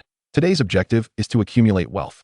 "Commercial secrets," Jiang Jing reiterated with a knowing smile. "But if Miss Su is intrigued, we can certainly have a more in-depth conversation another day." This statement preserved an air of mystery while also casting a tantalizing bait. Indeed, a flicker of interest sparkled in Su Yingxue's eyes. "I shall eagerly anticipate that." She elegantly gestured for him to follow. "The dinner is about to commence. Mr. Jiang, your seat is beside me. Please, allow me to lead you." "Very well. Let us proceed." Jiang Jing nodded slightly. Su Yingxue acknowledged him with a nod before turning to guide them to their seats. "She is extraordinarily beautiful," Li Shui murmured softly, her tone tinged with an almost imperceptible hint of bitterness. Jiang Jing gently squeezed her hand, asking, "Are you envious?" Li Shui's cheeks flushed slightly. She could discern that this Su Yingxue was no ordinary character and that her intentions towards Jiang Jing were evidently ulterior. Jiang Yan remained silent throughout. Yet Jiang Jing noticed her gaze persistently following Su Yingxue's silhouette, her fingers unconsciously tracing the edge of her handbag, suggesting an unspoken history between the two. The main table was centrally located in the banquet hall, with a gilded menu placed before each seat. Su Yingxue personally pulled out Jiang Jing's chair, an act that drew the attention of the surrounding guests. Who was this young man that could elicit such personal service from the eldest daughter of the Su family? "Mr. Jiang, what would you like to drink?" Su Yingxue inquired. "We have the 1982 Lafite, as well as champagne that is more suited for the younger crowd." "Let's go with champagne," Jiang Jing replied with a smile. "It's a fitting toast for new acquaintances." Su Yingxue signaled the waiter to pour the wine. The champagne in the crystal flute effervesced delicately, sparkling with golden hues under the lights. To new friends, Su Yingxue raised her glass. Jiang Jing reciprocated. Their glasses clinked softly, producing a crisp sound. In that moment, Jiang Jing noticed the depth in Su Yingshue's eyes, concealing emotions and thoughts he could not yet comprehend. Su Yingshue's affection level, 5, current, 20. The banquet commenced formally. The light from the crystal chandelier dimmed suddenly, and a spotlight illuminated the circular stage in the center of the hall. A tuxedo-clad auctioneer ascended the stage, sporting a professional smile. Ladies and gentlemen, welcome to the Rongqing Children's Medical Fund Charity Auction. The auctioneer's voice resonated clearly throughout the hall via the hidden sound system. All items this evening have been generously donated by those present, and all proceeds will go towards establishing Rongqing's first children's specialized hospital. Su Yingxue gracefully stood, offering a slight nod to the guests in attendance. Bathed in the spotlight, the sequins on her white gown shimmered like stars, rendering her a goddess in the eyes of all. As the representative of the organizers, I sincerely thank you for your unwavering support. Su Yingshue's voice was cold yet powerful. Every act of kindness tonight will bring hope to children suffering from illness. Applause erupted like a tidal wave. Jiang Jing observed that every gaze in the room was fixed upon Su Yingxue, filled with reverence and admiration. The stature of this Su family heiress in Rongqing's business scene was evidently extraordinary. The first auction item was revealed as the auctioneer unveiled a velvet tray presented by a waiter, featuring a Burmese pigeon blood-red ruby necklace donated by Miss Su Yingxue, with a starting bid of 800,000 yuan. The ruby on the tray glistened under the lights, resembling congealed blood, exuding an enchanting allure. Li Shui instinctively held her breath, her fingers tightening slightly. Do you like it? Jiang Jing whispered. Li Shui hesitated momentarily before nodding gently. Then let us bid for it, Jiang Jing whispered in her ear. Tonight, bid for anything you desire. Li Shui's eyes widened in surprise, but do not worry about the money, Jiang Jing reassured her, squeezing her hand. Just raise the paddle. After all, Jiang Jing's purpose for attending this soiree was succinctly 2 words, to make money. Otherwise, what would he be doing here? Especially with Li Shui? It was merely a means to leverage her cashback, as her cashback limit was the highest at 10-fold. The auctioneer began calling for bids. 800,000. Is there a bid? 1 million. Li Shui timidly raised her paddle. Surrounding murmurs erupted immediately, many eyes turning towards the unfamiliar beauty, speculating her identity. 1.05 million. A richly adorned lady raised her paddle. 1.2 million. Li Shui raised her bid again, her voice now considerably more resolute. As Jiang Jing had candidly informed her, bid confidently. No need to worry, I will cover it. The wealthy woman frowned. 1.3 million. 1.5 million. Li Shui declared without hesitation. The chatter in the banquet hall intensified. 1.5 million had already surpassed the market value of the necklace. Not to mention, it was merely the first item up for auction. Who is that young lady? Someone in the back whispered. She seems to have arrived with that young man, came the reply, the one seated beside Miss Su. 1.5 million, going once. 1.5 million, going twice, sold. Congratulations to lady number 18. Applause erupted, and Li Shui's cheeks flushed with excitement. She could hardly believe she had truly acquired such a valuable piece of jewelry. And she was astonished that Jiang Jing had allowed her to bid freely without so much as a blink. Well done, Jiang Jing smiled approvingly. Su Yingxue observed Jiang Jing thoughtfully, a subtle smile gracing her lips. Mr. Jiang is remarkably generous to his companion. Charity should be supported regardless of the scale. Jiang Jing's response was diplomatic. The second auction item was a contemporary oil painting, with a starting bid of 300,000. This time, the number of bidders noticeably increased, and the price quickly surged to 600,000. 800,000. Li Shui raised her paddle again at Jiang Jing's prompting. The crowd gasped. Such large increments in bidding were uncommon in elite auctions, where participants typically engaged in discreet, modest raises to maintain decorum. 850,000. A middle-aged man with gold-rimmed glasses hesitated before raising his paddle. 1 million, Li Shui decisively countered. The middle-aged man shook his head, conceding defeat. The auctioneer's gavel fell. 1 million sold. Congratulations again to lady number 18. After 2 rounds, Li Shui had become the center of attention. Whispers filled the air. What is her background? She spends money like water. I heard she came with that young man named Jiang. She is probably his mistress. Which Jiang family? I've never heard of such a figure in Rongqing. It is said he is a newly affluent individual, rumored to reside at the Shangshui Manor like Miss Su. Chapter 62, The Night's Harvest.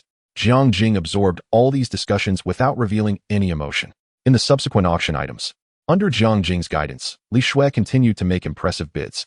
A Qing Dynasty Imperial Kiln porcelain piece, worth around 2 million, was secured for 3.5 million. A limited edition Patek Philippe wristwatch, starting at 1.2 million, eventually sold for 2.8 million. As for the less desirable items, Li Shui refrained from bidding, as Jiang Jing equally dismissed them. Items like writing instruments once used by some entrepreneur, costumes, and personal effects of a minor celebrity, discarded drafts from a master, were all sold for unexpectedly high prices. Jiang Jing chuckled at the absurdity, thinking, only the uninformed would consider this legitimate. It's a farce. Nevertheless, when suitable items arose, Jiang Jing would still signal for Li Shui to bid. Mr. Jiang, Su Yingxue finally couldn't contain her curiosity. Are you planning to acquire all the expensive items this evening? Jiang Jing swirled his champagne flute. Charity knows no bounds. I am merely contributing my share. 5 million. Li Shui's voice rang out once more, this time for a piece by a rather renowned artist. The murmurs in the banquet hall transformed into gasps of astonishment. The way people regarded Jiang Jing's table shifted dramatically, from initial scrutiny to profound respect. In this circle, wealth served as the finest business card. Just how wealthy is Mr. Jiang? A middle-aged businessman clad in an Armani suit asked his companion. His companion has already purchased nearly 10 million worth of items tonight, without batting an eye. Recently, I overheard discussions among real estate professionals about a certain individual who, just a few days prior, had expended nearly 100 million to purchase apartments in the Cloud Sea Scenic Building for 2 women. A companion lowered his voice, revealing that whispers in the circle suggested he might be the heir to a hidden wealthy family. Su Yingxue, evidently privy to these rumors, cast a deeper gaze toward Jiang Jing, her long fingers delicately tapping against the crystal glass. Next came the auction's piece de resistance. The auctioneer's voice, tinged with excitement, rose slightly as he introduced the Ming Dynasty Wangwali armchair, generously donated by the chairman of the Su Corporation, with a starting bid of 5 million yuan. This exquisite antique furniture, preserved impeccably, boasted a wood texture as smooth as jade and intricate carvings of unparalleled artistry. In the realm of collectors, such high-caliber Wangwali furnishings are deemed invaluable treasures. 6 million, declared a silver-haired elder, leading the charge. 5 million, another voice quickly followed. The price swiftly ascended to 8 million. At this juncture, Li Shui turned to Jiang Jing, her eyes questioning. Jiang Jing nodded affirmatively. 10 million. Li Shui's clear voice resonated throughout the hall. A hush fell over the gathering as all eyes turned toward the young woman who had been so freely spending throughout the evening. 10 million for a chair? How extravagant. 10 million for the first time. The auctioneer's voice quivered slightly. 11 million. A deep male voice emerged from the corner, revealing Lin Hao, the heir to the Lin Corporation.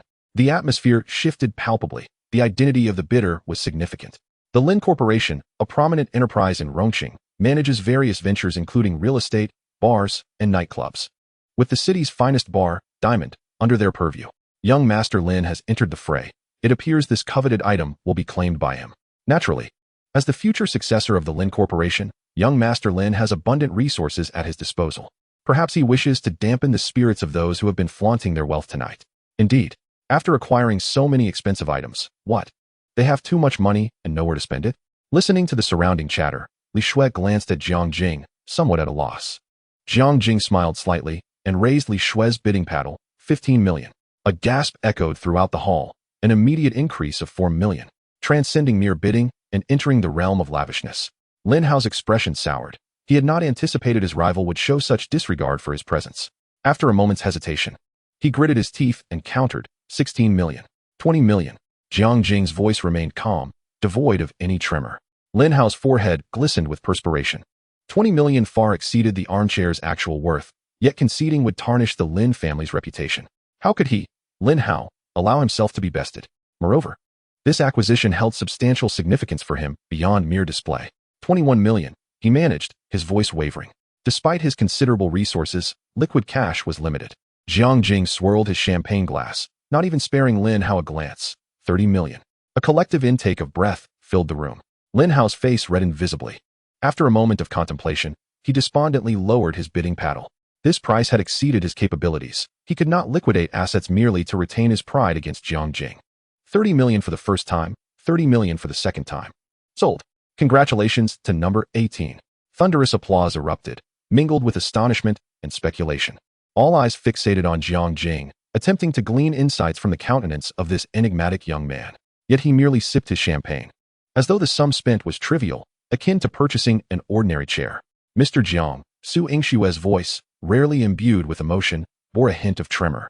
You have certainly surprised us tonight. Jiang Jing turned to her, noting a peculiar glimmer in the eyes of this ice-cold beauty. A system notification chimed in. Su Yingxue's favorability, 5. Current, 25. The final item for auction elicited a tremor of excitement in the auctioneer's voice, a unique offering provided by Miss Su Yingxue, a chance to dine with her, starting at 50,000 yuan. This unexpected item ignited a fervor in the hall, though Su Yingxue remained composed, having her own designs. 200,000. A young entrepreneur eagerly raised his paddle, evidently enamored with Su Yingxue. 300,000. Another quickly followed suit. Jiang Jing observed this bidding war with interest, realizing that Su Yingxue's allure within Rongqing's elite society exceeded his expectations. The price rapidly soared to 8 million. 10 million. Jiang Jing personally raised his paddle, his voice quiet yet commanding enough to silence the room. Li Shui, seeing Jiang Jing's bid, momentarily stiffened, though she quickly regained her composure, trusting in his rationale. To Jiang Jing, this was akin to giving away money. Were it not for concerns of unnecessary complications, he might have dared to bid 100 million outright. Su Yingxue turned sharply to him, surprise flashing in her eyes. Jiang Jing's public bidding, in the presence of his female companion, was almost a bold display of affection. 11 million. Lin Hao re-entered the fray, uncertain whether his motivations were genuine interest in Su Yingxue or a desire to provoke Jiang Jing. 20 million. Jiang Jing remained unfazed. Silence enveloped the banquet hall, as all present were astonished by such reckless bidding. Spending 20 million for a mere dinner? Su Yingxue's lips parted slightly, clearly taken aback by the figure. Her gaze swept over Jiang Jing's face, seemingly reassessing this enigmatic man. 20 million for the first time, 20 million for the second time. Sold. Congratulations, Mr. Jiang. Amidst the applause, he turned to Su Yingxue, softly stating, I hope this does not put you in an awkward position. Su Yingxue's expression returned to its calm demeanor, but the flicker in her eyes betrayed her. Of course not. Mr. Jiang is truly astonishing. Su Yingxue's favorability. 10. Current. 35. Observing Su Yingxue's rising favorability, Jiang Jing mused that this 20 million investment had indeed borne fruit. As the auction concluded, Jiang Jing began tallying the evening's achievements. Li Shui had acquired items worth nearly 60 million, yielding Jiang Jing a staggering 600 million return. Coupled with the final 20 million dinner, the total influx reached 6.8 billion. Jiang Jing smirked inwardly, having anticipated more substantial acquisitions. He had not expected to earn merely 6.8 billion in a single night. Chapter 63. The Moon Surrounded by Stars. Surrounding discussions surged in waves. Who exactly is this Mr. Jiang? He spent nearly 80 million in one evening. I've heard he might be an heir from a hidden illustrious family. Who knows? Miss Su seems quite interested in him. I've never seen her so engaged with any man. That female companion in the dress may soon lose her charm. Who could resist Miss Su's allure? Li Shui, overhearing these remarks, unconsciously tightened her grip on her skirt. But recalling her friend's earlier words, she found solace, her face regaining a poised smile. Jiang Yin stood quietly to the side, meticulously arranging the payment procedures for all auction items, though her gaze occasionally drifted towards Su Yingxue, revealing a hint of complex emotion. As the auction segment concluded, the banquet hall lights brightened once more, accompanied by soft music resonating in the air. The attendants navigated gracefully among the guests, replenishing drinks and serving dishes. Yet, the culinary delights were overshadowed by the presence of a mysterious young man who had extravagantly spent nearly 80 million that very evening, capturing the attention of all. A throng of individuals surged towards Jiang Jing, eager to make the acquaintance of this enigmatic tycoon. Jiang Jing handled the situation with poise. His masterful business acumen and eloquence allowed him to deftly engage with a diverse array of personalities. Mr. Jiang, it is an honor to finally meet you. A middle-aged gentleman with graying temples approached first, extending his business card. I am Chen Ziyuan, president of Rongqing Commercial Bank. Jiang Jing accepted the gilded card, lightly brushing his fingertips across it. You flatter me, President Chen. Your kind words are much appreciated. Your insights into Mr. Jiang's remarkable expenditure tonight are indeed noteworthy. Chen Ziyuan's eyes sparkled with shrewdness. Might I be fortunate enough to invite you to become a private client of our bank? We can offer unparalleled financial services. Before Jiang Jing could respond, another impeccably dressed gentleman interjected. Mr. Jiang, I am Wang Lei from Yongxin Securities. I hear you have recently acquired shares in Penguin Group. We possess extensive research on the internet sector and could perhaps offer you some valuable advice. Shares in Penguin? A resplendent woman nearby exclaimed, her voice dripping with astonishment. That is an asset worth hundreds of billions. Her words fell like a stone into a tranquil lake, instantly stirring a tempest. The entrepreneurs who had previously observed from a distance now converged eagerly, their expressions a mix of shock and fervor.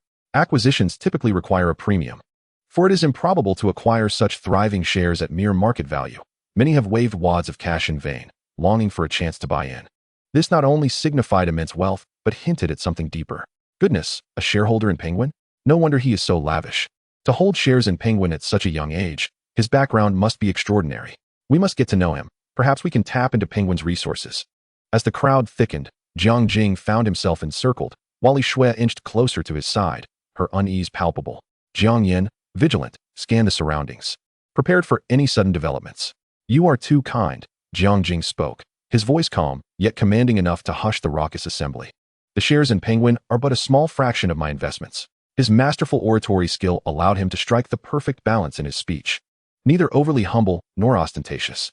Mr. Jiang, you are far too modest. A middle-aged man wearing gold-rimmed glasses stepped forward. I am Zhao Hanyuan, chairman of Hanyuan Group. Ownership of shares in Penguin implies a seat on the board, a position that could significantly influence the landscape of the Chinese internet.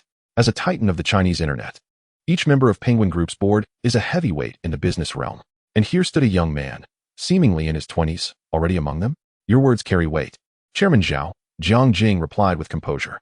I am merely a novice shareholder, primarily here to learn from esteemed predecessors like yourselves. Mr. Jiang.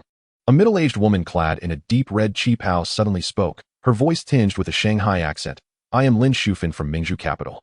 Might I inquire if you have any interest in the renewable energy sector? We have an intriguing project underway. With the conversation ignited, others hastily extended their olive branches. Mr. Jiang, our real estate group has a resort project in Hainan. Mr. Jiang, we possess an AI patent in our lab that currently lacks funding. May I invite you for a discussion soon? Young Master Jiang, my father has connections with Mr. Zhang from Penguin. How about a round of golf together sometime? Faced with a deluge of invitations, Jiang Jing navigated through with ease. His masterful eloquence ensured that every word struck the right chord, granting deference to others while refraining from making hasty commitments. At times, he would cite the latest financial data or analyze industry trends, showcasing a business acumen that left the seasoned veterans in attendance silently impressed. Mr. Zhang's insights on current economic trends are truly astute. A newcomer from the internet sector remarked with genuine admiration. After 10 years in this industry, I could never analyze it so thoroughly. His words prompted several CEOs nearby to nod in agreement, their gazes toward Jiang Jing shifting from curiosity to respect. You flatter me, Jiang Jing smiled, raising his glass. Observing from the periphery, Su Yingxue quietly reassessed her initial impression of Jiang Jing.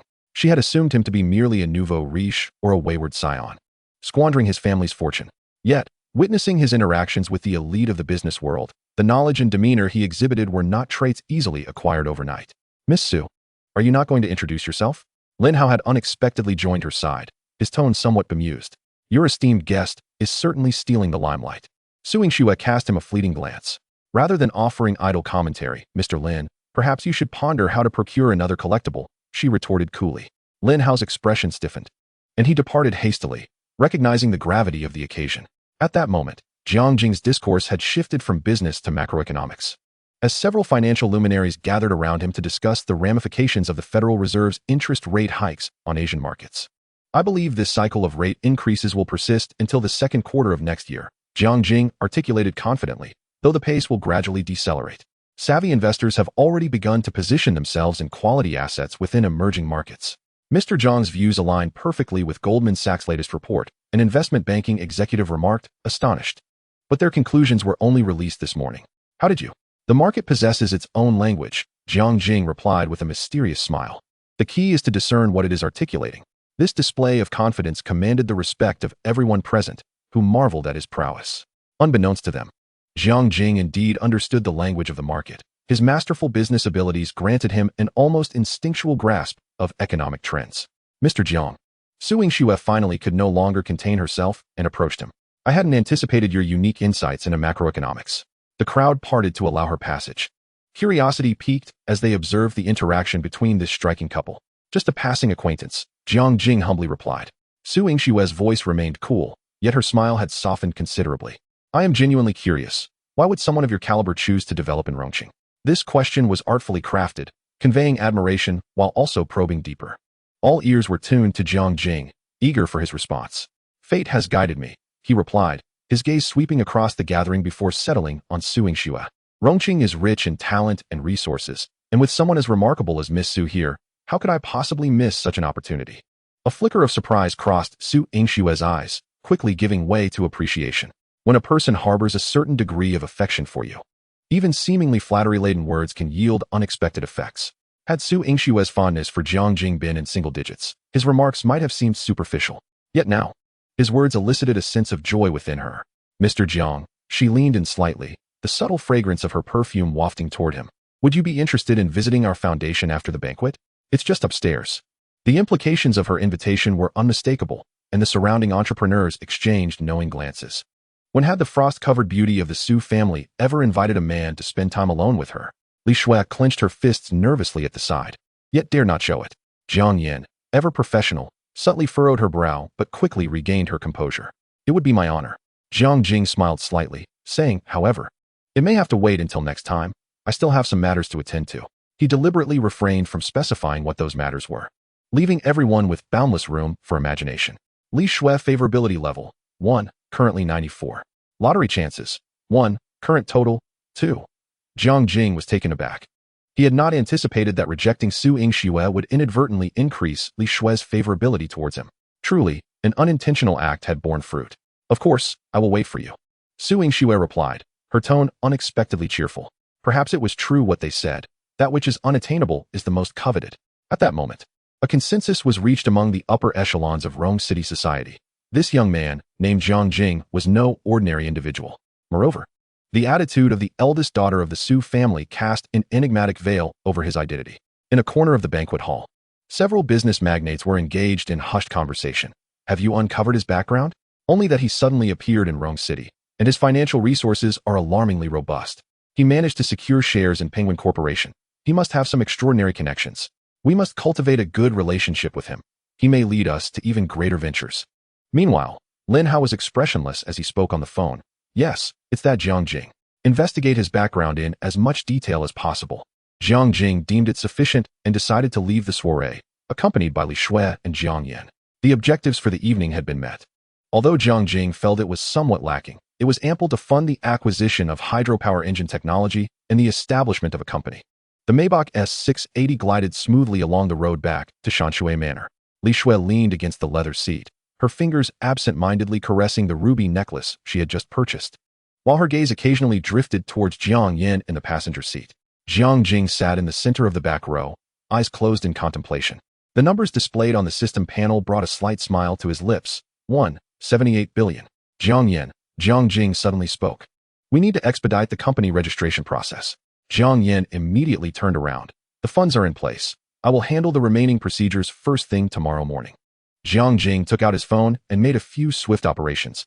I've just transferred 500 million to you as the startup capital. Let's rent the top floor of the Rome City International Financial Center for our office and decorate it to the highest standards. Li Shui gasped in astonishment. 500 million. Just like that, it was transferred?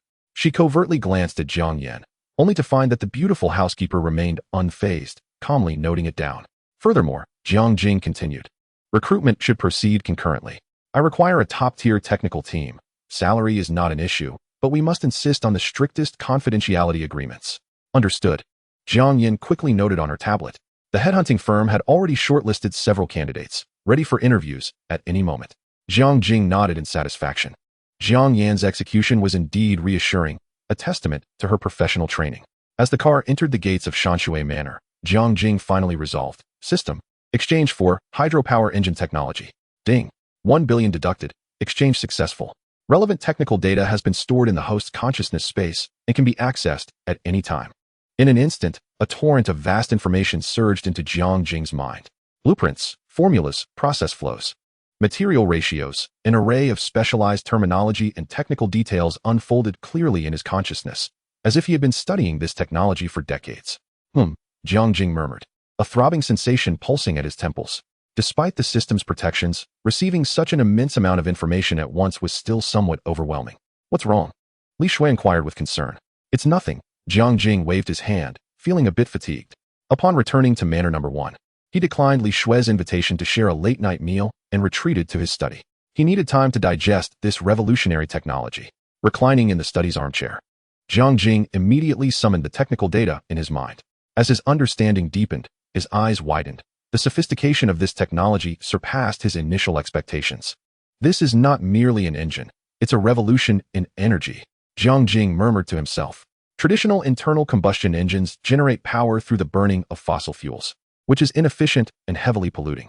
In contrast, the hydropower engine utilizes a unique molecular cleavage technology to decompose ordinary water into hydrogen and oxygen ions, subsequently triggering controllable nuclear fusion via nanometer-level catalysts, releasing astonishing energy. The entire process is pollution-free, with the sole byproduct being pure water vapor.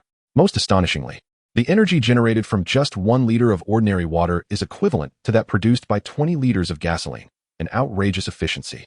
If this technology were applied to automobiles, Jiang Jing quickly calculated, how far could a full tank of water take us? Yet, even more exhilarating was the potential for application. The data indicated that this technology could be scaled proportionally to any size, from compact passenger vehicles to aircraft carriers and even spacecraft. Imagine a nuclear-powered aircraft carrier that must replace its multi-billion-dollar nuclear reactor every few decades, while a carrier equipped with a hydropower system would merely require periodic replenishment of seawater to achieve nearly infinite endurance. This would fundamentally alter the global naval landscape. Jiang Jing's fingers trembled slightly. He finally understood why the system had emphasized that the truly valuable items resided in the store. Such a level of technology, classified as a strategic secret in any nation, could ignite a technological revolution. Must remain cautious, Jiang Jing admonished himself, forcing his mind to settle. Should this black technology be leaked, it would not only invite commercial espionage, but could also invoke the machinery of the state. He needed to establish stringent protective measures while seeking suitable partners. A plan began to take shape in his mind, to start with a small-scale civilian version, gradually validating the technology's feasibility while establishing connections with relevant governmental departments to secure policy support. Once the timing was right, he could launch military-grade products. The possibilities this technology presented were astounding, enough to enable him to build a business empire spanning both civilian and military sectors. A soft knock interrupted his thoughts. "Come in," Jiang Jing replied, closing his laptop. Jiang Yin entered, holding a steaming cup of tea. Jiang Jing accepted the tea, its temperature just right. "How are the arrangements for the company proceeding?" "The office at the financial center has been secured. We'll sign the contract tomorrow afternoon," Jiang Yin reported. "The headhunting firm has recommended 3 candidates for the position of technical director. Their profiles are here." She handed him a tablet. Jiang Jing quickly skimmed through the profiles. None were ideal candidates. Such a high-caliber technology necessitated a leader who was not only absolutely reliable, but also exceptionally skilled. "Continue searching," Jiang Jing set the tablet down. "Salaries can be doubled, but the background checks must be thorough." Jiang Yin nodded, taking note, and then exited to continue her preparations. At that moment, the system suddenly prompted, "The host currently possesses 2 lottery chances. Would you like to use them now?" Jiang Jing recalled that he had indeed accumulated 2 lottery chances. Given the ongoing preparations for the company, he wondered if he might draw something advantageous. System, initiate the lottery. The familiar grand wheel materialized in his mind, the pointer spinning rapidly. When it finally came to a halt, a dazzling beam of golden light burst forth. "Congratulations. The host has acquired a special skill, charismatic leadership, permanent passive. Skill effect. All subordinates working directly for the host will automatically gain absolute loyalty attributes. With loyalty locked at 100, impervious to any external influences. Should the host voluntarily terminate the employment relationship, this effect will cease automatically." Jiang Jing's eyes widened in astonishment. This skill was tailor-made for his current situation. As the commercial landscape expanded, he found it imperative to ensure the unwavering loyalty of his core team, particularly the key personnel privy to the secrets of advanced technology. With this skill, concerns about leaks or internal betrayals would become obsolete. Eagerly, Jiang Jing anticipated the details of this new ability. According to the description, the aura of leadership not only thwarted treachery, but also subtly enhanced the enthusiasm and creativity of subordinates, effectively bestowing a potent buff upon the entire team. "Ding. Congratulations, host. You have acquired the skill, Leadership Aura, Passive." The lottery continued. The wheel spun once more, this time landing on a square shimmering with a violet glow. "Ding. Congratulations, host. You have obtained a special item, Talent Radar, one-time use." Item description. Upon activation, it scans for all high-level talents within a 50-kilometer radius that meet the host's current requirements, marking their precise locations and basic information. Duration, 24 hours. Talent Radar? Jiang Jing was momentarily taken aback, then elated. Was this not precisely what he needed at this juncture? The hydrodynamic engine project urgently required a top-notch technical team, and conventional recruitment avenues struggled to uncover true prodigies. Without hesitation, Jiang Jing activated the Talent Radar. An invisible ripple emanated from him, instantaneously enveloping the entire Rome city. In the next moment, several flickering blue dots appeared in Jiang Jing's line of sight, each accompanied by succinct information. Zhang Mingyuan, 42 years old, Ph.D. in Energy Dynamics from Tsinghua University. Former chief engineer at the National New Energy Laboratory, departed due to academic disagreements, currently residing in the western mountains of Rong City. Zhang San, 35 years old, known as the Lawless Madman, possesses top-tier legal knowledge but was disheartened by online trolls and nearly succumbed to depression. Chen Wei, 38 years old, Ph.D. in Business Administration from Harvard Business School, returned to the country due to gender discrimination, currently in a low point in life. Jiang Jing felt as though he had struck gold, swiftly noting down the information of these individuals. Each one was a rare gem, and with them, the hydrodynamic engine project could launch expeditiously. This perfectly aligned with his skill, as recruitment would come with complete loyalty, an impeccable match. Meanwhile, the scene shifted to Qin Shuang. In the makeup room of the Art Academy, she delicately traced her finger over her meticulously crafted makeup in the mirror. The girl reflected back was a vision of beauty, her lips like petals, and a white dress accentuating her ethereal grace.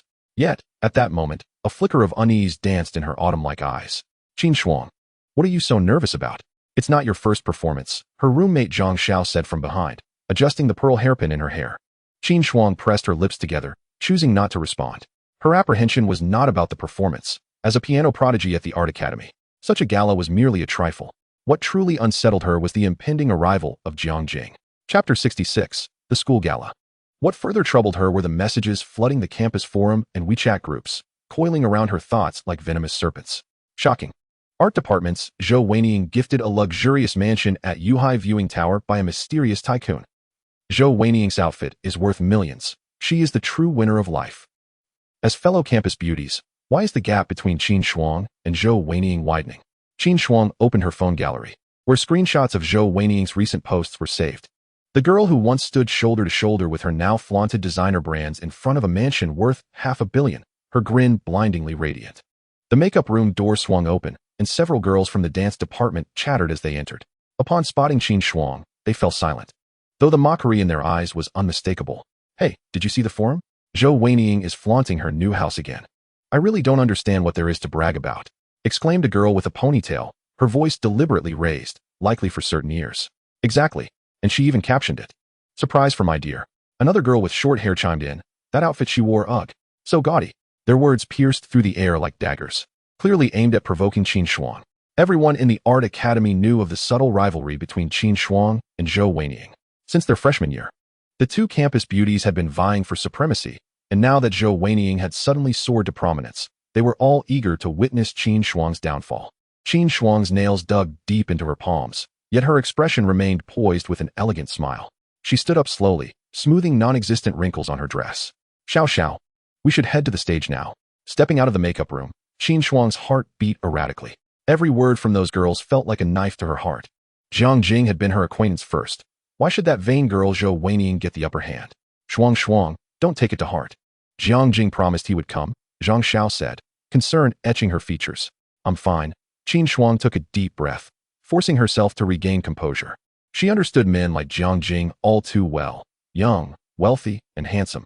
How could he possibly be tied to just one woman? The crux lay in who could be the most special one. With that thought, a spark of determination flickered in Qin Shuang's eyes. What did it matter if Zhou Weiniang could dance? The piano was the true art of elegance. She would show Jiang Jing what genuine grace and talent looked like. By the way, when is Jiang Jing arriving? Zhang Xiao suddenly asked, glancing at her watch. The gala is about to begin. Qin Shuang checked her wristwatch. It was 5:25. Just 5 minutes until her appointed time with Jiang Jing. Her heart raced involuntarily. What if he forgot? What if he merely promised out of politeness? Just as her mind spiraled, her phone vibrated. The name flashing on the screen made Qin Shuang hold her breath. Jiang Jing. Hello? She answered, her voice subconsciously softening. I'm downstairs at the girls' dormitory. Jiang Jing's deep, magnetic voice resonated through the receiver. Where are you? Qin Shuang's heart skipped a beat, then raced wildly. He had indeed come. And he was right on time. I'm at the backstage of the art building, she replied, striving to maintain her composure. The gala starts at 6:30. My performance is at 7. Are you coming over? Yes, I'll be there in 5 minutes, Jiang Jing replied succinctly, wearing a white dress. Qin Shuang glanced down at her dress in surprise. How did you know? A light chuckle came from the other end. Just a guess. It suits you perfectly. After hanging up, a faint blush crept onto Qin Shuang's cheeks. She turned to Zhang Xiao. her eyes sparkling with triumph. Jiang Jing is here, waiting for me at the art building door. Can you check if my makeup is still on point? Perfect. Zhang Xiao gave a thumbs up. You will definitely outshine Zhou Weiniang. After one last check of her makeup, Qin Shuang picked up her small handbag and stepped out with an elegant stride. In the corridor, a throng of girls had gathered, drawn by the news of Jiang Jing's arrival. Oh my gosh, that's really a Lamborghini Veneno. I heard that car costs tens of millions. Qin Shuang is so lucky to be able to attract such a wealthy man. The chatter reached her ears, and a smile involuntarily graced Qin Shuang's lips. She deliberately slowed her pace, allowing more people to see her meticulously crafted appearance. Below, the legendary Lamborghini stood in still grandeur. Its scissor doors raised high like an eagle ready to take flight. A crowd of students surrounded it, capturing the moment with their phones, the flashes illuminating the scene. Jiang Jing leaned against the car, and as Qin Shuang appeared at the dormitory entrance, his eyes visibly sparkled. He strode forward with purpose. You look truly exquisite today. Qin Shuang's affection level 5, currently 45. Qin Shuang's cheeks flushed instantly as she softly replied, "Thank you for coming." She deliberately moved closer to Jiang Jing, ensuring that those around them could witness their intimate interaction. Indeed, Qin Shuang's partner. I wonder how furious Zhou Weiniang must be. Wow, two campus beauties vying for one man. How thrilling. He is so handsome. What poor taste. I'm far more attractive than Qin Shuang. The murmurs surrounding her greatly gratified Qin Shuang's vanity. She linked her arm with Jiang Jing's, raising her voice intentionally. Shall we head to the venue? My performance is about to begin. Amidst the envious gazes of the crowd, the Lamborghini emitted a deep rumble and slowly drove away. Inside the car, Qin Shuang discreetly studied Jiang Jing's profile. Up close, the man appeared even more captivating. His prominent nose, sharply defined chin, and those profound eyes seemed capable of discerning one's very soul. What is the matter? Jiang Jing inquired, noticing her gaze fixed upon him. Qin Shuang realized she had been unconsciously twisting the hem of her dress. I'm a bit nervous. This is my first performance in front of such important people. Jiang Jing chuckled softly, his right hand leaving the steering wheel to gently clasp her anxious fingers. Believe in yourself. You will be splendid. This simple gesture sent a thrill through Qin Shuang's heart. His palm was warm and dry, imparting an inexplicable sense of security. Qin Shuang's affection level 3, currently 48. The auditorium of the Art Academy was already packed to capacity. When Jiang Jing and Qin Shuang made their entrance together, a wave of excitement swept through the audience. Qin Shuang keenly observed that Zhou Weiniang in the front row visibly froze upon seeing them together. Senior Qin Shuang looks stunning today. Is that her boyfriend? He is so handsome. Has Zhou Weiniang been cheated on? TSK, wealthy individuals certainly know how to play the field. These whispered exchanges further elevated Qin Shuang's spirits. She leaned closer to Jiang Jing, whispering in his ear, "My performance is third. You must watch closely." Chapter 67. The Understanding, Zhou Weiniang. Shuang, is this your boyfriend? An exaggeratedly bespectacled girl inquired. Qin Shuang feigned shyness, casting a glance at Jiang Jing. For now. We're still just friends. Her implication unmistakable. Jiang Jing smiled in agreement, gently resting his hand on the back of Qin Shuang's chair, a possessive gesture that immediately incited a chorus of teasing. Hello everyone, I'm Jiang Jing. He introduced himself with poise. His deep, magnetic voice combined with his articulate manner immediately made the girls present swoon. Qin Shuang watched, both proud and slightly jealous. She leaned closer to Jiang Jing, pretending to adjust his collar. Your collar is a bit crooked. This intimate action successfully asserted her claim, prompting another round of teasing. And Qin Shuang was delighted to see the expressions of several rivals darken. Zhou Weiniang sat in the front row of the auditorium, idly twisting her chestnut hair around her fingers. The event felt rather dull. She stifled a small yawn, contemplating pulling out her phone to scroll through videos. Just then, a commotion erupted at the entrance.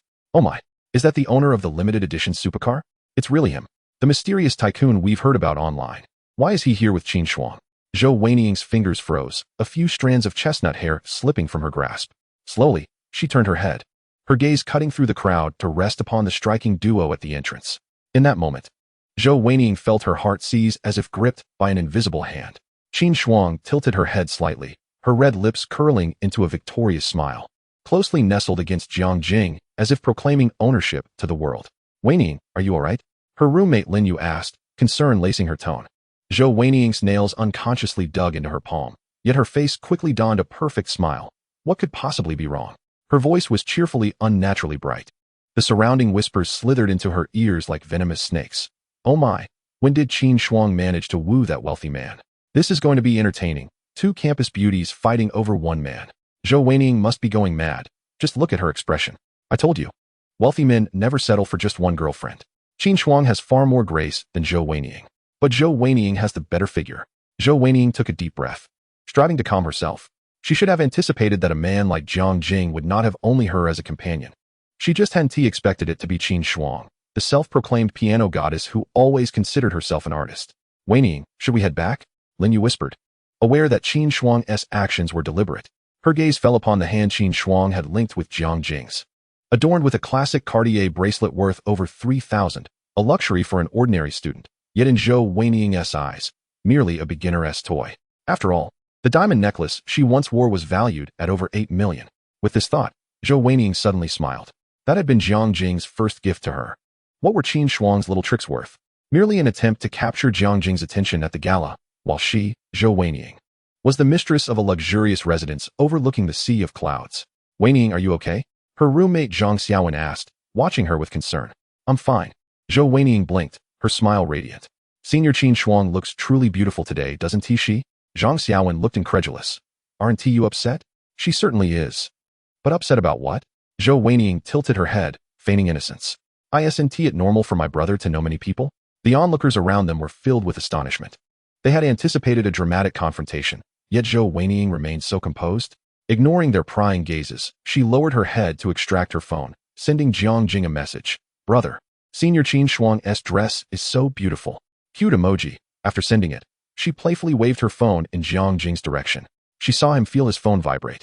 Glance at it, and his lips curved slightly upwards. Although his expression was obscured, Zhou Weining could envision the smile in his eyes. Impressive. Zhang Xiaowen gave her a thumbs up. Your composure is remarkable. Zhou Weining smiled without a word. She would never act like those naive girls who erupted in jealousy at the sight of their men conversing with other women. Men like Jiang Jing abhorred confinement and quarrels. What she aimed for was to become that indispensable touch of tenderness in his life. Before the gala officially commenced, Qin Shuang needed to prepare backstage. Reluctantly, she stood. I must go get ready. You'll watch me play carefully, right? Jiang Jing nodded. Of course, I'm looking forward to it. Now, let us welcome the music department's Qin Shuang, who will perform Chopin's Nocturne. The host's voice boomed through the speakers as Qin Shuang took a deep breath. Gracefully striding onto the stage, the spotlight illuminated her, and thunderous applause ensued.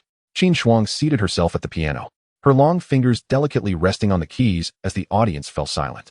The first note rang out, flowing like a clear spring. Qin Shuang became entirely absorbed in the music, her fingers dancing gracefully across the black and white keys. She had practiced this nocturne countless times, each note etched into her muscle memory. Yet tonight, her performance was particularly fervent, as if she were pouring all her emotions into it. The melody ebbed and flowed, at times mournful and plaintive, at others exhilarating and resounding. As the final note lingered in the air, Qin Shuang slowly opened her eyes and immediately glanced towards Jiang Jing. He was applauding passionately, his eyes sparkling with admiration. In that moment, Qin Shuang knew her performance had triumphed. Weining, aren't you a bit too composed? A girl from a nearby classroom couldn't help but ask, clearly taken aback by Qin Shuang's display of talent. Zhou Weining seized the opportunity with a sweet smile. Indeed, Senior Qin's piano skills are exceptional. She intentionally raised her voice so those around could hear. I wish I could play the piano too, but alas, I can only manage a few simple dance moves. This elicited a wave of astonished glances. Who would have thought Zhou Weining would openly praise her rival? In truth, Zhou Weining was clear-minded. Qin Shuang aimed to captivate Jiang Jing with her talent, while she chose the opposite approach, showcasing her own indifference. Men, after all, are often drawn to what they cannot possess. The more one competes for something, the quicker they grow weary of it. Zhou Weining's intention was to always be the most understanding girl. As the applause erupted following Qin Shuang's performance, Zhou Weining clapped enthusiastically as well. When Qin Shuang took her bow, her gaze swept over Jiang Jing and then back to Zhou Weining, a flicker of confusion crossing her face. Perhaps pondering why Zhou Weining remained so unperturbed, Zhou Weining simply shook her head, a subtle smile gracing her lips. She took out her phone and swiftly sent Jiang Jing a message. Brother, today's tie looks splendid. After dispatching the message, she purposefully glanced in Jiang Jing's direction. Sure enough, he felt his phone vibrate, took a quick look, and the corners of his mouth lifted slightly. Zhou Weining even caught sight of his long fingers tapping rapidly on the screen. A few seconds later, her phone lit up.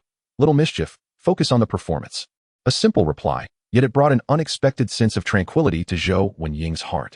Jiang Jing had not overlooked her. He even remembered to respond in such a setting. That was enough for her. Weining, Aren't you upset? Lin Xiaoyu gazed at her in disbelief, observing her calm demeanor. Zhou Wening gently shook her head, her voice soft yet resolute. Why should I be upset? Brother Jiang treats me very well, that's sufficient. She paused, adding, besides, a man like him could never truly belong to just one person.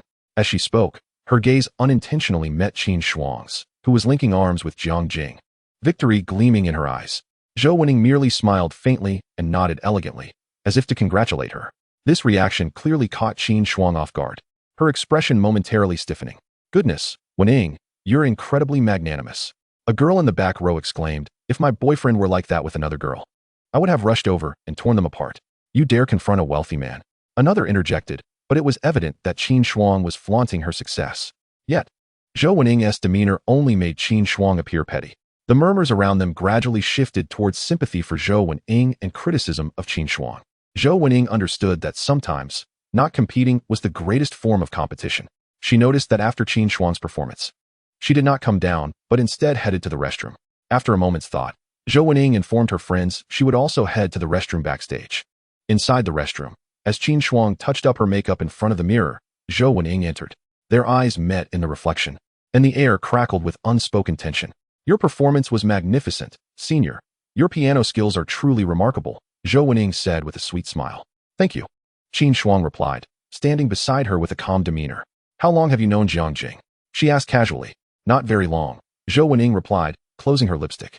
But Brother Jiang treats me exceptionally well. He has given me many gifts. Qin Shuang's expression shifted slightly, but quickly regained its composure. It seems we have much in common. Perhaps we should exchange contact information? Sure. Zhou Wening readily took out her phone, and they added each other on WeChat. Outwardly harmonious, yet beneath the surface, tensions simmered. Upon returning to the auditorium, they found Jiang Jing waiting for them in the corridor. Seeing the two of them walking side by side, he raised an eyebrow. You two seem to have gotten quite close. Just met, Qin Shuang smiled. Wenying's dancing is wonderful. Senior Qin's piano playing is impressive too. Zhou Wening affectionately linked her arm with Qin Shuang's, as if they were longtime friends. Jiang Jing's gaze flitted between them, a subtle smile playing at his lips. Perfect. Let's head in together. Absolutely, they replied in unison, then exchanged a knowing smile. The three of them returned to their seats amidst the astonished gazes of onlookers. Jiang Jing sat with Qin Shuang on his left and Zhou Wening on his right, the two campus beauties encircling him like a constellation of stars around the moon. The entire auditorium fixated on this peculiar trio, whispers rippling through the crowd. My goodness, what is going on here? A bespectacled girl in the back rubbed her eyes in disbelief. Two campus flowers attending to one man? Shoo, keep it down. A short-haired girl beside her hissed. That guy drives a Lamborghini Veneno. He's a super rich tycoon, and I heard he bought Zhou Wening a mansion worth $500 million. What about Qin Shuang? Is she just the other woman? Another interjected, promptly silenced by her companion. Several boys in the front row gawked with wide eyes. Wow, this is unreal. Two campus beauties. What do you know? A man of that wealth has had his share of flings, a boy in trendy attire remarked sourly. I heard Zhou Wenying's gifts never cost less than several $100,000. Professor Li from the Art Academy adjusted his glasses. Frowning at the scene, what has become of today's students? Professor Li, you're so outdated, a young assistant chuckled. They are willing participants. Why should we worry? The world is declining, and human hearts have grown cold. Professor Li shot him a stern look, and the assistant fell silent. On stage, the student choir was performing, yet hardly anyone was paying attention. All eyes were drawn to the conspicuous spot where Qin Shuang elegantly tossed her hair back, leaning slightly towards Jiang Jing as she explained something, while Zhou Wening playfully peeled a grape, effortlessly bringing it to Jiang Jing's lips. Did you see that? Zhou Wening is staking her claim. Qin Shuang was equally unyielding, leaning in closely as well. Ah, the power of wealth. Murmurs of admiration and envy mingled in the air, with many reveling in the spectacle. Several girls even discreetly took out their phones to capture the moment, preparing to share it on campus forums. Unperturbed by the commotion around him, Jiang Jing remained acutely aware of the underlying tension masked by the seemingly amiable exchange between the two beauties. Senior's piano skills are truly remarkable, Zhou Wening chirped sweetly. I've envied those who can play since childhood. The dance of the junior was equally stunning. Qin Shuang smiled in response, especially that backward bend. Your waist must be quite flexible, right? Not too bad. Brother Jiang often praises my flexibility. Zhou Wening winked, intentionally inching closer to Jiang Jing. For a fleeting moment, Qin Shuang's smile faltered before returning to its natural state. Is that so? Jiang Jing just mentioned my fingers look beautiful while playing. It felt as if invisible sparks were crackling in the air.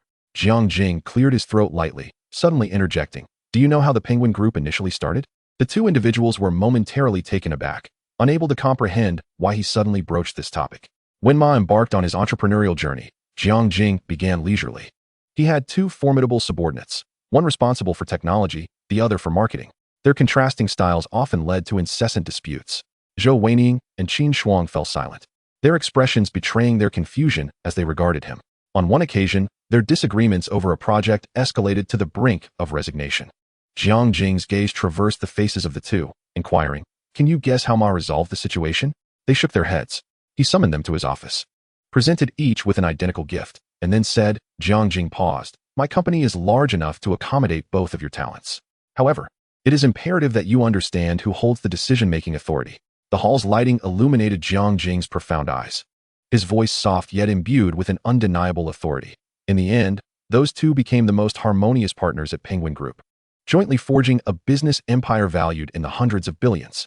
Zhou Weining's eyelashes fluttered lightly, while Qin Shuang's fingers intertwined unconsciously. "What I mean is," Jiang Jing gently grasped each of their hands. "Beautiful things are worth sharing, but it is essential," his thumb caressed their hands with a delicate touch, "to understand the appropriate boundaries." Chapter 69. Let us go car shopping together. Qin Shuang's expression shifted multiple times before she finally lowered her head. "I understand," she said, her voice trembling slightly. "I will learn to get along well with Junior Zhou." Zhou Weining, on the other hand, leaned against Jiang Jing's shoulder, softly declaring, "I have always been obedient. You know that, brother." The surrounding murmurs grew louder. Wow, is that all it took? Truly a wealthy individual, with just a few words. He is both campus beauty submissive. Learned something today. This is what perspective looks like. Jiang Jing nodded in satisfaction. Smiling at Qin Shuang, he remarked, "What Zhou Weining possesses, you shall also have. But remember," his tone gentle yet firm, "I prefer girls who are understanding." Qin Shuang took a deep breath, and upon raising her head, wore a bright smile. "I will," she said, extending her hand toward Zhou Weining. "Junior, I look forward to your guidance." Zhou Weining blinked in surprise before sweetly grasping Qin Shuang's hand. "Senior, you are too polite." This scene left the onlookers utterly astonished. How could the two previously at odds campus beauties so swiftly reconcile? Is this how it's done? Indeed, the world of the wealthy is beyond our comprehension. Look at Qin Shuang's expression. It seems forced. Her smile appears insincere. Indeed, while Qin Shuang's smile was flawless, a hint of reluctance lingered in her eyes. Zhou Weining, however, seemed to have genuinely lowered her guard, engaging warmly with Qin Shuang about their earlier performance. After the event concluded, the three exited side by side, strolling through the campus under the night sky. Along the way, Zhou Weining and Qin Shuang flanked Jiang Jing, the atmosphere markedly more amicable than before. "Senior, do you study piano?" Zhou Weining inquired with curiosity. "I've been considering learning as well." "Yes, I began studying at the age of 6, Qin Shuang replied, her tone becoming more casual. "If you wish to learn, I can teach you some basic finger techniques." "Really? That would be wonderful." Jiang Jing observed their conversation with a slight smile, aware that such superficial harmony would require time to solidify, yet acknowledging it as a promising start. When they arrived at Qin Shuang's dormitory, she hesitated briefly before softly expressing her gratitude to Jiang Jing. "Thank you for attending my performance and for sharing that story." Her gaze had grown significantly clearer. "I will remember." Jiang Jing nodded. "Good night, Qin Shuang." "Good night, senior," Zhou Weining chimed in sweetly. As they watched Qin Shuang enter the dormitory, Zhou Weining leaned against Jiang Jing's shoulder and whispered, "Brother, you're so impressive. You managed to help Senior Qin see reason with just a few words." Jiang Jing playfully pinched her nose. "You are quite understanding yourself, knowing when to step back." "Because I know you care for me, brother," Zhou Weining replied coyly, though her eyes remained remarkably clear. She understood well that a man like Jiang Jing could not be solely devoted to one person. Rather than succumb to jealousy and resentment, it was wiser to be the accommodating one, thus reaping greater rewards. Jiang Jing drove towards Yunhai Viewing Tower, while Zhou Weining gazed out at the nighttime scenery, a faint smile gracing her lips. After a night of labor, the following morning, Jiang Jing gently shifted Zhou Weining's arm from around his waist. The girl was in deep slumber, a satisfied smile on her lips, her chestnut hair spread across the pillow like the finest silk. Jiang Jing rose quietly and stepped into the bathroom for a cold shower. As the water cascaded over his toned muscles, he began to outline the day's agenda in his mind.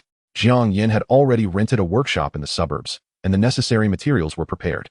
Jiang Jing intended to personally conduct some experiments. "Brother, are you leaving so early?" Zhou Weining's languorous voice floated from the bedroom. She leaned against the doorframe. Clad only in one of Jiang Jing's shirts, its hem just covering her thighs, revealing her long, elegant legs. Yes, I have an important matter to attend to, Jiang Jing replied, drying his hair. He planted a kiss on her forehead. By the way, you and Qin Shuang should go car shopping today. Each of you will have one, according to your preferences. Zhou Weiniang's eyes sparkled with excitement. Really? Any car we want. Any car you desire, Jiang Jing affirmed, donning his shirt with only half of the buttons fastened, revealing his chiseled chest. Once you've made your choice, let me know, and I'll transfer the funds. Zhou Weiniang joyfully leaped into his arms. You're the best, brother. Suddenly, she paused, a hint of hesitation in her tone. Does Senior Qin have the same budget as me? Jiang Jing regarded her with a bemused smile. What's the matter? Are you worried I might show favoritism? Not at all, Zhou Weiniang replied, sticking out her tongue, just curious. You both have the same budget, he reassured her, playfully pinching her cheek. I understand. Zhou Weiniang nodded obediently. I will definitely get along well with Senior Qin.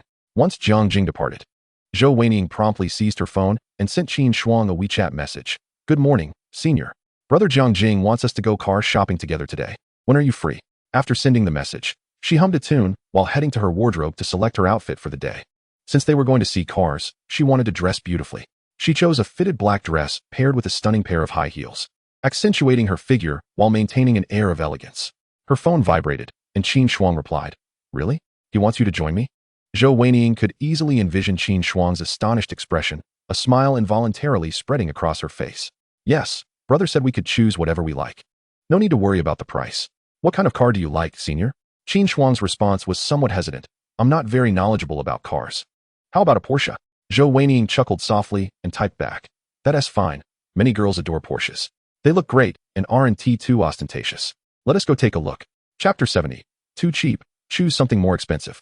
When Qin Shuang received Zhou Weiniang's message, she was in her dormitory, primping in front of the mirror. As her phone screen lit up, she caught sight of the message, causing the powder puff in her hand to slip and shatter upon hitting the floor. What happened? Her roommate, Zhang Xiao, peered over from her bed, bewildered. Qin Shuang remained silent, her eyes fixed intently on the phone screen, her fingertips trembling slightly. Good morning, Senior. Brother Jiang Jing wants us to go car shopping together today. When are you free? A mere sentence, yet it sent Qin Shuang's heart racing. Jiang Jing was actually going to buy her a car? Are you really going to have Zhou Weiniang take you shopping? You just agreed yesterday to be obedient, and today you receive such a reward? Qin Shuang's lips involuntarily curled upwards. It seemed that Jiang Jing truly appreciated her thoughtfulness. Hey, what's going on? Zhang Xiao jumped off the bed, curiously leaning in. Qin Shuang took a deep breath and handed her phone to her. Jiang Jing wants to buy me a car. What? Zhang Xiao's shriek nearly sent the roof flying. Is this for real? What kind of car? I don't know. He said I could choose for myself. Qin Shuang strained to keep her voice steady, but the excitement in her eyes was unmistakable. Zhou Weiniang invited me to go with her. Zhang Xiao's eyes widened in disbelief. Zhou Weiniang, are you sure it's her? Yes, it's definitely her, Qin Shuang confirmed with a nod, suddenly springing to her feet and rummaging through her belongings. I need to get ready quickly. Half an hour later, Qin Shuang stood outside the school as a ride-hailing car slowly came to a stop in front of her. The window rolled down, revealing Zhou Weiniang's radiant smile. Senior, get in. Qin Shuang opened the door and took a seat beside Zhou Weiniang. Let's head to my place for a bit, Zhou Weiniang invited, her lovely face adorned with a gentle smile. Qin Shuang pressed her lips together, not opposing the idea. She genuinely wanted to see where Zhou Weiniang resided. As the car entered the underground garage of Yunhai Viewing Building, Qin Shuang's heart began to race uncontrollably. This was one of the most prestigious luxury residences in Rome City, a place she had only seen in social media photographs. The elevator ascended directly to the 18th floor, and Zhou Weiniang took out her key to unlock the door. Welcome to my home. At the moment the door swung open, Qin Shuang's breath hitched for a second. The spacious foyer was adorned with Italian imported marble, and a crystal chandelier hung from the 6-meter-high ceiling, casting a dazzling glow. The floor-to-ceiling windows offered a panoramic view of the entire Rome city, with sunlight streaming through the sheer curtains, enveloping the interior in a golden hue. Over 300 square meters, elegantly furnished. Jiang Jing bought it for me as a gift. Zhou Weiniang casually tossed her bag onto the sofa, her tone serene, yet her joy was evident. Qin Shuang stood in the room, enviously gazing at this luxurious abode that many spent a lifetime striving to attain. Senior, don't just stand there. Come in and sit down. Would you like something to drink? Coffee, tea, or juice? Just water will be fine. The two of them rested on the sofa for a moment and began to indulge in some gossip. There are myriad ways for women to bond, and shopping and chatting about trivial matters is a common and effective method. Zhou Weiniang hesitated for a moment. How did you and Jiang Jing meet? Zhou Weiniang paused in her application of lipstick, then smiled. I saw Jiang Jing driving at school and boldly approached him for his contact. Qin Shuang's eyes widened in astonishment. You were that direct? Uh-huh, Zhou Weining replied, pursing her lips in the mirror. I later initiated the meetings with Jiang Jing, and he bought me numerous gifts, including jewelry, bags, and even this house. She turned to look at Qin Shuang, her expression suddenly serious. Senior, I know what you're thinking. But Jiang Jing is not an ordinary rich second generation. He is genuinely kind to me and to us, as long as we are obedient. Qin Shuang's heart skipped a beat. Us? Yes, Zhou Weining smiled sweetly. A man like Jiang Jing cannot possibly have only one woman by his side. She leaned closer to Qin Shuang and whispered, You know who is the most important one. Qin Shuang's fingers nervously intertwined. Zhou Weining's words left her stunned, yet at the same time, they opened the door to a new world. I understand now. Qin Shuang took a deep breath and revealed a perfect smile. Thank you, Weining. Zhou Weining nodded in satisfaction, linking her arm with Qin Shuang's. Come on, let's go choose a car. The manager at the Porsche dealership is already expecting us. As they descended in the elevator, Qin Shuang couldn't help but ask, why Porsche? Because it's suitable for girls, Zhou Weining winked. I doubt you would prefer those overly mechanical supercars. At the dealership, a sharply dressed sales manager had been waiting at the door. Hello, ladies. He greeted enthusiastically. Welcome to the Porsche dealership. Please come in. Zhou Weining nodded calmly, leading Qin Shuang inside. The sales manager's gaze swept over Zhou Weining, and upon noticing the cardie, a necklace she wore, his smile grew even warmer. This way, please. We have prepared several models that are perfect for women. For the next hour, Qin Shuang felt as though she were in a dream. The sales manager guided them through the showroom, detailing the performance and features of each car. This Mekong is the most popular model for women, starting at $680,000. The Kian Coupe is more suited for young women with its streamlined design. If you seek speed, the 911 Carrera is a classic choice. Qin Shuang's gaze lingered on a frosty pink tycoon for quite some time. An electric sports car, it could accelerate from 0 to 100 in just over 3 seconds. Priced at $1,300,000. Zhou Weining keenly noticed her interest. Do you like this one, senior? Isn't it a bit too expensive? Qin Shuang instinctively shook her head. Zhou Weining chuckled lightly and said to the sales manager, Please set this tycoon aside. We will take a look at some others. Weining, this is making me a bit anxious, Qin Shuang said. Senior, Zhou Weining pulled her aside and lowered her voice. Jiang Jing said that price isn't an issue. If you like it, just look, it won't take much time. Qin Shuang bit her lip, feeling quite tempted. All right. Zhou Weining's satisfaction was evident as she smiled. That's the spirit. Come on, let's look at the Panamera. It might suit your temperament even better. When the two finally decided on a white Panamera Turbo S, priced at $2,600,000, and the frosty pink Tycoon, $1,300,000. Qin Shuang's palms were slick with sweat. Zhou Weining, pleased with their choices, prepared to call Jiang Jing, pulling out her phone to send him the photos. At that moment, Jiang Jing was tinkering with his engine when his phone vibrated in his pocket.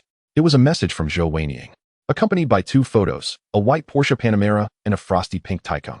Brother, we've made our selections. Senior chose the Panamera Turbo S, 2, 6 million. I prefer the Tycoon, 1, 3 million. We can pick them up today. Jiang Jing glanced at the messages, frowning slightly.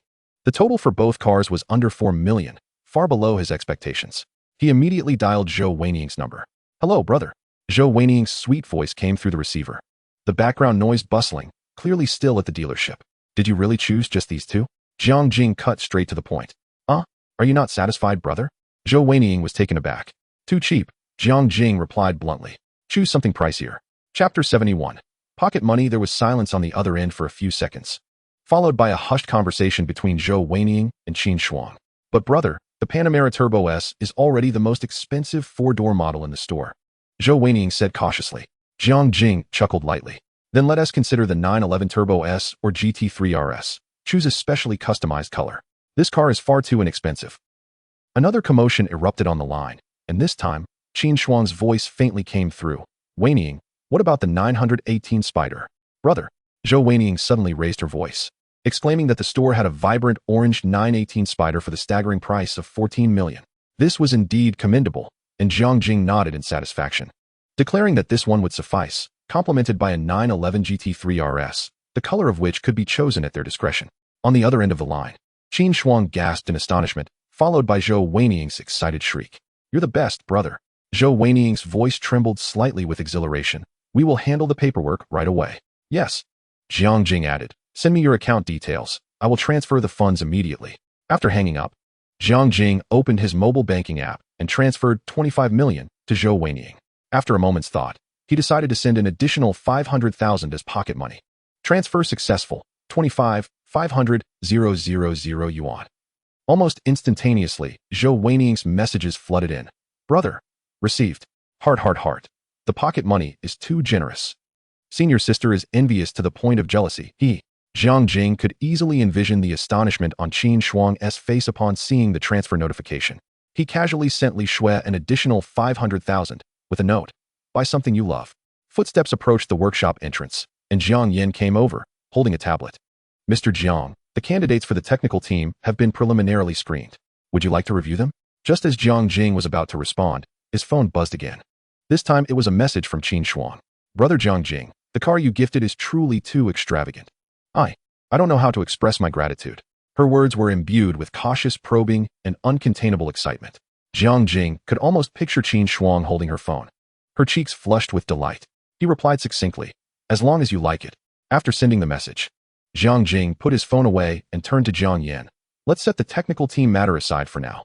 I need your assistance in contacting some talents. Upon hearing this, Jiang Yin immediately took notes, diligently recording Jiang Jing's requests. As Jiang Yin was considered the first subordinate taking care of matters for Jiang Jing, her loyalty naturally soared to 100. Jiang Jing felt at ease delegating certain tasks to her. Currently, he required Jiang Yin to help him reach out to potential candidates. Previously, Jiang Jing had acquired a talent radar, which identified the various types of personnel he most urgently needed: technical experts, legal advisors, as well as management and operational staff. As a competent boss, one must understand how to utilize talent, and Jiang Jing intended to recruit them all. Listening to Jiang Jing list one name after another along with their contact information, Jiang Yin had her doubts, but chose not to voice them, responsibly attending to her duties. After completing this task, Jiang Yin set about contacting them, while Jiang Jing continued tinkering with the engine. Shortly thereafter, his phone vibrated again. This time, it was a photo from Zhou Weiniang, where she and Qin Shuang stood before two stunning sports cars, their smiles radiant. Qin Shuang wore an expression of disbelief, cautiously touching the car door as if fearing that this million-yuan supercar might vanish at any moment. Brother, the paperwork is complete. Both are top configurations. Under the pressure of money, we can pick up the cars in an hour. Senior sister is so thrilled she might cry. Also, thank you for the pocket money, brother. Jiang Jing chuckled and replied, drive safely on your way back. After Zhou Weiniang completed the paperwork, Jiang Jing unsurprisingly received a cashback reward, which was intriguingly over 200 million. He initially thought that Zhou Weiniang's expenditure of over 10 million would yield a tenfold cashback, while Qin Shuang's estimate would be only a few times. Unexpectedly, the system deemed the 25 million spent as Zhou Weiniang's expenses, resulting in a direct tenfold return. Essentially, the car Jiang Jing gifted to Qin Shuang had transformed into a gift from Zhou Weiniang instead. It was akin to exploiting a bug in the system, which was quite delightful. Regardless of how it was determined, the cashback was credited, and Qin Shuang's favorability increased significantly, reaching 88 simply from the car. With a bit more effort, he could earn a small gift box and additional chances for a lottery. It seemed that for some ladies, boosting favorability required tangible benefits. However, this was no obstacle for Jiang Jing. As long as he could enhance their feelings, he would ensure their material needs were thoroughly addressed. The Porsche Center was particularly lively that day. Inside, there weren't many people, just two beautiful women, yet the staff was bustling with activity. A red carpet extended from the showroom entrance all the way to the VIP delivery area, flanked by an array of flowers and balloons. A champagne tower sparkled enticingly under the lights, while professional photographers adjusted their cameras, and several sales consultants in uniforms rehearsed the delivery process repeatedly. Everyone, stay alert. The general manager clapped his hands, emphasizing that these two clients were exceptional. With a bill exceeding 20 million, perfection was imperative. Salesman Xiao Li wiped the sweat from his brow and quietly inquired of his colleague. Isn't that 918 Spider the crown jewel of the dealership? Why is it suddenly being sold? I heard two beautiful ladies came to look at cars and, after a phone call, purchased it outright. His colleague replied mysteriously. Not only did they buy the 918 at a premium, but they also added a GT3 RS, paying in full without batting an eye. My goodness, Xiao Li gasped. Which affluent family do they belong to? Who knows? It's certainly not a realm we mere workers can fathom. Once everything was prepared, the manager approached the two women in the lounge. Miss Zhou, Miss Qin, the paperwork is all set, and the license plates have been affixed. The manager personally welcomed them, his face beaming with smiles. The delivery ceremony is ready. We are just waiting for you two. Zhou Weiniang smiled gently, linking arms with Qin Shuang. Senior sister, shall we? Qin Shuang nodded, her heart racing uncontrollably. Even now, she could hardly believe that all of this was real, that multi-million yuan Porsche was about to become her vehicle. Chapter 72, The Delivery Ceremony. Inside the showroom, all the staff stood in neat rows, applause ringing out. Some customers who had just entered to view cars turned to glance over, whispering among themselves. What is this 4S store doing? Are they holding an event? Giving away eggs? What the hell, giving away eggs? You must be joking. Don't involve me in this embarrassment. Just kidding, don't take it seriously. As they traversed the red carpet, the curtain in the VIP delivery area slowly drew back. 2 sports cars, draped in red cloth, stood silently, akin to treasures awaiting revelation. First, allow me to express our sincerest gratitude to our esteemed clients on behalf of the Porsche Center. The manager gestured, and staff promptly presented 2 exquisite gift boxes. These were factory-customized key boxes, handcrafted and globally limited. Zhou Weiniang accepted her gift box and gently opened it. Inside, resting on black leather lining, lay a uniquely designed key. The keychain engraved with her name, Weiniang Zhou. Qin Shuang's fingers trembled slightly. Her keychain was similarly engraved with her name, Shuang Qin, adorned with tiny, embedded diamonds. Just this keychain alone was worth thousands. Now, may the 2 of you unveil your vehicles. The manager proclaimed loudly. Music began to play, and Zhou Weiniang and Qin Shuang exchanged glances, simultaneously grasping a corner of the red cloth. As the fabric slipped away, a chorus of gasps filled the showroom. The iceberry pink 911 GT3 RS on the left resembled a beast poised to pounce, its extravagant rear wing and aerodynamic kit showcasing its extraordinary performance. The orange 918 Spider to the right was nothing short of breathtaking, boasting a hybrid powertrain, gull-wing doors, and a carbon fiber body. Every intricate detail radiated the pinnacle of craftsmanship born from affluence. This 918 Spider, equipped with a 4.6-liter V8 engine coupled with an electric motor, delivers a staggering total output of 887 horsepower, achieving a 0 to 100 km/h acceleration in merely 2.6 seconds. The manager recited these specifications with practiced ease, yet Qin Shuang found herself unable to absorb the information. Her entire focus was fixated on the supercar that was destined to be hers. Zhou Weiniang, equally entranced, gazed at the magnificent vehicle before them. The orange exterior shimmered under the lights, exuding a metallic luster, while the interior was adorned with premium leather and Alcantara. A plaque on the center console indicated that this was the 418th unit produced worldwide. Senior, shall we take it for a spin? Zhou Weiniang gently nudged the dazed Qin Shuang back to reality. Startled, Qin Shuang cautiously pulled open the car door.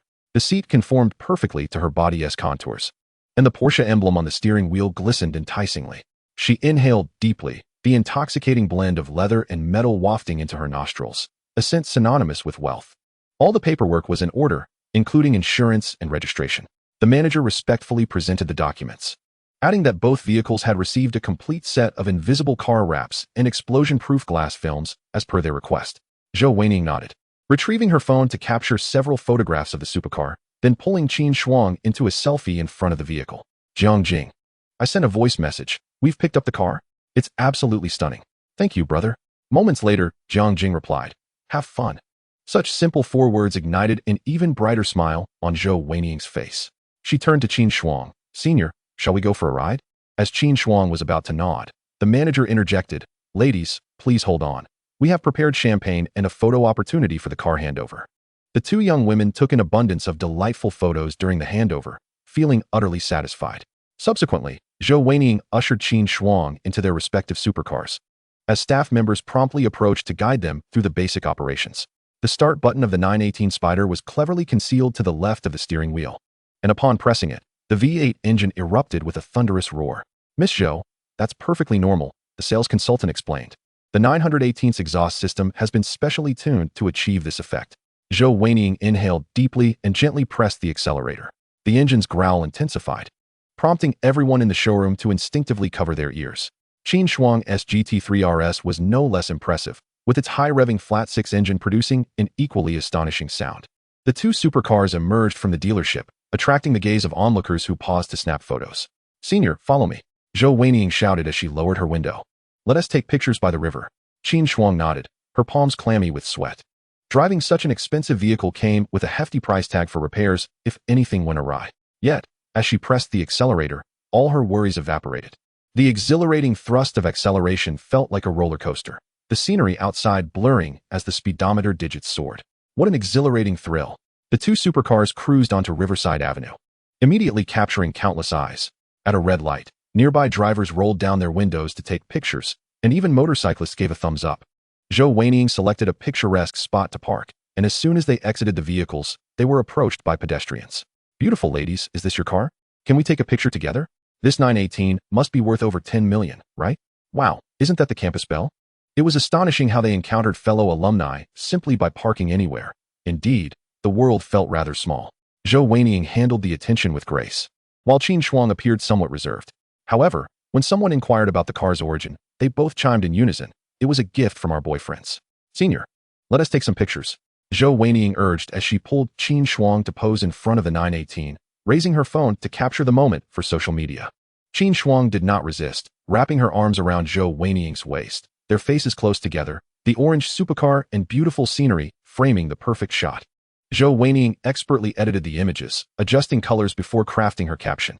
"Thank you, dear, for the new toy. I'm so thrilled to pick up the car with my senior." Qin Shuang also penned a message. "My first supercar in life. Grateful to have met my beloved. Zhou Weining, thank you for taking me for a ride." The instant they hit send, their phones erupted with notifications. Likes and comments flooded in like a tidal wave. "Wow, a Porsche 918? ISNT this car over 10 million? What did you do, rob a bank?" Qin Shuang, when did you start dating a wealthy boyfriend? Zhou Weining, you're amazing. Are you being spoiled? Jealous? What kind of celestial boyfriend is this? The Art Academy's group chat exploded. Qin Shuang, Senior, please introduce me. Zhou Weining, Junior, do you need a best friend? Are these two sharing a boyfriend? I heard he drives a Lamborghini Veneno and is a super rich tycoon. What shocked Qin Shuang even more was that even the usually aloof department head had liked her post, commenting, "Congratulations, Qin Shuang. You're young and accomplished." Indeed, such is the world we live in. It seems to celebrate wealth over virtue. Zhou Weining's social media post was even more extravagant, garnering over 200 likes and nearly 100 comments in less than 10 minutes. She chose a few responses to share. Unified reply, "Thank you for the blessings. The car is a gift from my boyfriend, cuties." As Qin Shuang stared at her phone, the incessant notifications made her feel an overwhelming sense of unreality. Just yesterday, she was an ordinary student, and today she was behind the wheel of a multi-million-dollar supercar, the center of attention at her school. "Senior, are you happy?" Zhou Weining leaned closer, softly asking. Qin Shuang nodded, her eyes shimmering with a complex array of emotions. "Weining, thank you. If it weren't for you, don't mention it." Zhou Weining interrupted her. "From now on, we are true sisters. Jiang Jing appreciates understanding girls. As long as we behave, he will treat us well." Soon, she adjusted her expression, affectionately linking her arm with Zhou Weining's. "Yes, I will learn well from my junior." Zhou Weining beamed with satisfaction, glowing radiantly in the sunset. "Come on, senior, I'll take you somewhere." Jiang Jing's mountain water manner is quite impressive. The cunning Zhou Weining planned to present Qin Shuang in a favorable light, aiming to surprise Jiang Jing. Chapter 73, Let Us Have Dinner Together. The two young women drove into the mountain water manor, with Qin Shuang navigating the vehicle along the tree-lined avenue, trailing Zhou Weining, sitting in the driver's seat. Qin Shuang's eyes widened in astonishment as she tightened her grip on the steering wheel. "Is this Jiang Jing's home?" Her voice trembled slightly. Flanking the road were impeccably manicured lawns and artfully arranged ornamental trees. In the distance, one could catch glimpses of tennis courts and a helicopter landing pad, while the main residence was a modern-style, standalone villa. Zhou Weining led Qin Shuang into the underground garage, parking the car with a proud smile curving her lips. "So, what do you think? Far superior to the Cloud Sea viewing pavilion, right?" Qin Shuang remained silent, her attention utterly captivated by the expansive underground garage before her. After ascending in the elevator, Zhou Weining guided Qin Shuang into the villa, where a cool breeze from the air conditioning greeted them, mingled with a subtle hint of sandalwood fragrance. The 6-meter-high atrium was adorned with a grand crystal chandelier, while the Italian-imported marble floors gleamed with a mirror-like finish. "My room is located on the eastern side of the second floor," and Zhou Weining, like an enthusiastic tour guide, elaborated on the villa, mentioning that Jiang Jing's master bedroom is situated on the third floor. However, she leaned closer to Qin Shuang, lowering her voice conspiratorially. "I often go up to sleep there." Qin Shuang's face instantly flushed, fully aware of the implications behind those words. "Let me take you on a quick tour," Zhou Weining suggested as she led Qin Shuang throughout the villa. The gym, the media room, the wine cellar, and the study. Each room was adorned with luxurious decor that exuded tastefulness. What astonished Qin Shuang the most was the semi-open, temperature-controlled swimming pool. A magnificent 25-meter expanse surrounded on three sides by floor-to-ceiling windows, overlooking a meticulously designed tropical garden that seamlessly blended privacy with breathtaking views. "Shall we take a swim?" Zhou Weiniang suddenly proposed. "I just bought several new swimsuits." Qin Shuang hesitated, her heart racing at the thought of such an extravagant pool. 20 minutes later, she stood in the changing room, her fingers trembling as she grasped what could only be described as a bikini, merely a few delicate strings and a palm-sized piece of fabric, hardly sufficient to provide coverage.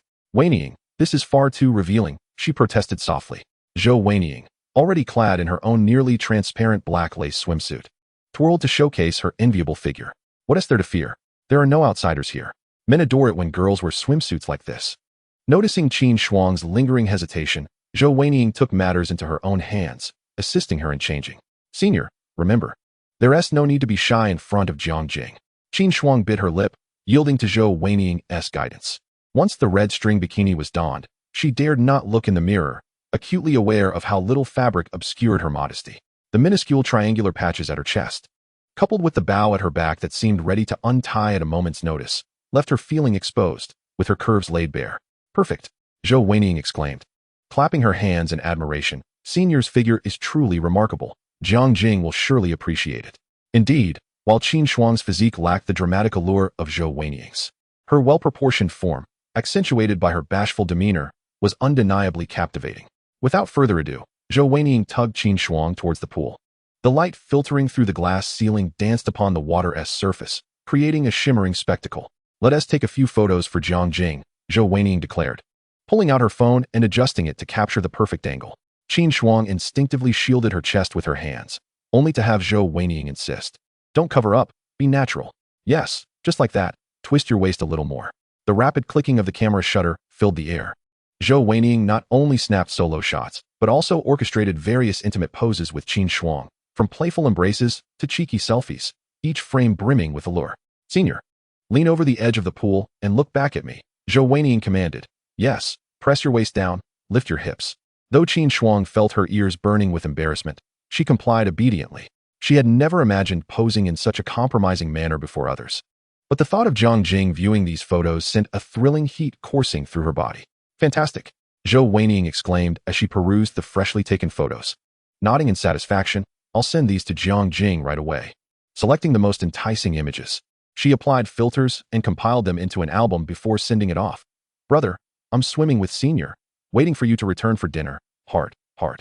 With the pictures dispatched, Zhou Weiniang tossed her phone aside and leapt into the pool, splashing water onto Qin Shuang, sending a refreshing chill through her. Taking a deep breath, Qin Shuang followed suit and entered the water. Strangely, once submerged, her sense of shame diminished.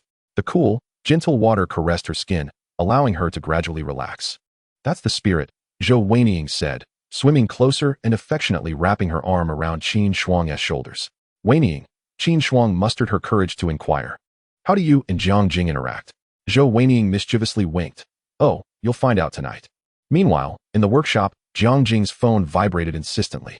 Fully engrossed in assembling a hydraulic engine, beads of sweat trickled from his chin onto the workbench. The incessant vibrations of his phone broke his concentration. Frowning, he set down his tools and picked up the device, his breath hitching upon seeing the screen. Zhou Weiniang and Qin Shuang, clad in nearly negligible swimsuits, posed seductively by the pool. Most striking was Qin Shuang, the usually aloof and elegant piano goddess of the campus, now embodying the essence of a magazine cover model, exuding both shyness and anticipation. In the final photo, the two girls embraced in the water, Zhou Weiniang hugging Qin Shuang from behind, her crimson lips whispering something into her ear, causing Qin Shuang's cheeks to flush, yet a smile played at her lips. "Waiting for you to return for dinner together." Jiang Jing's throat constricted. He understood all too well the implications of that dinner invitation. Taking a deep breath, he suddenly quickened his pace, his hands moving like shadows across the workbench, with screwdriver, wrench, and welding gun in a dizzying flurry, his speed astonishing. His thoughts had drifted to the scene at the poolside of the Shanshui Manor, envisioning the two enchanting figures frolicking in the water, fueling his urgency. What would have taken an hour to complete was accomplished in a mere 10 minutes, driven by fervor. Jiang Jing didn't he even pause to test the engine's performance parameters before stripping off his work clothes and bolting out of the workshop. With a press of the accelerator, his supercar surged forth like an arrow released from a bow. The vehicle executed a graceful drift before halting in front of the main residence, and Jiang Jing leapt out. striding purposefully indoors. He dashed through the hall, pushing open the glass doors to the pool area, where the warm, humid air mingled with the scent of feminine perfume. The sight before him ignited a fervent rush of adrenaline. Zhou Weiying and Qin Shuang were playfully splashing in the water, turning their heads in unison at the sound of the door opening. Water droplets glistened as they cascaded down their collarbones, their damp hair clinging to their alabaster skin. The fabric of their bikinis nearly transparent after soaking. Jiang Jing, Zhou Weiying called out cheerfully as she swam to the edge of the pool. Why are you back so soon? Qin Shuang stood frozen in the water, her cheeks flushed, her hands instinctively moving to shield her body. But recalling Zhou Weiying's earlier advice, she gradually lowered them. Jiang Jing crouched down, his hand brushing against Zhou Weiying's damp cheek. Didn't we agree to have dinner together? His gaze shifted past Zhou Weiying to lock onto Qin Shuang's eyes. I'm hungry. Chapter 74, Frolicking in the Water. Zhou Weiying rested her arms on the edge of the pool, gazing up at him. This posture accentuated her neckline, revealing a tantalizing view. Water droplets glistened as they slid down her collarbone, sparkling under the lights. Qin Shuang swam closer, though visibly more reserved, a rosy hue gracing her cheeks. Jiang Jing. Water droplets clung to her eyelashes, and her damp eyes radiated shyness and anticipation.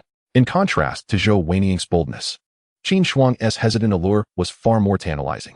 Jiang Jing lowered himself, gently lifting Qin Shuang's chin with his finger. Do you still like the car? Why, yes. I do. Qin Shuang stammered. It's just so expensive. That's all that matters. Jiang Jing interrupted, his thumb lightly caressing her lips. Qin Shuang's skin felt astonishingly delicate, akin to the finest silk when wet. Observing this, Zhou Weiying suddenly seized Jiang Jing's arm. Come on down and join us. The water feels wonderful. She exerted just enough force, catching Jiang Jing off guard, and he tumbled into the pool with a tremendous splash. Weiying, Qin Shuang gasped, unable to suppress a laugh. Jiang Jing rose from the water, his shirt and trousers completely soaked, clinging to his body. He wiped his face and pretended to glare at Zhou Weiying. You certainly have a lot of nerve. Zhou Weiying, far from being intimidated, swam closer and pressed her wet skin against him. The heat radiating through his shirt was astonishing. Are you angry, brother? She asked, her innocent big eyes blinking, while her fingers mischievously began to unbutton Jiang Jing's shirt. Your clothes are all wet. You should take them off. Qin Shuang stood by, her eyes wide in disbelief. She knew Zhou Weiying was bold, but she never expected her to be this audacious. Jiang Jing allowed Zhou Weiying to unfasten his shirt, but her gaze shifted to Qin Shuang. Aren't you coming to help, senior? Qin Shuang's face flushed deeper, her fingers intertwining nervously. Yet, in the end, she slowly swam over, cautiously assisting Jiang Jing in shedding his drenched shirt. When her fingertips accidentally brushed against Jiang Jing's abdominal muscles, she recoiled as if scalded, eliciting a fit of giggles from Zhou Weiying. The senior looks so cute when she's shy, Zhou Weiying said as she hugged Qin Shuang from behind, resting her chin on her shoulder. Does brother like this? Jiang Jing did not respond verbally. Instead, he reached out and pulled both of them into his embrace. Beneath the water, their bodies intertwined, the sensations more stimulating than sight. Zhou Weiying and Qin Shuang's swimsuits offered scant coverage, practically transparent after being soaked. Is this your idea of dinner? Jiang Jing asked in a low voice. Zhou Weiying smirked mischievously. Just an appetizer, she said, deliberately allowing one shoulder strap to slip, revealing her rounded shoulder. The main course is yet to come. Qin Shuang buried her face in Jiang Jing's chest, overwhelmed with embarrassment, yet she did not push him away. Instead, her arms subtly encircled his waist. Jiang Jing's hand slid to Zhou Weiying's waist, giving it a gentle squeeze, prompting her to let out a soft cry. Being naughty comes at a price. What price? Zhou Weiying was undaunted, leaning in closer, her crimson lips nearly brushing Jiang Jing's earlobe. Brother can punish me however he likes. Her voice was soft and sultry, dripping with deliberate seduction. Jiang Jing, no longer reserved, lowered his head to seal her lips with his. Zhou Weiying immediately responded with fervor, wrapping her arms around his neck, her entire being hanging onto him. The water rippled, casting their entwined silhouettes against the pool wall. Qin Shuang stood by, flustered and uncertain, wanting to look but too shy to do so, ultimately deciding to quietly swim away. However, how could Jiang Jing let her escape? With a swift reach, he pulled the fleeing Qin Shuang back. Where does the little beauty think she's going? Jiang Jing teased, his eyes glinting with mischief.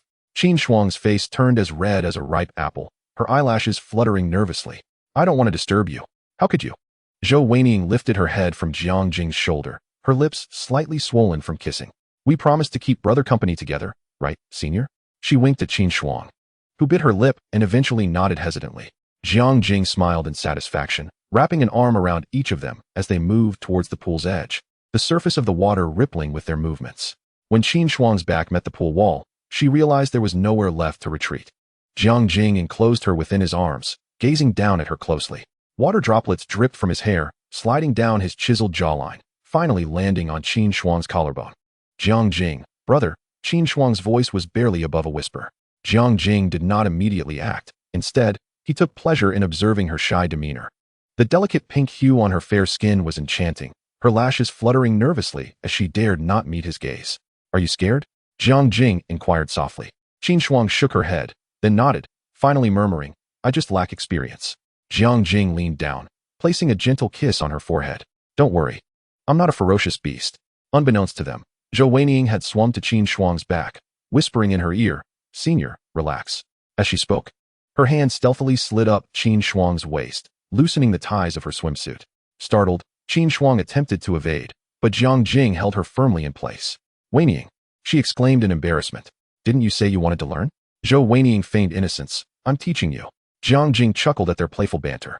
He lowered his head to capture Qin Shuang's lips, silencing her unvoiced protests. Initially, Qin Shuang's body tensed, but as the kiss deepened, she gradually relaxed, even beginning to respond clumsily. When Jiang Jing's hand slipped into the loosened fabric of her swimsuit, she merely quivered slightly, not resisting. Good girl, Jiang Jing murmured near her lips, feeling satisfied with her compliance. Zhou Weiniang watched with envy, intentionally splashing water to catch Jiang Jing's attention. Brother is being biased, only favoring the senior. Jiang Jing turned to her, a dangerous glint in his eyes. We haven't settled the score from earlier. With that, he suddenly lifted Zhou Weiniang by the waist, kissing her fiercely against the pool's edge amidst her startled exclamations. Zhou Weiniang immediately responded with enthusiasm, her legs wrapping around his waist, completely disregarding her swimsuit, which had slipped down, revealing much more than intended.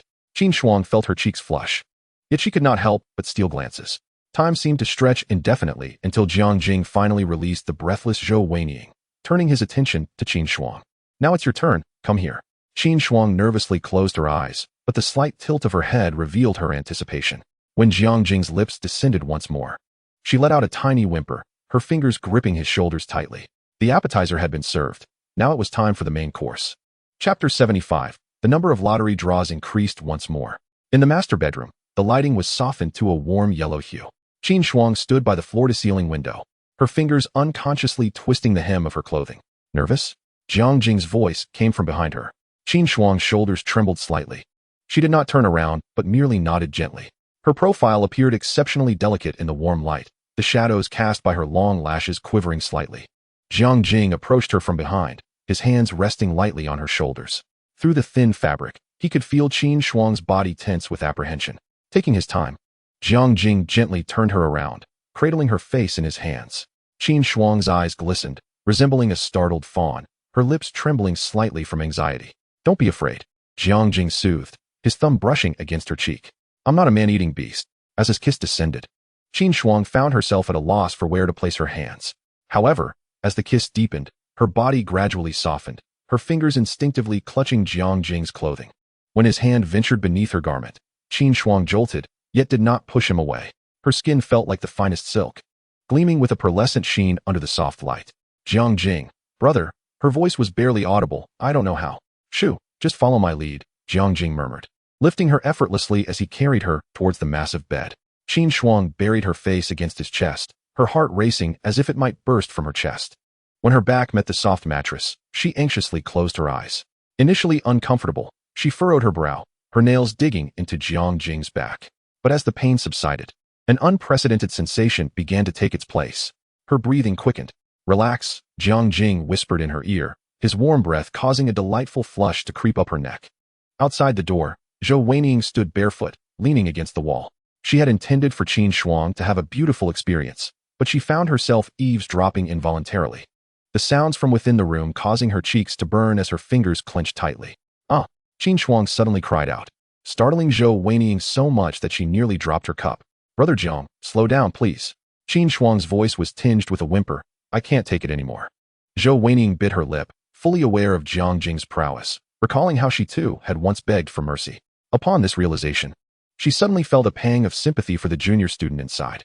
The commotion in the room grew increasingly tumultuous, as Qin Shuang's pleas transformed into tearful whimpers. Help. I can't take it anymore. Jiang Jing, please spare me. Wen Ying inhaled deeply and gently pushed the door open. The scene within the room momentarily stole her breath away. Qin Shuang resembled someone just pulled from the depths of water, her chestnut hair disheveled across the sheets, her tear-streaked face pushing weakly against Jiang Jing's chest. Noticing the disturbance at the door, Jiang Jing turned to glance at Wen Ying, the fervor in his eyes causing her legs to weaken. Brother, she said, mustering her composure as she approached, this is the junior's first time, don't be too. Her words fell short as Jiang Jing abruptly pulled her onto the bed. Spotting Wen Ying, Qin Shuang felt an overwhelming urge to sink into the ground, only to be held in place by Jiang Jing. Wen Ying, save me. Qin Shuang reached out to Wen Ying, her voice as fragile as a kitten's. Wen Ying sighed, bending down to embrace Qin Shuang. Don't be afraid, I'm here. With Wen Ying's support, Qin Shuang finally caught a moment to breathe. However, it wasn't long before she realized that Wen Ying too had been swept into the eye of the storm, her face, usually adorned with a sweet smile, gradually becoming dazed. Sister. Wen Ying extended her hand to Qin Shuang, their fingers intertwining as they collectively endured this sweet torment. Never had Qin Shuang envisioned herself experiencing such a night. In the last fleeting moment before losing consciousness, she saw Wen Ying rolling her eyes and collapsing onto the bed, while Jiang Jing remained as vigorous as ever. The morning sun streamed through the sheer curtains, bathing the room in light. Qin Shuang slowly opened her eyes, her body aching as if trampled by a truck. She discovered herself wedged between Jiang Jing and Wen Ying, their limbs entangled and the sheets in disarray. Memories of the previous night surged forth like a tidal wave, causing Qin Shuang's face to flush crimson. She cautiously attempted to shift her body, inadvertently waking Wen Ying. Good morning, sister, Wen Ying greeted sleepily. Her tone as natural as if they awoke like this every day. Morning, Qin Shuang replied, her voice barely above a whisper, unable to meet Wen Ying's gaze. Wen Ying yawned, leaning in close to Qin Shuang's ear, whispering, don't be shy, we might find ourselves in such situations quite often from now on. Qin Shuang, mortified, wished to sink into the ground, but then heard Jiang Jing's voice behind her. Awake? His arm encircled Qin Shuang's waist, his warm breath brushing against her neck. Instinctively, she froze, the vivid memories of the previous night instilling a sense of trepidation within her. Don't be afraid. Jiang Jing noticed her tension and chuckled softly, loosening his grip. I'll let you off today. Seizing the opportunity, Wen Ying nestled into Jiang Jing's embrace, playfully pouting, brother, you're biased. You only care about the sister. Qin Shuang carefully slipped off the bed, her legs almost giving way beneath her. Wen Ying quickly steadied her. Sister, be careful. A hot bath would do you good. Qin Shuang nodded, clutching the bedsheet as she unsteadily made her way to the bathroom. Once the door was closed, she finally had the chance to examine herself properly. Her body bore the marks of intimacy, particularly the clear fingerprints around her waist, serving as reminders of how wild the night had been. The hot water in the bathtub alleviated her aches as Qin Shuang leaned against the edge, closing her eyes. She had never imagined that her first experience would unfold under such circumstances, alongside another girl. Yet strangely, she felt no regret. A faint sound echoed from outside the door, followed by the gentle push of the bathroom door. Instinctively curling up, she was surprised to see Wen Ying entering with a tray. Sister, drink some honey water. Wen Ying placed the cup at the edge of the bathtub. Qin Shuang accepted the cup, sipping the sweet honey water, and suddenly inquired, Wen Ying, do you often do this? I mean, with others. Wen Ying paused momentarily, then smiled. It's my first time. She leaned closer to Qin Shuang's ear. Lowering her voice, let me share a secret. Brother is particularly skilled in that regard. One person simply cannot handle it. Qin Shuang's cheeks flushed anew, memories of the previous night resurfacing. Truly, he was exceptionally skilled. So, sister, Wen Ying gazed earnestly into Qin Shuang's eyes. We must unite, understand? Qin Shuang was taken aback for a few seconds before comprehending Wen Ying's implication. She gently nodded, feeling as though a knot within her had loosened. When the two returned to the bedroom, Jiang Jing was on a call. Upon noticing their presence, he promptly concluded the conversation. Did you sleep well? He asked Qin Shuang, his gaze tender. Qin Shuang nodded, unable to meet his eyes. Jiang Jing approached and lifted her chin. Still in pain? His simple concern made her eyes sting. She shook her head, murmuring, much better. Jiang Jing kissed her forehead. Rest well today. Wen Ying, take care of her. Got it, Wen Ying replied sweetly, linking her arm with Qin Shuang's. Sister, let me take you to my wardrobe to pick out some clothes. As she watched the two girls walk away, Jiang Jing's lips curled into a slight smile. The system notification chimed in his mind. Qin Shuang's favorability level, 20. Current, 91. Lottery chances, 1. It seemed that the efforts of the previous night had not been in vain. Chapter 76, Gathering Talents. At the 88th floor of the Rongqing International Financial Center. In the Yunding restaurant. Mr. Jiang, everyone is here, Jiang Yan reminded softly. Attired in a sharp professional suit, her hair meticulously styled into a bun, exuding competence and professionalism. Jiang Jing turned and walked towards the private room. The moment he pushed the door open, the previously murmuring crowd fell silent, numerous gazes fixed upon him. Inside the room, a round rosewood table, capable of seating 20, was surrounded by a diverse assembly of elite individuals. Jiang Jing's gaze swept across each face, the information provided by the system's talent radar aligning with the real-life counterparts before him. Thank you all for taking the time to join us, Jiang Jing said, settling into the main seat with a steady voice. I am Jiang Jing, the founder of Xingqin Technology. The servers began to serve dishes. Exquisite cold cuts and red wine were sequentially presented on the table. Jiang Jing noted that not a single person touched their utensils. All eyes remained fixed on him, filled with scrutiny, curiosity, and unabashed skepticism. Before we formally discuss collaboration, I would like to hear each of your self-introductions first. After a brief silence, a middle-aged man seated to Jiang Jing's right stood up first, dressed in a simple white shirt, with thick black-rimmed glasses perched on his nose. The eyes behind the lenses sparkled with the focused light characteristic of a scholar. Zhang Mingyuan, 42 years old, PhD in energy power from Tsinghua University. His voice was somewhat hoarse but conveyed an undeniable authority. Former chief engineer at the National New Energy Laboratory, I led 7 national-level energy projects. He paused, a slightly sarcastic smile creeping onto his lips. I left due to academic differences, to put it bluntly. I could not tolerate certain individuals treating scientific research as a mere political achievement. Jiang Jing nodded slightly, recognizing Dr. Zhang as the data suggested, a straightforward character, a man of pure scientific integrity. I've long admired Dr. Zhang's esteemed reputation, Jiang Jing said earnestly. We truly need scientists like you who dare to uphold the truth. Zhang Mingyuan looked at Jiang Jing in surprise, seemingly not expecting such a response from the young man, and then quietly sat down.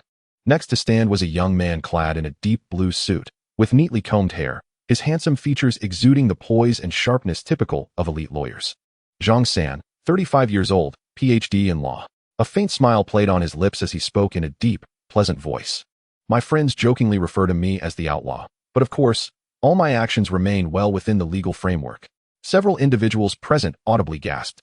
The Jiang Jing stands at the helm of the gathering, his presence commanding respect. Renowned within the industry, Lawyer Zhang is infamous for his ruthless tactics, adept at exploiting legal loopholes and navigating both the shadows and light of the law. His most audacious feat involved defending a client, while simultaneously ensuring the judge wielding the gavel faced justice himself. The third individual to rise is a woman, appearing to be in her late 30s, clad in a well-tailored navy blue suit, her sleek black hair tucked neatly behind her ears, exuding an aura of quiet authority. Chen Wei, 38 years old, a Ph.D. in business administration from Harvard Business School. Her voice is clear and resonant. She has held executive positions in 3 Fortune 500 companies, excelling in translating cutting-edge technology into commercial value. She gazes directly into Jiang Jing's eyes and states, I chose to leave my last company because they would rather spend $1 billion on advertising than invest $100 million in research and development. Jiang Jing perceives in her gaze the sharpness and wisdom honed through years in the business arena. She is a premier talent capable of transforming technological advantages into profit.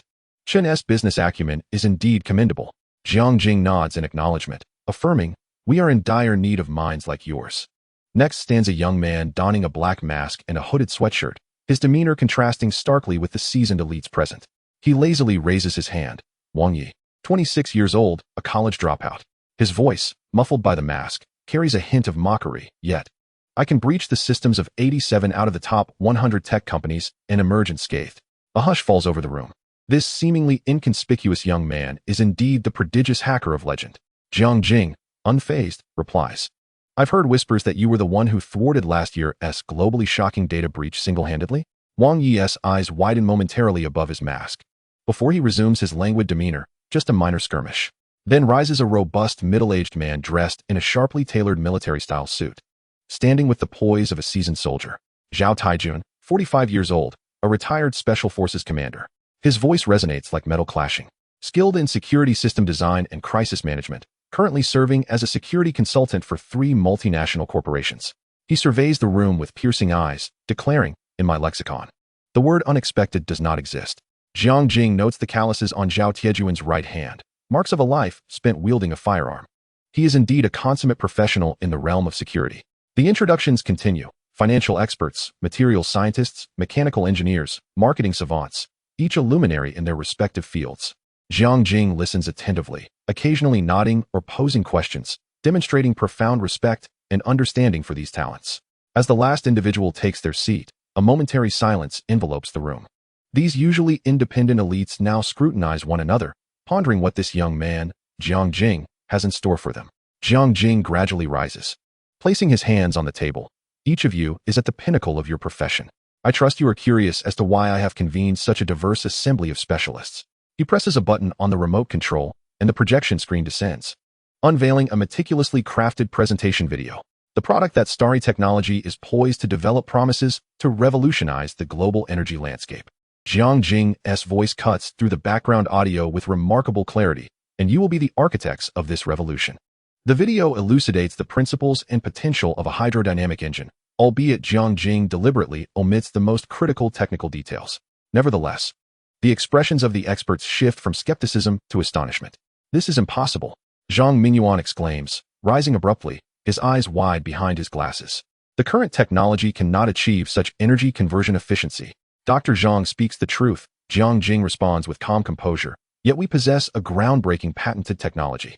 Chun Wei swiftly seizes the crux of the matter. Mr. Jiang, can you assure us of the feasibility of this technology? If it truly functions as depicted in the video, it would be the greatest energy revolution of this century. Absolutely, Jiang Jing affirms with unwavering conviction. This is precisely why I invited each of you to join.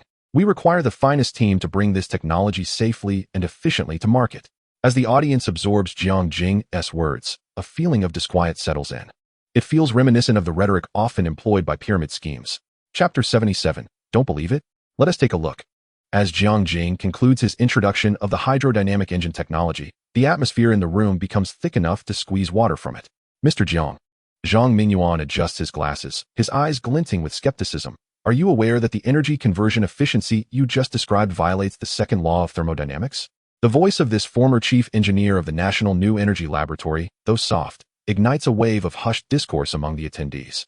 Jiang Jing remains unperturbed. Dr. Zhang, I comprehend your doubts, but that is precisely where our technology breaks new ground breakthrough. Professor Li, a materials science expert, interjects, his silver hair and academic tone lending gravity to his words. Young man, I have spent 30 years in the field of materials and have never heard of a catalyst capable of achieving controllable nuclear fusion of water molecules at room temperature. Chun Wei's slender fingers tap lightly on the table, her Harvard-trained intellect glinting with caution. Mr. Jiang, with all due respect, if you truly possess technology of this caliber, it would have long been classified as a state secret. How could you? She casts a meaningful glance around the room. Discuss it openly in a commercial restaurant. A few light chuckles ripple through the gathering. Jiang Jing notes that even the previously silent hacker, Wang Yi, raises an eyebrow, his eyes betraying disbelief. Your skepticism is entirely justified, Jiang Jing replies, exhibiting a calm confidence. But scientific progress often arises from challenging existing paradigms, does it not? Scientific advancement requires empirical evidence, not PowerPoint presentations, Zhang Mingyuan retorts coldly, his untouched plate before him a testament to his skepticism. Mr. Jiang, do you have experimental data? Even the most rudimentary? Jiang Jing sets down his cutlery, wiping his mouth. In fact, we have already constructed a prototype. This declaration lands like a bomb in the tranquil waters of conversation. The previously murmuring assembly falls into a stunned silence, a dozen pairs of eyes fixated on Jiang Jing. A prototype? Zhao Taijun's rugged face betrays surprise for the first time, his voice gravelly. Are you saying it has been built? In the research workshop just outside the city. Jiang Jing replies with composure. The final assembly was completed just yesterday. After a moment of silence, the financial expert, Mr. Liu, bursts into laughter. Mr. Jiang, you're jesting. Technology of this caliber, from theory to prototype, requires at least a decade of research and development. You, Mr. Liu, is correct, interjects mechanical engineering expert Mr. Wu. In his 40s, his hands stained with grease that refuses to wash off. I have been in the engine industry for 20 years. And just the material endurance tests take 3 years. You claim it is already assembled? Unless it's a toy model.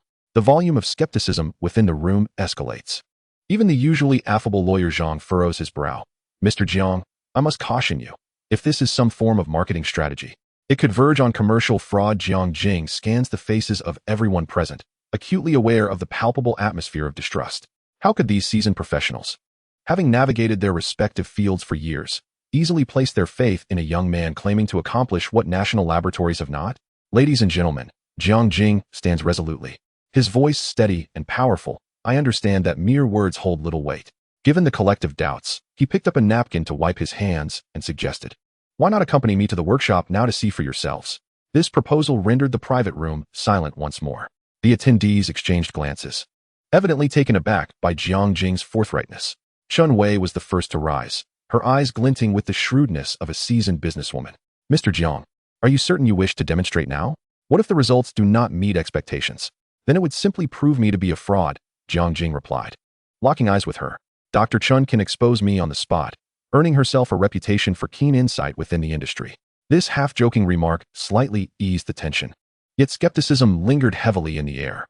Fascinating, Wang Yi finally removed his mask, revealing an unusually pale youthful visage.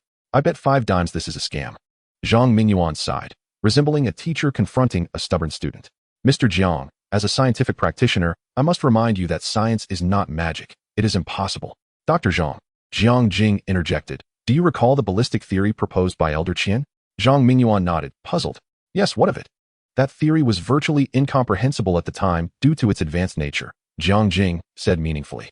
"Sometimes, truth is indeed held by a select few." This statement seemed to strike a chord with Zhang Mingyuan. After a moment of silence, he stood abruptly. "Very well, I shall witness your miracle." With Zhang Mingyuan leading the way, others gradually rose as well. Jiang Jing noticed the assortment of expressions exchanged among them, some curious, others dismissive, and many simply waiting to witness a spectacle. A convoy of 3 business vehicles made its way to the outskirts of the city. Along the journey, Jiang Jing overheard the quiet discussions among several experts in the back seat. "It's surely some variant of a fuel cell," one speculated. "Perhaps it's merely a repackaged electrolytic water device." The youth is desperate for fame. A slight smile tugged at the corners of Jiang Jing's lips. He knew that soon, these whispers would transform into astonished gasps. The R&D workshop was nestled within an unremarkable industrial park, its exterior disappointingly mundane. Upon disembarking, Professor Li could not help but shake his head. Is this truly where an invention capable of altering the world's energy landscape is developed? "It is convenient and undisturbed," Jiang Jing replied easily, retrieving a key to unlock the door. Inside, the workshop appeared far more professional than its exterior suggested, with an array of precision instruments meticulously arranged. At the center, a device the size of an automobile engine was veiled beneath a translucent dust cover. "This is..." Chun Wei's voice trembled, uncertain whether from anticipation or skepticism. Jiang Jing strode confidently towards the workbench, pulling back the dust cover. "Behold, the prototype of a hydrodynamic engine, Model X1. The group gathered around, a peculiar tension enveloping the air. The device appeared exceedingly ordinary, a silver-gray metal casing with several pipes connecting a water tank and testing apparatus. Devoid of the high-tech allure one might expect. "Is this it?" Wu Gong couldn't help but reach out to touch the casing. The material is merely standard aviation aluminum. Its high-temperature resistance is utterly insufficient. Zhang Mingyuan had crouched down to inspect the connections. "This design is far too rudimentary. It lacks even basic safety valves. It is unnecessary," Jiang Jing explained. "The reaction process is entirely controllable, and no pressure will accumulate." "Absurd," Professor Li exclaimed, gesturing animatedly. "Any energy conversion will generate residual pressure. This is basic physical knowledge." Unbeknownst to them, Wang Yi had stealthily maneuvered to the control computer, his fingers dancing over the keyboard. "Let me examine your control program." He suddenly halted, perplexed. "Why can't I access it?" Jiang Jing merely smiled, remaining silent. With his unparalleled hacking skills, there was nothing Jiang Jing could not conceal from prying eyes. Wang Yi's competitive spirit ignited. His fingers flew across the keyboard as complex lines of code cascaded onto the computer screen, determined to penetrate this enigmatic control system.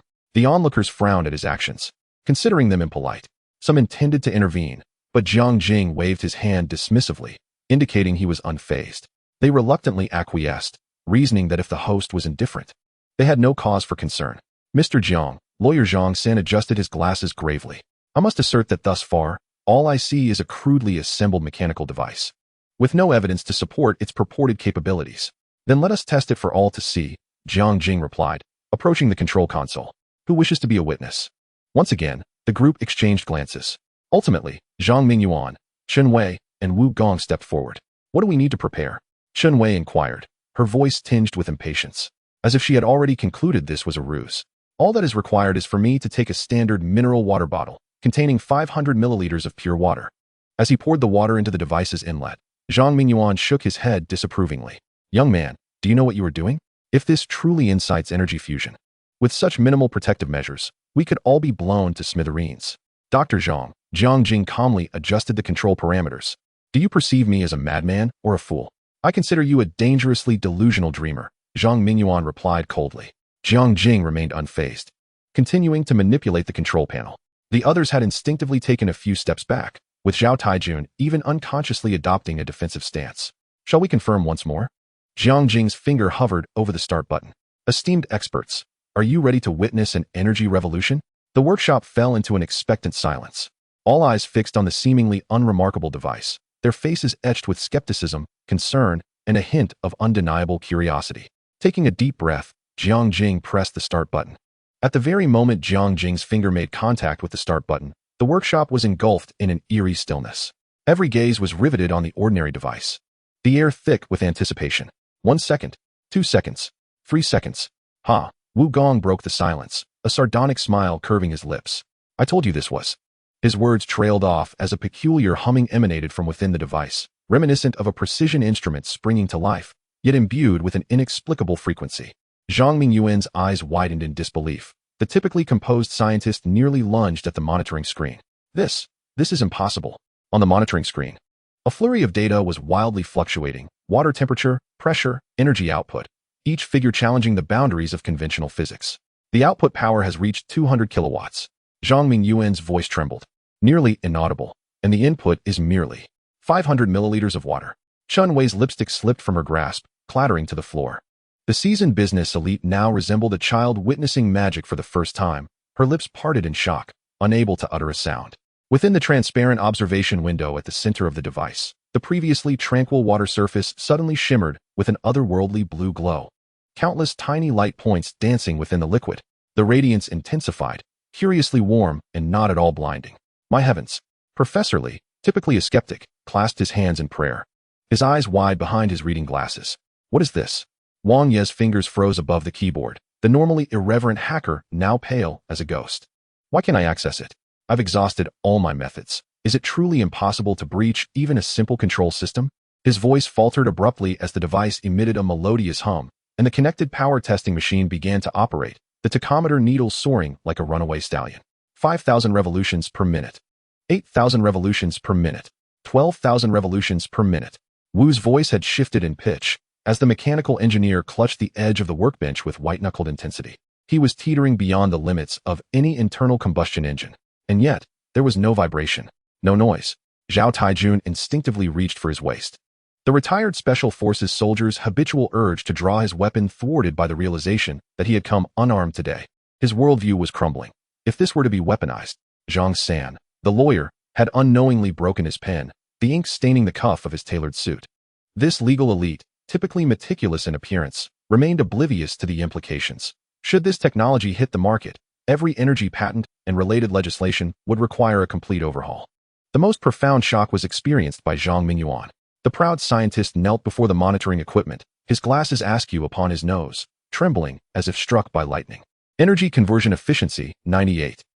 His voice echoed as though it emanated from a great distance, defying the second law of thermodynamics and all known science. A single tear slipped from the corner of his eye. This scholar, who had devoted his life to the study of energy science, was now witnessing a miracle deemed impossible within his field. Jiang Jing stood quietly at the side, observing the reactions of those around him. The shift from extreme skepticism to stunned silence was even more dramatic than he had anticipated. The disdain and irritation they had previously shown transformed into awe, leaving Jiang Jing feeling as refreshing as if he had bitten into an ice pop on a sweltering summer day. Maintaining a temperature of 25 degrees Celsius, Jiang Mingyuan muttered, his fingers trembling as they brushed against the device's exterior. Where is the energy going without any heat loss? Suddenly, he turned to Jiang Jing, his eyes filled with a mix of reverence and fear. How did you accomplish this? This transcends the realms of modern physics. Jiang Jing merely smiled softly. Science is perpetually advancing, Dr. Zhang. This statement resonated like a heavy hammer upon the hearts of all present.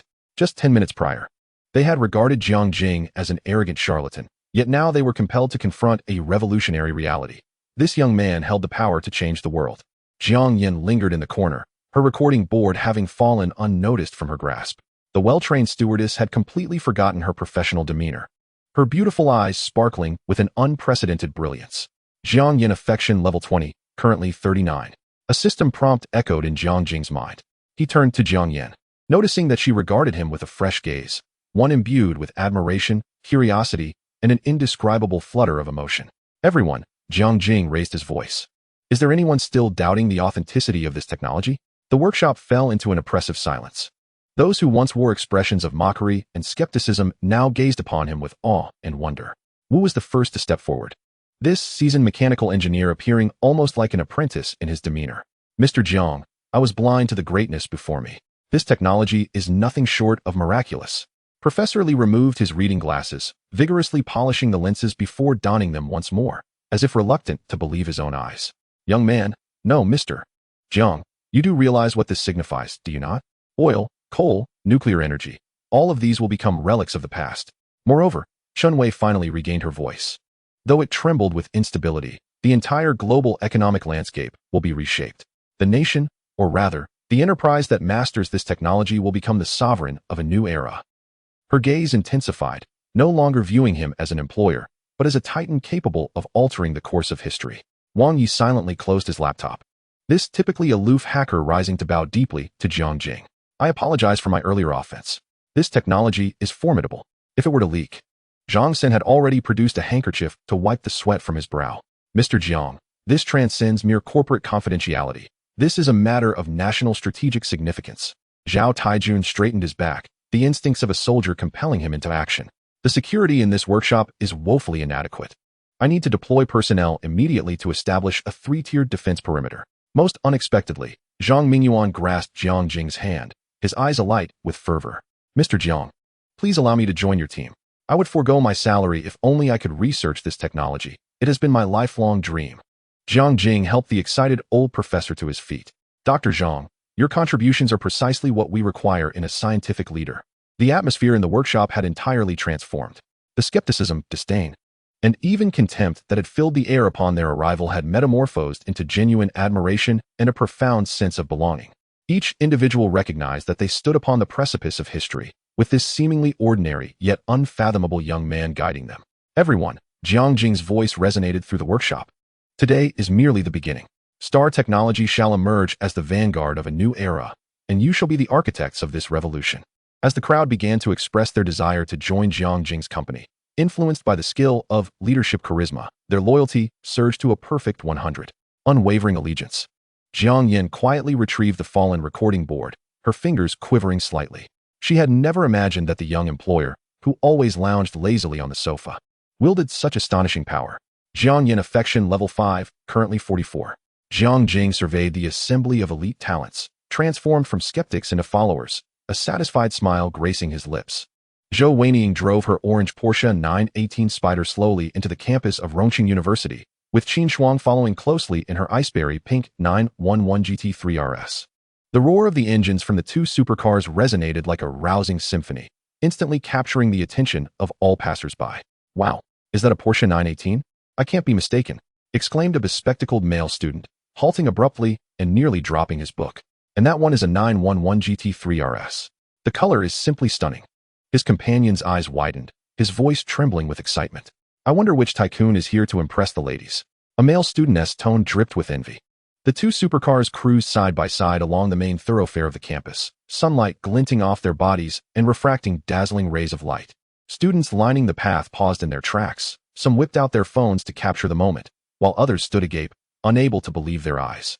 Look, isn't that Zhou Weiniang? A girl gasped, pointing at the driver's seat of the 918. Oh my god, it really is her. She's driving a supercar worth over 10 million to school?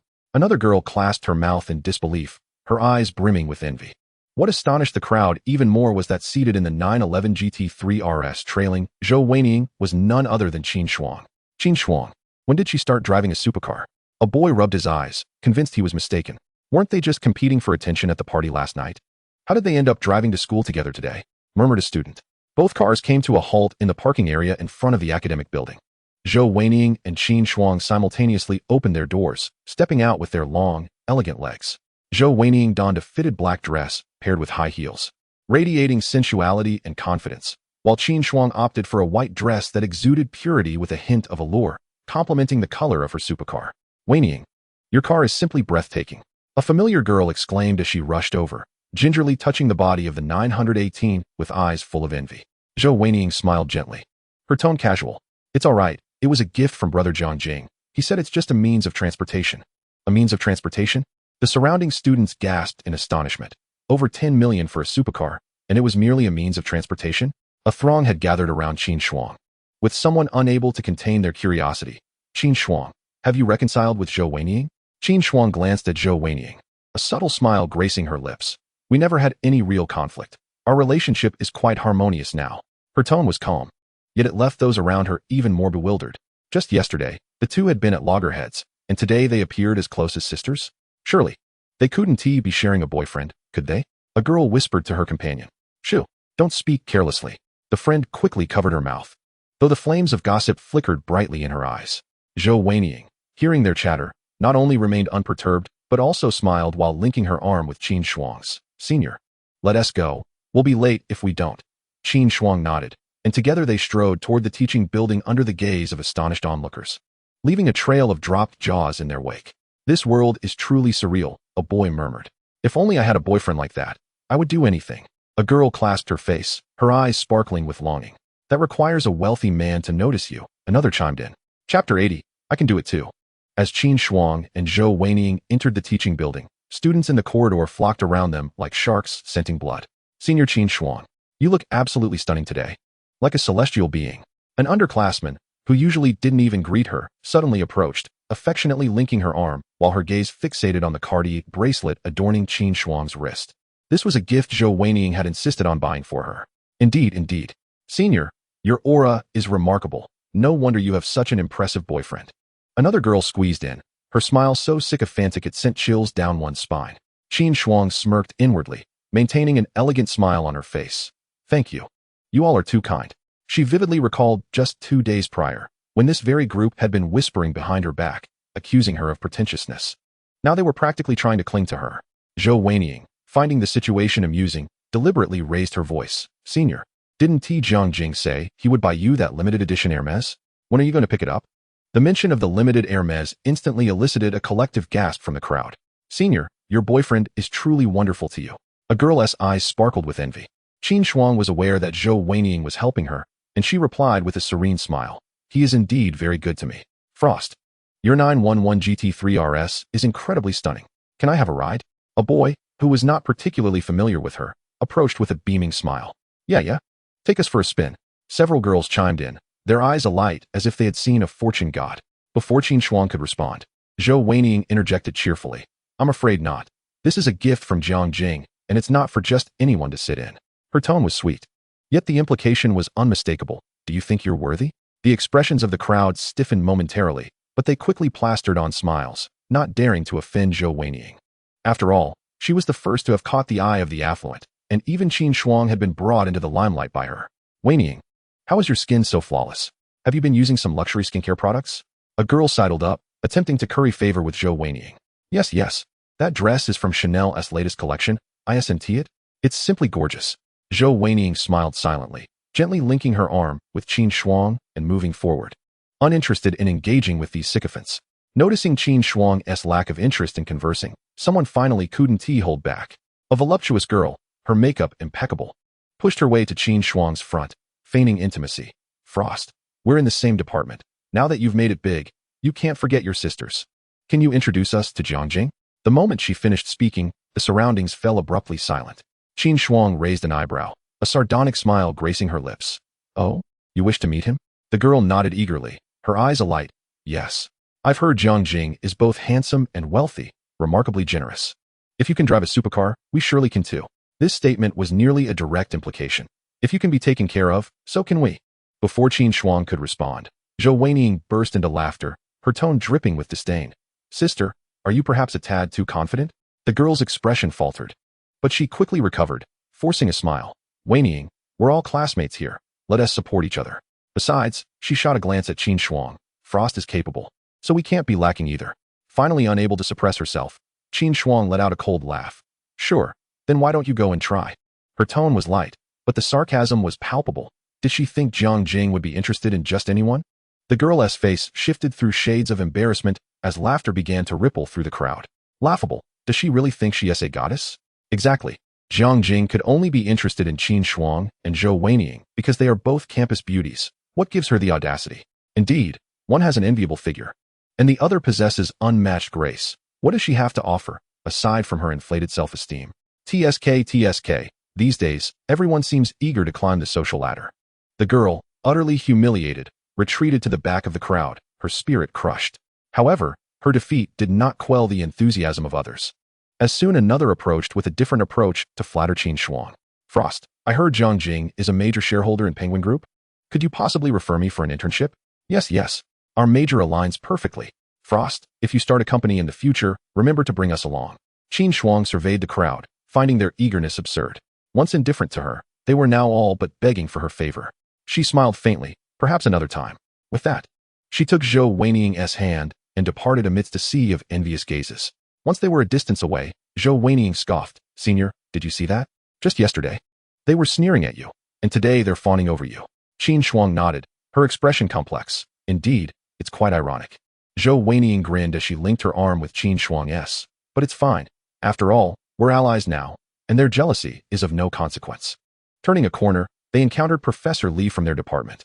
Known for his stern demeanor, he was often the subject of private ridicule for his perpetually serious expression. However, today, the professor seemed transformed from his usual austere self. Qin Shuang, your recent paper was quite impressive, demonstrating considerable depth. Professor Li adjusted his glasses, his tone amiable. If you're interested, I could recommend you for the XX academic conference. Qin Shuang understood that her paper had always been of above-average quality. Professor Li had never before praised her work. Thank you, Professor, she replied politely. He nodded, pleased, and exchanged a few friendly words with both Zhou Weiniang and Qin Shuang before taking his leave. The two exchanged glances, both unable to suppress their smiles. As they exited the teaching building, the campus forum was already ablaze. Shocking. Qin Shuang has definitely snagged a wealthy beau, arriving in a supercar. Zhou Weiniang and Qin Shuang suspected of sharing a boyfriend. Exclusive photos revealed. Those years we missed the wealthy. Is it too late to curry favor now? The comments section was equally entertaining. Wasn't Qin Shuang always so aloof? How is she now cozying up to the rich? Laughable, pretending to be high and mighty. Who wouldn't fawn over wealth? If I were to possess her qualities, I too would seek a golden son-in-law. Qin Shuang scrolled through her phone, a subtle smile gracing her lips. Those who once looked down upon her now could only hide behind their keyboards, bitterly typing away. She had little interest in the sour remarks of such individuals. Her own happiness sufficed. Chapter 81. Inviting Li Runin to join. Outside the private equity fund building, a striking Lamborghini executed a graceful drift into its parking space. He glanced at his watch. It was precisely 3:20 p.m. The perfect moment for Li Runin's break in the tea room. Jiang Jing adjusted the cuffs of his suit.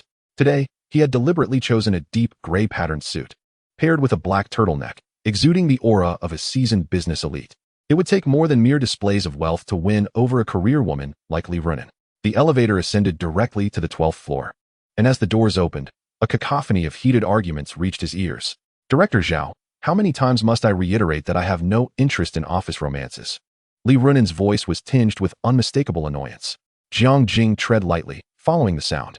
At the entrance of the tea room, he saw Li Runin, clad in a form-fitting dress, cornered by a middle-aged man in a suit. Her short hair was neatly tied back in a ponytail, and two ear studs sparkled with her vigorous gestures.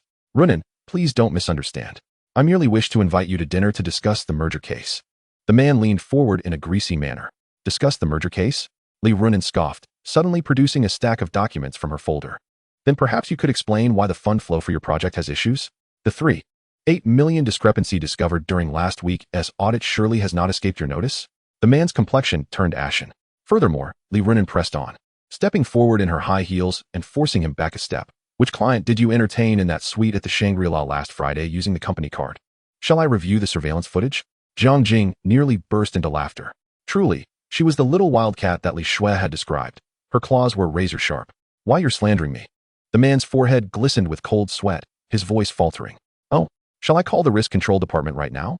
Li Runin feigned reaching for her phone, her red lips curving into a dangerous smile. The man fled, nearly toppling a trash bin in his haste. Li Runin let out a light huff.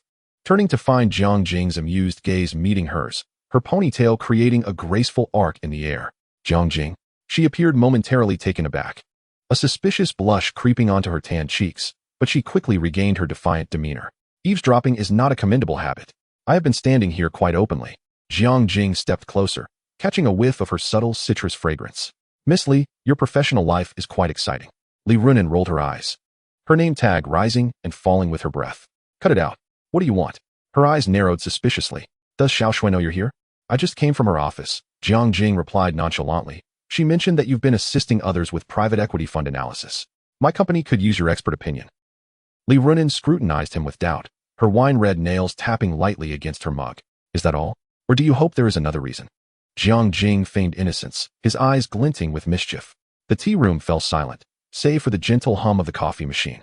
Li Runin's ears flushed crimson, yet she stubbornly held her chin high. Let's not waste time.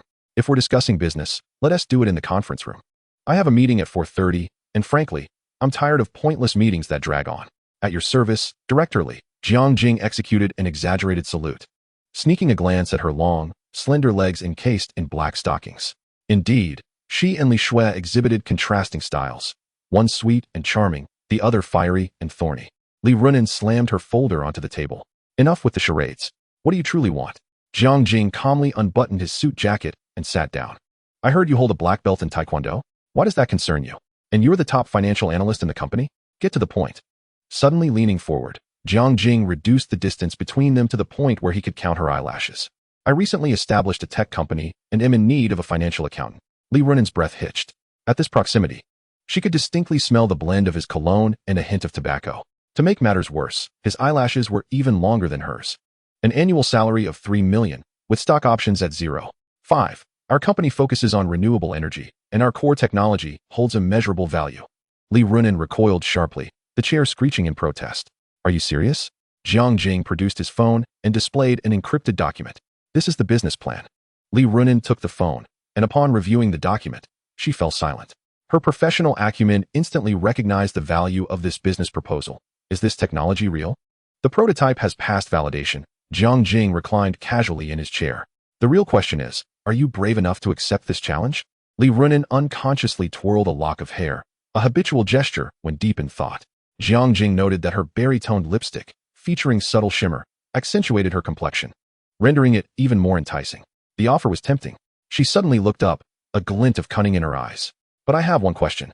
Are you interested in my abilities, or is it merely because I am Li Shui's close friend? Jiang Jing chuckled. This woman was certainly no fool. Would you prefer I valued your abilities or your connections? Li Runin tilted her head slightly, biting her lip in contemplation, realizing that no matter how she framed it, she was dissatisfied with her own reasoning.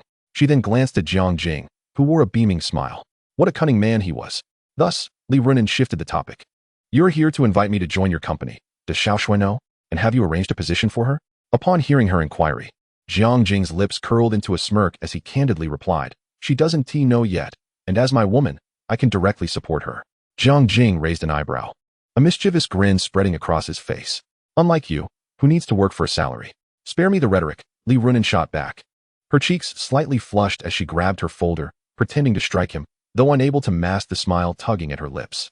Let us gather everyone for a get-together tonight. It'll be an opportunity for introductions. Jiang Jing proposed to Li Runin. Send me the address. I'll drive myself. She replied. Are you still using that second-hand Toyota? Jiang Jing raised an eyebrow. Why not allow me to send a car for you? Li Runin suddenly leaned over the conference table, the allure beneath her V-neck shirt subtly revealing itself. You reek of greed. If you dare mock me again, I wouldn't mind demonstrating the prowess of my black belt in Taekwondo. Just as Jiang Jing was about to respond, the conference room door swung open. The same director Zhao peered in. Runin, the risk control department, is looking for you. His gaze shifted between the two, his expression morphing into one of confusion. Li Runin reacted swiftly, grasping Jiang Jing's tie and pulling him toward her. Can't you see I'm currently attending to an important client? Their noses nearly touched, and Jiang Jing could distinctly see his reflection in her pupils. This proximity and stance were undeniably provocative. My apologies. Director Zhao blurted out, retreating in a fluster, nearly tripping over the threshold. Once the door closed, Li Runin immediately released her grip as if jolted by electricity, her ears flushed crimson. Jiang Jing leisurely straightened his collar. Director Li's customer service is quite unique. Shut up. Li Runin seized the folder and dashed towards the door, only to pause at the threshold. 7 o'clock. If I'm a minute late, I'll leave. Observing her hasty retreat, I smiled like a cat that has just stolen a morsel. Li Runen's favorability, 15, currently 30. The system's prompt resonated as expected. Jiang Jing whistled his way to the elevator when his phone vibrated suddenly. It was a message from Li Shui. Brother, I'd like to have Japanese cuisine tonight. Can you accompany me? After a moment's reflection, Jiang Jing replied, I have a company dinner tonight, so I can't take you out specifically. Would you like to join us? Just before the elevator doors closed, he caught a glimpse of Li Runen surrounded by a group of colleagues, gossiping. Her posture was comically fierce yet feigned calm, reminiscent of a cat whose tail had been stepped on. Chapter 82, A Reunion of Best Friends. As Jiang Jing exited, his phone chimed again. It was Li Shui's message. She expressed her desire to attend the dinner with him. His fingers danced over the screen as he replied, Sure. I'll introduce you to the core team of the company. After sending that, he promptly switched to Jiang Yan's chat, find a high-end restaurant, book the entire venue, and arrange seating for 20. No sooner had he set down his phone than the system's prompt echoed in his mind. Would you like to open the small gift box? It turned out he still had the small gift box and lottery chances from when Qin Shuang's favorability surpassed 90. The system was indeed thoughtful. Open it. Jiang Jing silently commanded, opening the small gift box. Congratulations. You have received ownership of Building A, Rongqing International Financial Center. The property is valued at approximately 3.8 billion. With all ownership paperwork completed and fully furnished, ready for immediate occupancy. Building A of the Rongqing International Financial Center? That was one of the city's landmark structures, towering 38 stories high, with its top floor being a coveted headquarters for countless enterprises. Jiang Jing whistled, feeling quite pleased. He dialed Jiang Yan. Go to Building A of the Rongqing International Financial Center immediately to handle the transfer procedures, transferring everything under Xingqian technology. There was a 2-second silence on the line. Mr. Jiang, are you referring to the entire Building A? Indeed, the ownership documents should have already arrived at my home. Jiang Jing's tone was as calm as if discussing what to have for breakfast. And there's no need to find a venue. Just take the team to the 38th floor of the International Financial Center. Our company will be situated there. After hanging up, Jiang Jing glanced at the time. It was 5:10. There was still ample time before his 7 o'clock appointment with Li Runen, and Li Shui needed to prepare. As the Lamborghini rolled into the underground garage of the Yuhai viewing building, Jiang Jing's Bluetooth headset crackled with Li Shui's sweet voice. Brother, I'm downstairs. Where are you? I'm in the parking lot. And you? I see you. The sound of high heels clicked on the pavement as Li Shui sprinted towards him, her black hair flowing in the breeze. As Jiang Jing stepped out of the car, Li Shui leaped into his arms. Surprised? I had Runen help me pick this outfit. She said it looks very CEO's wife. She twirled around, the hem of her dress creating an elegant arc. Do I look good? Only then did Jiang Jing notice her makeup was exceptionally exquisite, with a gentle bean paste red on her lips and a pair of earrings dangling from her earlobes. It seemed the young lady had put in considerable effort. Absolutely stunning. He placed a kiss on her forehead, suddenly recalling something. Wait, have you been in touch with Li Runen? Yes, I just messaged her to say I'd be meeting your colleagues tonight. She told me not to mention we had talked. Jiang Jing squinted, intrigued by this development. The two girls had evidently conspired beforehand. The elevator whisked them directly to the 38th floor. As the doors opened, Li Shui gasped. Wow, is this your company? Before them was a grand lobby with ceilings soaring nearly 6 meters high, and the arched floor-to-ceiling windows framed the breathtaking dusk view of the entire Rongqing. The deep gray marble floor was polished to a mirror finish, and the logo wall, emblazoned with Xingqian technology, glimmered under the lights. Jiang Jing was thoroughly impressed by Jiang Yan's efficiency. Do you like it? Jiang Jing took her hand. You can visit often. Mr. Jiang. Jiang Yan approached briskly from the end of the corridor. She paused slightly upon seeing Li Shui, but quickly donned a professional smile.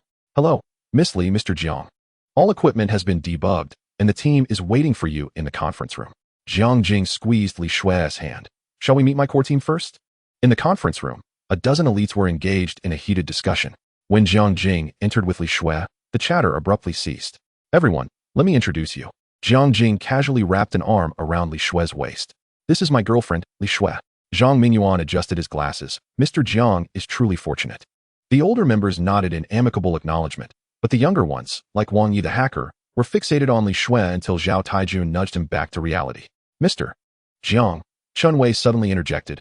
We've just reviewed the technical demonstration, and there's a crucial issue. All right, we can discuss the specifics tomorrow. Jiang Jing glanced at his watch, raising his voice slightly. Tonight is primarily a welcome dinner, which I have arranged. Mr. Jiang. A front desk attendant hurriedly pushed open the door. A Miss Li says you invited her. Before she could finish, Li Runin strode in, her 10-centimeter heels clicking on the floor. Dressed in a wine-red blazer dress, her short hair styled into a charmingly tousled look, she resembled a walking flame. Runin? What are you doing here? Li Shui released Jiang Jing's hand and hurried to her best friend. Li Runin quickly adjusted her expression. Shui, didn't Jiang Jing tell you? I'm now the financial accountant for Xingchen Technology. She shot a challenging glance at Jiang Jing. I just signed the contract today. Unfazed, Jiang Jing approached and naturally wrapped his arm around Li Shui's waist. I was just about to mention this. We cannot let Runin's talents in finance go to waste. So I brought her on board. Li Shui glanced between Jiang Jing and her friend, then suddenly burst into laughter. You two have been plotting behind my back. She affectionately linked arms with Li Runin. This is wonderful. We can see each other often now. Li Runin visibly relaxed, raising an eyebrow at Jiang Jing. He responded with a knowing smile, impressed by her acting skills. A tense silence enveloped the conference room. Jiang Jing felt multiple gazes darting between him and the two girls. Clearing his throat, he broke the silence. Since everyone is here, shall we move to the dining area? Jiang Yan, are the meals prepared? The topic shift was successful, and as they made their way to the dining area, Li Runin purposely lagged behind. As Jiang Jing passed her, he heard a faint scoff. Almost slipped up. Didn't you? The dining area was equally breathtaking, with a wall-sized aquarium housing tropical fish swimming among colorful corals. A Michelin star chef was preparing Wagyu sushi at the cooking station, while waitstaff glided through the crowd pouring champagne. Brother, Li Shui whispered, is this entire floor yours? Incorrect. The entire building is mine. Jiang Jing handed her a glass of juice. If you like it, shall I reserve an office for you? Li Shui's eyes lit up. Can I really? Of course, Jiang Jing leaned in to whisper, but you'll need to wear professional attire and black stockings at work. Li Shui blushed and playfully punched Jiang Jing, a moment that Li Runin, from a distance, happened to catch. She tipped back half a glass of champagne and turned to engage Chun Wei in conversation. Chapter 83, That Man Returns. Halfway through the banquet, Jiang Jing excused himself under the pretense of taking a phone call and slipped onto the terrace for some fresh air. The city sparkled brilliantly against the night sky. Mr. Jiang, what exquisite taste you have. A familiar raspy voice drifted from behind. Li Runin leaned against the glass door, her champagne flute swaying in her hand. What a surprise. Jiang Jing turned around, the moonlight elegantly outlining her exquisite collarbone. It's you, ever the master of theatrics, feigning astonishment while knowing full well I would arrive. Li Runin chuckled softly, suddenly drawing nearer. What do you suppose Xiaoxua would think if she knew you specifically sought me out at the office? The scent of citrus mingled with champagne enveloped Jiang Jing, allowing him to count the delicate arcs of her eyelashes. Is this a subordinate threatening her superior? No. Her fingertips grazed Jiang Jing's tie, the very one she had seized earlier that day. It's merely a reminder. Jiang Jing met her lips. Mere inches apart. A reminder of what? That you fear I might lose control and devour you? Li Runin's breath hitched. Then she scoffed coldly. Your repertoire of scoundrel quotes flows effortlessly. Suddenly, she tugged at Jiang Jing's tie. But I warn you, should you dare to hurt Xiaoxua, I shall make you pay dearly. Such violence? Jiang Jing did not shy away. Instead, he leaned in closer. But I am curious, are you speaking as a confidant? Or as a jealous woman? Li Runin's ears flushed crimson. You narcissist. Li Runin's favorability. 10. Current. 40. What are you two discussing? Li Shui's voice interjected suddenly.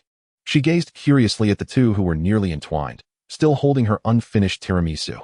Li Runin instantly recoiled, her movements akin to a startled cat. We were discussing the company structure. Right, President Jiang? Indeed, Jiang Jing replied nonchalantly as he accepted the dessert from Li Shui's hand. Runin was lamenting the previous CEO's excessive exploitation, hoping I would not do the same. Li Shui blinked. Oh, Runin, your face is quite flushed. Have you had too much to drink? Perhaps, Li Runin chuckled awkwardly. I'll step out to the restroom. Watching her retreating figure, Jiang Jing found himself amused. This little wildcat, flirting and then fleeing? After the gathering concluded, Jiang Jing followed Li Shui back to the Yunhai viewing tower, where the expansive city skyline sparkled beneath the night. Darling, I'm going to take a shower. Li Shui tiptoed and pecked Jiang Jing on the lips before turning towards the bathroom. She wore a wine-red silk nightgown that swayed gracefully with her movements, accentuating her perfect waist and hips. Jiang Jing lounged lazily on the sofa, listening to the sound of water from the bathroom, absent-mindedly picking up his phone. It had been a while since he logged into Douyin, and as he swiped, the familiar interface appeared. The first video automatically recommended was Xine's live stream. The algorithms truly understand me. Jiang Jing raised an eyebrow and clicked in. On screen, Xin was chatting with another female broadcaster. Jiang Jing squinted. It was that petite girl, the voluptuous beauty from their last PK. Today, Xin donned a light pink Lolita dress, her twin ponytails adorned with bows, appearing even more sweet and charming than before. The petite girl, as always, embraced a sultry style, her low-cut outfit showcasing her alluring figure, causing a wave of lamentations in the comments about insufficient nourishment. Dear viewers, today my lovely little sister and I are just having a casual chat, no PKs. Xin said to the camera, her voice soft and melodious. My little sister is incredibly kind. She frequently offers me guidance on my streaming techniques after our last PK. The petite girl giggled behind her hand. Xin, you're far too modest. It's you who is more popular. Last time, that CC brother gifted you hundreds of carnivals. I was so envious. Jiang Jing noted that Xin's viewership had surged to 50,000. It seemed she was thriving lately. She had been messaging him daily, sharing snippets of her life, and had mentioned that their interactions now revolved around casual chats and gaming, with no dancing involved. Jiang Jing was pleased with Xin's maturity. Since she enjoyed streaming, he would support her. It had indeed been some time since their last contact, and with beautiful women surrounding him, he felt a bit stretched. His finger hovered over the gifting options, and without hesitation, he selected the carnival. Wu Ming CC, send a carnival 1. Wu Ming CC, send a carnival 2. Wu Ming CC, send a carnival 10. The dazzling effects instantly flooded the screen, igniting a frenzy in the live stream. Wow, CC brother is back. 10 carnivals right off the bat. What a big shot. Xin, look. Your big brother has arrived. Is that the one who gifted 500 carnivals in one night? The missing person has returned. Big shot, notice me. I want a carnival too. Upon noticing the extravagant effects on her screen, Xin froze momentarily, and when she spotted Jiang Jing's familiar ID, her face lit up with joy. It's my brother. He is back. Jiang Jing typed a response. It's me, I miss you. Those 4 simple words caused Xin's eyes to well up. She was indeed quite sensitive. Jiang Jing remained silent, continuing to shower her with gifts. Wu Ming CC sent a carnival 20. Wu Ming CC sent a carnival 30. The carnival effects cascaded one after another, engulfing the entire live stream in golden light. Viewership soared from thousands to over 100,000, and the comments raced by. This is insane. Almost 100 carnivals. That has hundreds of thousands of RMB just thrown away. CC brother is magnificent. Xin 1T sleep tonight. Does CC brother need a pendant? I'm college educated and can cook for myself. Meanwhile, the petite girl on the other end displayed a more dramatic reaction. Initially stunned, she soon displayed a clear expression of jealousy, her crimson-nailed fingers unconsciously twisting the fabric of her clothing. When Jiang Jing's gifting reached 100 carnivals, a flicker of determination crossed her eyes. CC brother, she suddenly shot a flirtatious glance at the camera, her voice dripping with sweetness. I've been wanting to thank you since our last PK. When will you come to my live stream and join me? As she spoke, she leaned forward, inadvertently revealing more than intended, flooding the comments with excitement. Chapter 84. Unable to resist the urge to drop in. Jiang Jing, observing the screen, decided to probe the depths of this voluptuous broadcaster. He exited Xin's live stream and seamlessly transitioned to the petite girl's stream, without a word. He showered her with 10 carnivals. The petite girl was momentarily taken aback. Then her face broke into a radiant smile, her voluptuous form heaving with each breath. Oh my. Thank you, CC brother, for the carnivals. I'm so happy. Petite girl's favorability, 15, current, 35. Quite good, Jiang Jing mused. It appeared she demonstrated a noticeable reaction to these external gifts, which was satisfactory. The petite girl adjusted her posture, showcasing her physical assets. What talents does CC brother enjoy watching? I can perform anything. Seeing this, Xin's face tightened, unwilling to be outdone. She leaned closer to the camera. Brother, I recently learned a new dance, and I'll only perform it for you. The two beautiful broadcasters suddenly began to compete for attention, driving the live stream's excitement to new heights. The audience reveled in the spectacle, with various comments fueling the fire. Jiang Jing found the scene amusing. He had no intentions of making Xin dance. He could simply request her to perform for him in person later, without giving the crowd any satisfaction, just as he planned to shower them with more gifts. The bathroom door swung open. Darling, what are you watching? Li Shui emerged, drying her damp hair, draped only in a towel, droplets of water glistening on her flawless skin. After briefly exchanging words with Jiang Jing, Xin exited the live streaming room, remarking, "It's nothing, just browsing through some videos." Li Shui shot him a playful glare, then settled beside him. "You're lying." I distinctly heard the voice of a female streamer. Leaning closer to Jiang Jing's ear and exhaling softly, she teased, "Isn't having me enough?" With a smile, Jiang Jing wrapped his arm around her slender waist, replying, "Of course not. My appetite is quite substantial. Li Shui playfully punched him, but was not genuinely upset. She was fully aware that this man's allure and abilities were not hers alone to possess. Suddenly, Li Shui remembered something important. By the way, don't forget about the class reunion in a couple of days. My classmates are eager to meet you after hearing that I'm dating a wealthy and handsome boyfriend. Jiang Jing affectionately pinched her cheek, assuring her, rest assured.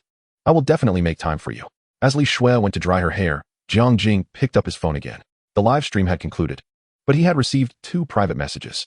She straddled Jiang Jing's lap, droplets from her damp hair cascading onto his chest. So, is it time for you to keep me company now? Jiang Jing smiled as he embraced her petite waist, but just as he was about to act, his phone vibrated incessantly. Glancing at it, he saw messages from both Xian and Xiao Xiao arriving simultaneously. Is someone looking for you? Li Shui observed his distraction keenly. Never mind. You are far more important, Jiang Jing declared, tossing his phone aside and focusing entirely on the lovely woman in his arms. After a lively exchange, when the sound of water from the bathroom resumed, Jiang Jing finally picked up his phone to check the messages. Xian had sent a flurry of voice messages, her voice brimming with excitement. Brother, I miss you. Can I come visit you in Rongqing next weekend? I've learned to make tiramisu and want to cook it for you. Jiang Jing readily agreed. Xiao Xiao's messages, however, were numerous. CC Gu, are you asleep? Xiao Xiao just finished streaming. I danced 3 routines today, and I'm so tired. CC Gu, do you not want to talk to Xiao Xiao anymore? Crying. The last message was sent just 5 minutes ago. CC Gu, I'm free tomorrow. Can I come to Rongqing to see you? Shy. A playful smile crept onto Jiang Jing's face. This familiar approach suggested that this buxom beauty was growing impatient. With a light tap on the screen, he replied, just finished something. You are, of course, welcome. As soon as he sent the message, the chat box indicated that the other party was typing. This woman was evidently waiting by her phone for his reply. CC Gu, you finally responded. Su Xiao Xiao replied almost instantly, accompanied by a cheerful emoji. I thought you didn't want to talk to me. Jiang Jing could easily envision her, eyes sparkling with excitement, clutching her phone. How could that be? I was simply busy, he reassured her. Then can I really come to Rongqing to see you? Su Xiao Xiao cautiously probed. I can stay at a hotel, and won't disturb CC Gu. Jiang Jing chuckled softly. Stay at a hotel? When she actually arrives, she likely wouldn't even step foot inside one. Of course, he replied, I'll come to pick you up. That is wonderful. Su Xiao Xiao immediately sent a flurry of jubilant emojis. What kind of outfits would you like to see? I can bring a few sets, JK, Hanfu, or cosplay outfits. The implication was abundantly clear. Jiang Jing found amusement in her eagerness and replied directly, or what you like. However, he paused for effect. I particularly enjoy that black bodysuit you wear during your streams. On the other side of the screen, Su Xiao Xiao felt her cheeks flush. That bodysuit accentuated her figure so enticingly. Jiang Jing's desire was unmistakable. CC Gu, you're so naughty, she replied, biting her lip even as her fingers honestly added several more seductive lingerie sets to her shopping cart. She had to be prepared for this trip to Rongqing. Yet, a moment of hesitation struck her. After 2 years in the streaming industry, she had encountered countless pretentious rich men. Some believed that showering her with gifts worth thousands gave them the right to do as they pleased, only to find they couldn't even afford a decent meal. Although this CC Gu had generously gifted her hundreds of carnival items in one night, who could say if it was funded by loans? What if, upon meeting, he turned out to be a balding, greasy old man? Su Xiao Xiao chewed her nails, resolving to assess the situation first. If Jiang Jing was indeed as young and affluent as she imagined, she would seize the opportunity to advance further. If he were a fraud, well, she was no pushover. Brother, then I'll see you tomorrow, she ultimately replied, mentally calculating her exit strategy. Jiang Jing, satisfied, set his phone down after reading her message. The bait had been taken, now all that remained was to wait. He turned off the bedside lamp and embraced the slumbering Li Shui, drifting into dreams. Meanwhile, Su Xiao Xiao gazed vacantly, lost in thought, but soon regained her resolve. This time, she was determined to succeed.